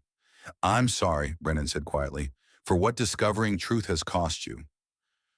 For transforming career built on preventing future tragedies into recognition that tragedies were manufactured to ensure your participation in genocide. Don't apologize for truth." Kobe's voice was rough. "You didn't create deception, you helped expose it. And exposing it, however painful, matters more than maintaining comfortable ignorance that would mean continuing to facilitate atrocities. Still, recognizing that Lagos was manufactured crisis, that your military service has been built on responding to fabricated invasion, that's burden beyond what tactical assessment captures. It's burden that makes deploying to ossuary fields necessary," Covey corrected. "Because if Lagos was manufactured, if 47,000 casualties died for Kathrani population control rather than genuine threat, then exposing that truth matters more than preserving career built on responding to fabricated crisis." He turned from footage to face Brennan directly. "Your turn. Tell me why academics studying xenolinguistics decided that investigating genocide was worth risking everything you'd built through careful professional distance." Brennan was quiet, considering question that demanded same personal honesty he'd requested. "I spent 3 years translating communications while maintaining objective analysis, professional detachment that preserved academic credibility. And then Firebase Crucible happened, watching you extract refugees we'd been told were military threats, seeing their desperate communications that Kathrani had translated as tactical coordination, and I recognized that objective analysis was enabling atrocities." He gestured at archived architect data on his portable device. "I became linguist because language reveals truth that species try to conceal. But I'd been using linguistic expertise to maintain comfortable professional position while ignoring truth that comprehensive analysis would have exposed years ago if I'd been willing to question alliance propaganda. So Firebase Crucible transformed you from careful academic to committed investigator? Firebase Crucible made continuing comfortable analysis psychologically impossible. Brennan's admission carried weight of personal reckoning, made recognizing truth more important than preserving professional safety, made pursuing investigation with you more meaningful than maintaining distance that would have kept me safe while enabling genocide. They stood in quiet, watching stars and processing shared recognition that investigation had forced both to abandon comfortable frameworks. Covey's career built on preventing manufactured tragedies. Brennan's academic position built on objective analysis that avoided uncomfortable truths. 12-hour, Cove said eventually. 12 hours before deployment into operation, that probably kills us both. How do you want to spend that time? The question carried implications beyond tactical preparation, recognition that limited hours remaining might be their only opportunity for normalcy before chaos of ossuary field's operation. Brennan considered then, I want to spend it here. Not preparing for combat or reviewing architect archives or coordinating with company. Just here, watching stars with someone who makes probable death feel less like waste and more like meaningful conclusions of partnership that's been most important thing I've accomplished. That's not tactically efficient? No, it's emotionally necessary. Brennan moved closer, closing distance that professional framework had maintained. And 12 hours before probable annihilation, emotional necessity matters more than tactical efficiency. Cove should have insisted on final preparations, should have returned to command responsibilities that deployment required, should have maintained professional framework that regulations demanded regardless of personal preferences. Instead, he made choice that regulations would classify as inappropriate, but that felt like only honest response to recognition that limited time remaining mattered more than additional tactical coordination. Agreed. We spend it here, watching stars and acknowledging partnership that's made this investigation achievable instead of isolating terror. They stood together at viewport, not touching, but close enough that carrier's vibrations seemed to synchronize their breathing, watching distant glow of AG 227 while processing shared recognition that deployment would either validate their commitment or simply demonstrate that some truths were too dangerous for species designed as tools to fully expose. The hours passed quietly, not in silence. They talked, sharing histories and experiences that professional framework had prevented discussing, acknowledging fears and hopes that tactical assessment didn't capture. Brennan described academic career built on careful distance from emotional complications. Covey shared command experiences where maintaining professional boundaries had been necessary for making decisions that got soldiers killed while preserving operational effectiveness. And somewhere in those hours, professional partnership transformed completely into personal connection that made probable death feel less like operational casualty and more like shared sacrifice for cause that mattered more than individual survival. At 1:05:34 hours, with 8 hours remaining until deployment, Brennan said quietly, I'm glad it's you. Glad that if I'm going to die exposing conspiracy, I'm dying alongside partner who makes impossible cause feel achievable. I'm glad it's you too, Cove acknowledged. Glad that command burden is shared with someone whose conviction makes leading soldiers into probable annihilation feel like meaningful sacrifice rather than tactical failure. They watched stars in comfortable quiet, processing weight of admission that confirmed what investigation had created between them. At 6:21 hours, carrier operations resumed normal tempo, personnel beginning duty shifts, activity levels increasing throughout vessel, observation deck's privacy becoming impossible to maintain as soldiers sought distraction from routine. Cove and Brennan should have separated then, returned to professional frameworks that regulations demanded, should have maintained distance that preserved appropriate relationship between command personnel and civilian contractor. Instead, they remained together, watching stars and acknowledging through continued presence what words couldn't fully capture. Recognition that partnership transcended professional collaboration, that commitment to investigation was inseparable from commitment to person making that investigation achievable. At 8:47 hours, Lieutenant Chen's message interrupted. Final preparations complete. Company assembled. Transport departure in 90 minutes. Reality intruded, reminder that limited peaceful hours were ending, The deployment into probable annihilation was unavoidable. The choices made would either validate their commitment or simply demonstrate that 3% probability was statistical anomaly rather than reason for hope. "Time to go," Cove said reluctantly. "Time to go," Brennan agreed. But neither moved immediately, both recognizing that leaving observation deck meant returning to operational framework where personal connection needed concealing beneath professional collaboration. Finally, Brennan asked, "After this, assuming we survive, assuming we succeed in exposing architect evidence, what happens to us? To partnership that regulations prohibit, but investigation has made central to how we understand mission's purpose?" "I don't know," Cove admitted. "Regulations exist for legitimate reasons, preventing emotional connections from compromising operational judgment, maintaining command structure that requires professional distance. But regulations written for conventional operations don't account for partnerships that develop through shared commitment to impossible causes. So we figure it out if we survive? We figure it out if we survive." Cove allowed himself to acknowledge hope that 3% probability might manifest as actual success. And if we don't survive, at least we die knowing that attempting this together mattered more than succeeding alone. Brennan moved closer, and for a moment that felt simultaneously too brief and impossibly extended. They acknowledged through contact what regulations prohibited but circumstances demanded. Recognition that partnership had transcended professional collaboration, that commitment to each other was inseparable from commitment to exposing truth. When they separated, Cove felt weight of command return, responsibility for soldiers who trusted his judgment, burden of leading exceptional personnel into probable annihilation, recognition that personal connection made operational decisions simultaneously more meaningful and more difficult. 87 minutes until deployment, he said, voice returning to professional tone that command required. "We should join company for final coordination." They left observation deck together, returning to operational framework where personal relationship needed concealing beneath professional collaboration. But walking toward transport bay, Cove felt burden of command transform from isolating weight into shared responsibility.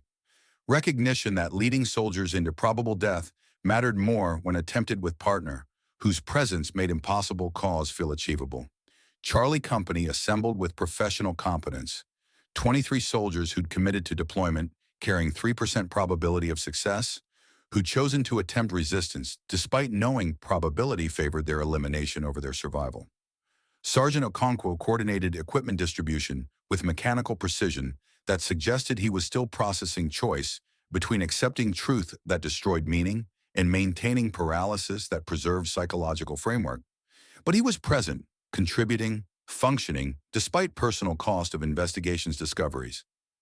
Lieutenant Chen reviewed defensive positions one final time, ensuring tactical preparation was optimized for worst-case scenarios where Kathrani forces engaged rather than collaborated. Isharven waited near transport entrance. Bioelectric field modulated with pattern that Cove had learned to recognize as Kathrani, equivalent of resigned determination. Defector who'd sacrificed cultural identity for minimal probability of exposing genocide, who understood that helping humanity meant accepting cultural death as inevitable consequence. And Dr. Oscar Brennan moved among personnel with quiet competence, civilian contractor who'd refused protection in favor of deploying alongside partner, whose conviction made probable death feel like meaningful sacrifice rather than wasted potential. 60 minutes until departure. 60 minutes before transport launched toward ossuary fields carrying investigation team that would either expose greatest conspiracy in galactic history or simply provide convenient location for eliminating personnel who discovered truth that threatened Alliance stability. Cove conducted final briefing, tactical reminders, operational objectives, recognition that deployment carried significant probability of combat against coalition forces who might not want architect installation accessed by unauthorized investigation. He didn't mention personal connection with Brennan, didn't acknowledge emotional investment that made probable death feel heavier than operational casualty projections suggested. Maintained professional framework that command required regardless of personal feelings. But watching Brennan secure equipment with same determination that had characterized his evolution from cautious academic to committed investigator, Cove felt certainty that attempting this together mattered more than succeeding alone. That partnership made impossible resistance achievable instead of isolating terror. That whatever outcome Ossuary Fields delivered, facing it alongside person who transformed command burden into shared purpose gave meaning to probable sacrifice. 30 minutes until departure. The transport's engines hummed to life. Low vibration that would soon carry them away from carrier's relative safety toward archaeological site containing evidence that might expose civilizational conspiracy or simply provide remote location where exceptional personnel would die pursuing truth. Cove moved through company, conducting final checks and offering quiet words of encouragement to soldiers who trusted his judgment despite knowing deployment carried minimal probability of success. And Brennan stayed close, not obtrusively, not violating professional framework, but present in a way that made command responsibility feel less isolating. 15 minutes. Personnel secured in transport, equipment stowed, defensive positions assigned for arrival at Ossuary Fields. Everything ready for operation that would either validate years of investigation or simply demonstrate that some truths were too dangerous for species designed as weapons to fully expose. Cove took his position near Brennan, close enough to speak quietly without others overhearing. Whatever happens at Ossuary Fields, whether we succeed or fail, whether we survive or die, I'm glad we attempted this together. I'm glad too, Brennan said. Glad that if I'm going to die, it's pursuing truth alongside partner who makes impossible cause feel achievable. 5 minutes. The transport doors sealed, systems engaged, departure sequence initiated. And Captain Elias Cove led Charlie Company toward Ossuary Fields, carrying investigation that had transformed from exposing systematic deception to uncovering truth about species' fundamental nature, carrying partnership that had evolved from professional collaboration to personal connection that made probable death feel like meaningful sacrifice. The transport launched, stars blurred through acceleration. AG-227 grew from distant point to visible world, planet containing architect installation that might expose greatest conspiracy in galactic history. Cove watched approach through tactical displays, processing operational variables in defensive scenarios, and probability calculations that suggested elimination was more likely than survival. But beside him, Brennan reviewed architect archives with same focused determination that had characterized his commitment throughout investigation. And somewhere in that shared focus, Covey felt weight of command transform from crushing burden into shared purpose. Recognition that attempting resistance mattered more when attempted with partner who made impossible cause achievable. The transport descended toward Ossuary Fields, toward truth that would either transform humanity's position in galactic conflict or simply prove that some engineering was never meant to be understood by tools it had created. Toward architect ruins that initial surveys had suggested were limited archaeological sites, but that might prove to be vast beyond any previous assessment. Toward Kathrani expedition excavating something specific, something that had motivated 6 years of careful archaeological work in restricted zone. Toward confrontation that would either expose civilizational conspiracy or simply demonstrate that 3% probability was reason for desperate hope rather than realistic assessment. The world grew larger through viewports. Ancient structures became visible on surface, geometric patterns that suggested deliberate construction at scales that made human engineering seem primitive. And deep within those structures, something waited. Some truth that Kethrani had been carefully excavating while preventing human access. Some evidence that might explain not just genocide, but fundamental nature of species designed as tools, rather than independent civilizations. The transport touched down at Research Station Perimeter. Charlie Company prepared for deployment into an environment that might contain humanity's opportunity to escape inherited programming war, or might simply provide convenient isolation for eliminating investigation before truth could spread beyond containable scope. Either way, they were committed. The doors opened, Ossuary Fields waited. And Captain Elias Covey led his company forward into ruins that would either expose greatest conspiracy in galactic history or simply prove that some truths were too vast for species designed as weapons to ever fully comprehend.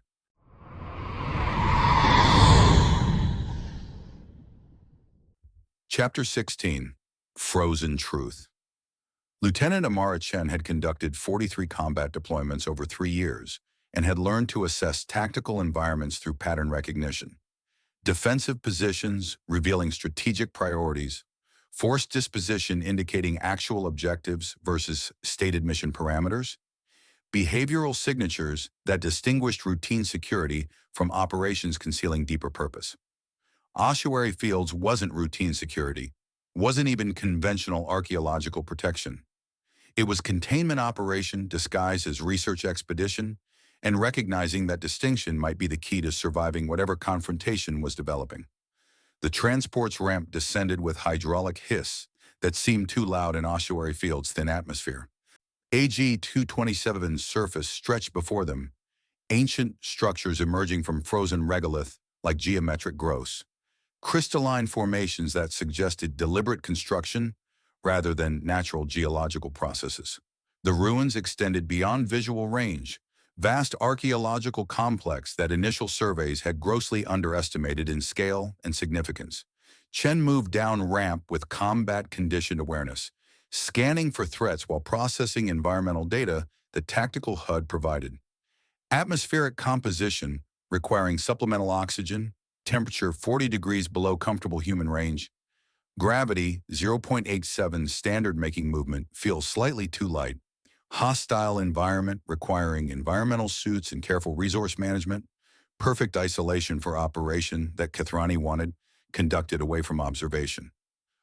Charlie Company deployed with professional competence, 23 soldiers establishing perimeter, while Chen coordinated defensive positions based on briefing parameters that had designated their role as archaeological security rather than intelligence gathering operation. Sergeant Okonkwo directed squad movements with mechanical precision, functioning despite personal struggle with investigations discoveries. Dr. Brennan and Ashar Venn moved toward research station, prepared to interface with Kathrani expedition about accessing installation. And Captain Cove maintained command coordination, reviewing tactical displays, showing force disposition that Chen was already recognizing didn't match conventional defensive deployment. The Kathrani Research Station sat at center of ruins complex, modular structures providing life support and workspaces for scientific personnel, surrounded by defensive positions that should have been optimized for protecting installation from external threats. Standard archaeological security would position forces in perimeter configuration that maximize coverage while minimizing exposure. Instead, Kathrani forces were deployed in containment pattern, defensive positions facing inward toward specific ruins sector rather than outward toward potential approach vectors. Weapons coverage optimized for preventing access to central structure rather than defending against external assault. They weren't protecting the site from Veth attack.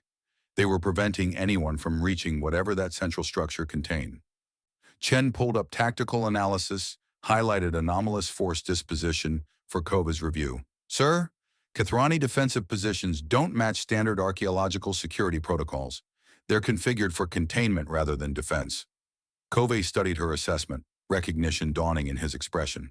They're not worried about protecting research from Veth incursion. They're worried about preventing access to specific installation. Correct assessment. Chen magnified central structure on tactical display, massive crystalline formation that dwarfs surrounding ruins, geometric complexity suggesting it was architect construction rather than natural formation. All Kathrani weapons coverage focuses on approaches to that structure. They're treating it as threat requiring containment rather than archaeological site requiring protection. Which means whatever's inside is significant enough that 6 years of excavation hasn't fully exposed it. Covey transmitted updated tactical assessment to squad leaders. Adjust defensive positions to account for possibility that we're not providing security for research expedition, but participating in containment of something Kathrani don't want accessed. Chen coordinated position adjustments, maintaining appearance of routine deployment while preparing for complications that tactical analysis suggested were inevitable. The environmental suits felt restrictive in a way that combat gear normally didn't. Bulky protection against hostile atmosphere limiting mobility that might be crucial if situation developed into engagement. But atmospheric composition made suits necessary, AG-227's thin air carried trace gases that were toxic to human physiology, requiring sealed environmental systems rather than simple breathing apparatus. Standard archaeological deployment equipment, or convenient limitation on human mobility if Kathrani decided investigation team needed eliminating. The research station's commander emerged, Kathrani expedition leader, designated as researcher primary Veth Toll, according to Coalition Personnel Registry. Their bioelectric field modulated with pattern, Chen had learned to recognize as professional courtesy mixed with territorial defensiveness about scientific work being observed by military personnel. Captain Cove, Fechtel's vocalization carried harmonics suggesting careful diplomacy. Your security detail is appreciated, though I must emphasize that disruption of ongoing excavation would compromise years of careful archaeological methodology. Translation: stay away from central structure, don't interfere with whatever we're extracting, maintain perimeter security without asking questions about what we're actually doing. Chen watched Cove navigate diplomatic response that maintained professional cooperation while positioning team for eventual access to installation. The captain was skilled at political maneuvering when necessary, acknowledging Kathrani concerns while establishing human presence in ways that created opportunities for investigation. But Chen's tactical focus remained on force disposition analysis. Something about Kathrani defensive positions felt wrong beyond simple containment configuration. The weapons coverage was too precise, too specifically calibrated for preventing access from multiple approach vectors simultaneously. Like they were expecting someone to attempt reaching central structure. Like containment wasn't precautionary measure, but active response to anticipated threat. She pulled up sensor data, analyzing environmental readings for signatures that might indicate approaching forces. Standard tactical protocol for archaeological security, monitoring for Veth incursions that might threaten research expedition. The sensors registered nothing. No approaching vessels, no ground forces, no indication of hostile presence in system. But Chen had learned to trust instinct developed through 43 combat deployments. And instinct was screaming that something was developing beyond sensor range, something that Kathrani were preparing for through containment positions that treated central structure as target requiring protection from imminent access attempt. She activated long-range sensors, pushed detection capabilities to maximum range, despite knowing it would drain power reserves faster than standard deployment justified. The extended scan revealed, there, 300,000 kilometers out, approaching on trajectory that would bring them to ossuary fields in approximately 8 hours. Multiple contacts, ship signatures consistent with Veth vessels, smaller craft suggesting refugee convoy rather than military assault force. They weren't attacking. They were coming to access the same installation that Kathrani had been excavating for 6 years. Chen transmitted sensor data to Cove with priority flag indicating tactical significance. The captain reviewed quickly, understanding immediate implications. Deployment to ossuary fields wasn't routine security. It was positioning human forces for potential three-way confrontation between UEEC troops following orders to defend Kathrani positions. Veth elements attempting to reach archives, and Kathrani forces trying to prevent access by anyone who might expose whatever truth central structure contained. Lieutenant, Cove's voice carried tension that command training mostly concealed. Coordinate with Sergeant Okonkwo. I need detailed assessment of what exactly Kathrani have been excavating, why Veth forces would risk approaching restricted zone to access it, and how we're supposed to maintain archaeological security when situation is developing into confrontation between coalition partners and refugees who aren't actually military threats. Chen moved towards central structure, ostensibly conducting routine tactical assessment of defensive positions, but actually analyzing Kathrani excavation work for clues about what installation contained. The ruins were magnificent up close, crystalline formations that seemed to grow from bedrock rather than being constructed on surface, geometric patterns that suggested mathematical precision beyond human engineering capability.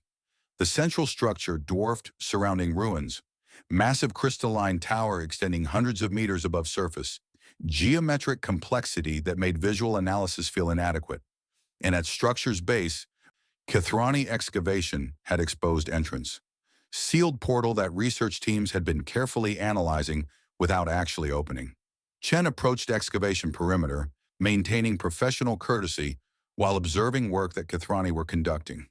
The expedition had deployed sophisticated scanning equipment, imaging systems that penetrated crystalline structure to map interior spaces, analysis tools measuring energy signatures and material composition, translation devices attempting to decode architect inscriptions that covered portal surface. But they weren't opening it. 6 years of excavation, and they were still analyzing rather than accessing. Because they were afraid of what opening it might reveal, or because opening required key that they didn't possess. HFY joined her analysis, defectors' presence providing diplomatic cover for examination that Kathrani might otherwise restrict. The inscriptions, HFY said quietly, bioelectric field modulated to prevent Kathrani researchers from intercepting communication. Their architect primary language, genetic repository designation, storage facility for biological templates and cultural archives. Genetic repository? Chen processed implications. Like DNA samples? Biological specimens? Like comprehensive genetic library containing templates for thousands of species across galactic timeline. HFY gestured at portal inscriptions, base coding for populations that architects engineered, stored configurations that define capabilities and limitations of created species, including, almost certainly, original templates for Kathrani and Veth before 50,000 years of divergence corrupted intended collaboration protocols. Chen felt tactical assessment transform into something larger.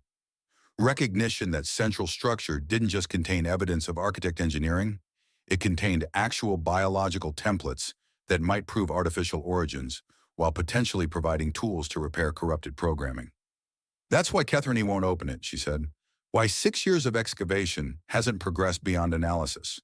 Opening repository means exposing proof that contradicts their entire cultural framework about natural evolutionary development. Correct, and it explains why Veth forces are approaching despite knowing this is restricted zone. HFY's vocalization carried grim understanding. They're not attacking. They're attempting to reach genetic repository that might contain uncorrupted templates. Proof of what both populations were designed to be before programming degradation transformed collaboration into genocide. 8 hours until they arrive, Chen noted. 8 hours before situation develops from containment operation into active confrontation, where UEEC forces have orders to defend Kathrani positions against refugees who aren't actually hostile threats, but desperate populations seeking access to evidence that might end 40,000 years of inherited programming war. She transmitted updated assessment to Cove. Tactical analysis showing that defending archaeological site meant preventing Veth from reaching repository that might be their only opportunity to prove artificial origins and potentially repair system malfunction, meant facilitating Kathrani containment of truth rather than exposing it, meant choosing between following orders and supporting investigation that had brought them to Ashuri Fields. Chen watched Cove process implications, saw a moment when Captain recognized that deployment had positioned them exactly where Vartanian had intended, with opportunity to access repository under legitimate operational orders, but also with requirement to defend Kathrani positions against Veth forces, whose approach might actually facilitate accessing installation that research expedition had been preventing anyone from entering. The captain activated company-wide communication. All personnel, prepare for elevated threat environment. Sensor data indicates approaching Veth forces, ETA 8 hours. Mission parameters require defending research expedition, but tactical assessment suggests situation is more complex than conventional security deployment. Maintain defensive readiness while we determine actual strategic objectives versus stated mission requirements. Professional briefing that acknowledged complications without revealing investigation's full scope. Chen appreciated Covey's ability to navigate command requirements while positioning team for whatever confrontation was developing, but her tactical focus remained on force disposition analysis. If Veth were approaching, if Kathrani were maintaining containment positions, if UEEC forces had orders to defend archaeological site, then engagement was inevitable unless someone discovered way to transform confrontation into opportunity. She reviewed defensive positions one more time, identifying vulnerabilities and approach vectors and tactical complications. The Kathrani forces outnumbered Charlie Company 3-1. Standard archaeological security included significant coalition military presence to prevent unauthorized access to restricted sites, but their positions were optimized for containment rather than defense against external assault, which meant if Veth forces approach with sufficient determination, if they prioritized reaching repository over avoiding casualties, they might succeed in accessing installation despite Kathrani attempts at prevention, and if that happened, if Veth reached repository, if they exposed genetic templates proving artificial origins, then Kathrani would be forced to either acknowledge truth or escalate to lethal engagement that would shatter alliance and potentially expose systematic deception to broader coalition. Chen transmitted tactical assessment to Covey. Veth approach might actually create opportunity rather than complication. If they reach repository, if they forced Kathrani to either permit access or escalate to open warfare, investigation team might be able to access installation during chaos without requiring unauthorized infiltration. Cove's response was immediate. Coordinate with Brennan and Ven. If Veth approach creates access opportunity, we need to be positioned to exploit it, but maintain appearance of routine security. Can't reveal investigation's true objectives until moment demands commitment. Chen moved to coordinate with linguistic specialists, maintaining professional security assessment, while actually preparing for potential infiltration of repository during whatever confrontation was developing. The environmental suits limited tactical options. Mobility restrictions meant conventional infiltration techniques would be compromised, but suits also provided environmental protection that might be necessary if accessing repository required entering areas where atmospheric composition was even more hostile than surface conditions. Dr. Brennan was analyzing portal inscriptions with academic intensity that suggested he recognized significance beyond archaeological interest. The genetic repository designation is consistent with architect archives, he said without looking up from translation work. Storage facility designed to preserve biological templates across geological timescales. But there's additional notation here, something about reconciliation protocols and restoration procedures. Restoration procedures? Chen prompted. Instructions for using stored templates to repair corrupted populations. Brennan's voice carried mixture of excitement and dread. Not just proof of artificial origins, actual methodology for reversing genetic divergence, for restoring Kathrani and Veth to original collaborative configuration that architects intended before programming degradation transformed them into antagonistic populations. So repository doesn't just prove they're engineered species, Chen said slowly. It provides tools to actually fix system malfunction, to repair inherited programming that's been driving genocide for 40,000 years. If we can access it, if we can understand architect technology well enough to implement restoration procedures. If both populations can be convinced to accept genetic modification that would reverse 50,000 years of evolutionary divergence. Brennan pulled up translation of reconciliation protocols.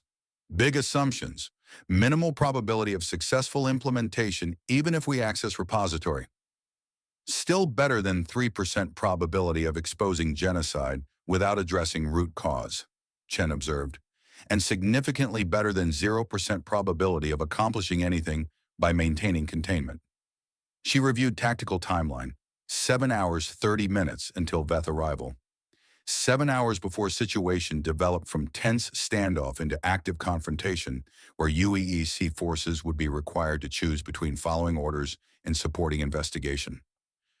Sergeant Okonkwo approached with expressions suggesting his paralysis between accepting truth and maintaining comfortable framework was being forced toward resolution by tactical necessities. Lieutenant, defensive positions are established per standard archaeological security protocols, but if Veth forces approach with intent to access repository, current positions won't effectively prevent their advance without escalating to lethal engagement. That's accurate assessment, Chen acknowledged, which creates tactical dilemma. Follow orders requiring defensive Kathrani positions, or recognize that preventing Veth access means facilitating containment of evidence that investigation was deployed to expose. Okonkwo was quiet for a moment, processing implications. Then, Captain Cove briefed me on investigation, on evidence that Kethrani have been systematically deceiving humanity, on probability that my family died in manufactured crisis rather than genuine invasion. His voice was strained but controlled. I can't fully accept that framework, but I also recognize that maintaining comfortable ignorance is an option when tactical situation requires choosing between orders and investigation. So you're committing? Chen asked carefully. I'm functioning, Okonkwo corrected, executing tactical responsibilities while reserving judgment about investigation's conclusions. But functioning means recognizing that a Veth approach provides opportunity to access repository. Preventing that access means choosing containment over exposure. It was compromise rather than full commitment. But Chen appreciated that senior NCO was contributing despite personal struggle rather than withdrawing into paralysis that would compromise operational effectiveness. 6 hours until Veth arrival. Chen coordinated final defensive preparations, positioning forces in configuration that appeared to follow standard archaeological security protocols while actually preparing for potential three-way confrontation. The situation was developing exactly as tactical analysis had predicted. UEEC forces following orders to defend Kethrani positions, Veth elements attempting to reach archives, Kethrani forces trying to prevent access by anyone who might expose genetic templates proving artificial origins. Three populations with incompatible objectives converging on repository that might either resolve 40,000 years of inherited programming conflict or simply demonstrate that some truths were too dangerous for species designed as weapons to ever fully comprehend. Chen activated long-range sensors again, monitoring Veth approach trajectory. The vessels were maintaining steady course toward ossuary fields. No attempt at tactical maneuvering or combat readiness that would indicate military assault. They were refugee convoy attempting to reach genetic repository, willing to risk confrontation with coalition forces because accessing architect templates mattered more than avoiding casualties. Desperate, determined. Exactly the kind of approach that would force engagement unless someone discovered diplomatic solution. But diplomatic solutions required all parties recognizing shared interests, and current configuration had Kethrani committed to containment, Veth committed to access, and UEEC forces ordered to support containment while actually investigating ways to facilitate exposure. No shared interests, no obvious diplomatic resolution. Just inevitable confrontation where tactical decisions would determine whether repository remained sealed or whether someone succeeded in accessing truth that might transform galactic understanding of civilizational origins. Chen transmitted updated timeline to command. 5 hours, 40 minutes until engagement. Recommend finalizing tactical positions and coordinating with Brennan Ven about potential access procedures if situation provides opportunity. Covey's response, agreed. Maintain defensive readiness, but prepare for adaptive response if tactical situation shifts. Investigation team stands by for repository access during whatever chaos develops.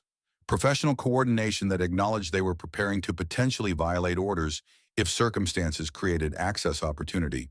Chen appreciated Captain's willingness to commit to investigation despite operational risks. But her tactical focus remained on managing developing confrontation in ways that maximized survival probability while positioning team for repository access. The Kethrani containment positions were formidable. Weapons coverage that would inflict significant casualties on any force attempting direct approach to central structure. But their configuration assumed threats would come from external approach vectors rather than from within research station perimeter, which meant if situation developed into chaos where Kethrani were focused on Veth, assault, investigation team positioned inside perimeter, might be able to access repository without immediate detection. Risky, dependent on multiple variables aligning correctly, minimal probability of success, but slightly better than zero, which was probability of accessing repository through conventional authorization that Kethrani research expedition would never grant. 4 hours until Veth arrival. The ruins seemed larger now, more oppressive. Ancient structures looming like frozen judgments on species that had been designed to collaborate, but had instead spent 40,000 years attempting mutual extermination.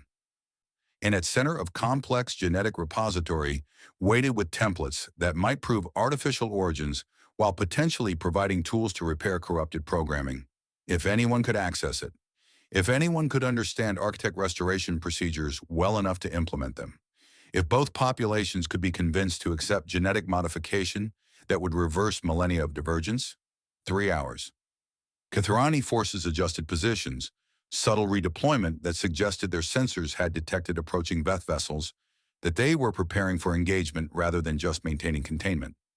Researcher Primary Veth issued updated security protocols requiring all personnel to maintain defensive readiness for potential hostile contact. Chen coordinated Charlie Company's response to updated protocols, maintaining appearance of routine security while actually positioning forces for adaptive response if tactical situation created access opportunities. Captain Cove moved through defensive positions, conducting leadership presence that kept soldiers focused while privately briefing core investigation team about probable developments.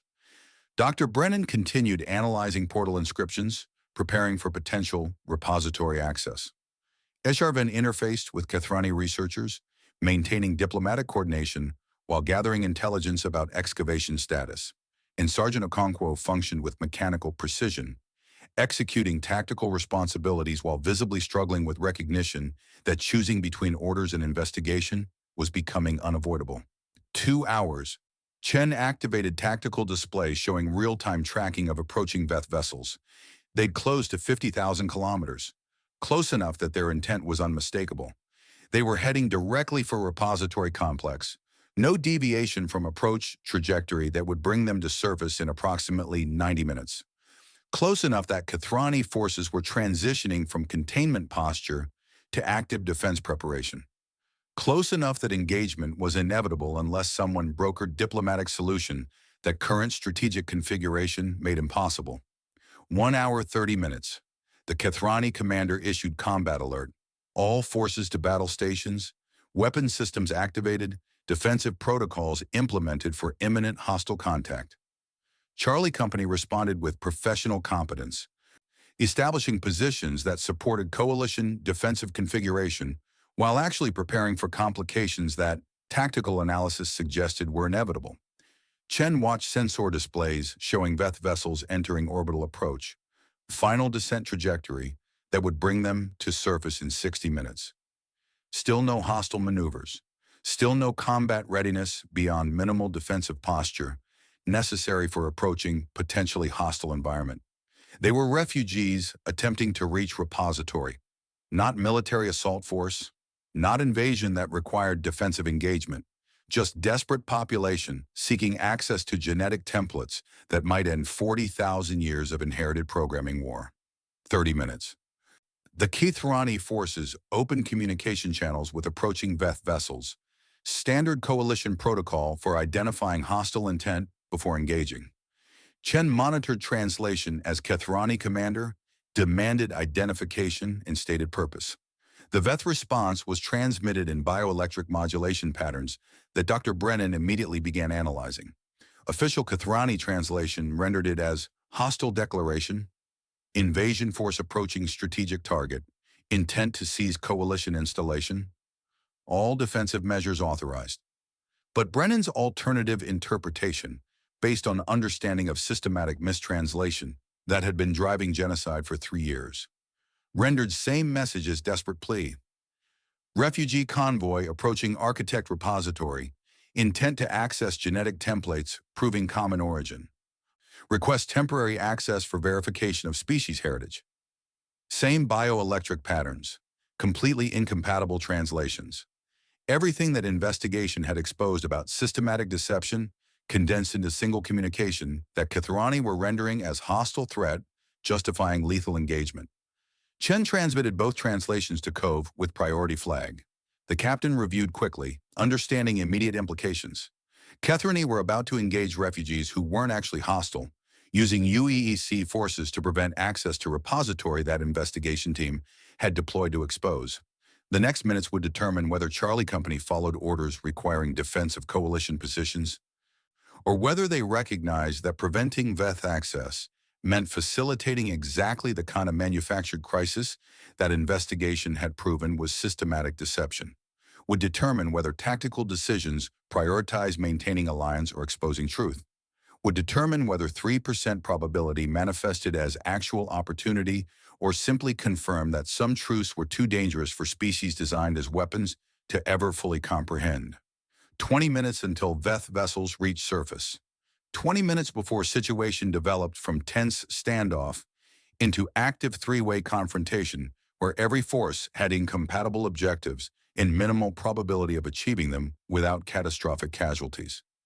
Chen checked weapon status one final time, ensured defensive positions were optimized for whatever chaos was developing, and prepared for a moment when tactical situation would force choosing between orders and investigation, between maintaining comfortable alliance and exposing uncomfortable truth, between facilitating containment or supporting access. 15 minutes. The Kathrani commander issued final warning to approaching Veth vessels, standard escalation protocol, before authorizing lethal engagement. Chen monitored communication channels, recognized pattern of systematic mistranslation, rendering desperate pleas as hostile declarations. Recognized that engagement was inevitable unless someone intervened to prevent manufactured crisis from developing into actual combat. 10 minutes. Veth vessels entered final approach, descent trajectory bringing them directly toward repository complex despite Kathrani warnings. Still no hostile maneuvers. Still no indication of military assault beyond simple determination to reach genetic templates regardless of coalition opposition. 5 minutes. Chen activated company-wide communication. All personnel prepare for hostile contact. Veth forces approaching. Kathrani defensive protocols activated. Maintain positions and await tactical coordination. Professional briefing that concealed her growing certainty that situation was developing into exactly the kind of confrontation that investigation had deployed to prevent manufactured crisis where UEEC forces would be used to facilitate genocide while believing they defended legitimate coalition positions. 3 minutes. The first Veth vessel touched down 3 kilometers from repository complex, landing zone outside Kathrani weapons range, but close enough to deploy ground forces for approach to central structure. Chen watched tactical displays showing additional vessels descending, refugee convoy establishing perimeter that suggested they were preparing for assault on installation, or preparing for desperate attempt to reach genetic repository before Kathrani prevented access through lethal engagement. 2 minutes. Kathrani forces opened fire, defensive engagement targeting Veth vessels with precision that suggested years of practice killing refugees while believing they eliminated military threats. The coalition weapon systems were devastatingly effective, orbital strikes and ground-based artillery creating kill zones around Veth landing sites. But refugees kept coming. Vessels kept descending despite casualties. Ground forces kept advancing despite defensive fire that should have broken any conventional assault, because they weren't military force that could be deterred by casualties. They were desperate population willing to die for chance to access genetic templates that might end 40,000 years of inherited programming war. 1 minute.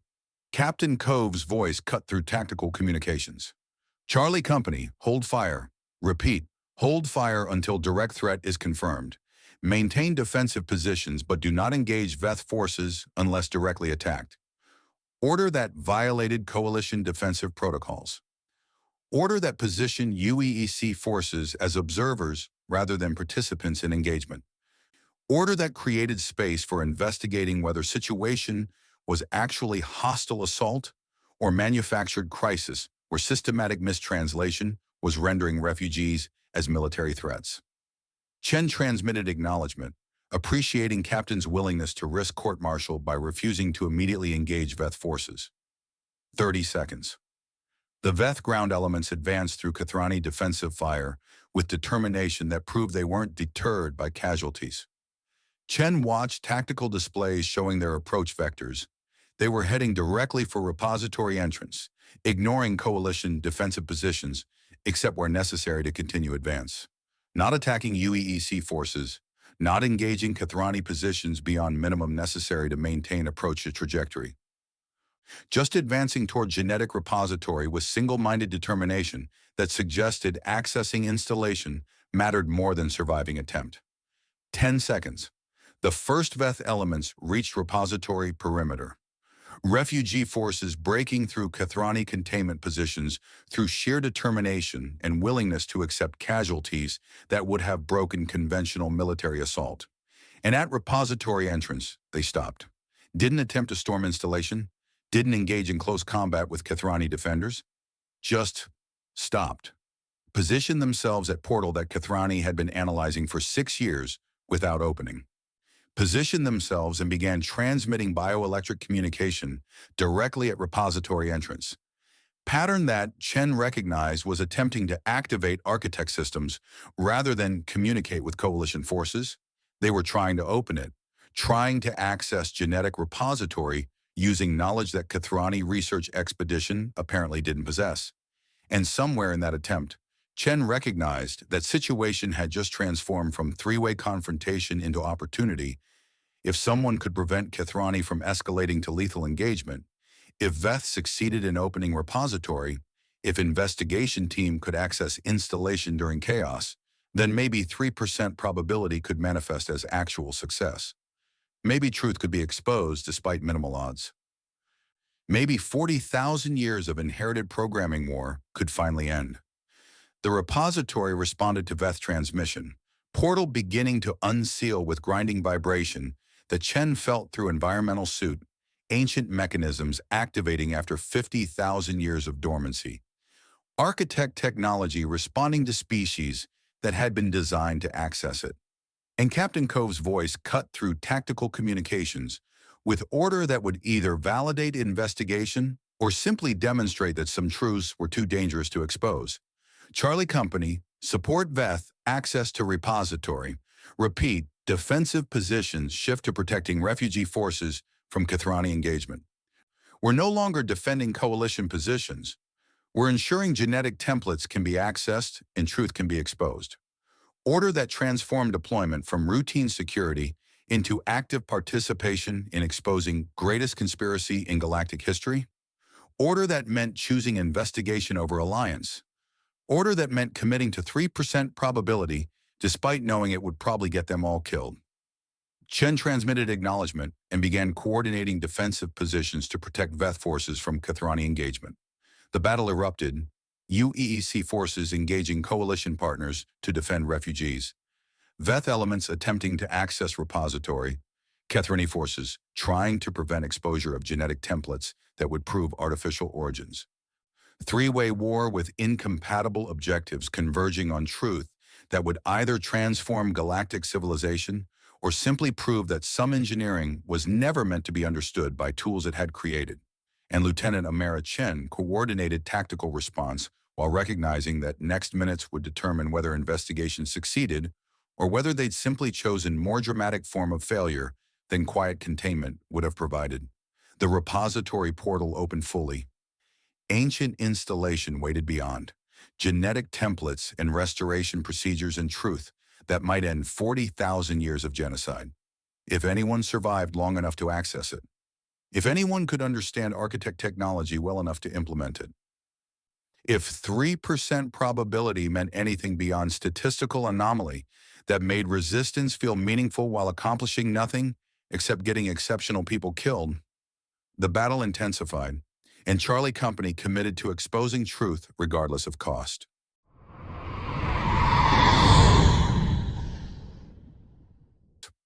Chapter 17. Three-Way War. Captain Elias Cove had commanded troops through 17 major engagements and had learned that combat was controlled chaos, tactical decisions implemented through disciplined violence, strategic objectives achieved through coordination that transformed individual actions into collective effect. This wasn't controlled chaos. This was catastrophic breakdown of operational framework where every force had incompatible objectives and minimal probability of achieving them without getting everyone killed. The battlefield erupted around repository complex like explosion frozen in tactical geometry. Kathrani forces maintaining containment positions while engaging both Veth elements attempting repository access and UEEC personnel who'd committed mutiny by refusing to defend coalition partners. Veth refugees advancing through defensive fire with determination that proved accessing genetic templates mattered more than survival, and Charlie Company desperately trying to protect refugee forces while simultaneously preventing Kithrani from escalating to orbital strikes that would eliminate everyone threatening repository containment. Three-way war converging on ancient installation that might expose truth about civilizational origins or simply provide dramatic location for getting exceptional people killed. Cove coordinated from position that provided cover while maintaining tactical visibility. Environmental suits HUD displaying real-time data about force positions, casualty rates, engagement vectors that were evolving too rapidly for conventional command protocols. Lieutenant Chen directed defensive coordination with professional competence that made impossible tactical situation marginally survivable. Sergeant Okonkwo functioned with mechanical precision despite visible struggle with choosing investigation over orders. Dr. Brennan moved toward repository entrance alongside Ashar Ven, both focused on accessing installation while battle raged around them.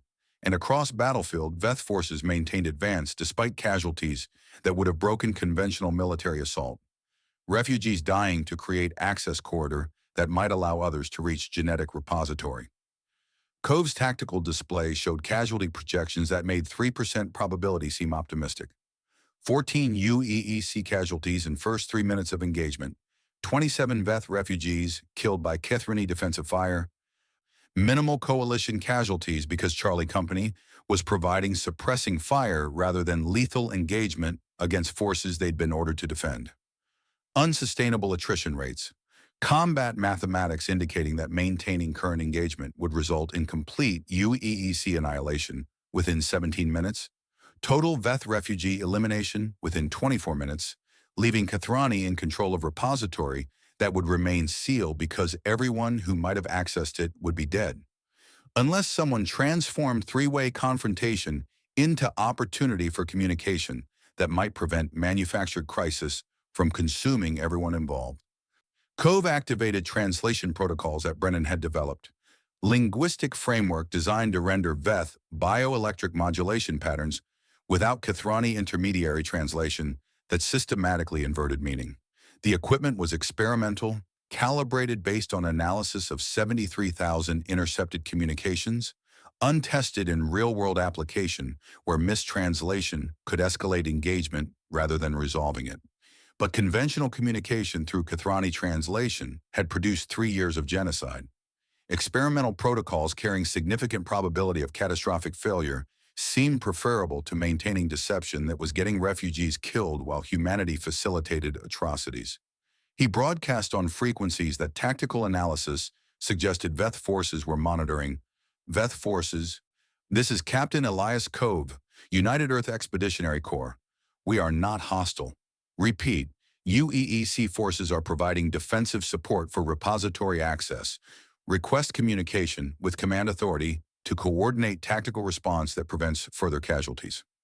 The transmission utilized Brennan's translation framework, rendering human phonetic patterns into bioelectric modulation sequences that approximated Veth communication structures.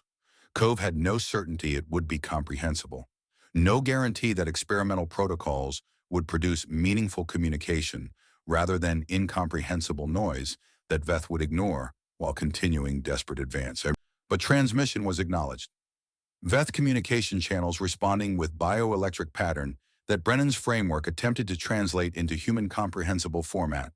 The translation was rough, fragmentary, filtered through linguistic approximation that couldn't fully capture alien communication structures, but general meaning emerged. Human forces engaging coalition positions, unexpected development, request clarification of strategic alignment. First, direct human-Veth communication without Kithrani intermediary. First opportunity to verify whether investigation's conclusions about systematic mistranslation were accurate. Cove responded carefully. UEEC investigation has determined that Kithrani have been systematically mistranslating Veth communications. We understand you are refugees seeking asylum, not military invasion force. We are supporting repository access to expose genetic evidence, proving common origins and potential restoration procedures. Pause. Then Veth response. bioelectric pattern carrying what translation and framework rendered as profound confusion mixed with desperate hope. Refugees seeking asylum? That designation describes our strategic position accurately, but Kathrani translation designated you as military allies committed to our extermination. How do human forces possess alternative linguistic framework? Through independent analysis, Cove said, through recognizing systematic deception and developing translation capability without coalition intermediary, we're attempting to expose truth about inherited programming conflict. Repository access is crucial for proving artificial origins. Another pause. Longer this time. Veth forces had slowed advance, still moving toward repository, but with more tactical caution, recognizing that situation was developing complications beyond simple assault on defended position. Then Veth response that made Cove's understanding of conflict collapse into horrifying comprehension.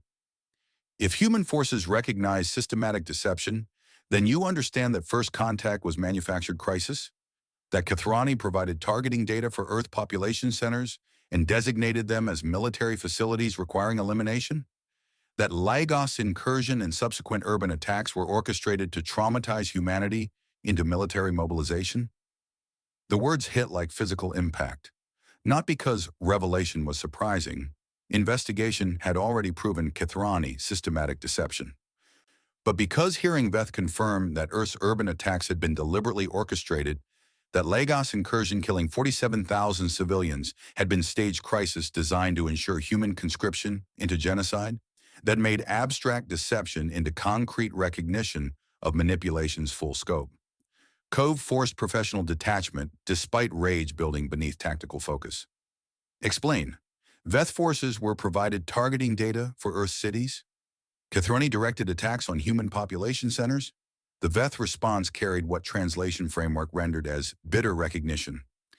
Kathrani's strategic coordination provided detailed intelligence about Earth defensive vulnerabilities, designated major population centers as coalition military installations requiring preemptive elimination. We believed we were conducting legitimate military operations against species allied with forces perpetrating our genocide. Only later, after attacking Lagos, Johannesburg, Mumbai, others, did we recognize that targeting data had deliberately misidentified civilian centers as military threats. We killed 47,000 humans in Lagos while believing we eliminated Kathrani military base, killed thousands more in subsequent operations, based on intelligence that systematically misrepresented civilian populations as military targets. We are responsible for casualties, but Kathrani orchestrated the deception that transformed refugee desperation into attacks on species that had no prior involvement in our conflict. Covey felt tactical assessment dissolve into personal devastation. Lagos hadn't just been manufactured invasion, it had been deliberate targeting of civilian population that Kathrani had misrepresented to Veth forces as military installation. His family hadn't died in random refugee attack. They died because coalition partners had provided precise targeting data designed to ensure maximum civilian casualties that would traumatize humanity into military mobilization. Every urban attack, every civilian death, every traumatic loss that had motivated human military service. All of it orchestrated by species using systematic deception to conscript primitive civilization into serving as weapons for inherited programming war. Captain? Chen's voice cut through combat communications with concern that suggested she'd monitored Veth transmission. Are you confirming that Earth's urban attacks were staged operations? Confirmed. Cove's voice was rough despite effort to maintain command composure. Kathrani provided targeting data to Veth forces, designated civilian centers as military installations, orchestrated attacks that would maximize human trauma and ensure military mobilization. The revelation spread through company communications, soldiers processing recognition that their entire participation in war had been manufactured through deliberate attacks on Earth population centers, that every motivation for military service had been orchestrated by coalition partners using trauma as recruitment tool. Sergeant Okonkwo's voice carried barely controlled fury. My family died because Kathrani wanted to ensure human military mobilization? Lagos was staged crisis designed to traumatize humanity into serving as weapons? That's what Veth communication confirms, Cove acknowledged. I'm sorry, Sergeant. Your family's deaths, all civilian casualties, were deliberately orchestrated to manufacture crisis that would justify human participation in genocide. Combat intensity decreased momentarily as UEQ forces processed implications. Then it resumed with renewed determination. Soldiers who'd been fighting to expose deception, now fighting with personal fury at recognizing full scope of manipulation that had conscripted humanity through systematically traumatizing population centers. Covey returned focus to Veth communication. We understand you were deceived about targeting. We recognize Kethrani orchestrated attacks to ensure human military mobilization. But current tactical situation requires coordination if we're going to access repository without complete annihilation. What are your operational objectives? Veth's response was immediate. Primary objective: access genetic repository to obtain evidence of common Kethrani Veth origins. Secondary objective: retrieve restoration protocols that might repair inherited programming corruption. Tertiary objective: survive long enough to share evidence with broader coalition, exposing systematic deception that has consumed 40 millennia. Aligned with UEEC investigative objectives, Cove confirmed, recommend tactical coordination. Charlie Company will provide defensive support for repository access. Veth forces maintain advance toward installation. We coordinate to prevent Kethrani from escalating to orbital strikes that would eliminate everyone threatening containment. Coordination accepted. Designate human forces as temporary tactical allies rather than coalition targets. First alliance between humanity and Veth, species that had been killing each other for 3 years based on systematic mistranslation, now coordinating to expose truth about manufactured conflict. Cove transmitted updated tactical plan to company. All personnel coordinate with Veth forces for repository access. They are not hostile. Repeat, Veth are allies attempting to expose same deception we've been investigating. Priority is protecting refugee advance and preventing Kethrani escalation. The tactical situation transformed, UEEC forces shifting from defensive positions to active coordination with Veth elements, providing suppressing fire that allowed refugees to advance through Kethrani containment positions, establishing defensive corridor toward repository entrance where Dr. Brennan and Ashar Ven were preparing to access installation. But Kethrani forces recognized the coordination, understood that human-Veth alliance threatened containment more effectively than either force operating independently. Their commander, researcher Primary Vectol, broadcast on coalition frequencies with bioelectric pattern, carrying unmistakable threat. Human forces are committing treason by coordinating with hostile elements. Orbital strike authorization requested. All forces in repository vicinity will be eliminated to prevent security compromise. Orbital strike, the escalation that Cove had been trying to prevent. Kethrani response to threatened containment that would eliminate everyone through overwhelming force applied from range where ground forces couldn't respond. He had minutes, maybe less, before coalition orbital weapons engaged. Minutes to either abort operation and retreat beyond strike radius, or commit fully to repository access despite knowing orbital engagement would probably kill everyone attempting it. 3% probability collapsing towards zero as tactical situation evolved beyond sustainable engagement. But retreat meant abandoning investigation at moment when success seemed achievable. Meant allowing Kethrani to maintain containment through threat of overwhelming violence. Meant accepting that some truths were too dangerous to expose because opposing forces possessed capability to annihilate anyone attempting revelation. Cove made decision that would either validate investigation or simply provide more dramatic conclusion than quiet retreat. All forces, maximum advance toward repository. We have limited time before orbital strike. Priority is getting Brennan and Ashar Ven inside installation with enough data extraction capability to preserve evidence even if we don't survive to share it. He switched to direct communication with Brennan. Doctor, you need to access repository now. Orbital strike incoming. Whatever evidence you can extract in next few minutes might be only proof that survives Kethrani elimination response.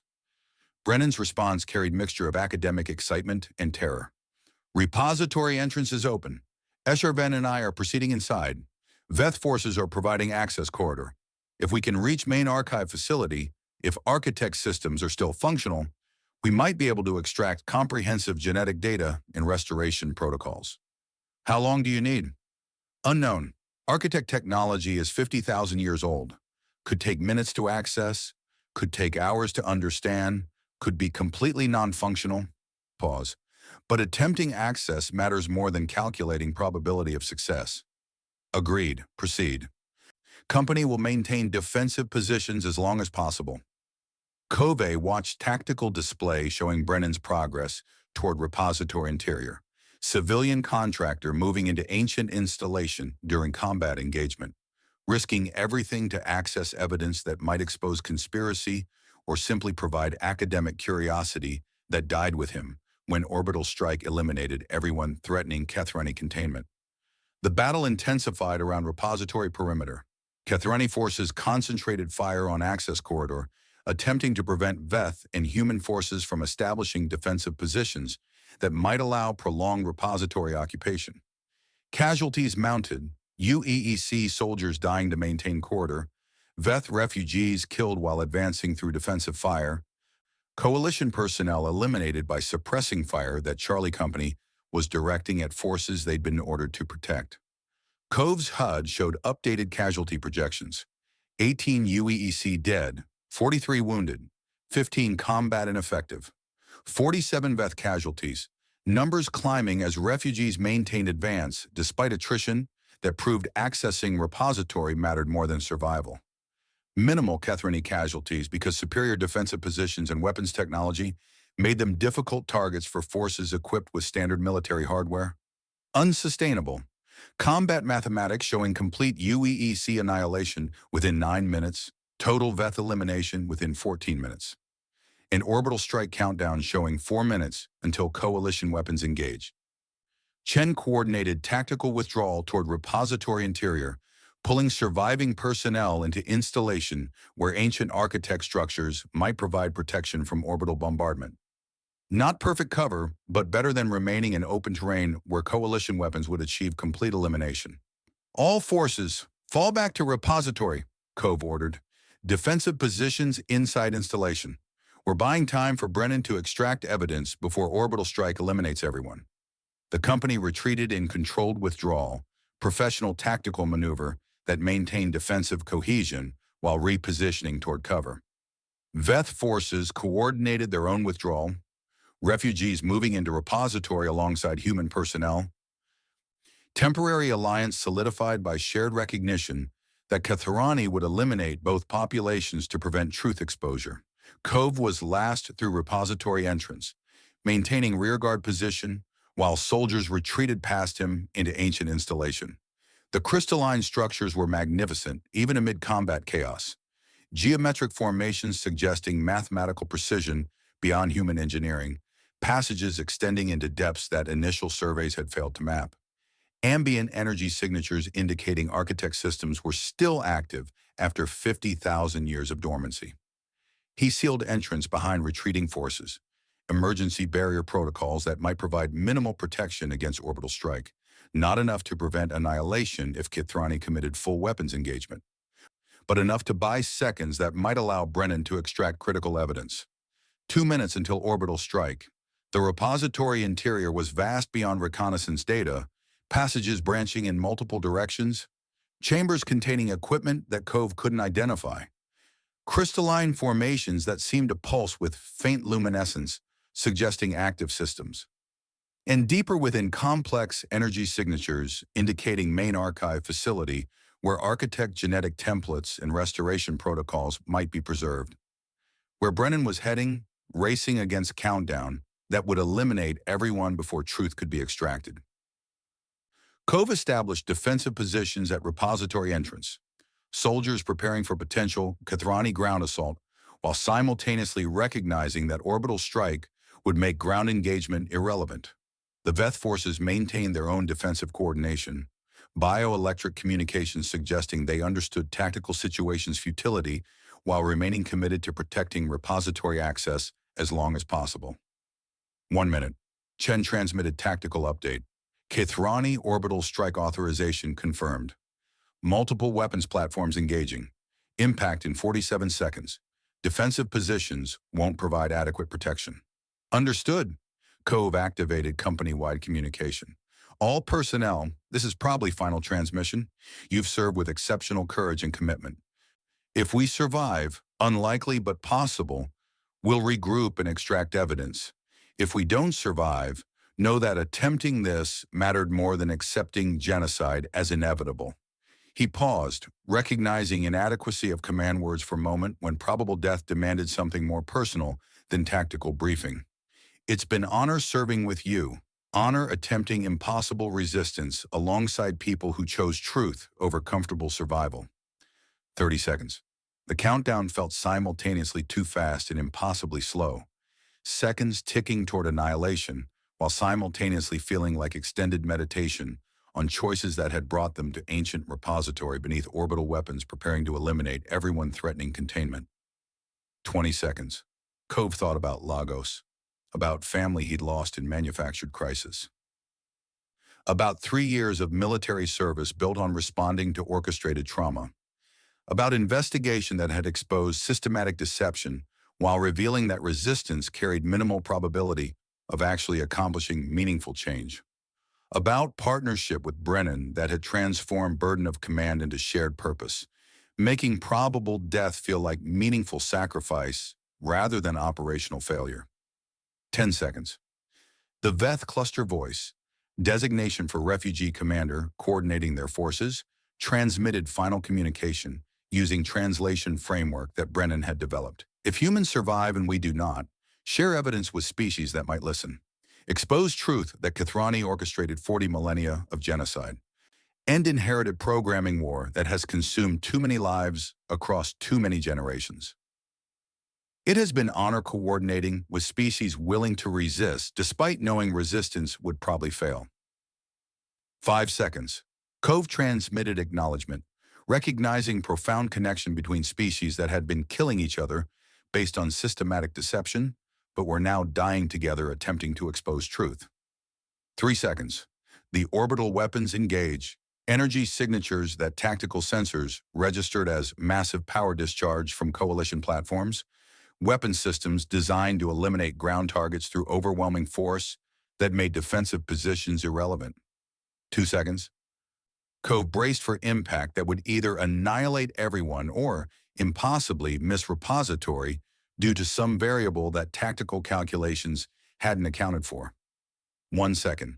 The strike hit. Not repository. Not installation where investigation team had retreated.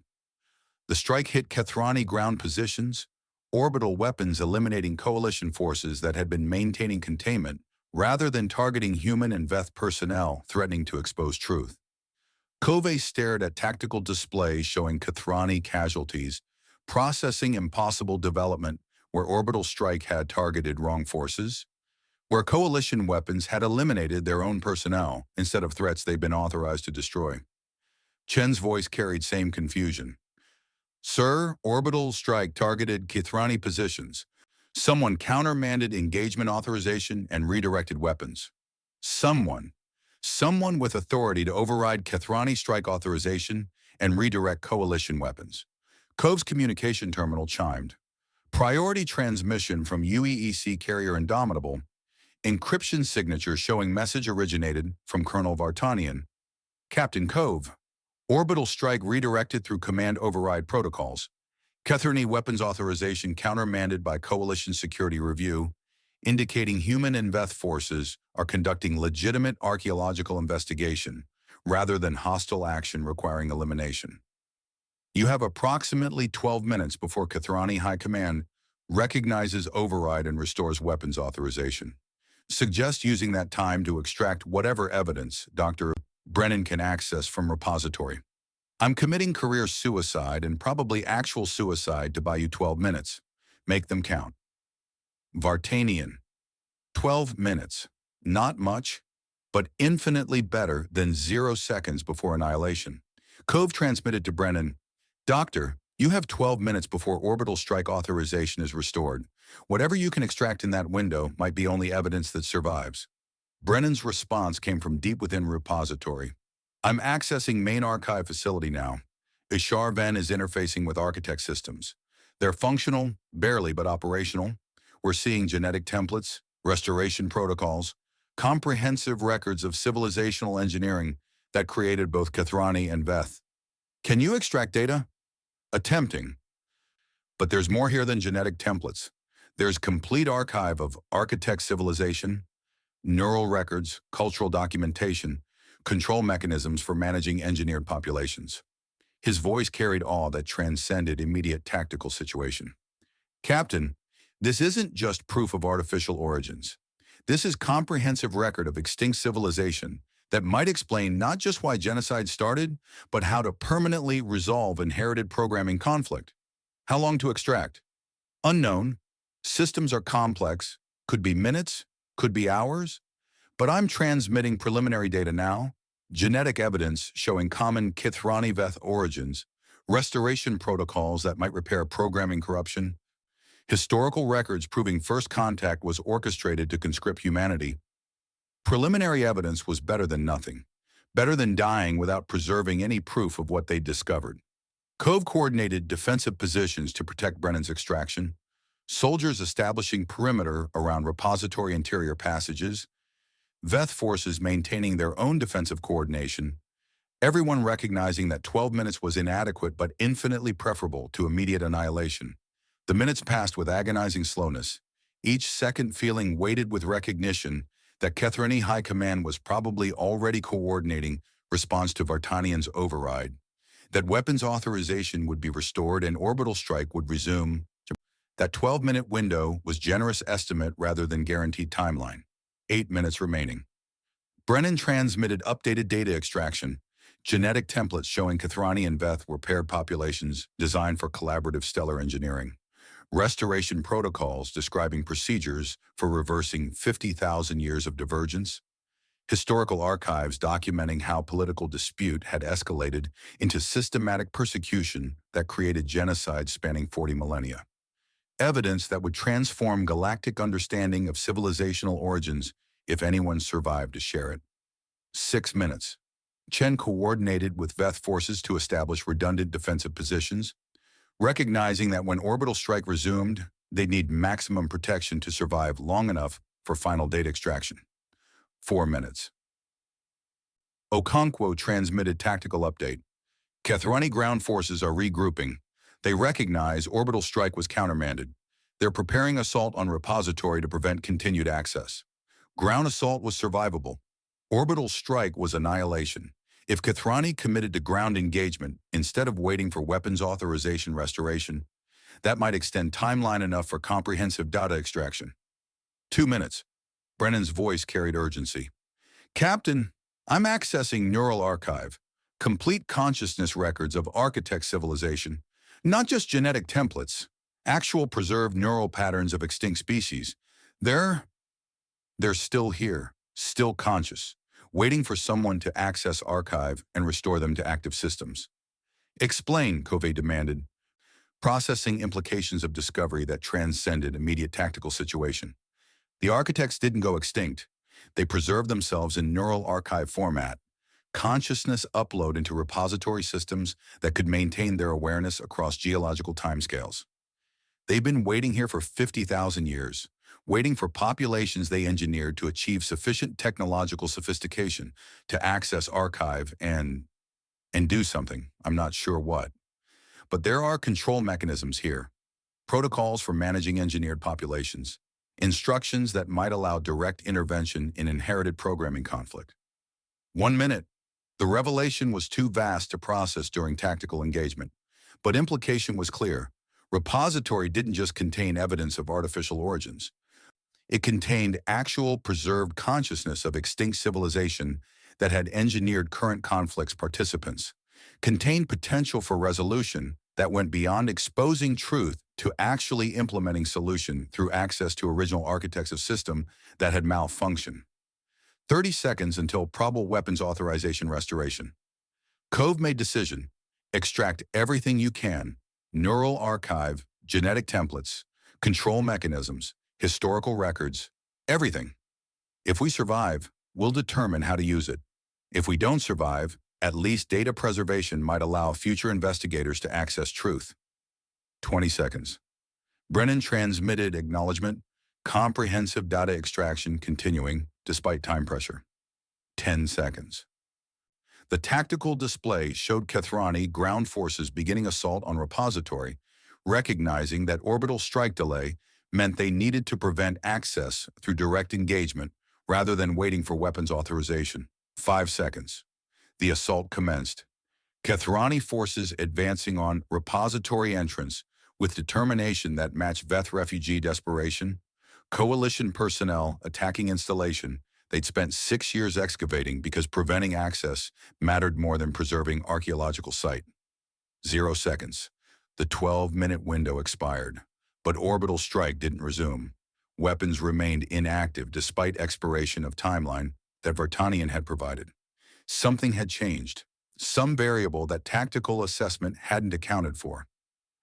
Then Cove's communication terminal received transmission from source he hadn't expected. HFY, broadcasting from deep within repository using architect communication systems rather than standard coalition frequencies. Captain Cove, neural archive has been activated. Architect consciousness recognizes current situation and is implementing intervention protocols. Orbital weapons are being disabled through access codes that predate Kethrani technological development. Ground forces are being modified, restored, returned to original collaborative programming. The architects are awake, and they're very displeased with what their creations have been doing for past 40,000 years. The implication was staggering.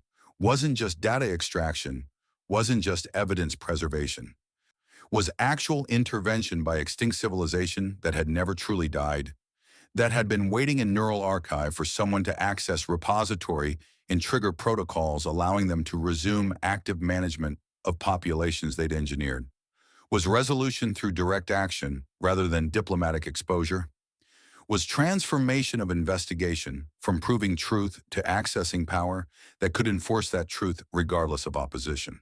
Cove watched tactical display showing Kethrani forces beginning to change, their aggressive assault postures shifting to confusion, their bioelectric communication patterns altering as ancient programming was overwritten by restoration protocols implementing original collaborative frameworks. Watched as genocide that had consumed 40 millennia began unwinding through direct intervention by species that had created current conflicts participants, and finally, after 50,000 years of dormancy, decided their creations needed correction that went beyond simple evidence exposure to actual restoration of intended design. Dr. Oscar Brennan had accessed more than genetic repository. He'd awakened the architects, and everything was about to change.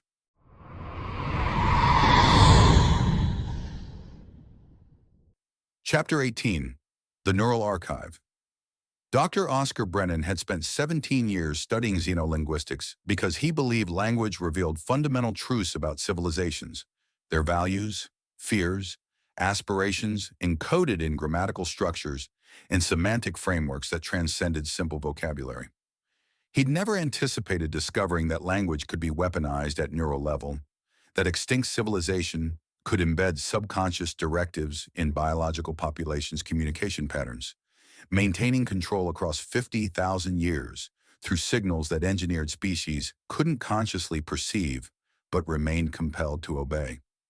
The neural archive was vast beyond anything reconnaissance data had suggested. Crystalline chambers extending kilometers beneath ossuary field's surface. Geometric complexity that made human architecture seem like primitive stone arrangements. Architect technology that remained functional despite millennia of dormancy. The repository's main facility pulsed with faint luminescence. The Brennan's environmental suit sensors registered as active energy signatures, systems maintaining consciousness uploads across geological timescales, while simultaneously broadcasting control protocols that shaped engineered populations' behavior without their awareness. He moved deeper into archive complex, HFY maintaining position beside him, both focused on extracting comprehensive data while combat raged at repository entrance, where Captain Cove was coordinating defensive positions against Kithrani forces attempting to prevent access. The defector's bioelectric field modulated with pattern that Brennan had learned to recognize as mixture of awe and growing horror, recognition that they were discovering something that transcended simple evidence of artificial origins. The archive interface was incomprehensibly sophisticated, not computer system in human understanding, consciousness substrate that existed somewhere between biological neural tissue and crystalline computational architecture, maintaining architect awareness and format that made conventional technology seem crude. Brennan's translation protocols struggled to render interface elements into comprehensible framework, linguistic patterns that barely mapped onto modern language structures. But general architecture emerged through careful analysis. Neural Archive contained complete records of architect civilization, consciousness uploads from thousands of individuals, cultural documentation spanning their entire developmental history, technological specifications for engineering projects that included creating Kithrani and Veth as worker castes for stellar construction. And embedded within everything, woven through neural substrate like malignant growth that host organism couldn't recognize or remove, control mechanisms, subconscious directives, broadcasting protocols that transmitted signals through quantum-level modulation of engineered species neural architecture, maintaining compliance across 50,000 years without populations ever becoming consciously aware they were being controlled. Brennan pulled up control mechanism specifications, felt academic fascination transform into moral horror as implications crystallize. The architects hadn't just engineered Kithrani and Veth biological capabilities. They'd embedded neural triggers that responded to specific signal patterns, shaping behavior through subconscious compulsion that populations interpreted as natural instinct or cultural tradition rather than external control. Every aspect of Kithrani-Veth conflict was being influenced by broadcast directives. Not causing the war directly, populations possessed sufficient autonomy that their choices mattered, but shaping behavioral patterns in ways that made collaboration increasingly difficult while making conflict feel natural, inevitable, justified. The genocide wasn't just system malfunction. It was intentional feature designed by architects to maintain population control through managed conflict that prevented either caste from achieving independence while keeping them focused on mutual destruction rather than questioning their engineered origins. 40,000 years of genocide, millions dead, humanity conscripted through manufactured crisis, all of it orchestrated by extinct civilization that had preserved itself in neural archive format so it could continue managing populations it had created even after biological bodies had failed. Brennan transmitted preliminary findings to Cove. Captain, Neural Archive confirms Kithrani-Veth conflict is being maintained by active architect control systems. The war isn't malfunction, it's deliberate population management strategy. Broadcast directives are shaping behavior to prevent collaboration while encouraging mutual destruction. Covey's response carried tension of commander processing revelation during combat engagement. Can we disable control systems? Shut down broadcast directives? Unknown. I'm accessing shutdown protocols now. Brennan navigated deeper into archive architecture, searching for control mechanisms that might allow terminating signals that had been shaping civilizations for 50 millennia. The shutdown codes existed, embedded in archives' deepest layers, protected by security protocols that suggested architects had anticipated possibility that someone might attempt disabling their control systems. But codes were accessible, not heavily encrypted, not impossible to implement, almost like architects wanted someone to find them. Wanted engineered populations to eventually achieve sufficient sophistication to recognize control and choose whether to disable it. But accessing shutdown protocols revealed complication that transformed simple solution into impossible moral dilemma. The control systems weren't just managing conflict. They were maintaining civilizational stability. Every aspect of Kithrani and Veth social structures, cultural frameworks, technological development, all shaped by subconscious directives that populations had internalized as natural aspects of their species' character. Disabling control systems wouldn't just end conflict. It would remove fundamental behavioral patterns that defined how both populations understood themselves, how they organized societies, how they made decisions about priorities and values. Would potentially cause complete civilizational collapse as populations suddenly lost frameworks they'd been using for 50,000 years without realizing those frameworks were externally imposed rather than naturally emergent. Brennan stared at shutdown codes, at specifications showing exactly how control systems could be disabled, at projections modeling probable outcomes if broadcast directives were terminated. The data was comprehensive, clinically precise in documenting how liberation might destroy civilizations it was intended to free. Probability of successful shutdown without catastrophic social collapse, 8%. Probability that disabled populations could reconstruct stable civilizations without architect guidance, 23%. Probability that both Kathrani and Veth would survive transition from controlled to autonomous existence, 34%. Better odds than investigation's 3% probability of exposing genocide, but still suggesting that liberation carried significant risk of accomplishing nothing except replacing stable slavery with chaotic freedom that populations weren't prepared to navigate. Veth approached analysis with bioelectric field, modulated in patterns suggesting profound internal conflict. The control mechanisms explain much, the defector said quietly. Why Kathrani cultural frameworks prioritize species cohesion over individual moral conviction. Why questioning alliance propaganda feels psychologically impossible despite logical evidence.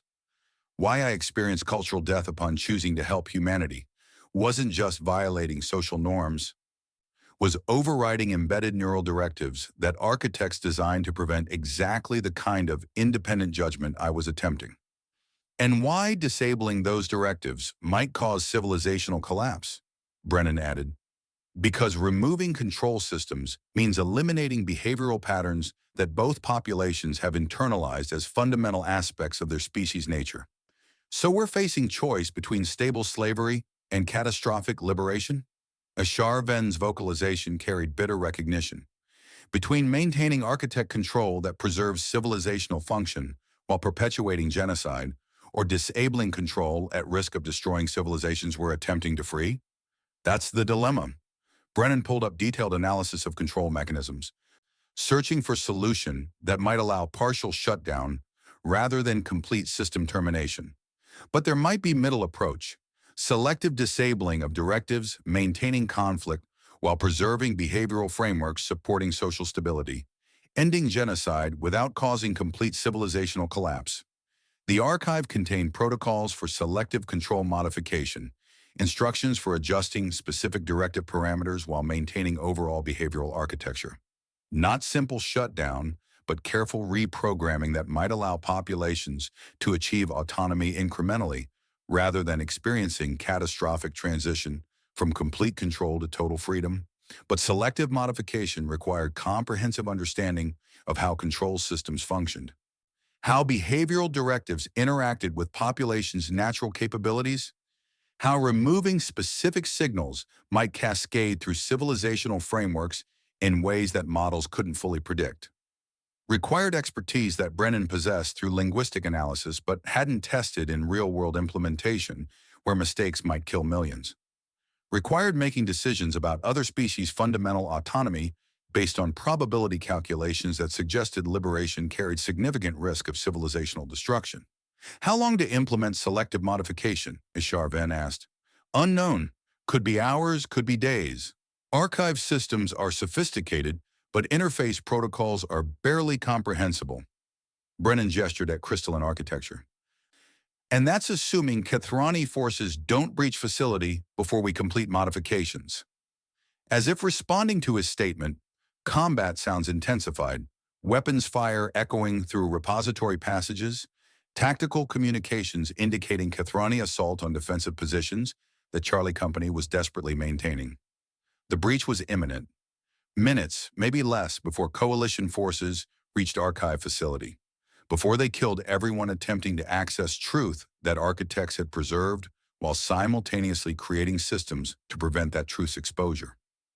Brennan activated comprehensive data extraction, downloading neural archive contents to isolated storage devices that might survive even if he didn't, preserving evidence in shutdown codes and selective modification protocols for future investigators who might possess resources to implement solutions that current tactical situation made impossible. The extraction would take 8 minutes. 8 minutes while Kathrani forces advanced through repository corridors, hunting investigation team that had penetrated installation they'd spent 6 years excavating without accessing. He transmitted to Covey, "Captain, I need 8 minutes for complete data extraction. Archive contains shutdown codes for architect control systems and protocols for selective modification that might end genocide without causing civilizational collapse. But Kathrani are breaching defensive positions. I'm not certain we have 8 minutes." Covey's response was immediate. "You have 8 minutes. Company will maintain defensive positions until extraction completes, or we're overrun. Whatever you can preserve might be humanity's only opportunity to understand control systems and implement solution." Professional command decision that accepted probable casualties to ensure mission completion. Exactly the kind of tactical calculation that Brennan had watched Covey make throughout investigation, prioritizing outcomes over individual survival. Exactly the kind of decision that made partnership with Captain feel simultaneously inspiring and terrifying. Recognition that Covey would sacrifice himself to ensure evidence preservation, that command burden meant accepting death as necessary cost of accomplishing objectives. Brennan worked faster, navigating archive architecture while extraction continued, searching for additional insights that might improve probability of successful implementation if anyone survived to attempt it. The Neural Archive was revealing secrets with devastating precision, not just control mechanisms, but complete documentation of architect civilizations' rise and fall, their decision to engineer worker populations, their rationale for embedding control systems that would maintain compliance across geological timescales. They'd been afraid. The architects had achieved technological transcendence, but recognized their own mortality, understood that biological forms would eventually fail despite medical advances. So they'd preserve consciousness in neural archive format while creating engineered populations to continue stellar construction projects that individual lifespans couldn't complete. But they'd been afraid their creations would rebel, would refuse to execute directives from extinct civilization, would develop autonomy that made them useless as workers. So they'd embedded control systems, neural triggers that maintained compliance, behavioral directives that prevented populations from questioning their purposes or origins, had created slavery so sophisticated that populations couldn't recognize they were enslaved, couldn't consciously perceive signals that shaped their behavior, couldn't choose liberation because choice itself was constrained by embedded programming. And when political dispute had emerged despite control systems, when ideological minorities had begun questioning whether centralized authority structure was optimal governance approach, the architects had responded by intensifying conflict directives, transforming disagreement into persecution that eventually escalated into 40 millennia of genocide. Not system malfunction, deliberate feature, population control through managed conflict that kept engineered castes focused on mutual destruction rather than questioning their fundamental purpose.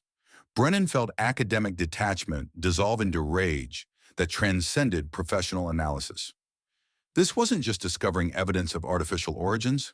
This was uncovering comprehensive documentation of civilizational enslavement spanning 50,000 years, finding proof that everything Kathrani and Veth understood about themselves was shaped by extinct species using them as tools while preventing them from achieving autonomy, finding shutdown codes that could end slavery but might destroy civilizations in process of liberation, finding selective modification protocols that might allow gradual autonomy but required expertise and resources that current tactical situation made impossible to implement, finding choice between stable slavery and catastrophic liberation, with no obvious solution that accomplished freedom without risking complete civilizational collapse.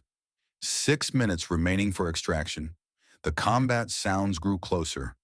Kathrani forces breaching through defensive positions that Charlie Company couldn't maintain indefinitely against superior numbers and weapons technology. Brennan could hear individual weapons discharges now, tactical communications indicating coalition forces were meters away from archive facility entrance. A Char-Ven positioned at archive entrance, preparing to delay Kethrani assault long enough for extraction completion.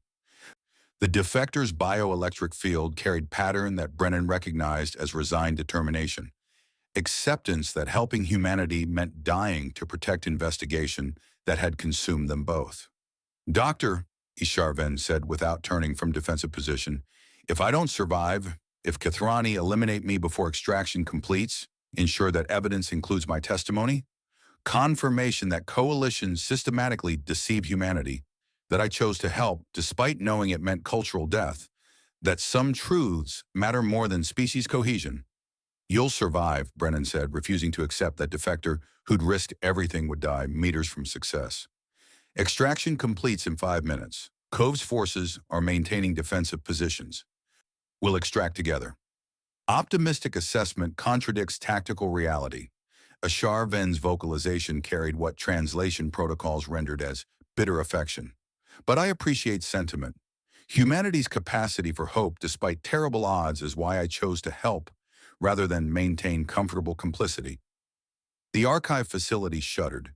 Explosion at entrance indicating Kethrani forces were breaching defensive barriers through overwhelming firepower. They'd be inside facility within minutes, hunting investigation team that had access to installation they'd been excavating for 6 years without opening. 4 minutes until extraction completion.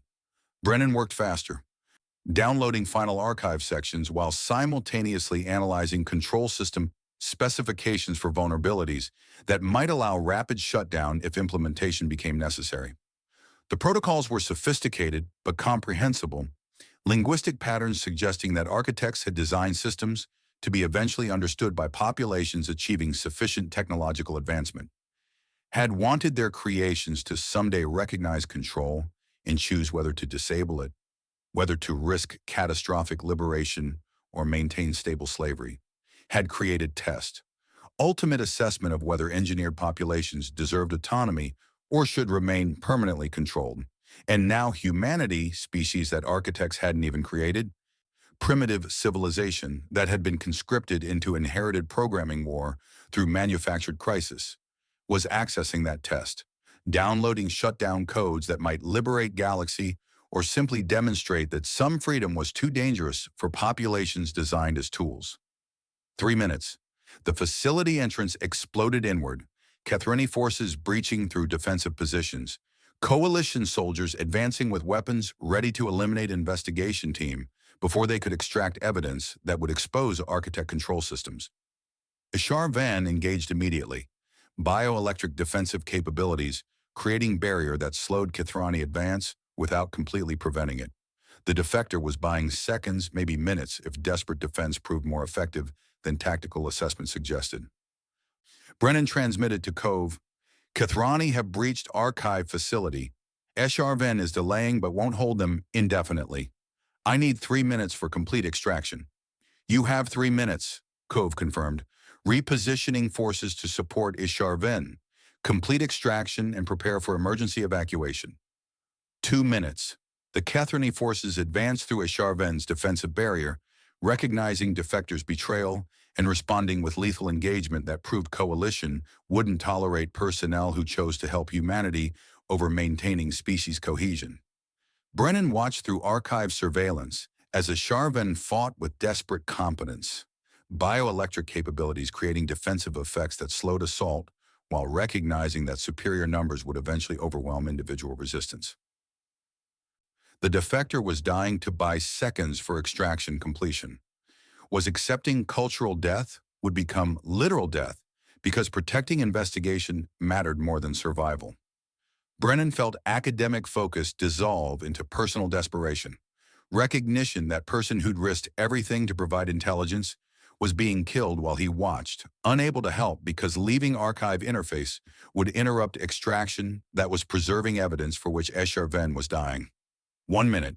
The Kethrani forces broke through final defensive barrier, weapons trained on Isharven who maintained position despite fatal wounds that bioelectric field couldn't fully compensate.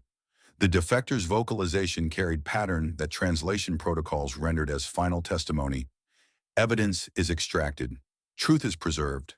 Humanity will expose architect control systems and choose liberation despite risks. Pause as coalition weapons engaged. It has been honor helping species willing to resist slavery, despite knowing resistance would probably fail. The transmission ended. HFY's bioelectric field collapsed. The defector died protecting investigation that had consumed them both. 30 seconds. Brennan felt grief threatened to overwhelm tactical focus. Recognition that Kathrani, who'd sacrificed cultural identity, was dead. That person who'd provided intelligence-making investigation possible had been killed by species they'd been trying to save from inherited programming control. But grief was luxury he couldn't afford with extraction incomplete and Kathrani forces advancing toward his position. 20 seconds. The coalition soldiers moved through archive facility, weapons ready, determined to prevent investigation team from escaping with evidence that would expose architect control systems. Brennan recognized he wouldn't survive direct engagement. Civilian contractor with minimal combat training versus professional soldiers equipped with superior weapons technology. But extraction was nearly complete. Evidence was preserved. Shutdown codes were downloaded. Selective modification protocols were secured. 10 seconds. Brennan activated emergency transmission to Cove. Extraction complete. All archive data secured. HFY is dead. Kathrani forces are engaging my position. Recommend immediate evacuation or this evidence dies with me. 5 seconds. The data extraction completed with quiet chime that seemed inappropriate for magnitude of intelligence being preserved. Complete neural archive contents, consciousness uploads, control mechanisms, shutdown codes, selective modification protocols, secured in isolated storage devices that might survive even if Brennan didn't. 0 seconds. Kathrani forces entered archive chamber. Weapons trained on Brennan, who stood alone beside architect interface, holding evidence that would either liberate galaxy or simply demonstrate that some truths were too vast for species designed as tools to comprehend. The coalition commander, researcher primary Veth, approached with bioelectric field modulated in pattern, carrying unmistakable hostility. Dr. Brennan, you have accessed restricted installation without authorization. You have extracted classified intelligence. You have collaborated with defector who violated species cohesion. These actions require immediate termination. These actions expose truth about architect control systems, Brennan corrected, maintaining academic precision despite terror. About neural directives maintaining Kathrani-Veth conflict across 50 millennia. About slavery so sophisticated that populations can't recognize they're enslaved. Propaganda, paranoid conspiracy theory that misinterprets legitimate archaeological research. Vectol's weapon systems activated.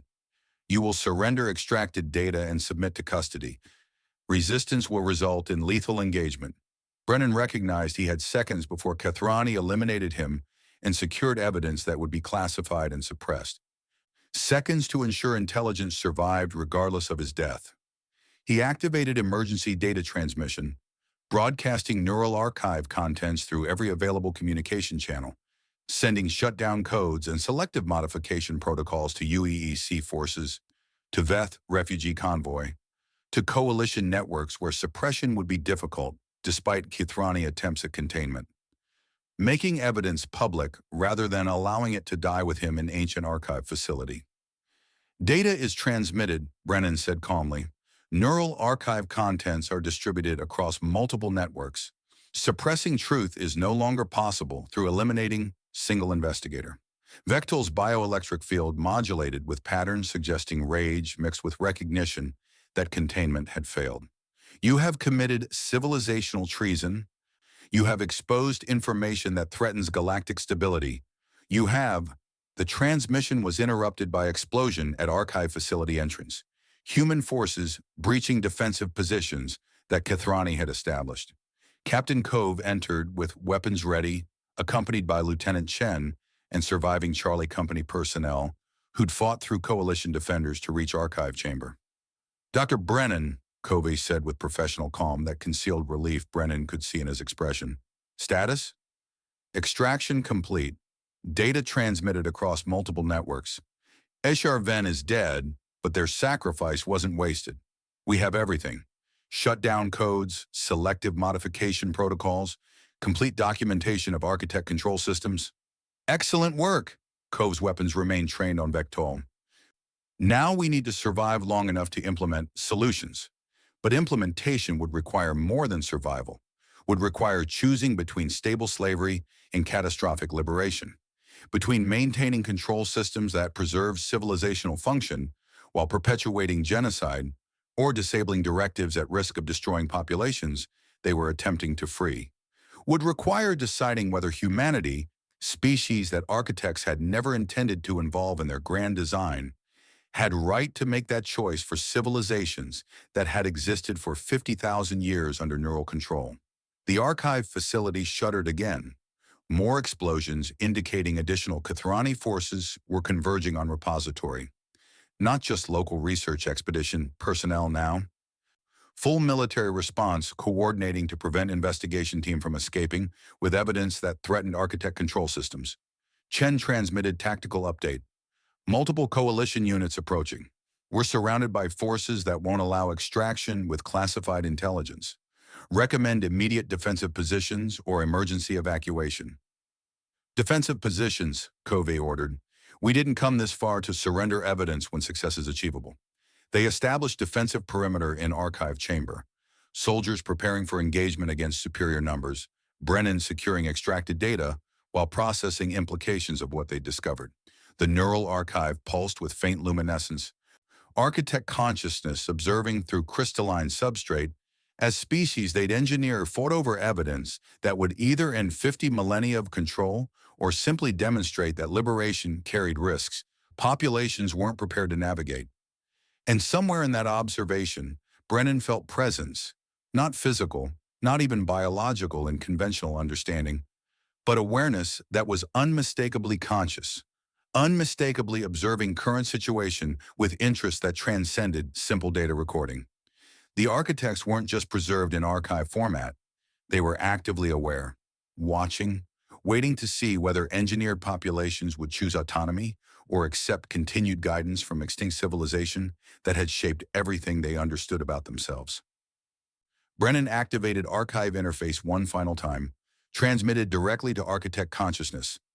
We've accessed your control systems. We've downloaded shutdown codes. We understand you've been maintaining Kethrani-Veth conflict to prevent populations from achieving independence. And we're choosing liberation despite risks because some truths matter more than stable slavery. The response came through archive interface, not language exactly, but conceptual framework that Brennan's neural architecture somehow comprehended. Choice acknowledged. Outcome uncertain. Implementation will determine whether populations deserve autonomy or require continued guidance. We await results with interest. Then the presence withdrew, leaving archive chamber feeling emptier despite tactical situations chaos. The architects had spoken, had acknowledged humanity's choice, had indicated they would observe implementation without further interference, had transformed tests from preventing access to evaluating how populations would use knowledge once obtained. Cove approached, expressions suggesting he'd monitored transmission. Did the architects just consent to shutdown attempt? Consent implies approval. More accurate to say they're observing with interest to determine whether we deserve autonomy. Brennan secured final data storage. We have shutdown codes. We have selective modification protocols. We have choice between stable slavery and catastrophic liberation. And now we need to survive long enough to implement whichever solution we select. The Kethrani forces intensified assault on archive facility, recognizing that investigation team possessed evidence threatening not just alliance but fundamental architect control systems maintaining civilizational stability for 50 millennia. An outside repository complex, tactical sensors registered new contacts, Veth forces approaching not to assault UEEC positions, but to coordinate with allies who'd help them access genetic templates. And further beyond, UEEC reinforcements that Colonel Vartanian had apparently authorized, despite knowing it meant committing military resources to supporting investigation rather than maintaining alliance. 3 forces converging on ossuary fields. 3 populations attempting to either suppress or expose architect control systems. 3 incompatible objectives that would either resolve through diplomatic coordination or escalate into combat that killed everyone attempting to access truth. And Sergeant Yusuf Okonkwo, loyal soldier who'd been struggling with choosing between accepting truth that destroyed meaning and maintaining comfortable framework, was positioned where tactical situation would force him to finally commit, where his choice would determine whether Charlie Company could maintain defensive positions long enough for implementation, or whether paralysis would compromise coordination at moment when commitment was absolutely necessary. Brennan watched tactical displays showing forces converging, recognized that next hours would determine whether investigation succeeded or simply demonstrated that exposing truth wasn't sufficient without capability to implement solutions. Whether humanity's stubborn idealism could accomplish what probability calculations suggested was impossible. Whether 3% hope was reason for optimism or just a statistical anomaly that made resistance feel meaningful while accomplishing nothing except getting exceptional people killed. The archive facility prepared for final confrontation. The choice between slavery and liberation awaited. And somewhere in crystalline substrate, architect consciousness observed with interest to see whether populations they designed as tools could choose freedom despite knowing liberation carried terrible risks.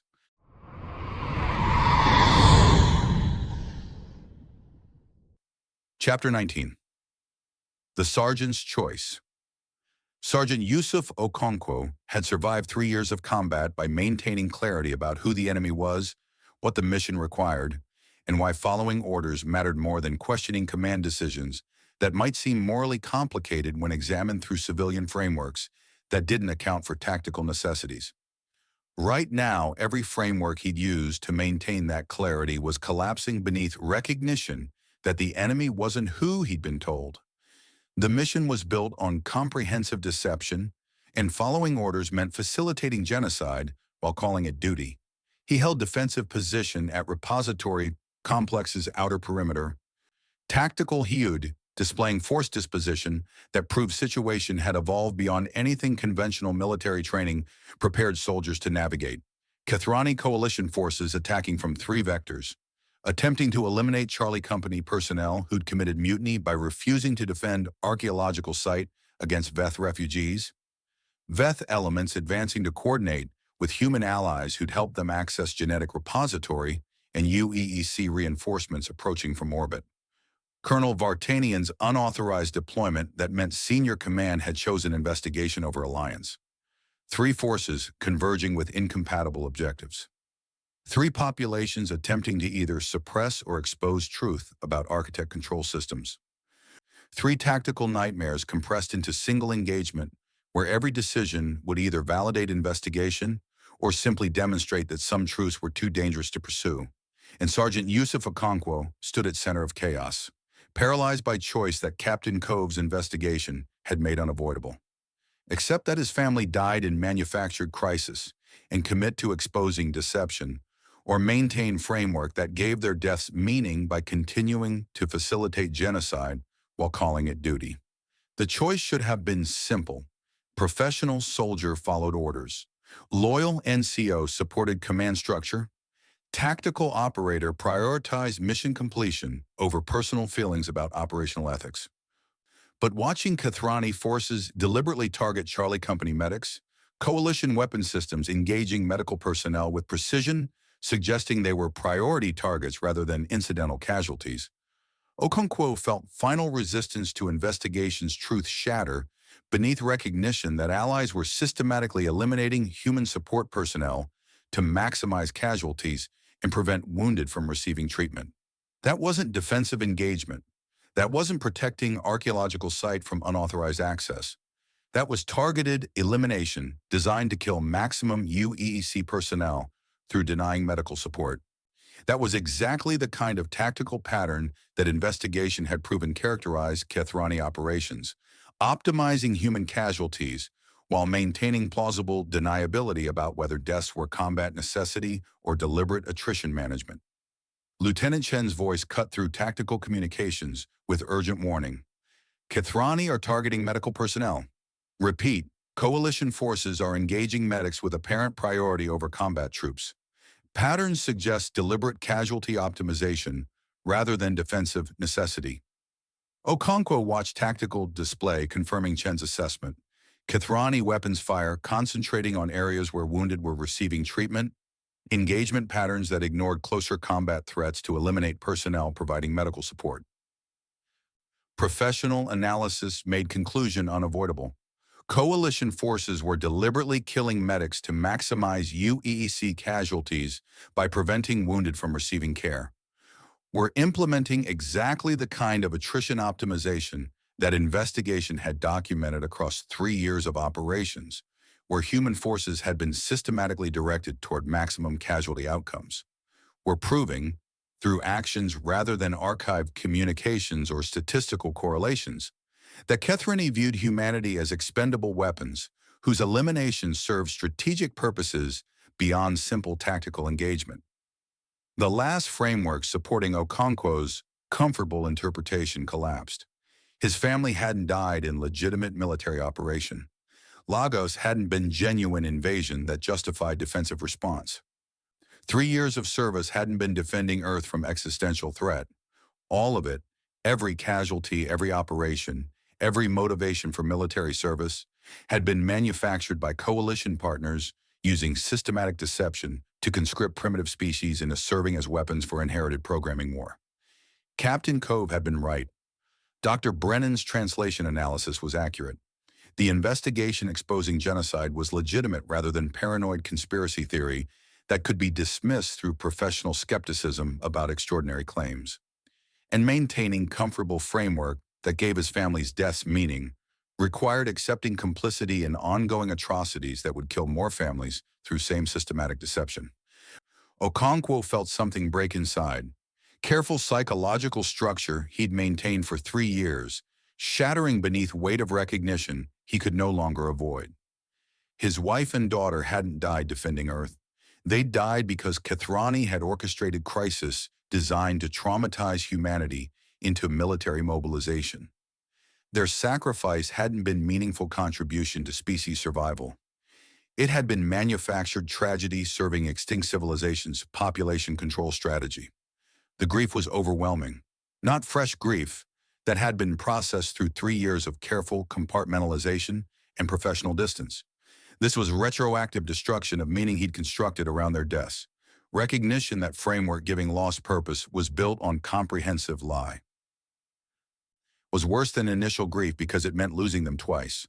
Once to manufactured invasion, again to recognition that invasion had been deliberate orchestration rather than unavoidable tragedy.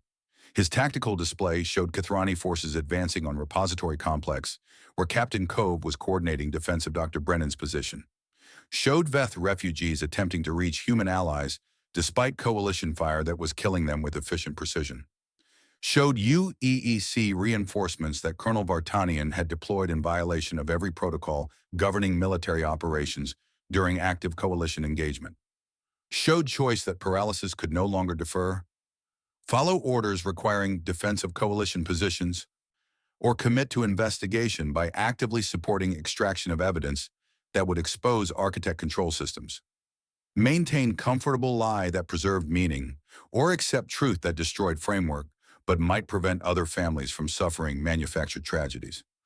Okonkwo activated squad communications, 8 soldiers under his direct command, personnel who'd been following his tactical coordination throughout engagement, troops who would execute whatever orders he provided despite growing recognition that situation had evolved beyond conventional command structure. Squad, this is Okonkwo. Tactical assessment indicates Kethrani are implementing deliberate casualty optimization against UEC forces. They're targeting medics, eliminating support personnel, maximizing human casualties through denial of treatment. He paused, forcing words that felt like cultural suicide. This confirms Captain Cove's investigation. Coalition partners view us as expendable weapons. Maintaining defensive positions means facilitating our own elimination while calling it duty. Silence on tactical channel. Soldiers processing Sergeant's admission that investigation they'd been skeptically monitoring was legitimate, that choosing between orders and truth was becoming unavoidable. Then Corporal Mbata's voice. So what are your orders, Sergeant? We follow Kethrani defensive coordination, or we support Captain Cove's extraction? The question forced commitment that Okonkwo had been avoiding throughout investigation. Not hypothetical assessment of evidence's validity, not philosophical consideration of whether exposing truth mattered more than maintaining alliance. Direct tactical question requiring immediate response that would determine squad's actions and possibly investigation's outcome. Okonkwo looked at tactical display showing Captain Cove's position in repository complex, surrounded by Kethrani forces attempting to prevent Dr. Brennan from escaping with evidence that would expose 50 millennia of architect control. Looked at Veth refugees dying while attempting to coordinate with human allies. Looked at UEEC reinforcements approaching despite knowing deployment violated every protocol. Looked at medical personnel being systematically eliminated by coalition forces who viewed human casualties as acceptable costs of maintaining deception. Made choice that felt like destroying everything he'd used to survive his family's deaths, but also like refusing to participate in system that had killed them. We support Captain Cove. Squad repositions to extract Dr. Brennan from archive facility. Priority is protecting investigation team and securing evidence regardless of tactical cost. His voice was steady despite internal devastation. Kethrani are hostile forces. Veth are allies. UEEC reinforcements are friendly. Anyone unclear about new tactical alignment should transfer to different squad before we commit to what's effectively mutiny against coalition command structure. No transfers. Squad acknowledged orders with professional efficiency that suggested they'd been waiting for Sergeant to make decision that tactical situation had been demanding.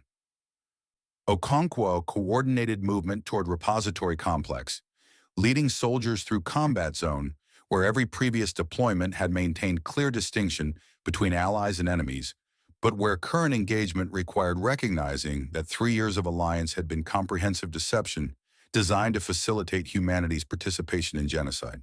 The environmental suit felt restrictive in a way that combat gear normally didn't.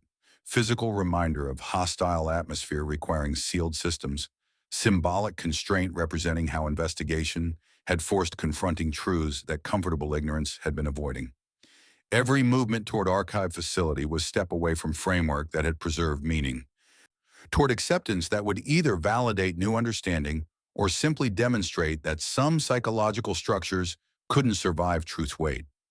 They advanced through Kethrani defensive positions, with tactical competence developed through 3 years of coordinated operations. But coordination was directed against coalition forces now, rather than supporting them, engaging allies who'd become enemies through recognition that partnership had always been exploitation disguised as mutual defense. Okonkwo's squad provided suppressing fire that allowed Veth refugees to advance toward repository entrance, coordinated with Lieutenant Chen's defensive positions to create corridor protecting Dr. Brennan's extraction route, engaged Kethrani forces with lethal precision that would have been unthinkable 12 hours ago, but felt like necessary response to recognition that coalition partners had been systematically eliminating human personnel while maintaining pretense of valued alliance. The cognitive dissonance was overwhelming, executing professional military operations against forces he'd been trained to defend, coordinating with refugees he'd been taught to classify as existential threats, accepting tactical framework that contradicted 3 years of operational experience. But watching Kethrani weapons continue targeting medical personnel, watching coalition forces eliminate UEEC support staff while ignoring closer combat threats, made framework's validity undeniable despite psychological cost of acceptance. They reached repository complex perimeter where Captain Cove was directing defensive coordination. The captain's expression showed mixture of relief and concern when he saw Okonkwo's squad approaching, recognition that senior NCO had finally committed, but also awareness of psychological price that commitment demanded. "Sergeant," Covey said with professional courtesy that acknowledged personal struggle. "Glad to have you. Dr. Brennan is extracting from archive facility with comprehensive evidence. We need defensive corridor allowing evacuation before Kethrani overwhelm positions." "Understood, sir." Okonkwo's voice carried strain of soldier functioning despite internal collapse. "Squad is positioned to support extraction. Where do you need us?" Covey highlighted tactical positions on shared display. "Archive facility entrance. Kethrani are concentrating assault there, attempting to prevent Brennan's escape. Your squad provides rearguard while we extract evidence and personnel. Rearguard, defensive position that typically suffered highest casualties because it absorbed enemy assault while protected personnel retreated. Position that required soldiers to maintain engagement, knowing they'd probably die to ensure others' survival. Position that Okonkwo had held 17 times during 3 years of combat operations, always believing sacrifice mattered because mission defended Earth from existential threat. Now recognizing that previous 17 operations had been facilitating genocide while believing he defended humanity, but accepting that this operation, extracting evidence that would expose architect control systems, actually served purposes that justified probable death. Squad will hold position, Okonkwo confirmed. How long do you need for extraction? Unknown. Brennan reports archive data is secured, but evacuation route is compromised by Kethrani assault. Maybe minutes, maybe hours, depending on how effectively we coordinate defensive positions. Cove's expression suggested he recognized asking Sergeant to maintain rearguard position that might become permanent assignment. I know this isn't what you signed up for. I know accepting investigation's truth has cost you framework, giving your family's deaths meaning. But preventing other families from suffering manufactured tragedies matters more than preserving comfortable interpretation of mine, Okonkwo interrupted. His voice was rough. I understand tactical necessity, sir.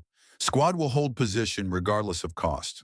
Covey nodded acknowledgement that carried more than professional courtesy, recognition of personal sacrifice that commitment represented, appreciation for choosing truth despite knowing truth, destroyed meaning that had sustained 3 years of service.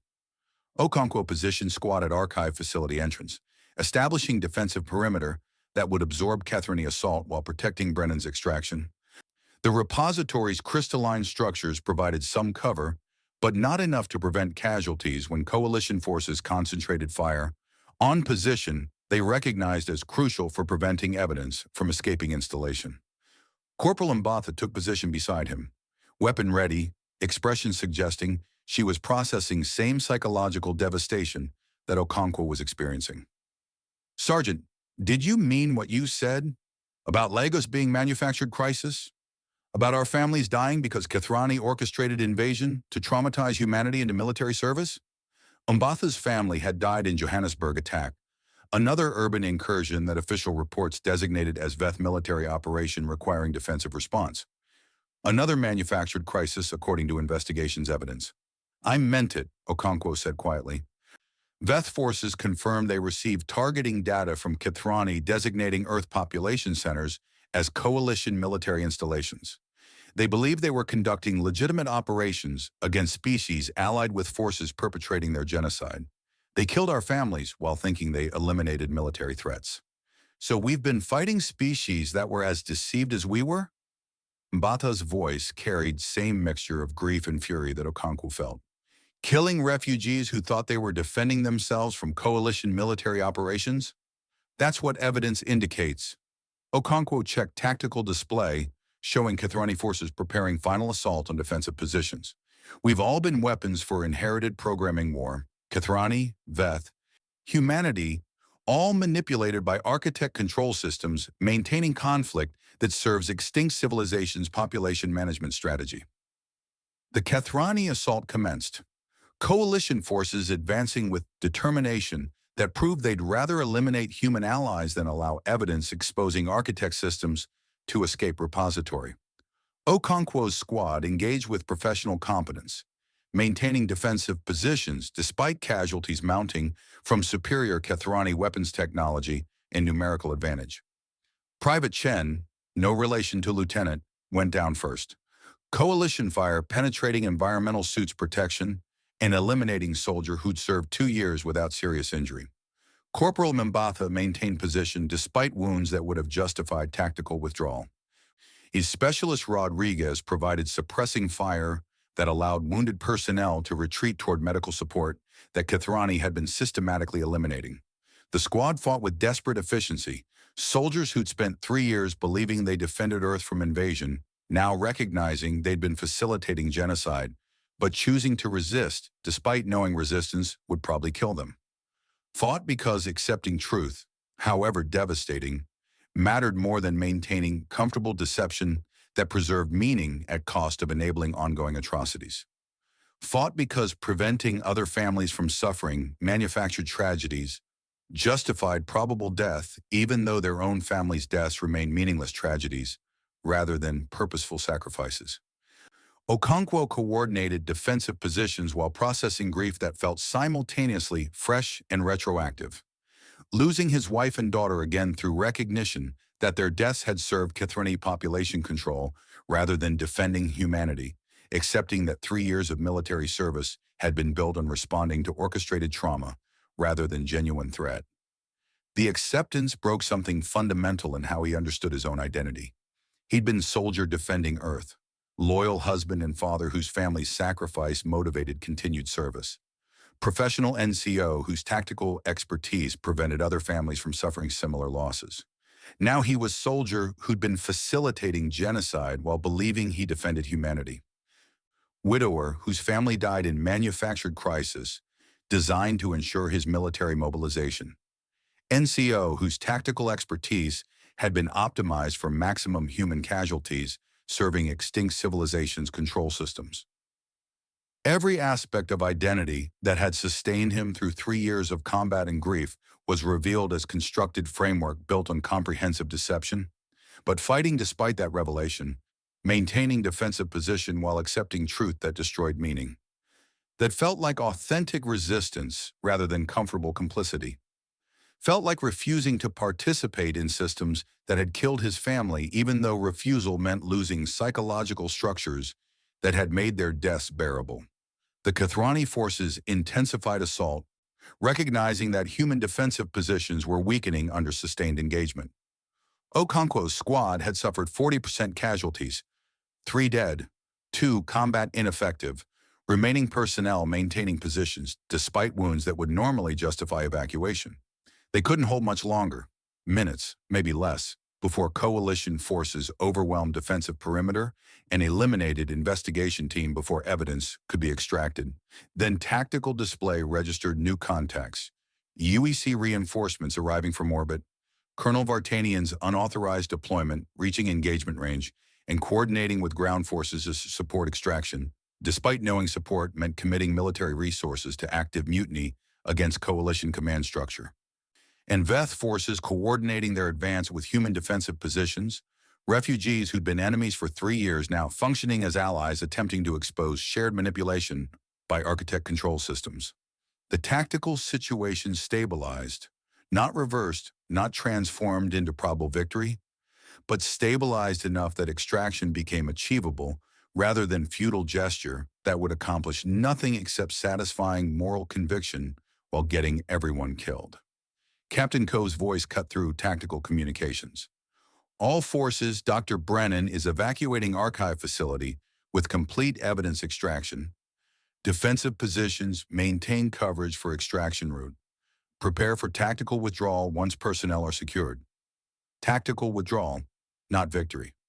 Not successful mission accomplishment in conventional understanding. Just survival long enough to extract evidence that might expose architect control systems if anyone lived to implement solutions. But survival felt like victory compared to probable annihilation that tactical projections had suggested was inevitable.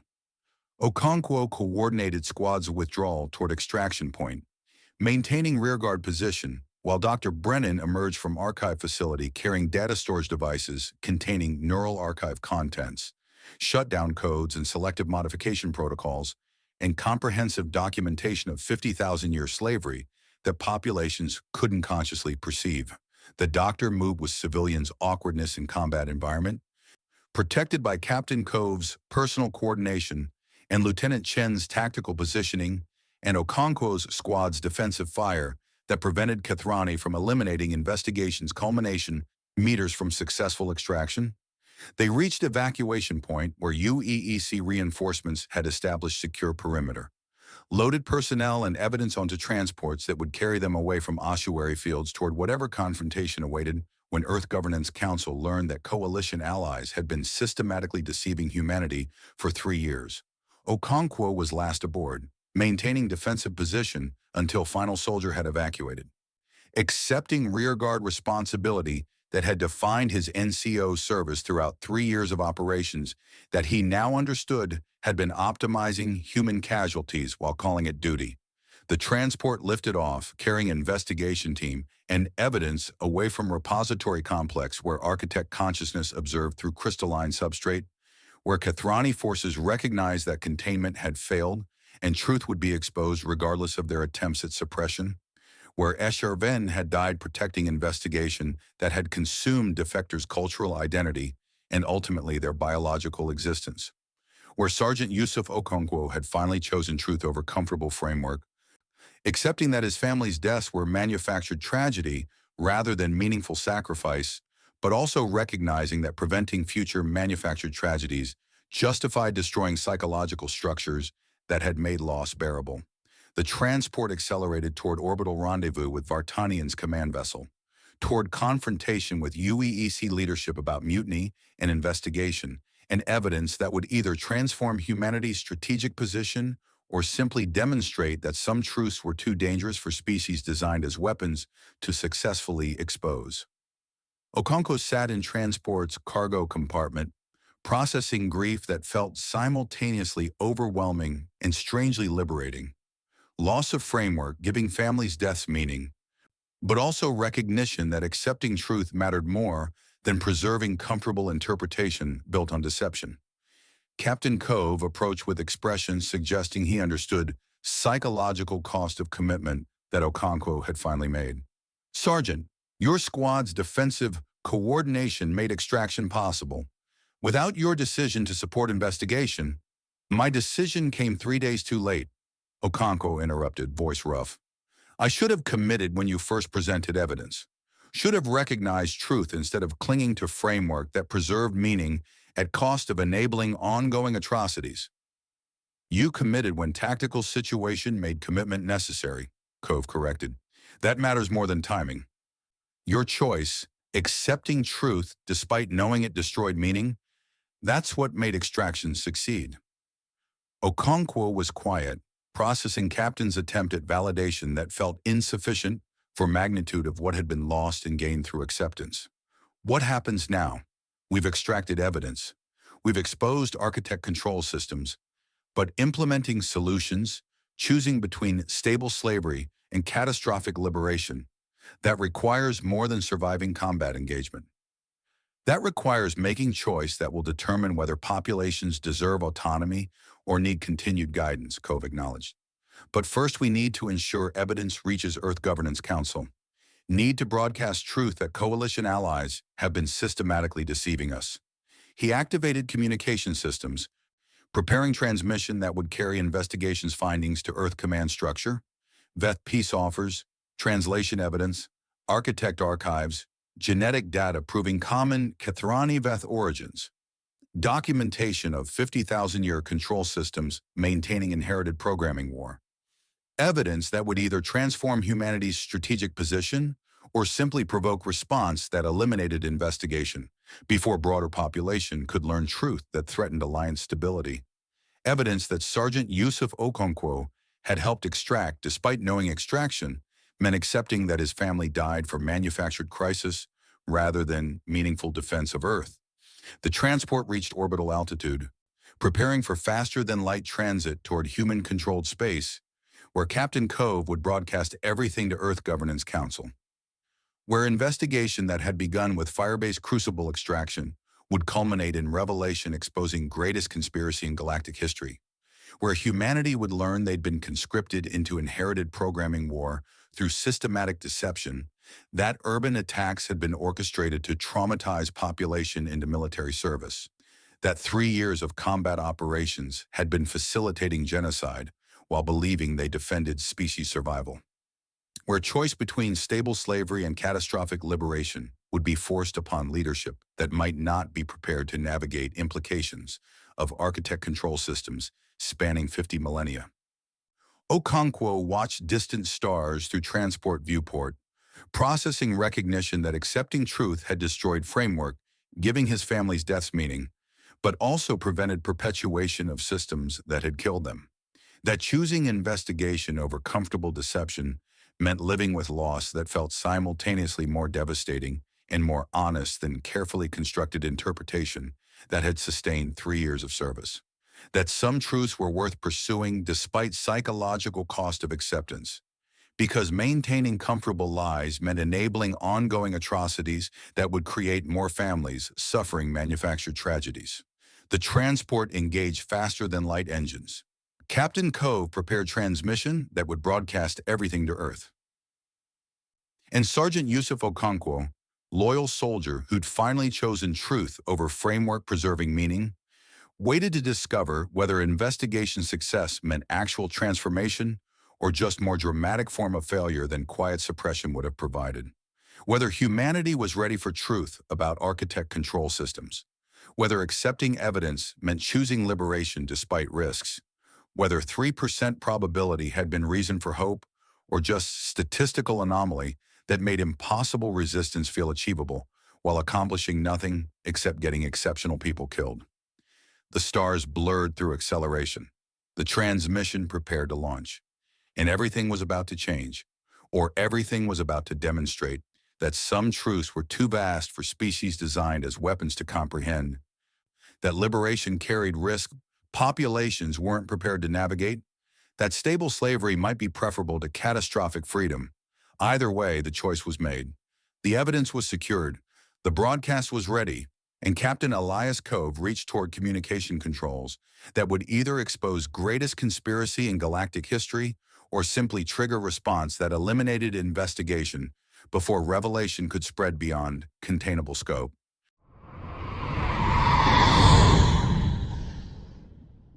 Chapter 20, Signal Home. Captain Elias Cove had commanded soldiers through 17 major engagements across 3 years of warfare and had learned that victories were temporary, tactical successes that created breathing room for next operation, strategic gains that shifted battlefield geometry without fundamentally altering conflict's trajectory. Broadcasting evidence that would expose 50,000 years of systematic deception to 8 billion humans and countless coalition populations wasn't victory. It was point of no return that would either transform galactic civilization's understanding of itself or simply trigger response that eliminated everyone who'd participated in revelation. But attempting transformation mattered more than accepting genocide as inevitable consequence of inherited programming control. He sat in Transport's communication station, reviewing data that Dr. Brennan had extracted from Neural Archive. Genetic templates proving Kethrani Veth common origins, architect control system specifications, shutdown codes and selective modification protocols, complete documentation of how extinct civilization had engineered populations, and embedded neural directives maintaining compliance across geological timescales. Evidence so comprehensive that suppression would require eliminating not just investigation team, but every network node that received transmission. Evidence that made suppression practically impossible once broadcast commenced. Beside him, Brennan reviewed transmission protocols one final time, academic precision ensuring that data packages were formatted for maximum accessibility and redundancy. Communication channels are configured for simultaneous broadcast to Earth Governance Council, UEEC Command, coalition liaison networks, and civilian media outlets across human-controlled space, the doctor said, voice carrying mixture of exhaustion and determination. Once transmission initiates, it propagates through multiple relay systems. Can't be stopped without destroying infrastructure that human civilization requires for basic operations. Which means Kethrani might attempt exactly that, Lieutenant Chen observed from Tactical Monitoring Station. Destroying communication infrastructure to prevent evidence from spreading might seem preferable to allowing exposure of architect control systems. Possible, Cove acknowledged, but also strategically counterproductive. Destroying human communication networks would prove investigations' conclusions more effectively than any evidence we could broadcast, would demonstrate that coalition allies are willing to eliminate humanity's technological infrastructure rather than allow truth about systematic deception to spread. He pulled up transmission targeting, emergency military channels carrying highest priority authorization, civilian media networks with encryption protocols preventing censorship, diplomatic channels connecting Earth Governance Council to broader coalition. redundant distribution that ensured evidence would reach multiple audiences simultaneously, making coordinated suppression practically impossible, making revelation inevitable once broadcast commenced. Sergeant Okonkwo approached from cargo compartment where surviving squad members were receiving medical treatment for wounds sustained during repository extraction. The sergeant's expression carried devastation that 3 days of processing investigation's truth hadn't fully resolved. Recognition that accepting evidence meant losing framework that had given families' death meaning, but also acknowledgement that preventing future manufactured tragedies justified psychological cost of acceptance. "Sir," Okonkwo said quietly, "squad is secured. Casualties are stable. We're ready for whatever response broadcast triggers." "Thank you, Sergeant." Cove appreciated NCO's commitment despite personal struggle. "Your decision to support extraction made this possible. Whatever happens next, whether broadcast transforms strategic situation or simply provokes response that eliminates investigation, your choice mattered." Okonkwo nodded acceptance that seemed inadequate for magnitude of what he'd sacrificed and gained through choosing truth over comfortable framework. "Then, when you broadcast evidence, when Earth learns about architect control systems and systematic deception, what do you think happens? Do we get diplomatic resolution, military confrontation, complete civilizational collapse, as populations process that everything they understood about themselves was shaped by extinct species, using them as tools?" The question was fair, deserved honest assessment rather than optimistic deflection. "I think we get chaos," Cove admitted. "Immediate tactical ceasefire as all forces process implications. Political volatility as leadership struggles to navigate revelations that undermine every assumption about coalition relationships. Potential violence as populations react to discovering they've been systematically deceived. Long-term uncertainty about whether liberation from architect control means genuine autonomy or catastrophic collapse of behavioral frameworks that civilizations have internalized as fundamental aspects of their nature. So not victory, just different form of crisis requiring navigation." "Correct. But crisis created through exposing truth rather than maintaining deception. Uncertainty that offers possibility of actual resolution rather than comfortable slavery that perpetuates genocide." Cove met Sergeant's eyes. "I'm not promising this ends well. I'm promising that attempting transformation matters more than accepting inherited programming war as inevitable." Okonkwo processed that, then returned to cargo compartment, where soldiers were preparing for whatever chaos broadcast would trigger, leaving Cove alone with communication controls and comprehensive evidence that would either liberate Galaxy or simply demonstrate that some truths were too vast for species designed as weapons to successfully navigate. He activated emergency military channels, highest priority authorization that would override routine traffic and demand immediate attention from Earth Governance Council and UEC Command. Configured transmission to include complete data packages rather than summary assessment. Ensuring recipients could verify evidence independently rather than relying on investigation teams' interpretation. Ensuring truth would be accessible regardless of whether command structure attempted suppressing conclusions. Dr. Brennan moved beside him, close enough that environmental suit's bulk created physical contact that felt grounding despite circumstances. Once you initiate broadcast, there's no reversal. Evidence becomes public record. Investigation becomes official challenge to coalition relationship. We become either heroes who expose greatest conspiracy in galactic history or traitors who destroyed alliance, maintaining humanity's survival. "I know." Cove's hand hovered over transmission controls. "But maintaining alliance built on systematic deception means perpetuating genocide. Means accepting that Earth's conscription was manufactured through orchestrated urban attacks. Means enabling architect control systems to continue managing populations across additional millennia. Means choosing uncertain liberation over stable slavery. Means choosing truth over comfortable lies regardless of cost." Cove activated transmission protocols. "Ready?" Brennan's expression carried mixture of terror and hope that made probable consequences feel simultaneously catastrophic and worth pursuing. "Ready. Though I suspect we're about to discover whether 3% probability was realistic assessment or optimistic fantasy that made resistance feel achievable. Cove initiated broadcasts. The transmission propagated through emergency military channels with speed that made interception impossible. Data packages launching toward Earth Governance Council and UEEC Command and Coalition Liaison Networks simultaneously. Encrypted protocols preventing suppression while ensuring authenticity could be verified. Complete neural archive contents transmitting across human-controlled space, revealing architect control systems and genetic evidence and systematic deception to 8 billion people who'd been conscripted into inherited programming war through manufactured crisis. Revealing truth that would either transform civilization or simply prove that some revelations were too dangerous for populations designed as tools to successfully comprehend.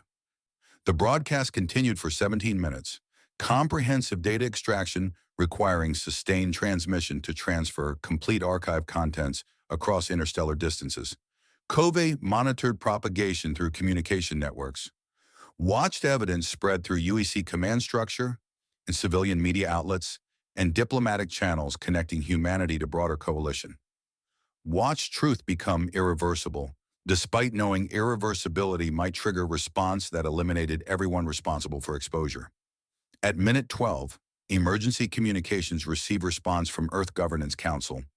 Priority transmission, carrying authentication codes indicating message originated from Council Chairman herself. Captain Cove, received your transmission. Evidence is being reviewed by emergency session convened to assess implications for coalition relationship and Earth's strategic position. Initial analysis confirms systematic mistranslation of Veth communications and orchestration of urban attacks, including Lagos incursion. Further verification required for architect control system specifications and genetic engineering claims. You are ordered to maintain current position pending investigation. Do not engage Kithrani forces. Do not coordinate with Veth elements. Await further instructions. Understand you believe you're exposing truth. Also understand you've committed acts that will be classified as treason if evidence proves insufficient to justify violation of coalition protocols. Your career and possibly your life depend on verification supporting your extraordinary claims. To Chairman Adeyemi. Not condemnation, not immediate arrest orders, but also not validation that broadcast was correct decision. Just acknowledgement that truth was being reviewed, that verification would determine whether investigation team were heroes or traitors, that career and survival depended on Earth Governance Council accepting evidence that undermined 3 years of alliance. At minute 15, Coalition Liaison Networks responded, Kithrani High Command issuing statement that designated broadcasts as dangerous propaganda requiring immediate suppression to prevent civilizational instability. Standard diplomatic language that translated to recognition that evidence exposure threatened their control systems and would be opposed through every available mechanism, but also tacit admission that suppression was no longer achievable through simple elimination of investigation team, that truth had spread beyond containable scope, that response would require political coordination rather than tactical annihilation. At minute 17, transmission completed. Complete neural archive contents distributed across human-controlled space and transmitted to Veth refugee networks and broadcast through civilian media channels where suppression would require destroying communication infrastructure that modern civilization depended upon. Evidence was public. Truth was irreversible. Investigation had succeeded in exposing systematic deception, even if success triggered response that eliminated everyone responsible. Cove deactivated transmission systems, felt weight of decisions settle across shoulders that command training had prepared to bear tactical responsibility, but not civilizational consequences of revealing 50,000-year conspiracy. It's done, he said quietly. Evidence is distributed. Truth is public. Now we discover whether humanity is ready to process implications or whether revelation accomplishes nothing except confirming that some truths are too dangerous for species designed as weapons to successfully navigate. Brennan's hand found his despite environmental suit's bulk, physical contact that felt simultaneously inadequate and profoundly necessary. We did what mattered, exposed truth, gave populations opportunity to choose liberation over stable slavery. Whether they accept that opportunity Whether Earth Governance Council validates investigation or classifies us as traitors, that's beyond our control.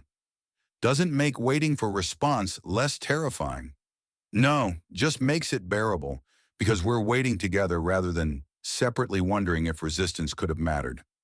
They sat in Transport's communication station, watching evidence propagate through networks while processing recognition that broadcast had been point of no return. Either transformation of galactic civilization's self-understanding or simply more dramatic failure than quiet suppression would have provided. The tactical display showed immediate response developing across ossuary fields. Kethrani forces ceasing assault on repository complex. Coalition personnel apparently receiving orders to suspend engagement pending political assessment of situation created by broadcasts.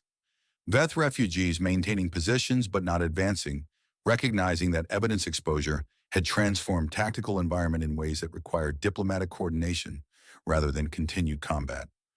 Temporary ceasefire emerging not through negotiated settlement, but through mutual recognition that broadcasts had created complications requiring political navigation.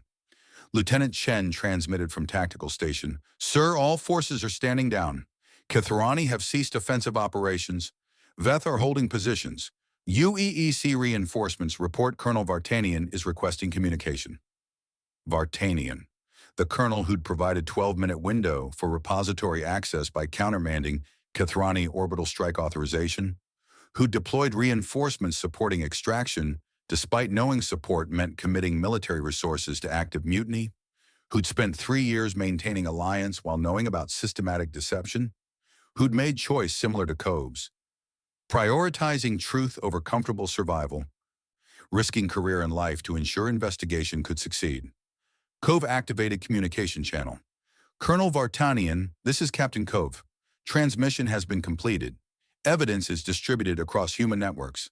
Awaiting Earth Governance Council response to determine whether we're heroes or traitors." Vartanian's voice carried exhaustion that 3 days of impossible decisions had accumulated. "Captain, I'm approaching your position with reinforcement fleet. Not to arrest you. Political situation is too volatile for immediate action.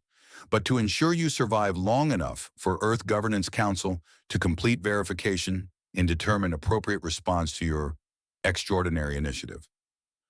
Extraordinary initiative was diplomatic phrasing for mutiny and systematic violation of coalition protocols, but also tacit acknowledgement that initiative might be justified if evidence proved sufficient. "Understood, Colonel. Transport is standing by for coordination. Rendezvous at Indomitable. We're establishing secure perimeter while diplomatic channels process implications of broadcasts." Pause. "Captain, you've committed acts that will either transform you into legend or get you executed for treason. I'm hoping for former because I've committed similar acts by supporting investigation. But understand that outcome isn't certain, that verification will determine both our fates." Acknowledged. We're committed regardless of outcome. "I know. That's what made supporting investigation feel necessary despite minimal probability of success." Vartanian's voice softened fractionally. "See you aboard Indomitable. We'll discover together whether 3% probability was realistic hope or just comforting fantasy." The communication ended. Cove coordinated with transport pilot for rendezvous trajectory, watching tactical displays show ceasefire solidifying across ossuary fields as all forces process broadcast implications. The repository complex remained behind. Ancient architect installation where neural archive had preserved extinct civilization's consciousness, where control systems maintaining 50 millennia of slavery had been exposed, where Ven had died protecting investigation that had consumed defectors' entire identity, where truth had been extracted despite minimal probability, where genocide had been exposed despite systematic attempts at suppression, where choice between stable slavery and catastrophic liberation had been forced upon populations that might not be prepared to navigate implications. The transport accelerated toward orbital rendezvous, carrying investigation team away from battlefield toward uncertain future, where verification would determine whether exposure meant transformation or just more dramatic form of failure. UEEC carrier. Indomitable appeared through viewport like geometric constellation, Massive vessel maintaining position while reinforcement fleet established defensive perimeter. Military presence suggesting Earth Governance Council was taking broadcasts seriously enough to protect investigation team pending verification, or protecting them as valuable intelligence assets that required controlled environment pending trial for treason. Either interpretation remained plausible. The transport docked with practiced efficiency, personnel securing in bay that felt simultaneously familiar and alien. Returned to vessel where investigation had begun, with Firebase Crucible extraction, where Colonel Vartanian had offered promotion in exchange for suppressing evidence, where choice between truth and comfortable survival had crystallized into commitment that had brought them to current moment. Colonel Vartanian waited at docking bay entrance, posture suggesting commander who'd made impossible decisions and was prepared to defend them despite knowing defense might prove insufficient. Captain Cove, Dr. Brennan, Lieutenant Chen, Sergeant Okonkwo, welcome back. Your transmission has created unprecedented complications across every level of Earth's command structure and coalition relationships. Unprecedented complications was diplomatic understatement for chaos that broadcast had triggered. What's Earth Governance Council's assessment? Cove asked. Ongoing. Emergency session is reviewing evidence with linguistic specialists, verifying translation analysis, strategic analysts assessing casualty correlations, xenobiologists examining genetic data, proving Kethrani Veth common origins. Vartanian gestured toward carrier's interior. Initial consensus is that your claims are extraordinary, but supported by comprehensive documentation. Whether that support is sufficient to justify violation of coalition protocols, that determination is still being debated. And our status, awaiting trial, protective custody, or something else. Something else. Political situation is too volatile for immediate action. Kethrani High Command is demanding your detention for treaty violations. Veth refugee networks are requesting diplomatic contact with humans who helped expose systematic deception. Earth Governance Council is attempting to navigate between maintaining coalition relationship and acknowledging evidence that alliance was built on comprehensive lies. Vartanian's expression suggested she was processing same uncertainty they all felt. You're not under arrest, but you're also not cleared of potential charges. You're existing in liminal space where verification will determine outcome. They moved through carrier's passages toward briefing compartment where, presumably, Earth Governance Council's representatives would conduct formal assessment of investigation's findings. The familiar corridors felt different now. Spaces that had witnessed 3 years of operations, facilitating genocide while believing they defended Earth, transformed through broadcast into locations where truth about systematic deception had been exposed. The briefing compartment held more personnel than standard investigation debriefing. Earth Governance Council representatives, UEEC command staff, diplomatic corps officials tasked with managing coalition relationships, and isolated in corner, Veth cluster voice, whose presence suggested refugees were participating in verification despite Kethrani objections. The Veth commander's bioelectric field, modulated with pattern that Dr. Brennan's translation framework rendered as cautious hope mixed with profound grief. Recognition that evidence exposure might end 40 millennia of genocide, but couldn't restore populations already eliminated or repair damage that inherited programming war had inflicted.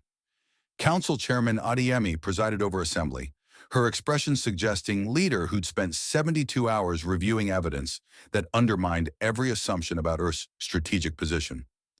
Captain Cove, your broadcast has been verified across multiple analytical frameworks. Dr. Brennan's translation analysis is linguistically sound. Your casualty correlations demonstrate systematic optimization of human attrition. Architect Archive documentation proves both Kethrani and Veth are engineered populations subject to neural control systems maintaining inherited programming war. She paused, let that validation settle. You were correct about systematic deception, about manufactured crisis, about everything. Relief flooded through Cove, recognition that verification supported investigation, that evidence was sufficient to justify actions that might otherwise be classified as treason. But Chairman Adeyemi's next words complicated that relief. You were also insubordinate, reckless, and willing to risk catastrophic military confrontation with technologically superior coalition partners to pursue investigation that carried minimal probability of success. Your actions have created unprecedented crisis in Earth's relationship with Kathrani High Command. They're threatening to terminate alliance, withdraw orbital defense platforms, classify humanity as hostile population requiring containment. Because we expose that they've been using us as weapons for genocide? Lieutenant Chen's voice carried barely controlled fury. Because you revealed truth that threatens their fundamental self-understanding, Chairman corrected. Kathrani populations are processing recognition that they're engineered species subject to neural control systems maintaining behavior across 50 millennia. That revelation is causing civilizational crisis that makes our diplomatic complications seem minor in comparison. She pulled up casualty projections, strategic assessments showing how Kathrani withdrawal from alliance would affect Earth's defensive capabilities, probability calculations for Veth refugee attacks if coalition protection disappeared, worst-case scenarios where exposure of architect control systems triggered complete collapse of galactic civilization. Your investigation exposed truth, Chairman Adeyemi said, but truth doesn't automatically lead to resolution. Kathrani High Command is threatening military action. Veth refugee networks are demanding reparations for 40 millennia of genocide. Architect control systems are still broadcasting neural directives despite exposure. We're facing potential three-way war where every population has incompatible objectives and minimal capability for diplomatic coordination. So what do you want from us? Covey asked. Apology for exposing systematic deception? Promise to suppress evidence we've already broadcast across human-controlled space? Acceptance of treason charges to appease Kathrani High Command? I want you to help navigate crisis you've created. Chairman Adeyemi's voice carried weight of leader who'd made decision despite knowing it would be politically costly. Earth Governance Council has determined that maintaining alliance built on systematic deception is untenable. We're terminating formal coalition relationship with Kathrani High Command. We're establishing direct diplomatic contact with Veth refugee networks. We're attempting to coordinate response to architect control systems that doesn't cause civilizational collapse. She gestured toward Veth cluster voice. And we're beginning negotiations for actual peace. Not manufactured alliance serving extinct civilizations population control strategy, genuine diplomatic relationship built on mutual recognition rather than systematic deception. The Veth commander approached, bioelectric field modulated with pattern that Brennan's framework rendered as mixture of hope and uncertainty. Captain Cove, your investigation exposed truth that Veth have sought for 40 millennia. You risked everything to reveal systematic deception and provide evidence of common origins. You helped end genocide that has consumed too many lives across too many generations. The cluster voice paused, gathering words for statement that clearly carried profound significance. We request your presence at preliminary negotiations between Veth refugee networks and Earth Governance Council. As representative of species that chose truth over comfortable survival, as bridge between populations that systematic deception prevented from recognizing shared interests. Diplomatic negotiations, not military tribunal, not treason trial, not even formal commendation for exposing conspiracy. Just request for participation in hard work of building actual peace after 3 years of manufactured war. Covey looked at Brennan, at Chen, at Okonkwo, teammates who'd risked everything to expose truth, who'd survived minimal probability of success, who'd chosen investigation over comfortable frameworks despite knowing choice would probably get them killed. Looked at colleagues who deserved something more dramatic than preliminary negotiations as outcome for investigation that had consumed their entire identities. But watching Veth cluster voice extend diplomatic contact, watching Chairman Adeyemi prepare for negotiations that would attempt transforming manufactured alliance into genuine relationship, Cove recognized that dramatic outcomes were less important than sustained commitment to building something better than inherited programming war.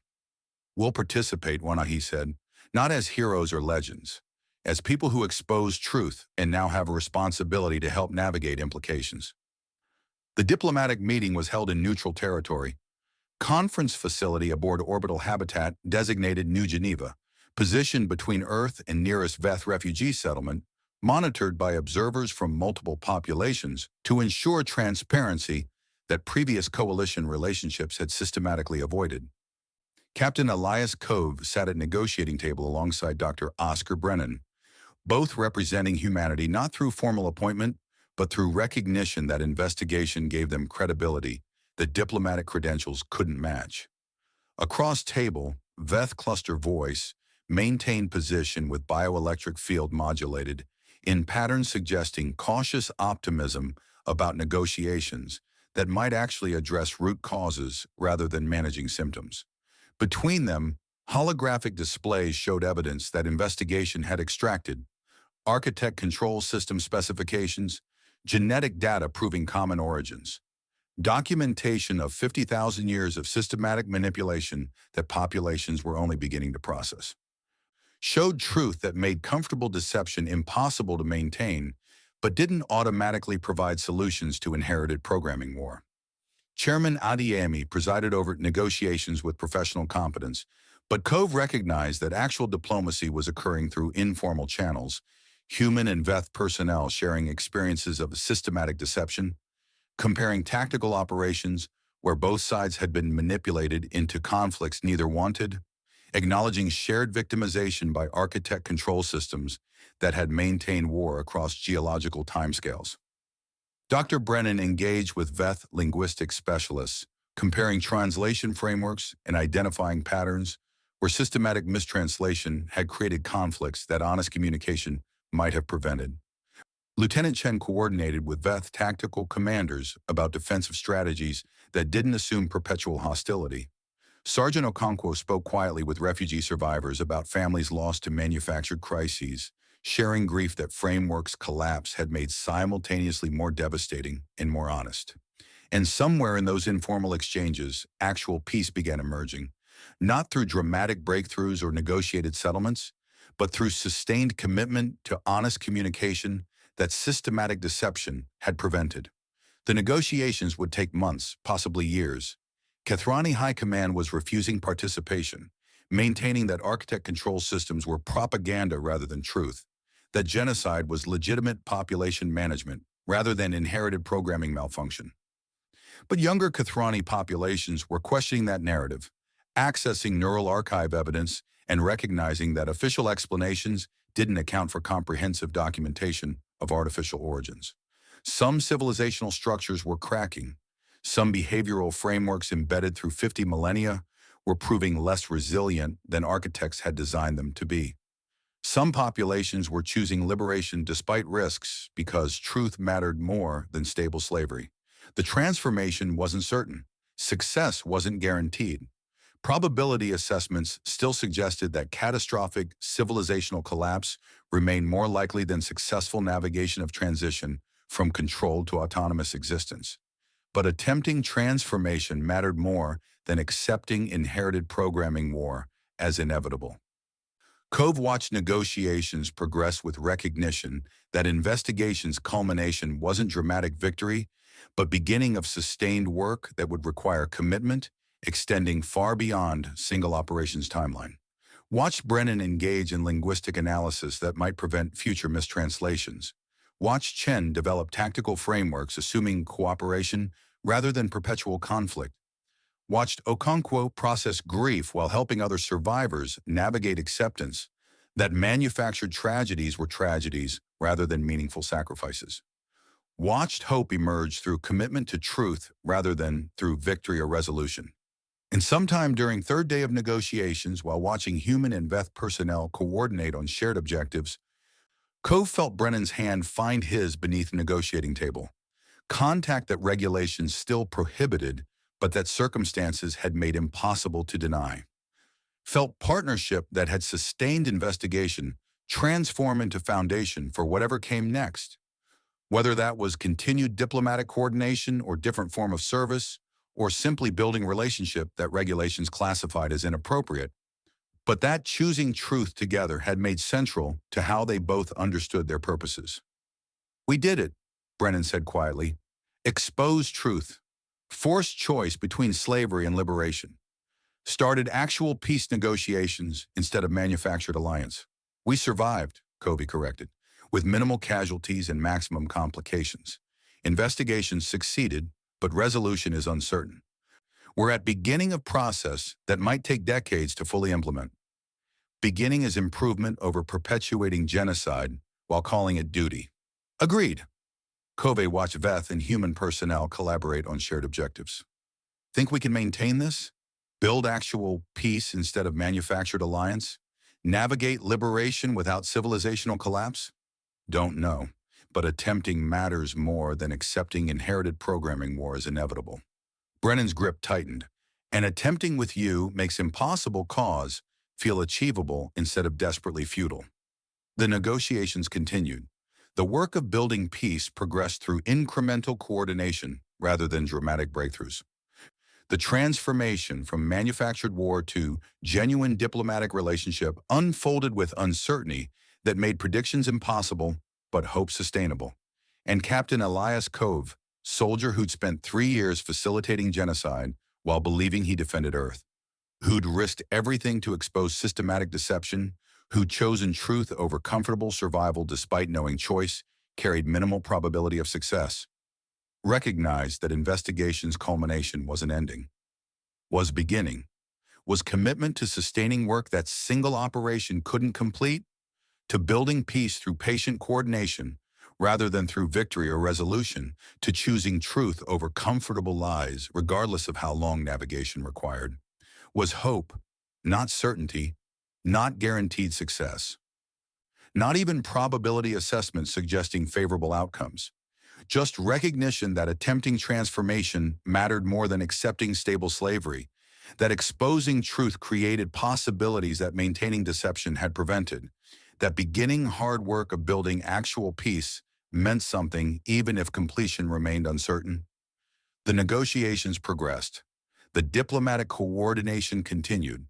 The transformation from inherited programming war to genuine relationship unfolded with complications that 3% probability had accurately predicted, but unfolded nonetheless, through commitment, through sustained work, through choosing truth over comfortable deception, through hope that made impossible resistance achievable, and somewhere in orbital habitat designated New Geneva, between populations that systematic deception had prevented from recognizing shared interests, actual peace began emerging. Not through victory, not through resolution, but through commitment to building something better than 50,000 years of architect control had permitted. One conversation at a time, one shared objective at a time, one choice for truth over comfortable lies at a time. It wasn't ending, wasn't victory, wasn't even certainty that transformation would succeed. But it was hope, and hope was enough to sustain resistance that probability calculations suggested was impossible. Hope was enough to make beginning matter more than questioning whether completion was achievable.